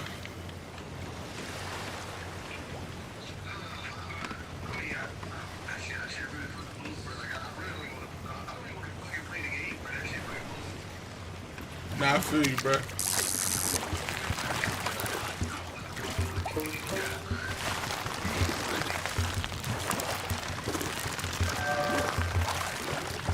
Hopefully them niggas don't be like Call of Duty. They'll let you appeal.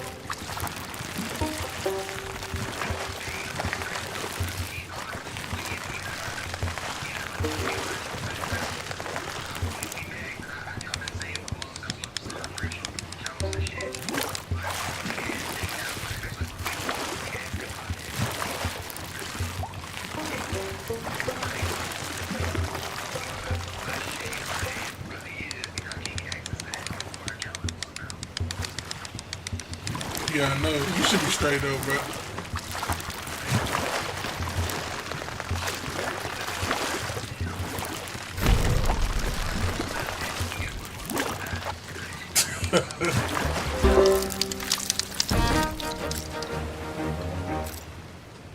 Nah, that's ass though, for real. Yeah.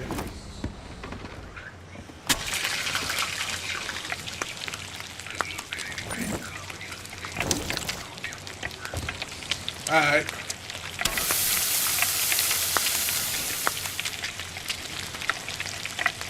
Damn, I got my nigga Jalen.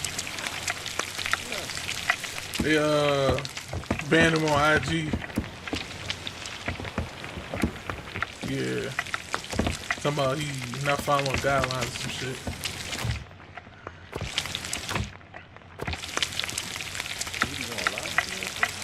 Nah, he be chilling. Probably got his shit hacked or something.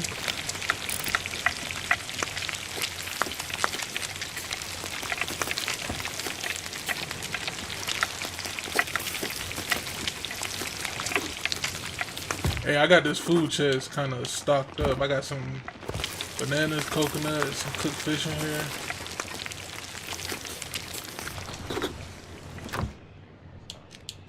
Yeah, I know. Shit, while you doing that, you know what I'm doing.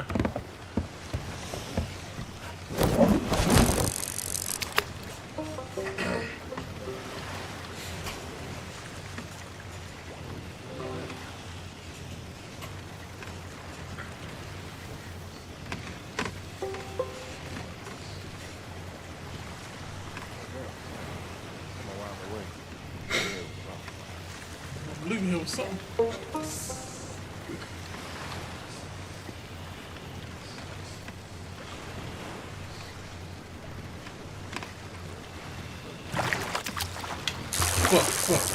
Fuck.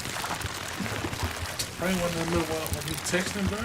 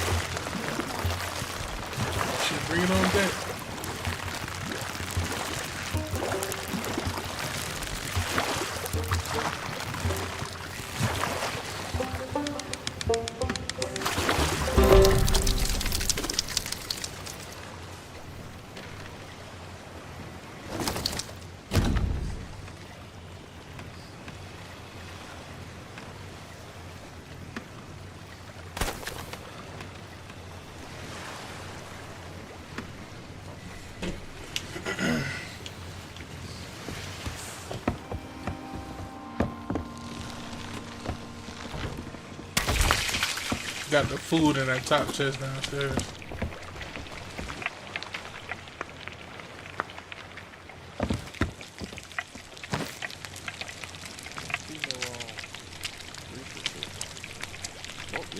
Well, I see two of them motherfuckers. You both putting us in this shit with two niggas. Oh.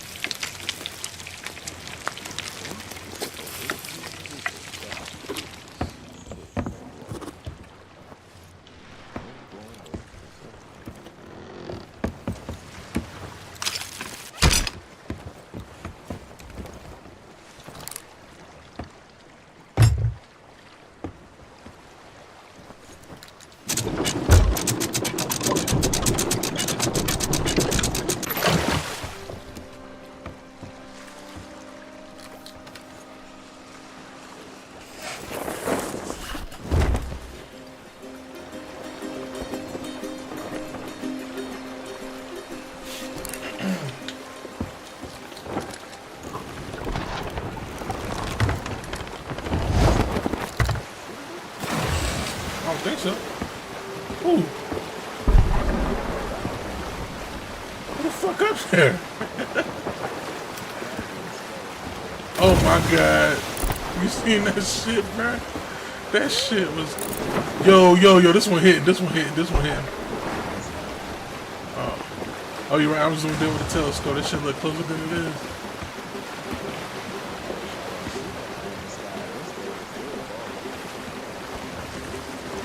Bro, you gone, bro. Leave it alone. I don't even want to ask why they ain't shoot at us when we pull it up.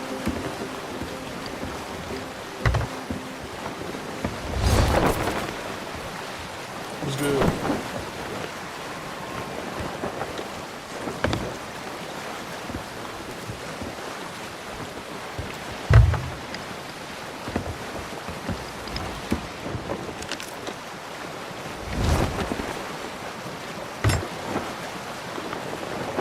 Fuck. What you doing?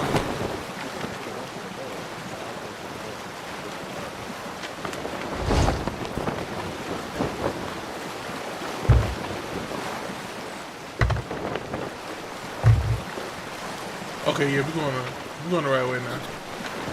We're going straight.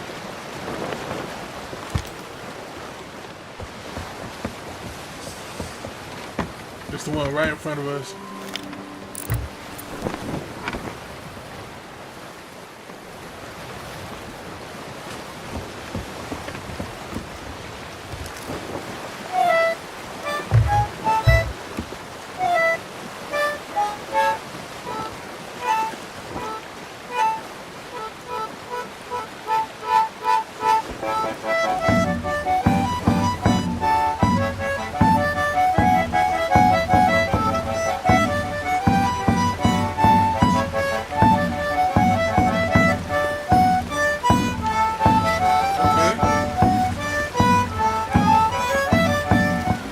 Shit, my bad. Oh, I got some cooking. Okay, we good.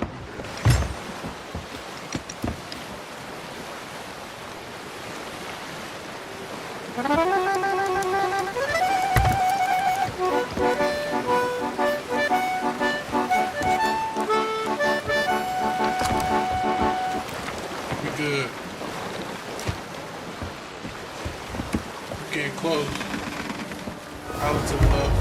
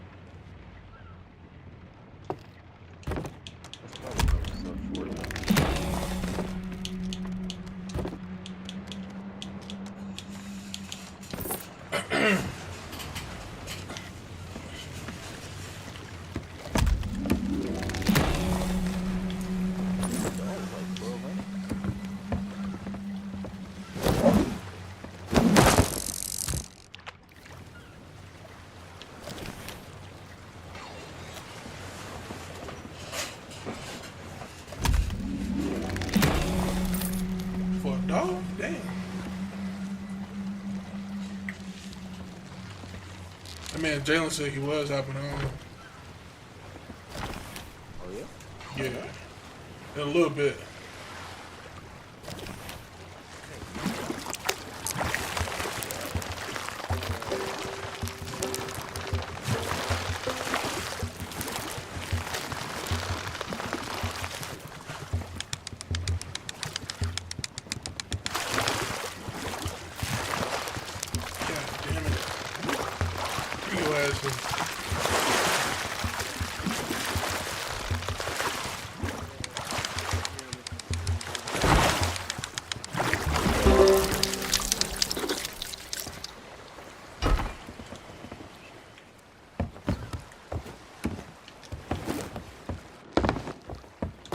Probably just sending a whole bunch of messages to people to my, hey, get rich quick with me. Just give me some money.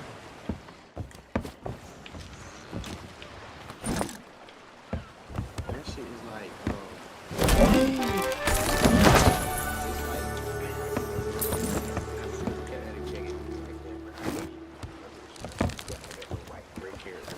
as your profile picture in the same Instagram user. Nigga, I just threw a fish back in the pond, bro.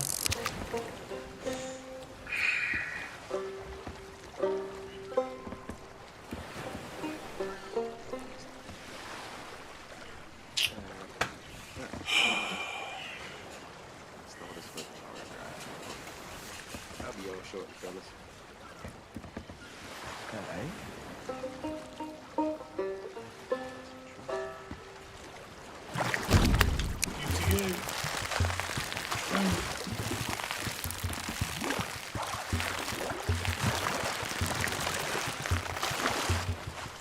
Look your ass up. You the one that got back in the fucking city.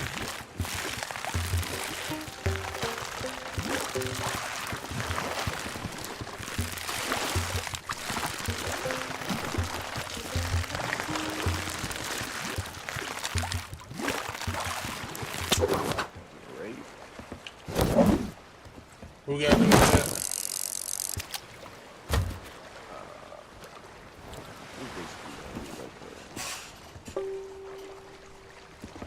Is it against one ship? We go to a place and then we do a little puzzle, get some money, and then get a big ship.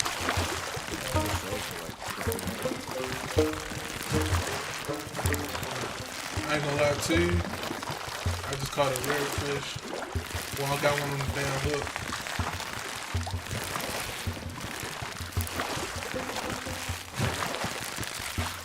Oh my god.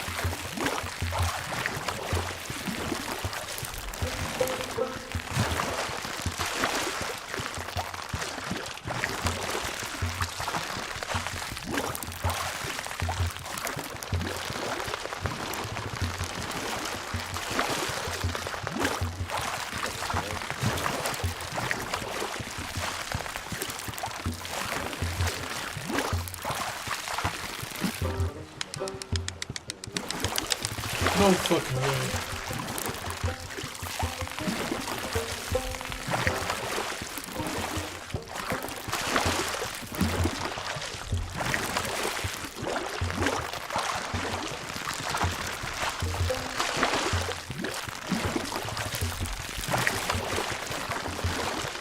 This motherfucker right here. Got it. Fucking got it. This motherfucker. God damn. Alright. No, we good, bro. Fuck. My bad, bro. My bad.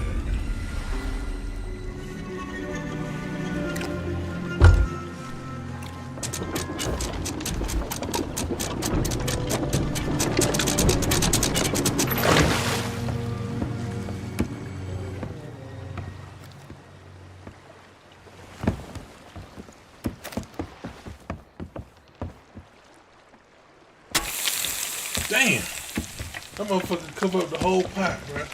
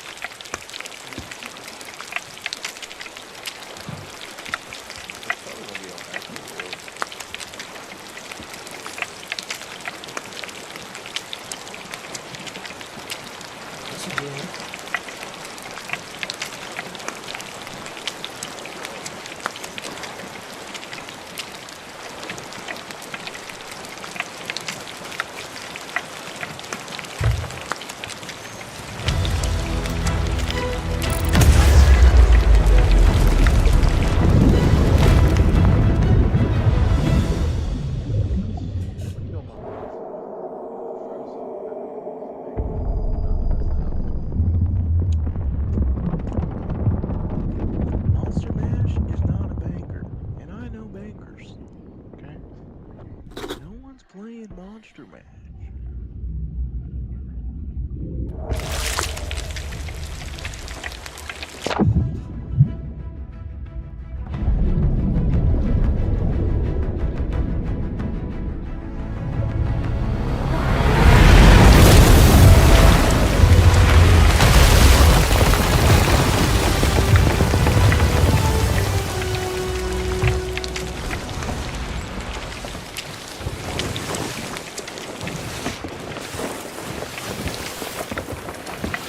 This will be later? Oh, you're already ready to sell.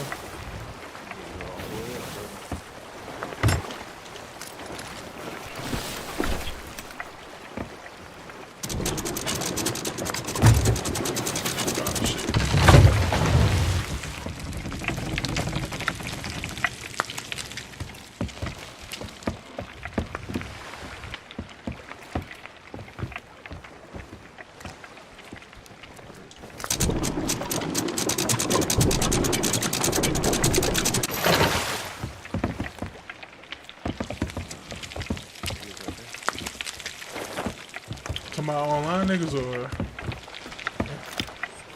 you can see them niggas.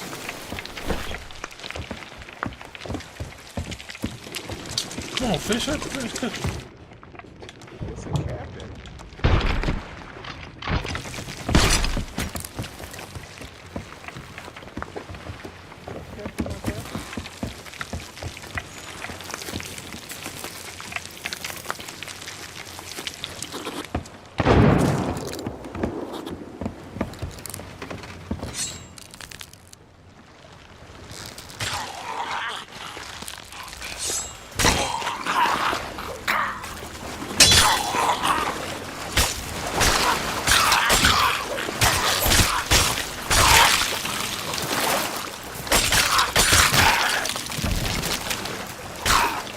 Cat dead. Took him to the skull. Yeah, I took him from the boat.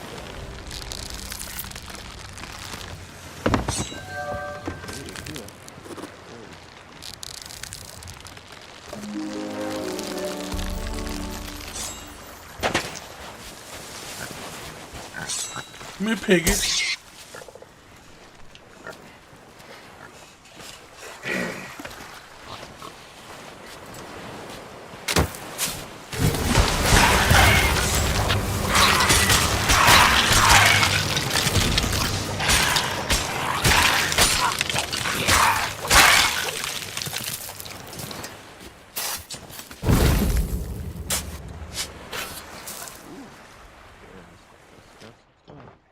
Oh, damn.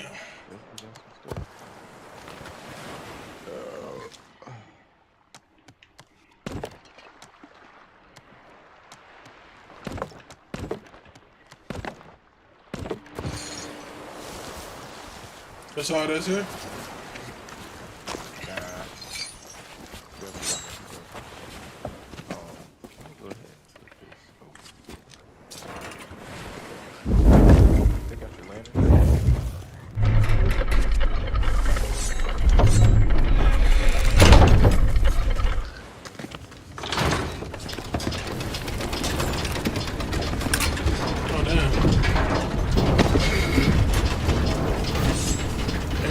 Fucking elevator. I just see me walk all this shit, man.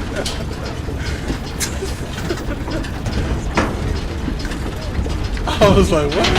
Nah, rollway jack. This next part. Very easy.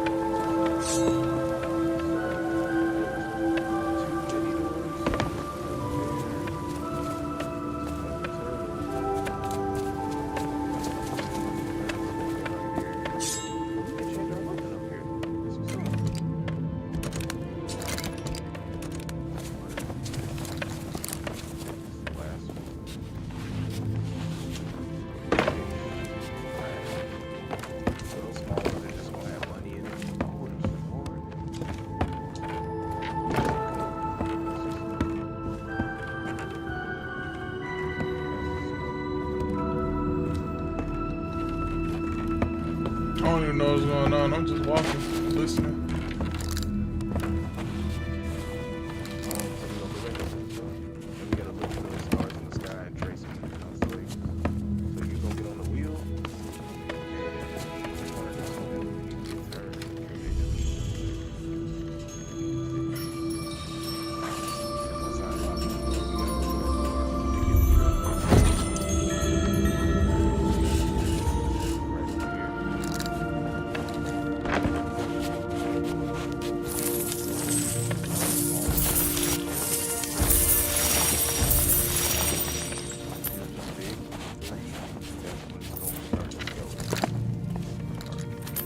Turn as well.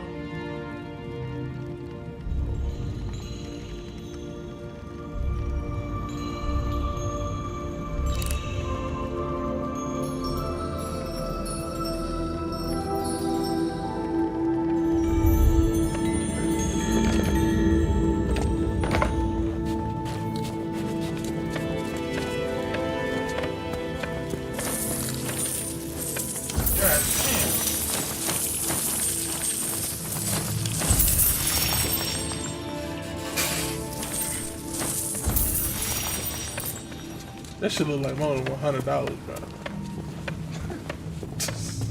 That shit kinda make me mad.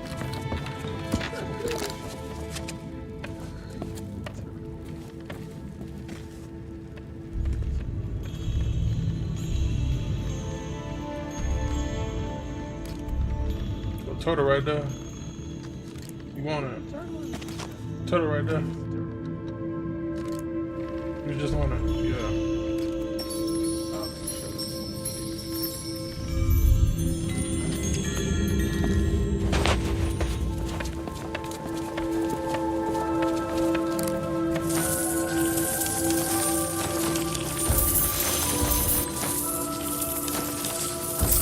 Man, goddamn.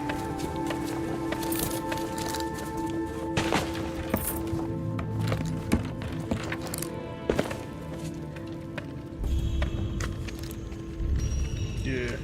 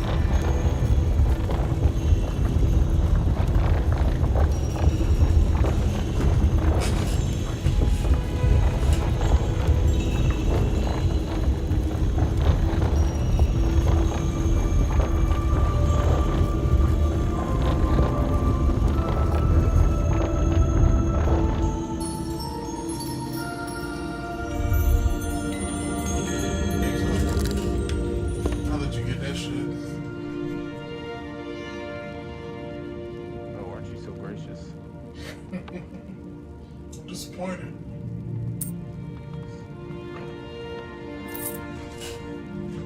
Look at that, look at that, look at that.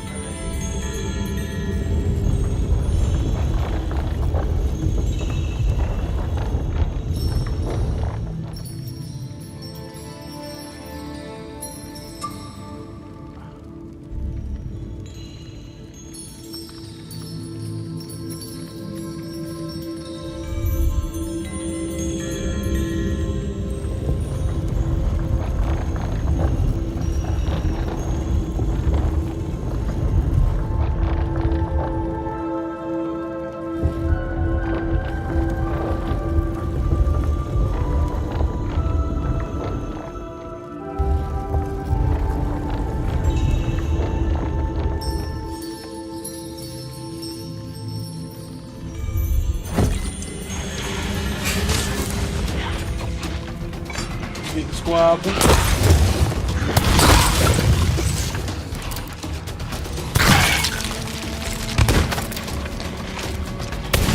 Damn.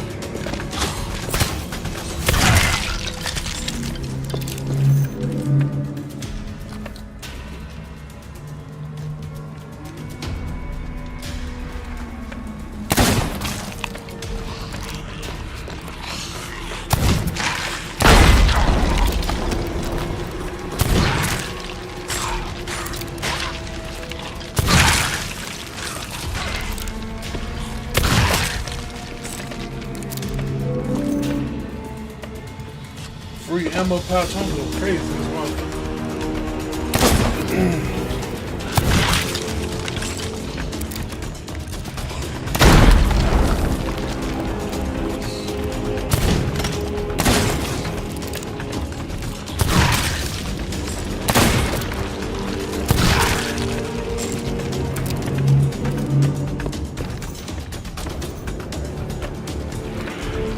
Nice.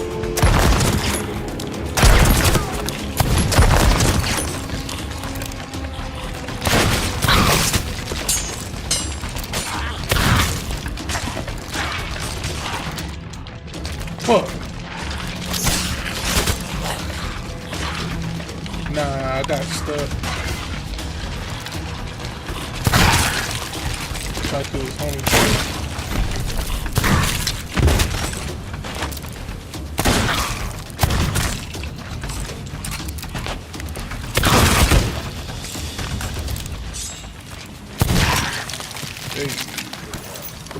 Appreciate it.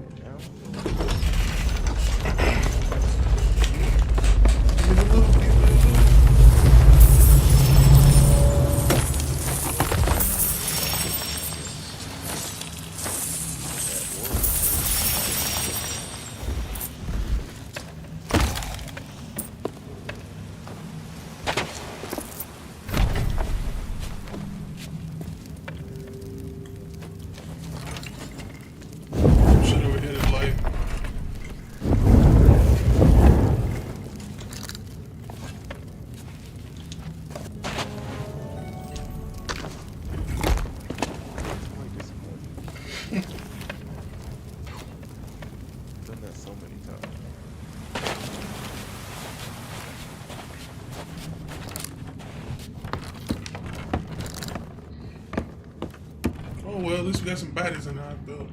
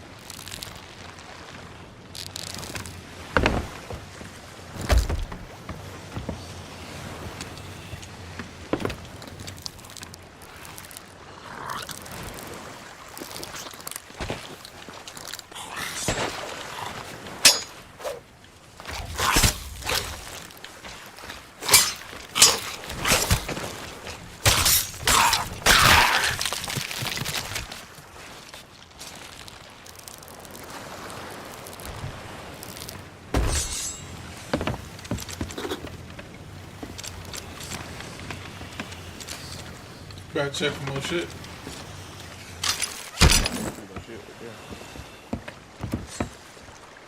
Alright, can we ride in Fleet, man, or we gotta wait till we finish? We gotta sell and get out of this lobby. Okay, good.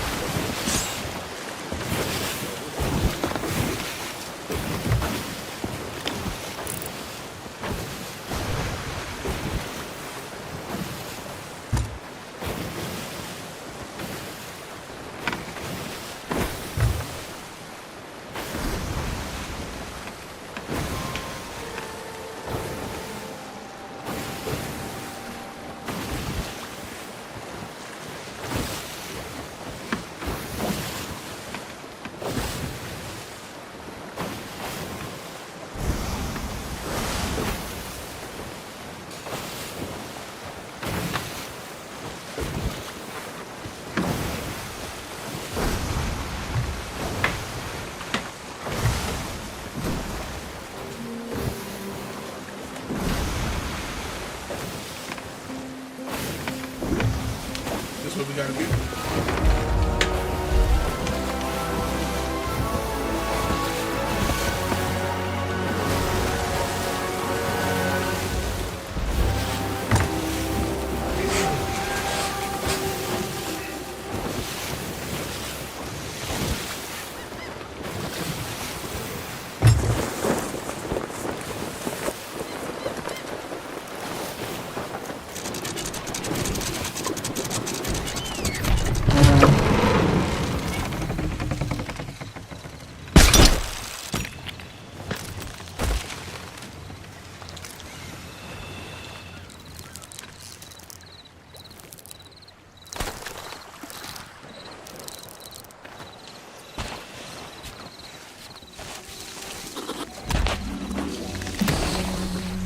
Damn.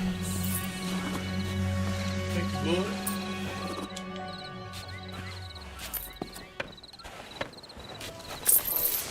Oh my God.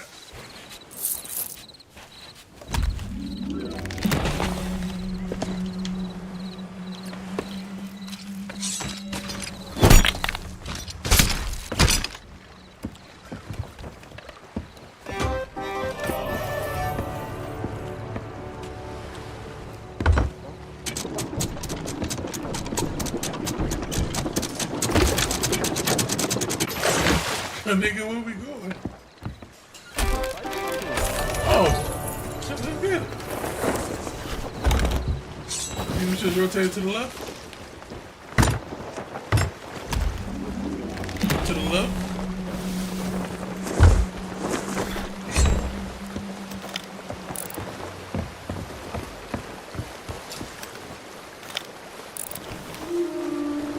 And they do.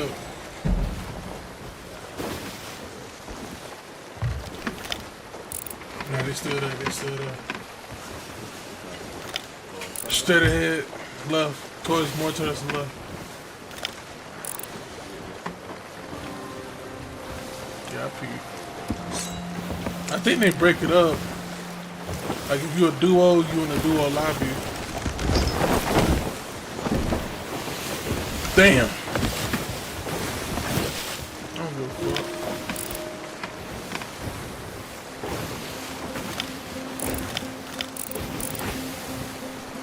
I should hop on mouse and keyboard, so that way I got a sensitivity advantage.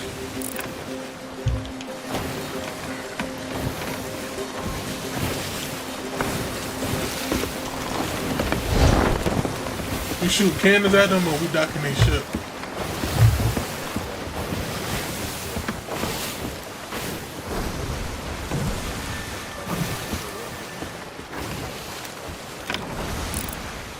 They're still there. I'm probably like, dude, you see that shield cover?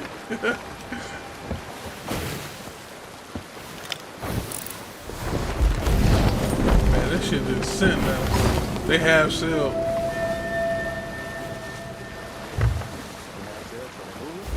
Nah, they ain't moving. Is that them niggas right? Nah, them just go. Right there? Alright, bet. I'm about to say, those look like skulls. We getting close, bro. We getting close.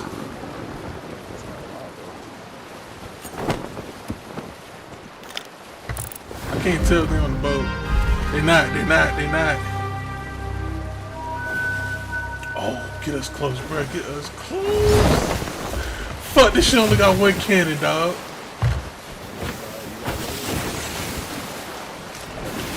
Loading now.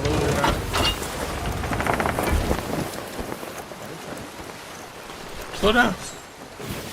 Oh, they on there. Yeah.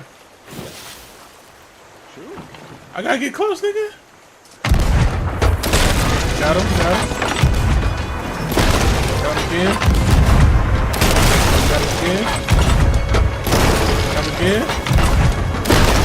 Got him again.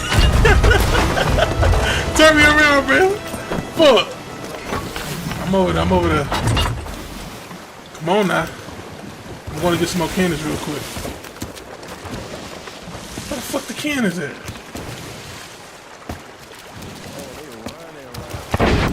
Oh nah. Turn this bitch around. Nah. I got 2 cannons left, bro.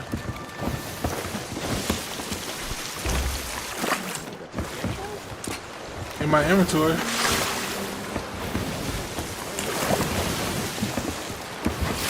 Oh, what's up here with us? Alright. Turn on them niggas.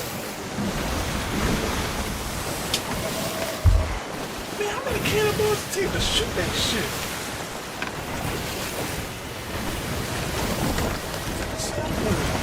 Ain't up in there. Look at him.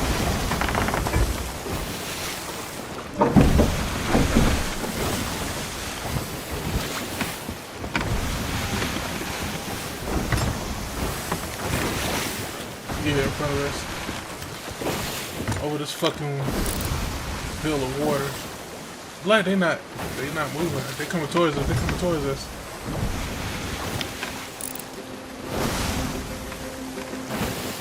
Swing it left. Swing it left. Swing it left.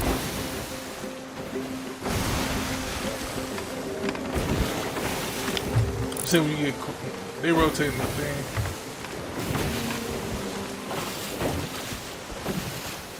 They all repaired. You get hit?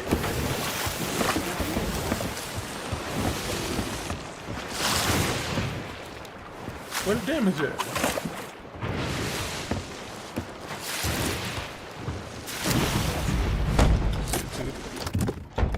That's a trinket. What's up here? Alright. Look like he's sliding. They sliding, bruh.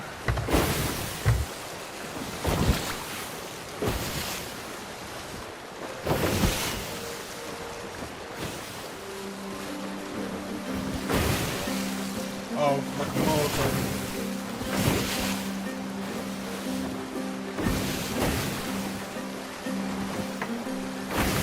Damn, they pussy.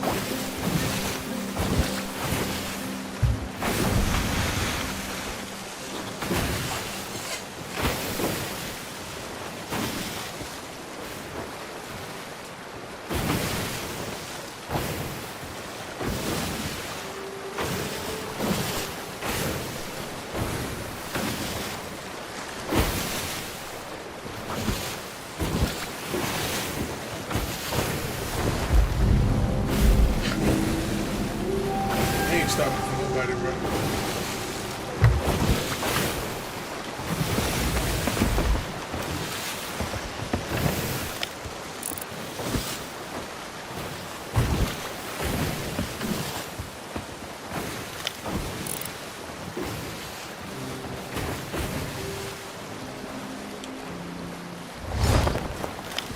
I'm just looking at them niggas.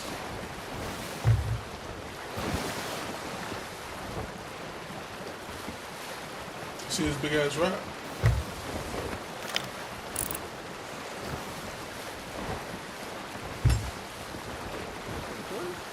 Now this lady going around the rock on the other side. Yeah.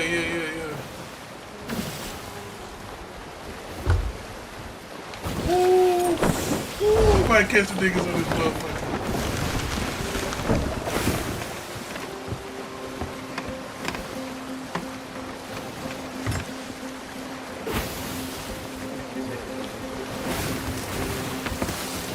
Angle or the long one.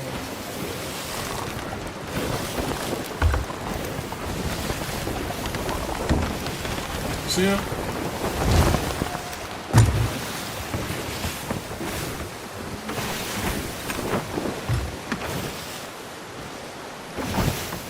Got an island in front of us.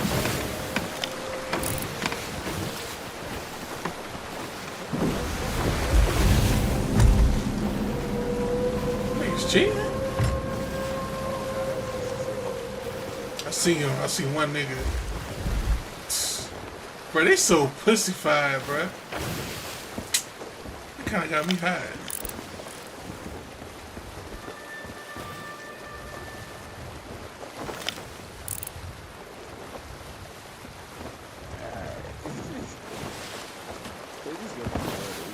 Yeah, I'm good.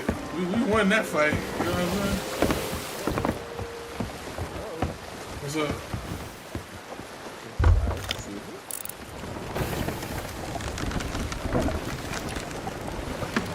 Nah, they still running.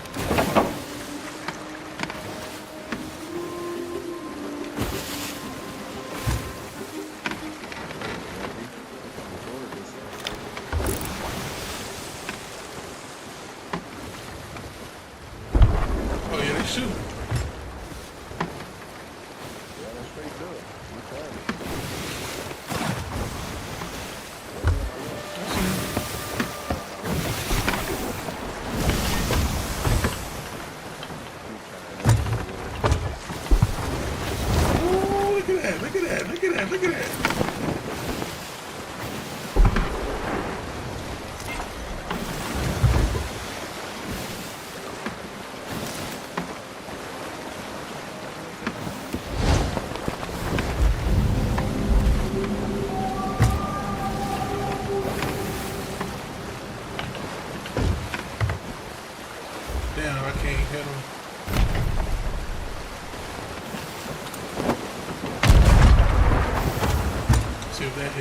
hit. That's gonna hit. Oh, that shit didn't hit. It's close though.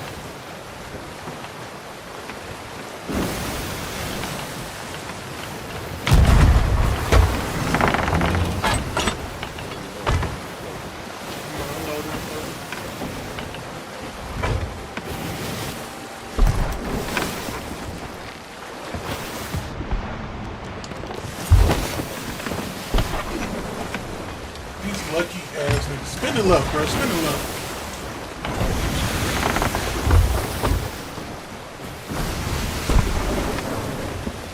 Oh shit! Oh my god, that's it. Bro, there's a can not on them, bro. There we go. Oh, I crashed it. I crashed it.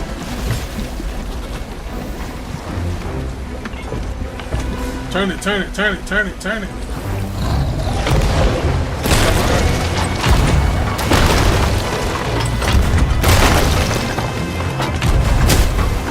Again.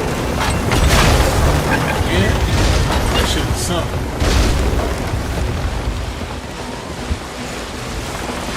Oh. He's got him. He's got him.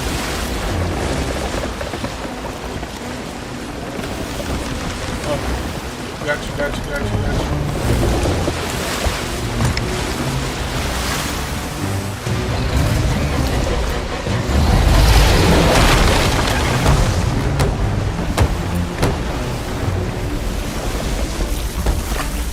Fuck.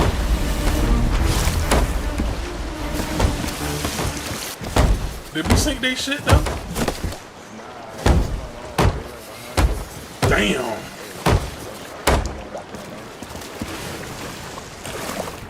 I thought it was so red we used this shit. I killed a couple of them niggas, man. Shit, let's go. We prepared.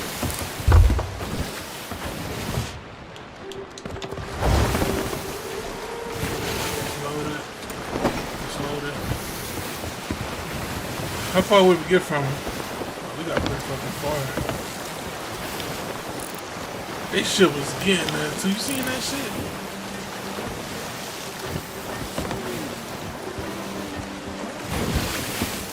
The shark was right on their tail, bro. I'm trying to figure that out.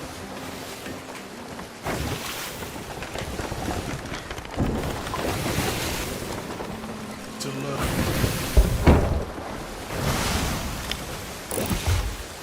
Nigga stuck at sea.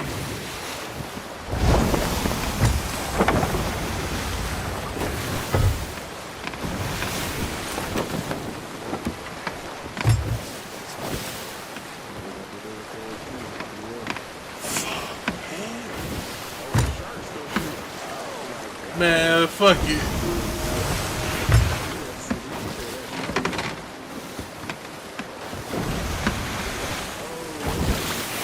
You see that, bro? I thought I was tweaking.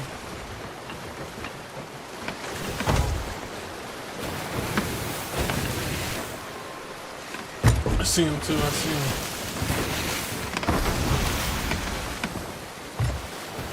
I don't think they repaired their ship.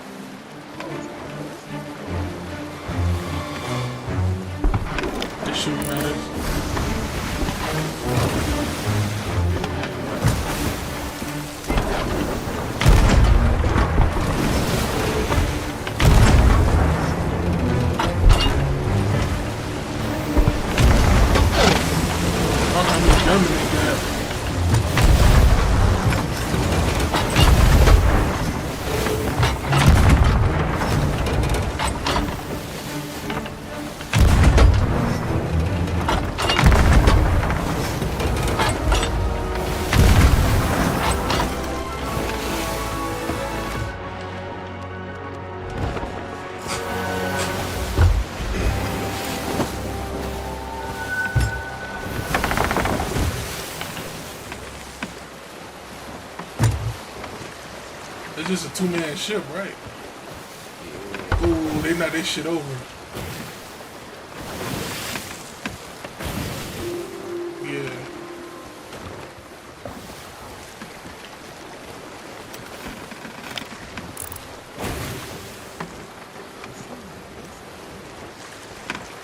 Let's see the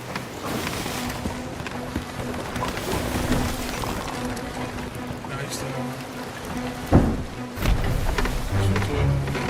Towards us.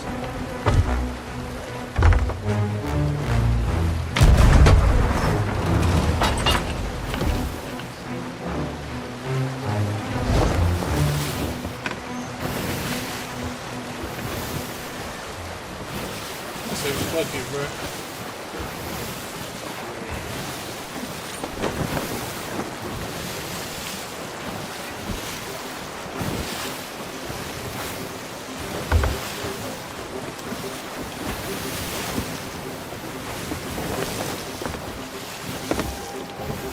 Yeah, they gone. They're done, dude.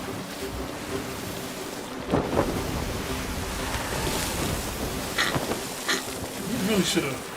I don't know, man. Fuck it. At least we ain't died. They should have died.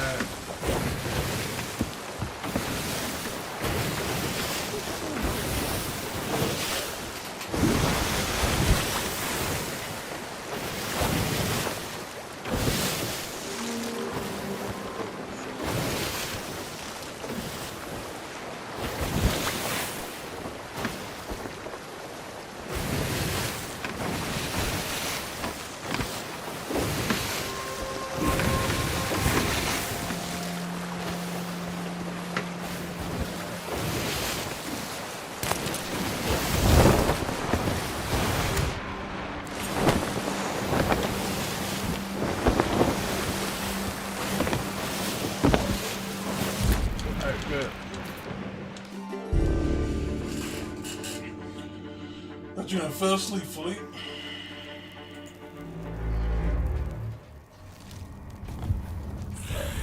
Kill y'all's lobby though. If y'all got a good thing going, we just to hop in for 1 or 2.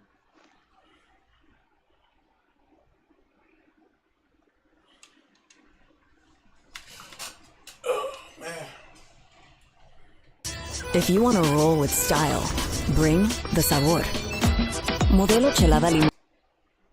While Deborah distracted Masuka, the near miss proved that when his ritual was disrupted, Dexter's precision faltered, and when his precision faltered, he exposed himself. As we'll see that with the next bit of evidence Dexter left at the crime scene. The discovery of a blood slide at Travis Marshall's crime scene was the first real crack in Dexter's carefully constructed double life, and it is Maria LaGuerta who found it. A seasoned investigator with a sharp political mind, LaGuerta had always played the system to her advantage, but this time, she was driven by something deeper, clearing James Dokes' name. When she had found the slide at the burned church, she immediately recognized its significance, recalling that the Bay Harbor Butcher had kept similar trophies. Determined to reopen the case, LaGuerta pursued the truth relentlessly, even when it put her at odds with her colleagues. She enlisted Thomas Matthews, dug into Dexter's past, and uncovered evidence that pointed directly at him. But Dexter was always one step ahead. Using his cunning, he framed LaGuerta to make her look desperate, planting evidence and manipulating those around her to discredit her investigation. Ultimately, LaGuerta's pursuit led to her tragic end. She found herself on Dexter's kill table, but it was Deborah who pulled the trigger, forever altering both of their lives. In the end, LaGuerta was right. Dexter was the Bay Harbor Butcher, but her discovery only ensured that she wouldn't live to prove it. A single wedding photo, an overlooked detail from years ago, came dangerously close to exposing Dexter's secret. By this point, LaGuerta was beginning to suspect that James Dokes had been framed and that the real Butcher was still at large. With Deborah working alongside her under the guise of helping, the situation was becoming increasingly dangerous for Dexter. When LaGuerta decided to interview Barnes' family, she had no idea how close she was to finding hard evidence that linked Dexter to one of his past kills. As LaGuerta and Deborah sifted through wedding photos, Deb came across a picture of Dexter, standing in the background of the reception, proof that he had been there at the event where Barnes was last seen alive. This is a big wedding. A lot of pictures. You know, Maybe I should take these back to the station and spend the day going over them. In a split-second decision, she deliberately hid the photo, ensuring that LaGuerta never saw it. Had LaGuerta gotten her hands on that image, it would have confirmed to her that Dexter was the Bay Harbor Butcher. Deb's instinctive act of protection was one of the few things that kept Dexter's secret safe, at least for a little while longer. One of Dexter's most reckless kills came at a public firing range where he eliminated Oleg Miknik in plain sight, an act that could have led to his exposure as a serial killer. Unlike his usual methodical approach, Dexter was forced to act quickly, ambushing Oleg at the public firing range. With no time for elaborate preparation, he took a huge risk, stabbing Oleg from behind while surrounded by potential witnesses. Had anyone turned their head at the wrong moment, Dexter would have been caught red-handed. The range's isolation worked in his favor, as the other shooters were too focused on their own targets to notice the swift execution. Even so, disposing of Oleg's body outside his usual controlled environment was an added risk, making it one of Dexter's sloppiest kills. If the body had been discovered too soon, or if security footage had captured any suspicious movement, Dexter's double life would have crumbled. However, his ability to blend in, combined with Oleg's reputation as a ghost in the underworld, allowed the murder to go unnoticed. It was a reminder that no matter how careful Dexter was, the unpredictability of public kills could always be his downfall. One of Dexter's closest calls came when he lured Hector Estrada into a shipping container, only to realize too late that he had walked into LaGuerta's trap. LaGuerta was closing in, convinced that Dexter was the true Bay Harbor Butcher. She had arranged for Estrada's release, using him as bait to draw Dexter out. Unaware of the setup, Dexter saw Estrada as unfinished business, the last living man responsible for his mother's murder. The opportunity seemed too perfect, but as Dexter prepared to kill him, Estrada revealed the truth. LaGuerta had engineered his release, hoping he would lead her straight to the real killer. That fucking cop bitch, the one who got me out. Oh yeah, they said that there was a big push for my release from the captain of Miami Metro. LaGuerta. She fucking set me up. Before Dexter could process the implications, the sounds of approaching officers shattered his focus. LaGuerta was already en route, ready to catch him red-handed. Acting fast, Dexter attempted to flee with Estrada, but the old man took his chance and escaped, diving into the water before disappearing into the darkness. For the first time in years, Dexter was the one being hunted. LaGuerta had outplayed him, and if he wasn't careful, his secret life would soon come crashing down. One of Dexter's closest surprise came when Hannah McKay was arrested and sent to prison, holding the power to expose his darkest secret. By this point, Dexter had turned on Hannah, providing Deborah with the evidence needed to put her behind bars for Sal Price's murder. But sending Hannah to prison meant placing his trust in a killer he had betrayed, one who knew exactly who and what he was. If she wanted revenge, she had the perfect opportunity to destroy him. Despite her anger, Hannah chose silence. When Dexter visited her, she made it clear she would never turn him in, though not out of fear, out of love. If you're worried I'm gonna tell people what you are, then don't worry. Your secret is safe with me.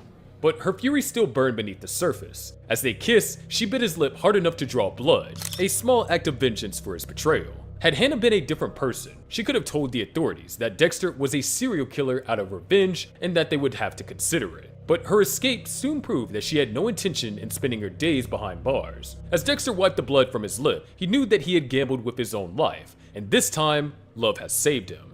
Angel Batista unknowingly stumbled upon one of Dexter's greatest risks when he discovered LaGuerta's old warrants to track Dexter and Deborah's phone records. After LaGuerta's death, Batista had taken over her office and was sorting through her belongings when he found the documents she had once used in her investigation. These warrants, tied to the Travis Marshall case, contained phone records that placed both Dexter and Deb at the scene of the church fire, implicating them directly. But Batista, ever the naive optimist, dismissed them without a second thought.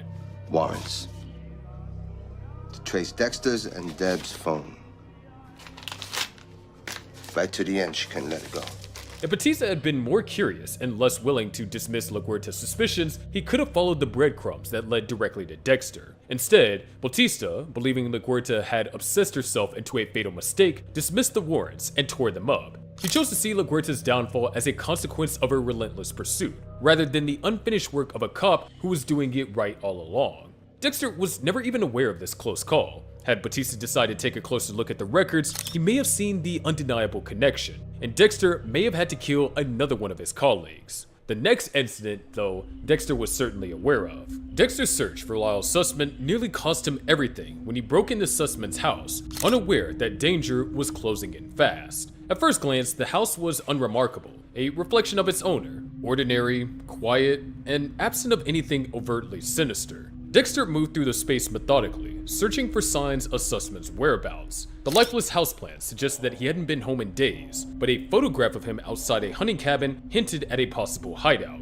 Just as Dexter processed this clue, flashing lights pierced through the windows. Police cars screeched to a halt outside, their doors swinging open as officers rushed towards the entrance. In an instant, Dexter was in a rat trap, caught in a place he had no business being. Without hesitation, he slipped through the back exit, vanishing into the night just as the first officer stepped inside. Had he been a second slower or left a single trace behind, the intrusion would have sparked suspicion, forcing Miami Metro seasoned detectives to view Dexter in a far more criminal light. But this was nothing compared to his next close call. Deborah Morgan's impulsive decision to kill El Sapo could have directly led to Dexter's exposure, as she left behind crucial evidence linking her to the crime. Adios expected. Hello authentic. Hello Topo Chico hard.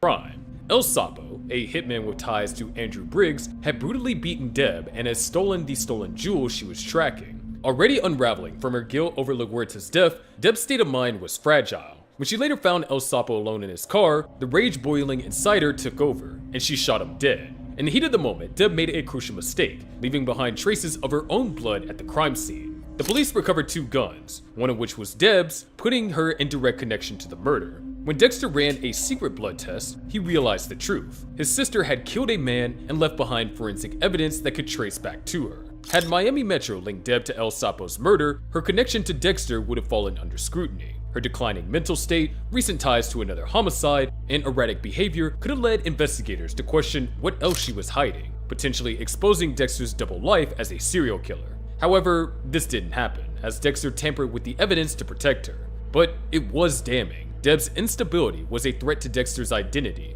which brings me nicely onto the next incident.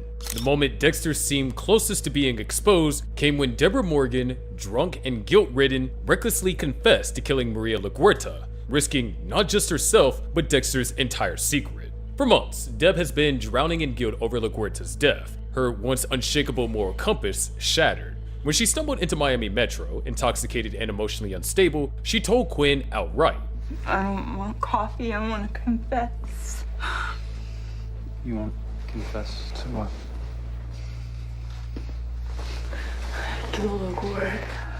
It was more than just a slip, it was an open door to the truth. If Quinn had pressed further, she might have kept talking, revealing not only her own crime, but also Dexter's role in LaGuerta's downfall. If anyone at Miami Metro had taken her word seriously, an investigation could have been reopened. LaGuerta had already suspected Dexter of being the Bay Harbor butcher. If this department started digging, they might have connected the dots. His history of forensic expertise, his proximity to suspicious deaths, and Deb's erratic behavior after LaGuerta's disappearance. Recognizing the threat, Dexter took extreme measures. He rushed to the station, injected Deb with M99, and carried her out, pretending she had passed out from exhaustion. It was a desperate act to silence her before she can say anything more. If he hadn't intervened, Deb's breakdown could have been the first domino to topple his entire secret life. This scene was just really sad, to be honest. It wasn't nice seeing Deb in such a broken down state. One of Dexter's closest calls came not from a detective or a criminal, but from his own son. Dexter's decision to let Harrison keep the blood-stained toy dog was a seemingly small mistake that could have had catastrophic consequences. The stuffed animal, unknowingly soaked in Andrew Briggs' blood, was a direct link to one of Dexter's kills. After Dexter eliminated the criminal in a parking lot, Harrison later found the toy, which had been contaminated at the crime scene. When Harrison confronted his father about lying, Dexter had a choice to dispose of the toy or let his son keep it. Against his better judgment, he allowed Harrison to hold onto it, instructing him to keep it under the bed. Had anyone in law enforcement, or worse, someone like Quinn, discovered the toy and tested the blood, Dexter's secret life could have unraveled. A forensic analyst finding an unsolved murder victim's DNA on a toy inside the home of a blood spatter expert would have raised immediate red flags. Even Harrison's innocent actions, such as showing it to Jamie or taking it to daycare, could have led to someone noticing the stain. In the end, Dexter's desire to maintain a sense of normalcy with his son made him careless. Had the wrong person connected the dots, that little stuffed dog could have been the tiny detail that took down Dexter. Dexter's hunt for Zach Hamilton was a high-risk operation, but having Quinn unknowingly in the mix made it dangerously close to disaster. Zach had been under Dexter's watch for some time, and his pattern of stalking crime scenes with his camera was becoming increasingly suspicious. After discovering undeniable proof that Zach had murdered Norma Rivera, Dexter set out to eliminate him before he could strike again. However, Quinn, eager to prove himself, had also taken an interest in Zach and began tailing him independently, forcing Dexter to adjust his approach. While staking out Zach outside the Cypress Harbor Yacht Club, Dexter realized that Quinn was watching from the Bay Terrace restaurant, waiting for Zach to make a move. In a desperate attempt to divert him, Dexter called Jamie and suggested she invite Quinn over, knowing he wouldn't pass up on the opportunity. The plan worked. Quinn abandoned his post just as Zach got out of his car. As Zach moved in, Dexter quickly subdued him with M99, dragging him out of sight just before Quinn's car pulled up. With only seconds to spare, Dexter leaned against a building, hiding Zach's unconscious body while keeping his composure. Hey, I know what you're doing. Quinn. You playing detective? Watching Zach? Yeah, you caught me. I'm going to see Jamie. Keep an eye on Zach. If Quinn had arrived just moments earlier, he would have caught Dexter in the act, and the entire facade of Dexter's double life could have crumbled on the spot.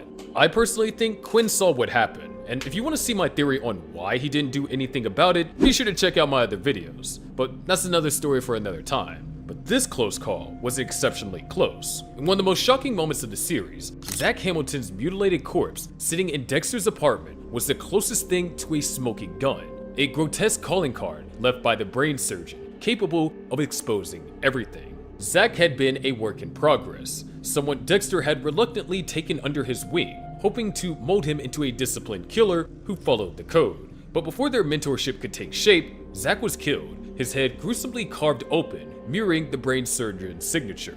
When Dexter returned home and found Zach's lifeless body staged at his desk, panic set in. Had anyone else walked in first, Miami Metro, Deborah, or even Jamie, it would have raised immediate suspicion. A known murder suspect, freshly mutilated in Dexter's private space? There would have been no logical explanation, only the unavoidable question, why was Zach here? If Miami Metro had launched an investigation into Zach's disappearance and discovered that he had been in frequent contact with Dexter, a search warrant could have followed. That would have been catastrophic. One slip, one overlooked bloodstain, and Dexter's hidden world would have come crashing down. Even as he disposed of the body, he knew just how close he had come to being fully unmasked. Me personally, I was really sad when Zach died. I kinda wanted to see that father-son killing relationship. Subscribe if you agree with me. One of Dexter's most precarious moments came when Deputy Marshal Max Clayton questioned him about a drawing Harrison had made, a simple picture of their family that included a blonde woman. With Hannah McKay secretly hiding at Deborah's beach house, Dexter had been doing everything possible to keep her presence under the radar. But children have a way of noticing things, and Harrison had spent enough time with Hannah to see her as part of his life. During a routine visit, Deputy Marshal Max Clayton spotted one of Harrison's drawings, a simple family picture that featured a blonde woman. Given the intense manhunt for Hannah, Clayton immediately took notice. Now who's the pretty lady?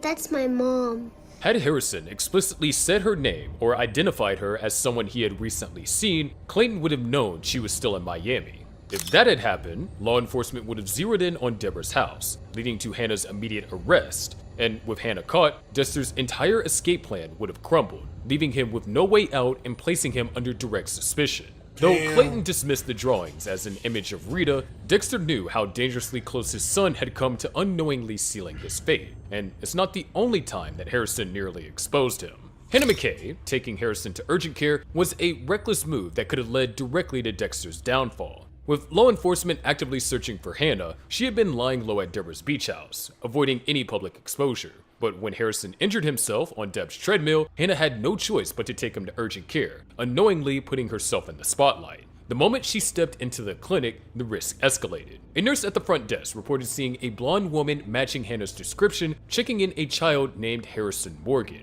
That report quickly found its way to Deputy Marshal Max Clayton, a man already suspicious of Dexter and his connection to Hannah. Had Clayton arrived at the clinic just a few minutes earlier, or if the nurse had directly identified Hannah, she would have been arrested on the spot. If that had happened, it would have only been a matter of time before law enforcement traced Dexter's involvement, unraveling his entire escape plan and potentially exposing his darker secrets. Though Hannah narrowly avoided capture, this incident proved that even the smallest misstep could bring Dexter's carefully constructed life crashing down. and we see that again with the final incident of this video. Jacob Elway's suspicion that Hannah McKay was hiding at Deborah's house put Dexter dangerously close to exposure. Elway, determined to cash in on the reward for Hannah's capture, had been relentlessly tracking her. When Deputy Marshal Max Clayton shared a tip about a blonde woman matching Hannah's description taking Harrison to urgent care, Elway zeroed in on Deborah's beach house as a possible hideout. His unexpected visit to Deborah's home was tense, as he pushed past her under the pretense of returning some of her belongings. Scanning the house, he noticed details that didn't add up. The table set for 4, an expensive handbag, and designer shoes. Hey, Elway.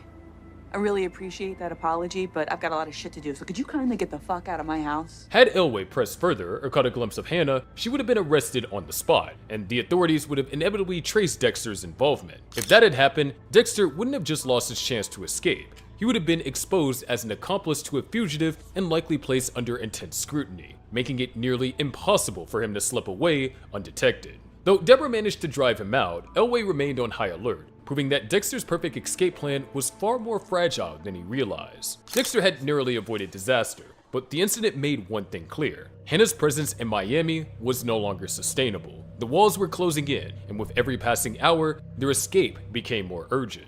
And that's it. At the end of season 8, Dexter faked his death after realizing that indirectly he had destroyed everyone around him. Despite countless close calls throughout the series, he was never actually caught. So if you enjoyed this video, once again I'm going to ask you to make sure you subscribe, and I'll see you in the next video about what would happen if Rita discovered Dexter's secret.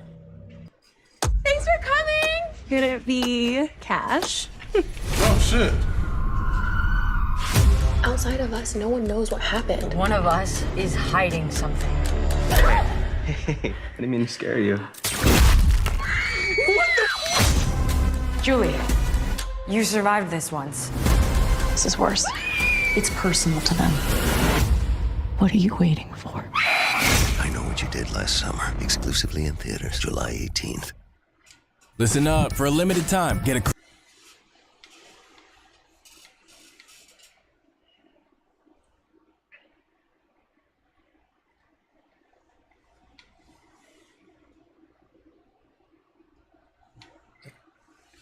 Ain't no fucking way.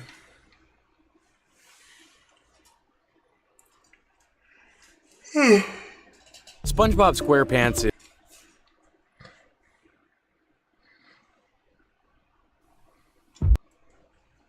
I'm in trouble. After my internship abroad, I joined a crew of criminals, and I'm about to get killed by a deranged man in a cape. You've bitten off a hell of a lot more than you can chew. I could chew a lot. Ironheart, only on Disney Plus. Shit look like whack. What the fuck was that?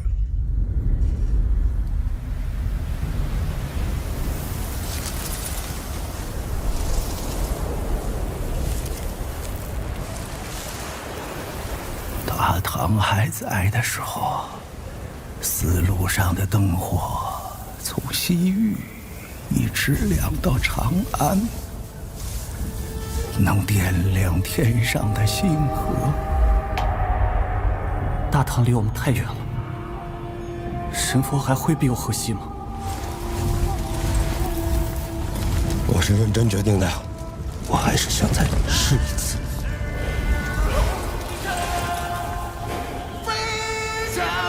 今日我们所流的血，是为了把大唐带回来。我们必须在破城之前把宁带出来。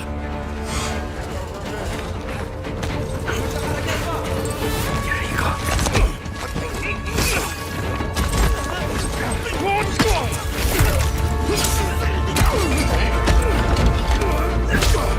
安宁，等着我。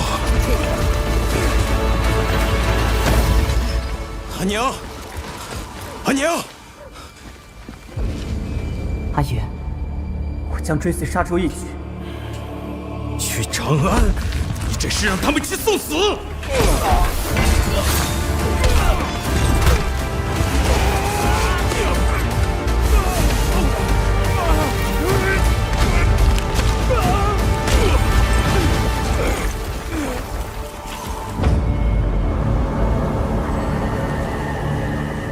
输赢成败，皆如沙上之塔，风来即散，为众生之苦，长漫于天地之间。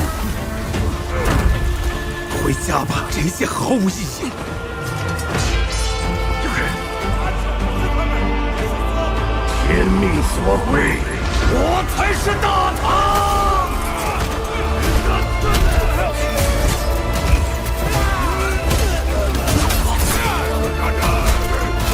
到头来，除了死更多人，什么都不会改变。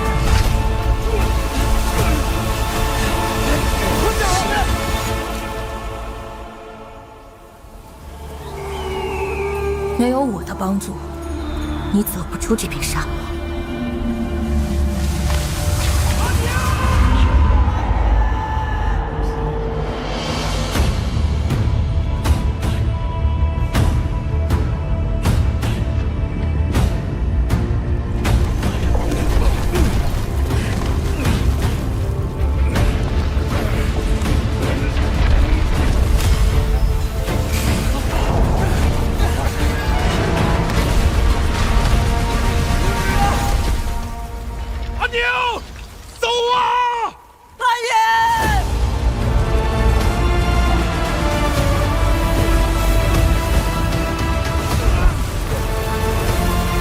如果神不肯拯救我们的部族，那就让我来。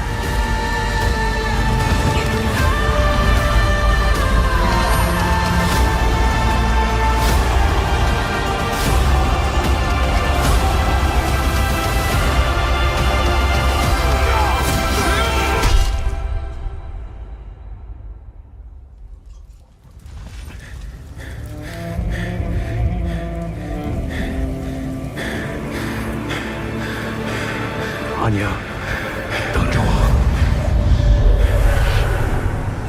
是对信使，每个人都做好了有去无回的打算。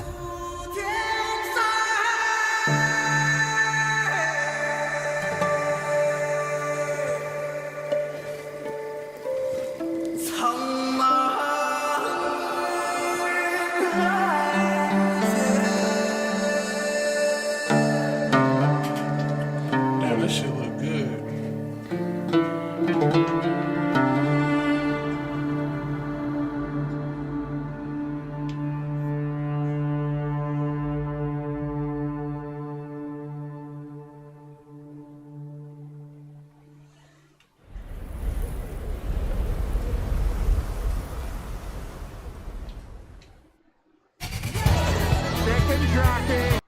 That pissed me off, bro.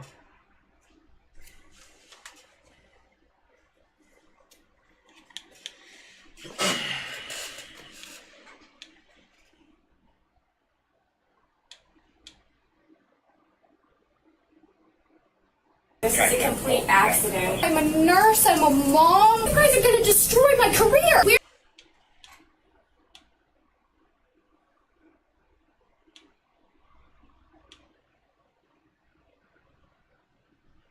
Behind it. What's the most you ever lost on a coin toss? Sir? The most.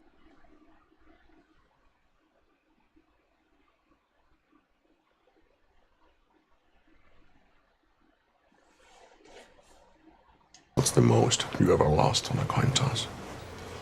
Sir? The most you ever lost on a coin toss. I don't know. I couldn't say. This is Anton Chigurh. With an untraceable name, no family, and no home, Chigurh is an omnipresent psychopathic killer.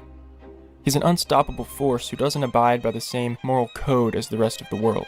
Everything he does is very intentional, so he doesn't kill unless necessary. Unfortunately for those who have the grave misfortune of meeting him, he deems it necessary quite often. How do we bring this symbolic idea of violence into a man's behavior? And the first thing they brought is this insane haircut, and since it was my hair, I wasn't very happy because I have to live with that hair for 3 months, but I thought it helped me tremendously to understand this kind of methodical, almost mathematical way of approaching his goals and his duty. While his true motives are never explained, his psychopathy is guided by strict obedience to a distorted moral ideology. This overarching ideology allows him to feel justified and even satisfied in killing those who fall short of his standards. Speaking of falling short, in this scene we find two opposing individuals colliding in a game of chance through a coin toss. Chigurh on one side and a store clerk on the other. This oblivious man doesn't realize it, but the fate of his life has slipped completely out of his hands. But it's not in Chigurh's hands anymore either. It was handed over to chance. But let's rewind. No Country for Old Men was released in 2007 as an adaptation of Cormac McCarthy's book of the same name. In this film, the Coen brothers crafted one of the most formidable and sinister antagonists in cinema. His name is Anton Chigurh. The plot follows the path of an honest war veteran, Llewellyn Moss, after he stumbles upon a drug deal gone wrong in the Texan Plains. His life is set on a new trajectory when he returns home with a case of cash to the tune of $2.4 million. Unfortunately for Moss, people don't simply forget about $2 million. Moss's intentions are pure as he wants to make a better life for himself and his dearly loved wife, Carla Jean. Chigurh picks up Moss's trail, catapulting the two men into a life-or-death game of cat and mouse. But will Llewellyn Moss's resourcefulness and quick wit be enough to keep Chigurh at bay, or will his negotiation with death prove unsuccessful? Over the course of Chigurh's violent pursuance, Moss is far from the only ill-fated individual to encounter the psychopathic killer. In the first scene of the film, Chigurh gets arrested and taken to the police station. While the officer is distracted by the phone, Chigurh slowly approaches and strangles him to death with his handcuffs. It's a brutal scene, and Anton's reaction when the cop finally goes limp is chilling. It's almost as if a wave of satisfaction has washed over him. Playing over the scene is the sound of a train. This audibly represents the unrelenting power and unstoppable momentum of Chigurh as a killer. The scene is necessary in its duration and savagery to set the framework of Chigurh's abilities both physically and mentally. It establishes his comfort with taking another's life and his confidence in succeeding. He's clearly well practiced, especially to warrant murdering an officer in broad daylight in the station where anyone could see. Shortly after, Chigurh uses his weapon of choice, a captive bolt gun, to kill a civilian and commandeer his vehicle. The captive bolt gun is commonly used to stun cattle before they're slaughtered. This reveals Chigurh's disregard for human life as he mercilessly kills people like animals. With those two scenes, the movie has established just how dangerous Chigurh is, which leads us to a certain type of sinister interaction, the negotiation. And I was always thinking that there was a superior voice and order that was making a decision through me. Chigurh's motives are not explicitly defined, and he remains mysterious for that reason. But we do know that this greater voice he abides by is what instructs his actions, and he does not deviate from it. To the outside world, he is completely insane, but in his own mind, Chigurh is justified. In a way, he feels like he's purging the world of its wrongs.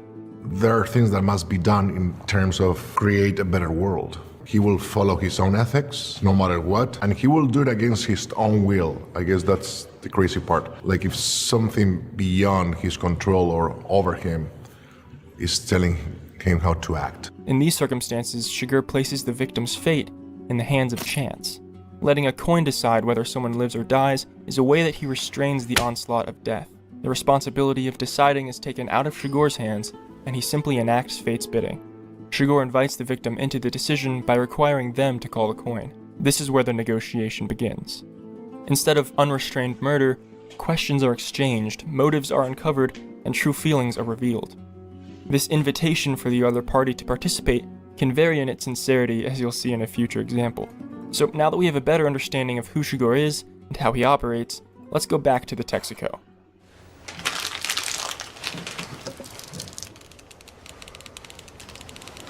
What's the most you ever lost on a coin toss? Sir? The most you ever lost on a coin toss? I don't know. I couldn't say. Call it. Call it? Yes. For what? Just call it. I didn't put nothing up. Yes, you did. You've been putting it up your whole life. You just didn't know it. You know what date is on this coin? No. 1958. It's been traveling 22 years to get here. And now it's here. And it's either heads or tails. And you have to say, call it. Well, look, I need to know what I stand to win. Everything. How's that? Just tend to win everything, call it. All right. Heads then.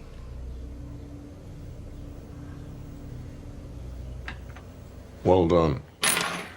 This coin toss scene with the store owner is the most famous example of Chigurh extending an offer on the life of a man. What would have been a harmless interaction rapidly becomes grim as the clerk makes one fatal mistake.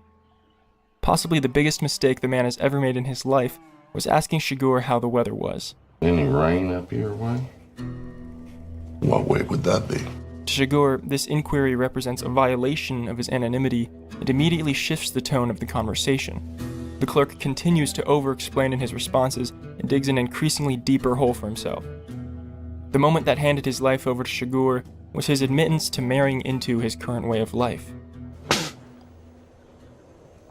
You married into it. We lived in Temple, Texas for many years. Raised a family there. In Temple. We come out here about 4 years ago. You married into it. That's the way you want to put it. Well, I don't have some way to put it. That's the way it is. To Chigurh, the life this man chose for himself is a violation of the way people should live, and he is therefore justified in eliminating him.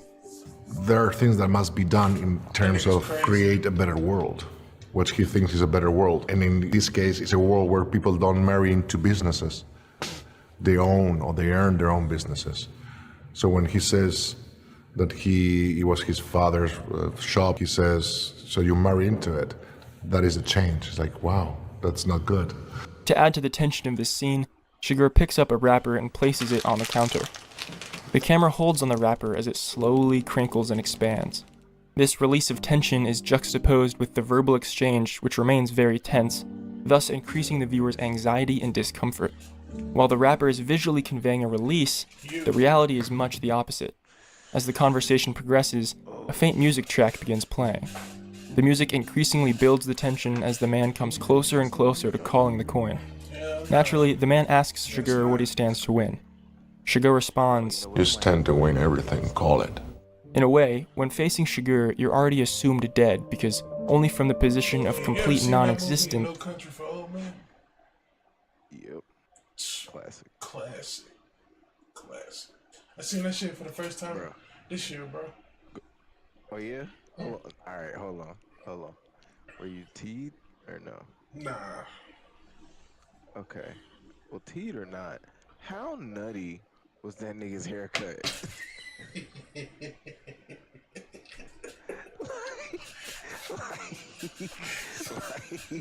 I don't care what I say. Bruh, I'm watching the video about this nigga right now, bruh. That Bob was killing me the whole movie. Bro, like this big ass nigga with this haircut.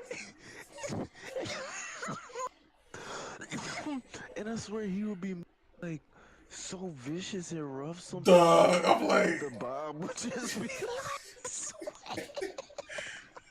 bro, we was shooting niggas with that damn blowgun shit, bro. I'm like, this nigga is crazy. Facts. As soon as I see him start to cranking that dog over, I'm like, oh god, here we go. Here we go. You know, they say he portrayed the perfect example of a psychopath. Can you stand to gain everything? In this way, Chigurh is characterized as the messenger of death. Hey, so did he kill the wife at the end? Bro, you know, I'm gonna have to go back and watch that movie, to be honest, because I haven't seen that for years. So many years. Yeah, I ain't know that movie's that old. Itself. This perspective of standing to gain everything is something that can be applied to our own lives. Every situation, whether it be conflict or opportunity, can change the trajectory of our lives.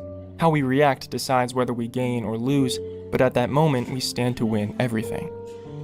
Tension is at its peak when the two men slowly look down and Chigurh takes his hand off the coin. Heads. Suddenly the music stops and the pacing shifts. Lines are delivered with less air between them and Chigurh's demeanor becomes slightly more amiable. The store owner didn't anticipate anything unusual would occur that day, yet he came out on the other side, gaining his whole life. Shiger instructs the clerk to keep the coins separate from the other quarters. Don't put it in your pocket, sir. Don't put it in your pocket. It's your lucky quarter. Where do you want me to put it? Anywhere, not in your pocket. Or it'll get mixed in with the others and become just a coin. Which it is.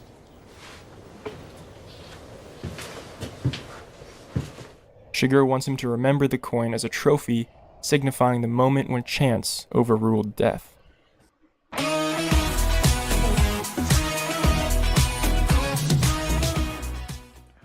I'm proud to have fought for our country, and I'm just as proud to work here at my family's law firm, fighting for the people of Colorado. We're honored to have Brennan here with us fighting every day for injured people. So if you've been hurt, we'll fight for you too. Call us. We're on top of it. The Pep Boys Summer Savings Event is In your pocket. Or it'll get mixed in with the others and become just a coin. Which it is.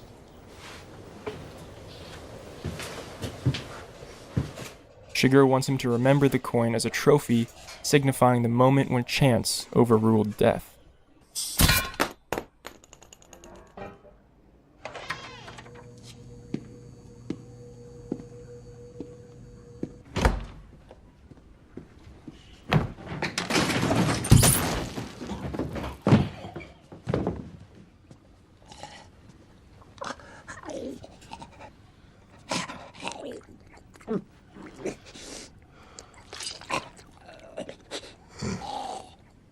Who are you?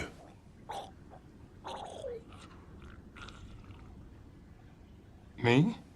Yes. Nobody. Accounting.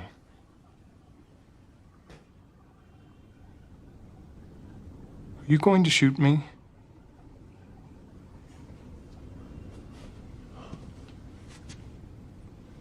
That depends. Do you see me? The next instance of negotiation comes with the accountant. Shiger vigorously enters the room and shoots the man at the desk with a shotgun. With his back turned, he begins questioning the accountant. The accountant glances at the door and confirms that there's no possibility of escape. He's trapped and he knows it. All the while, Shiger has been staring at the man bleeding out on the ground, a sight that any sane person would find incredibly disturbing. The tension builds through the silence after each line. The scene carries its own weight and doesn't need music to instill a feeling of terror. The accountant asks if Shiger is going to shoot him. Finally, he turns around, and the eye contact alone causes the accountant to stagger. Shiger responds with another question. That depends. Do you see me? Now, obviously, this scene is much different from the previous coin toss scene, but I find it just as chilling. The scene cuts before anyone says a word. By this point, the viewer is acutely aware of who Shiger is, and his infamy leads them to the only possible inference of the accountant's fate. The scene highlights how important it is for Shiger to remain unknown and undefined.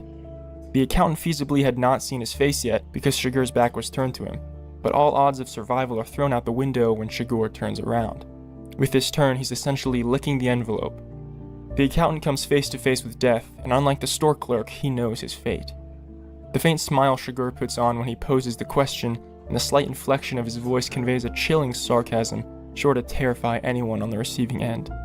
Now, this scene is no coin toss, and chance plays no part in its proceeding. However, I'm including it to highlight Shiger's insane rationality and terrifying screen presence. Once again, he acts as the messenger of death, this time extending a rhetorical question instead of a coin toss. Both men know that the accountant can never be set free after what he's just witnessed.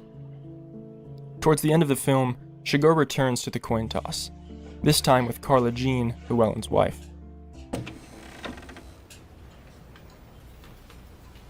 You got no cause to hurt me. No. But I gave my word. You gave your word? Your husband had the opportunity to save you. Instead, he used you to try to save himself. You don't have to do this. People always say the same thing. What did they say? They say, you don't have to do this.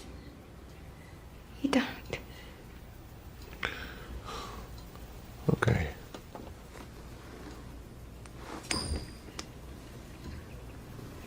This is the best I can do. Call it.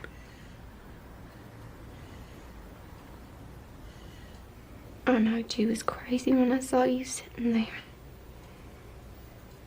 Call it. No. I ain't gonna call it. Call it. The coin don't have no say. It's just you. I got here the same way the coin did. Carla Jean takes a seat, the light on her face contrasted with Chigurh sitting in the darkness. Chigurh is there to uphold his end of the deal with her husband and kill her.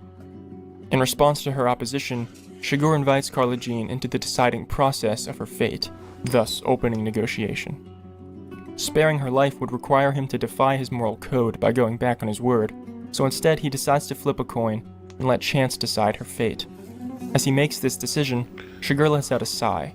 Okay. As if he just begrudgingly lowered the price of an item he's selling. This really is the best he can offer. It should be noted that he always requires the victim to call the coin. This way he completely removes himself from the equation. He relegates his position to the enactor of chance's bidding. Carla Jean says that he doesn't have to do this. Chigurh responds that people always say the same thing. He's almost annoyed or confused as to why people respond the way they do. This point in the conversation emphasizes two things. First, it further distances Chigurh from humanity as he positions himself outside the collective human nature that begs for mercy when facing death. Second, it emphasizes his devotion to his moral obligations. In his mind, it's senseless and lacking dignity for someone to plead for mercy after someone's word has been given. From his perspective, Llewellyn failed to uphold his end of the deal, so it naturally follows that Carla Jean will be killed. It's non-negotiable. Despite this, as the mediator of death itself, he decides to flip a coin. Carla Jean says that the coin has no say in it. In a way, she's right. It's completely up to Chigurh whether she lives or dies. We're never told if Carla Jean called it, or what happened in the aftermath. For the viewer, two important clues tell us that Carla Jean was killed. The first and most obvious tip-off is when Anton checks the bottoms of his boots when leaving her house. This calls back to Chigurh's interaction with Carson. And you know what's going to happen now, Carson. You should admit your situation. There will be more dignity in it. You go to hell. Mm-hmm.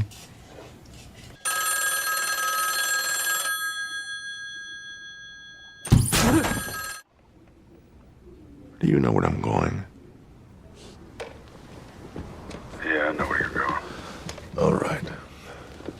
The second nod is the sound that plays at the end of the scene in a J-cut.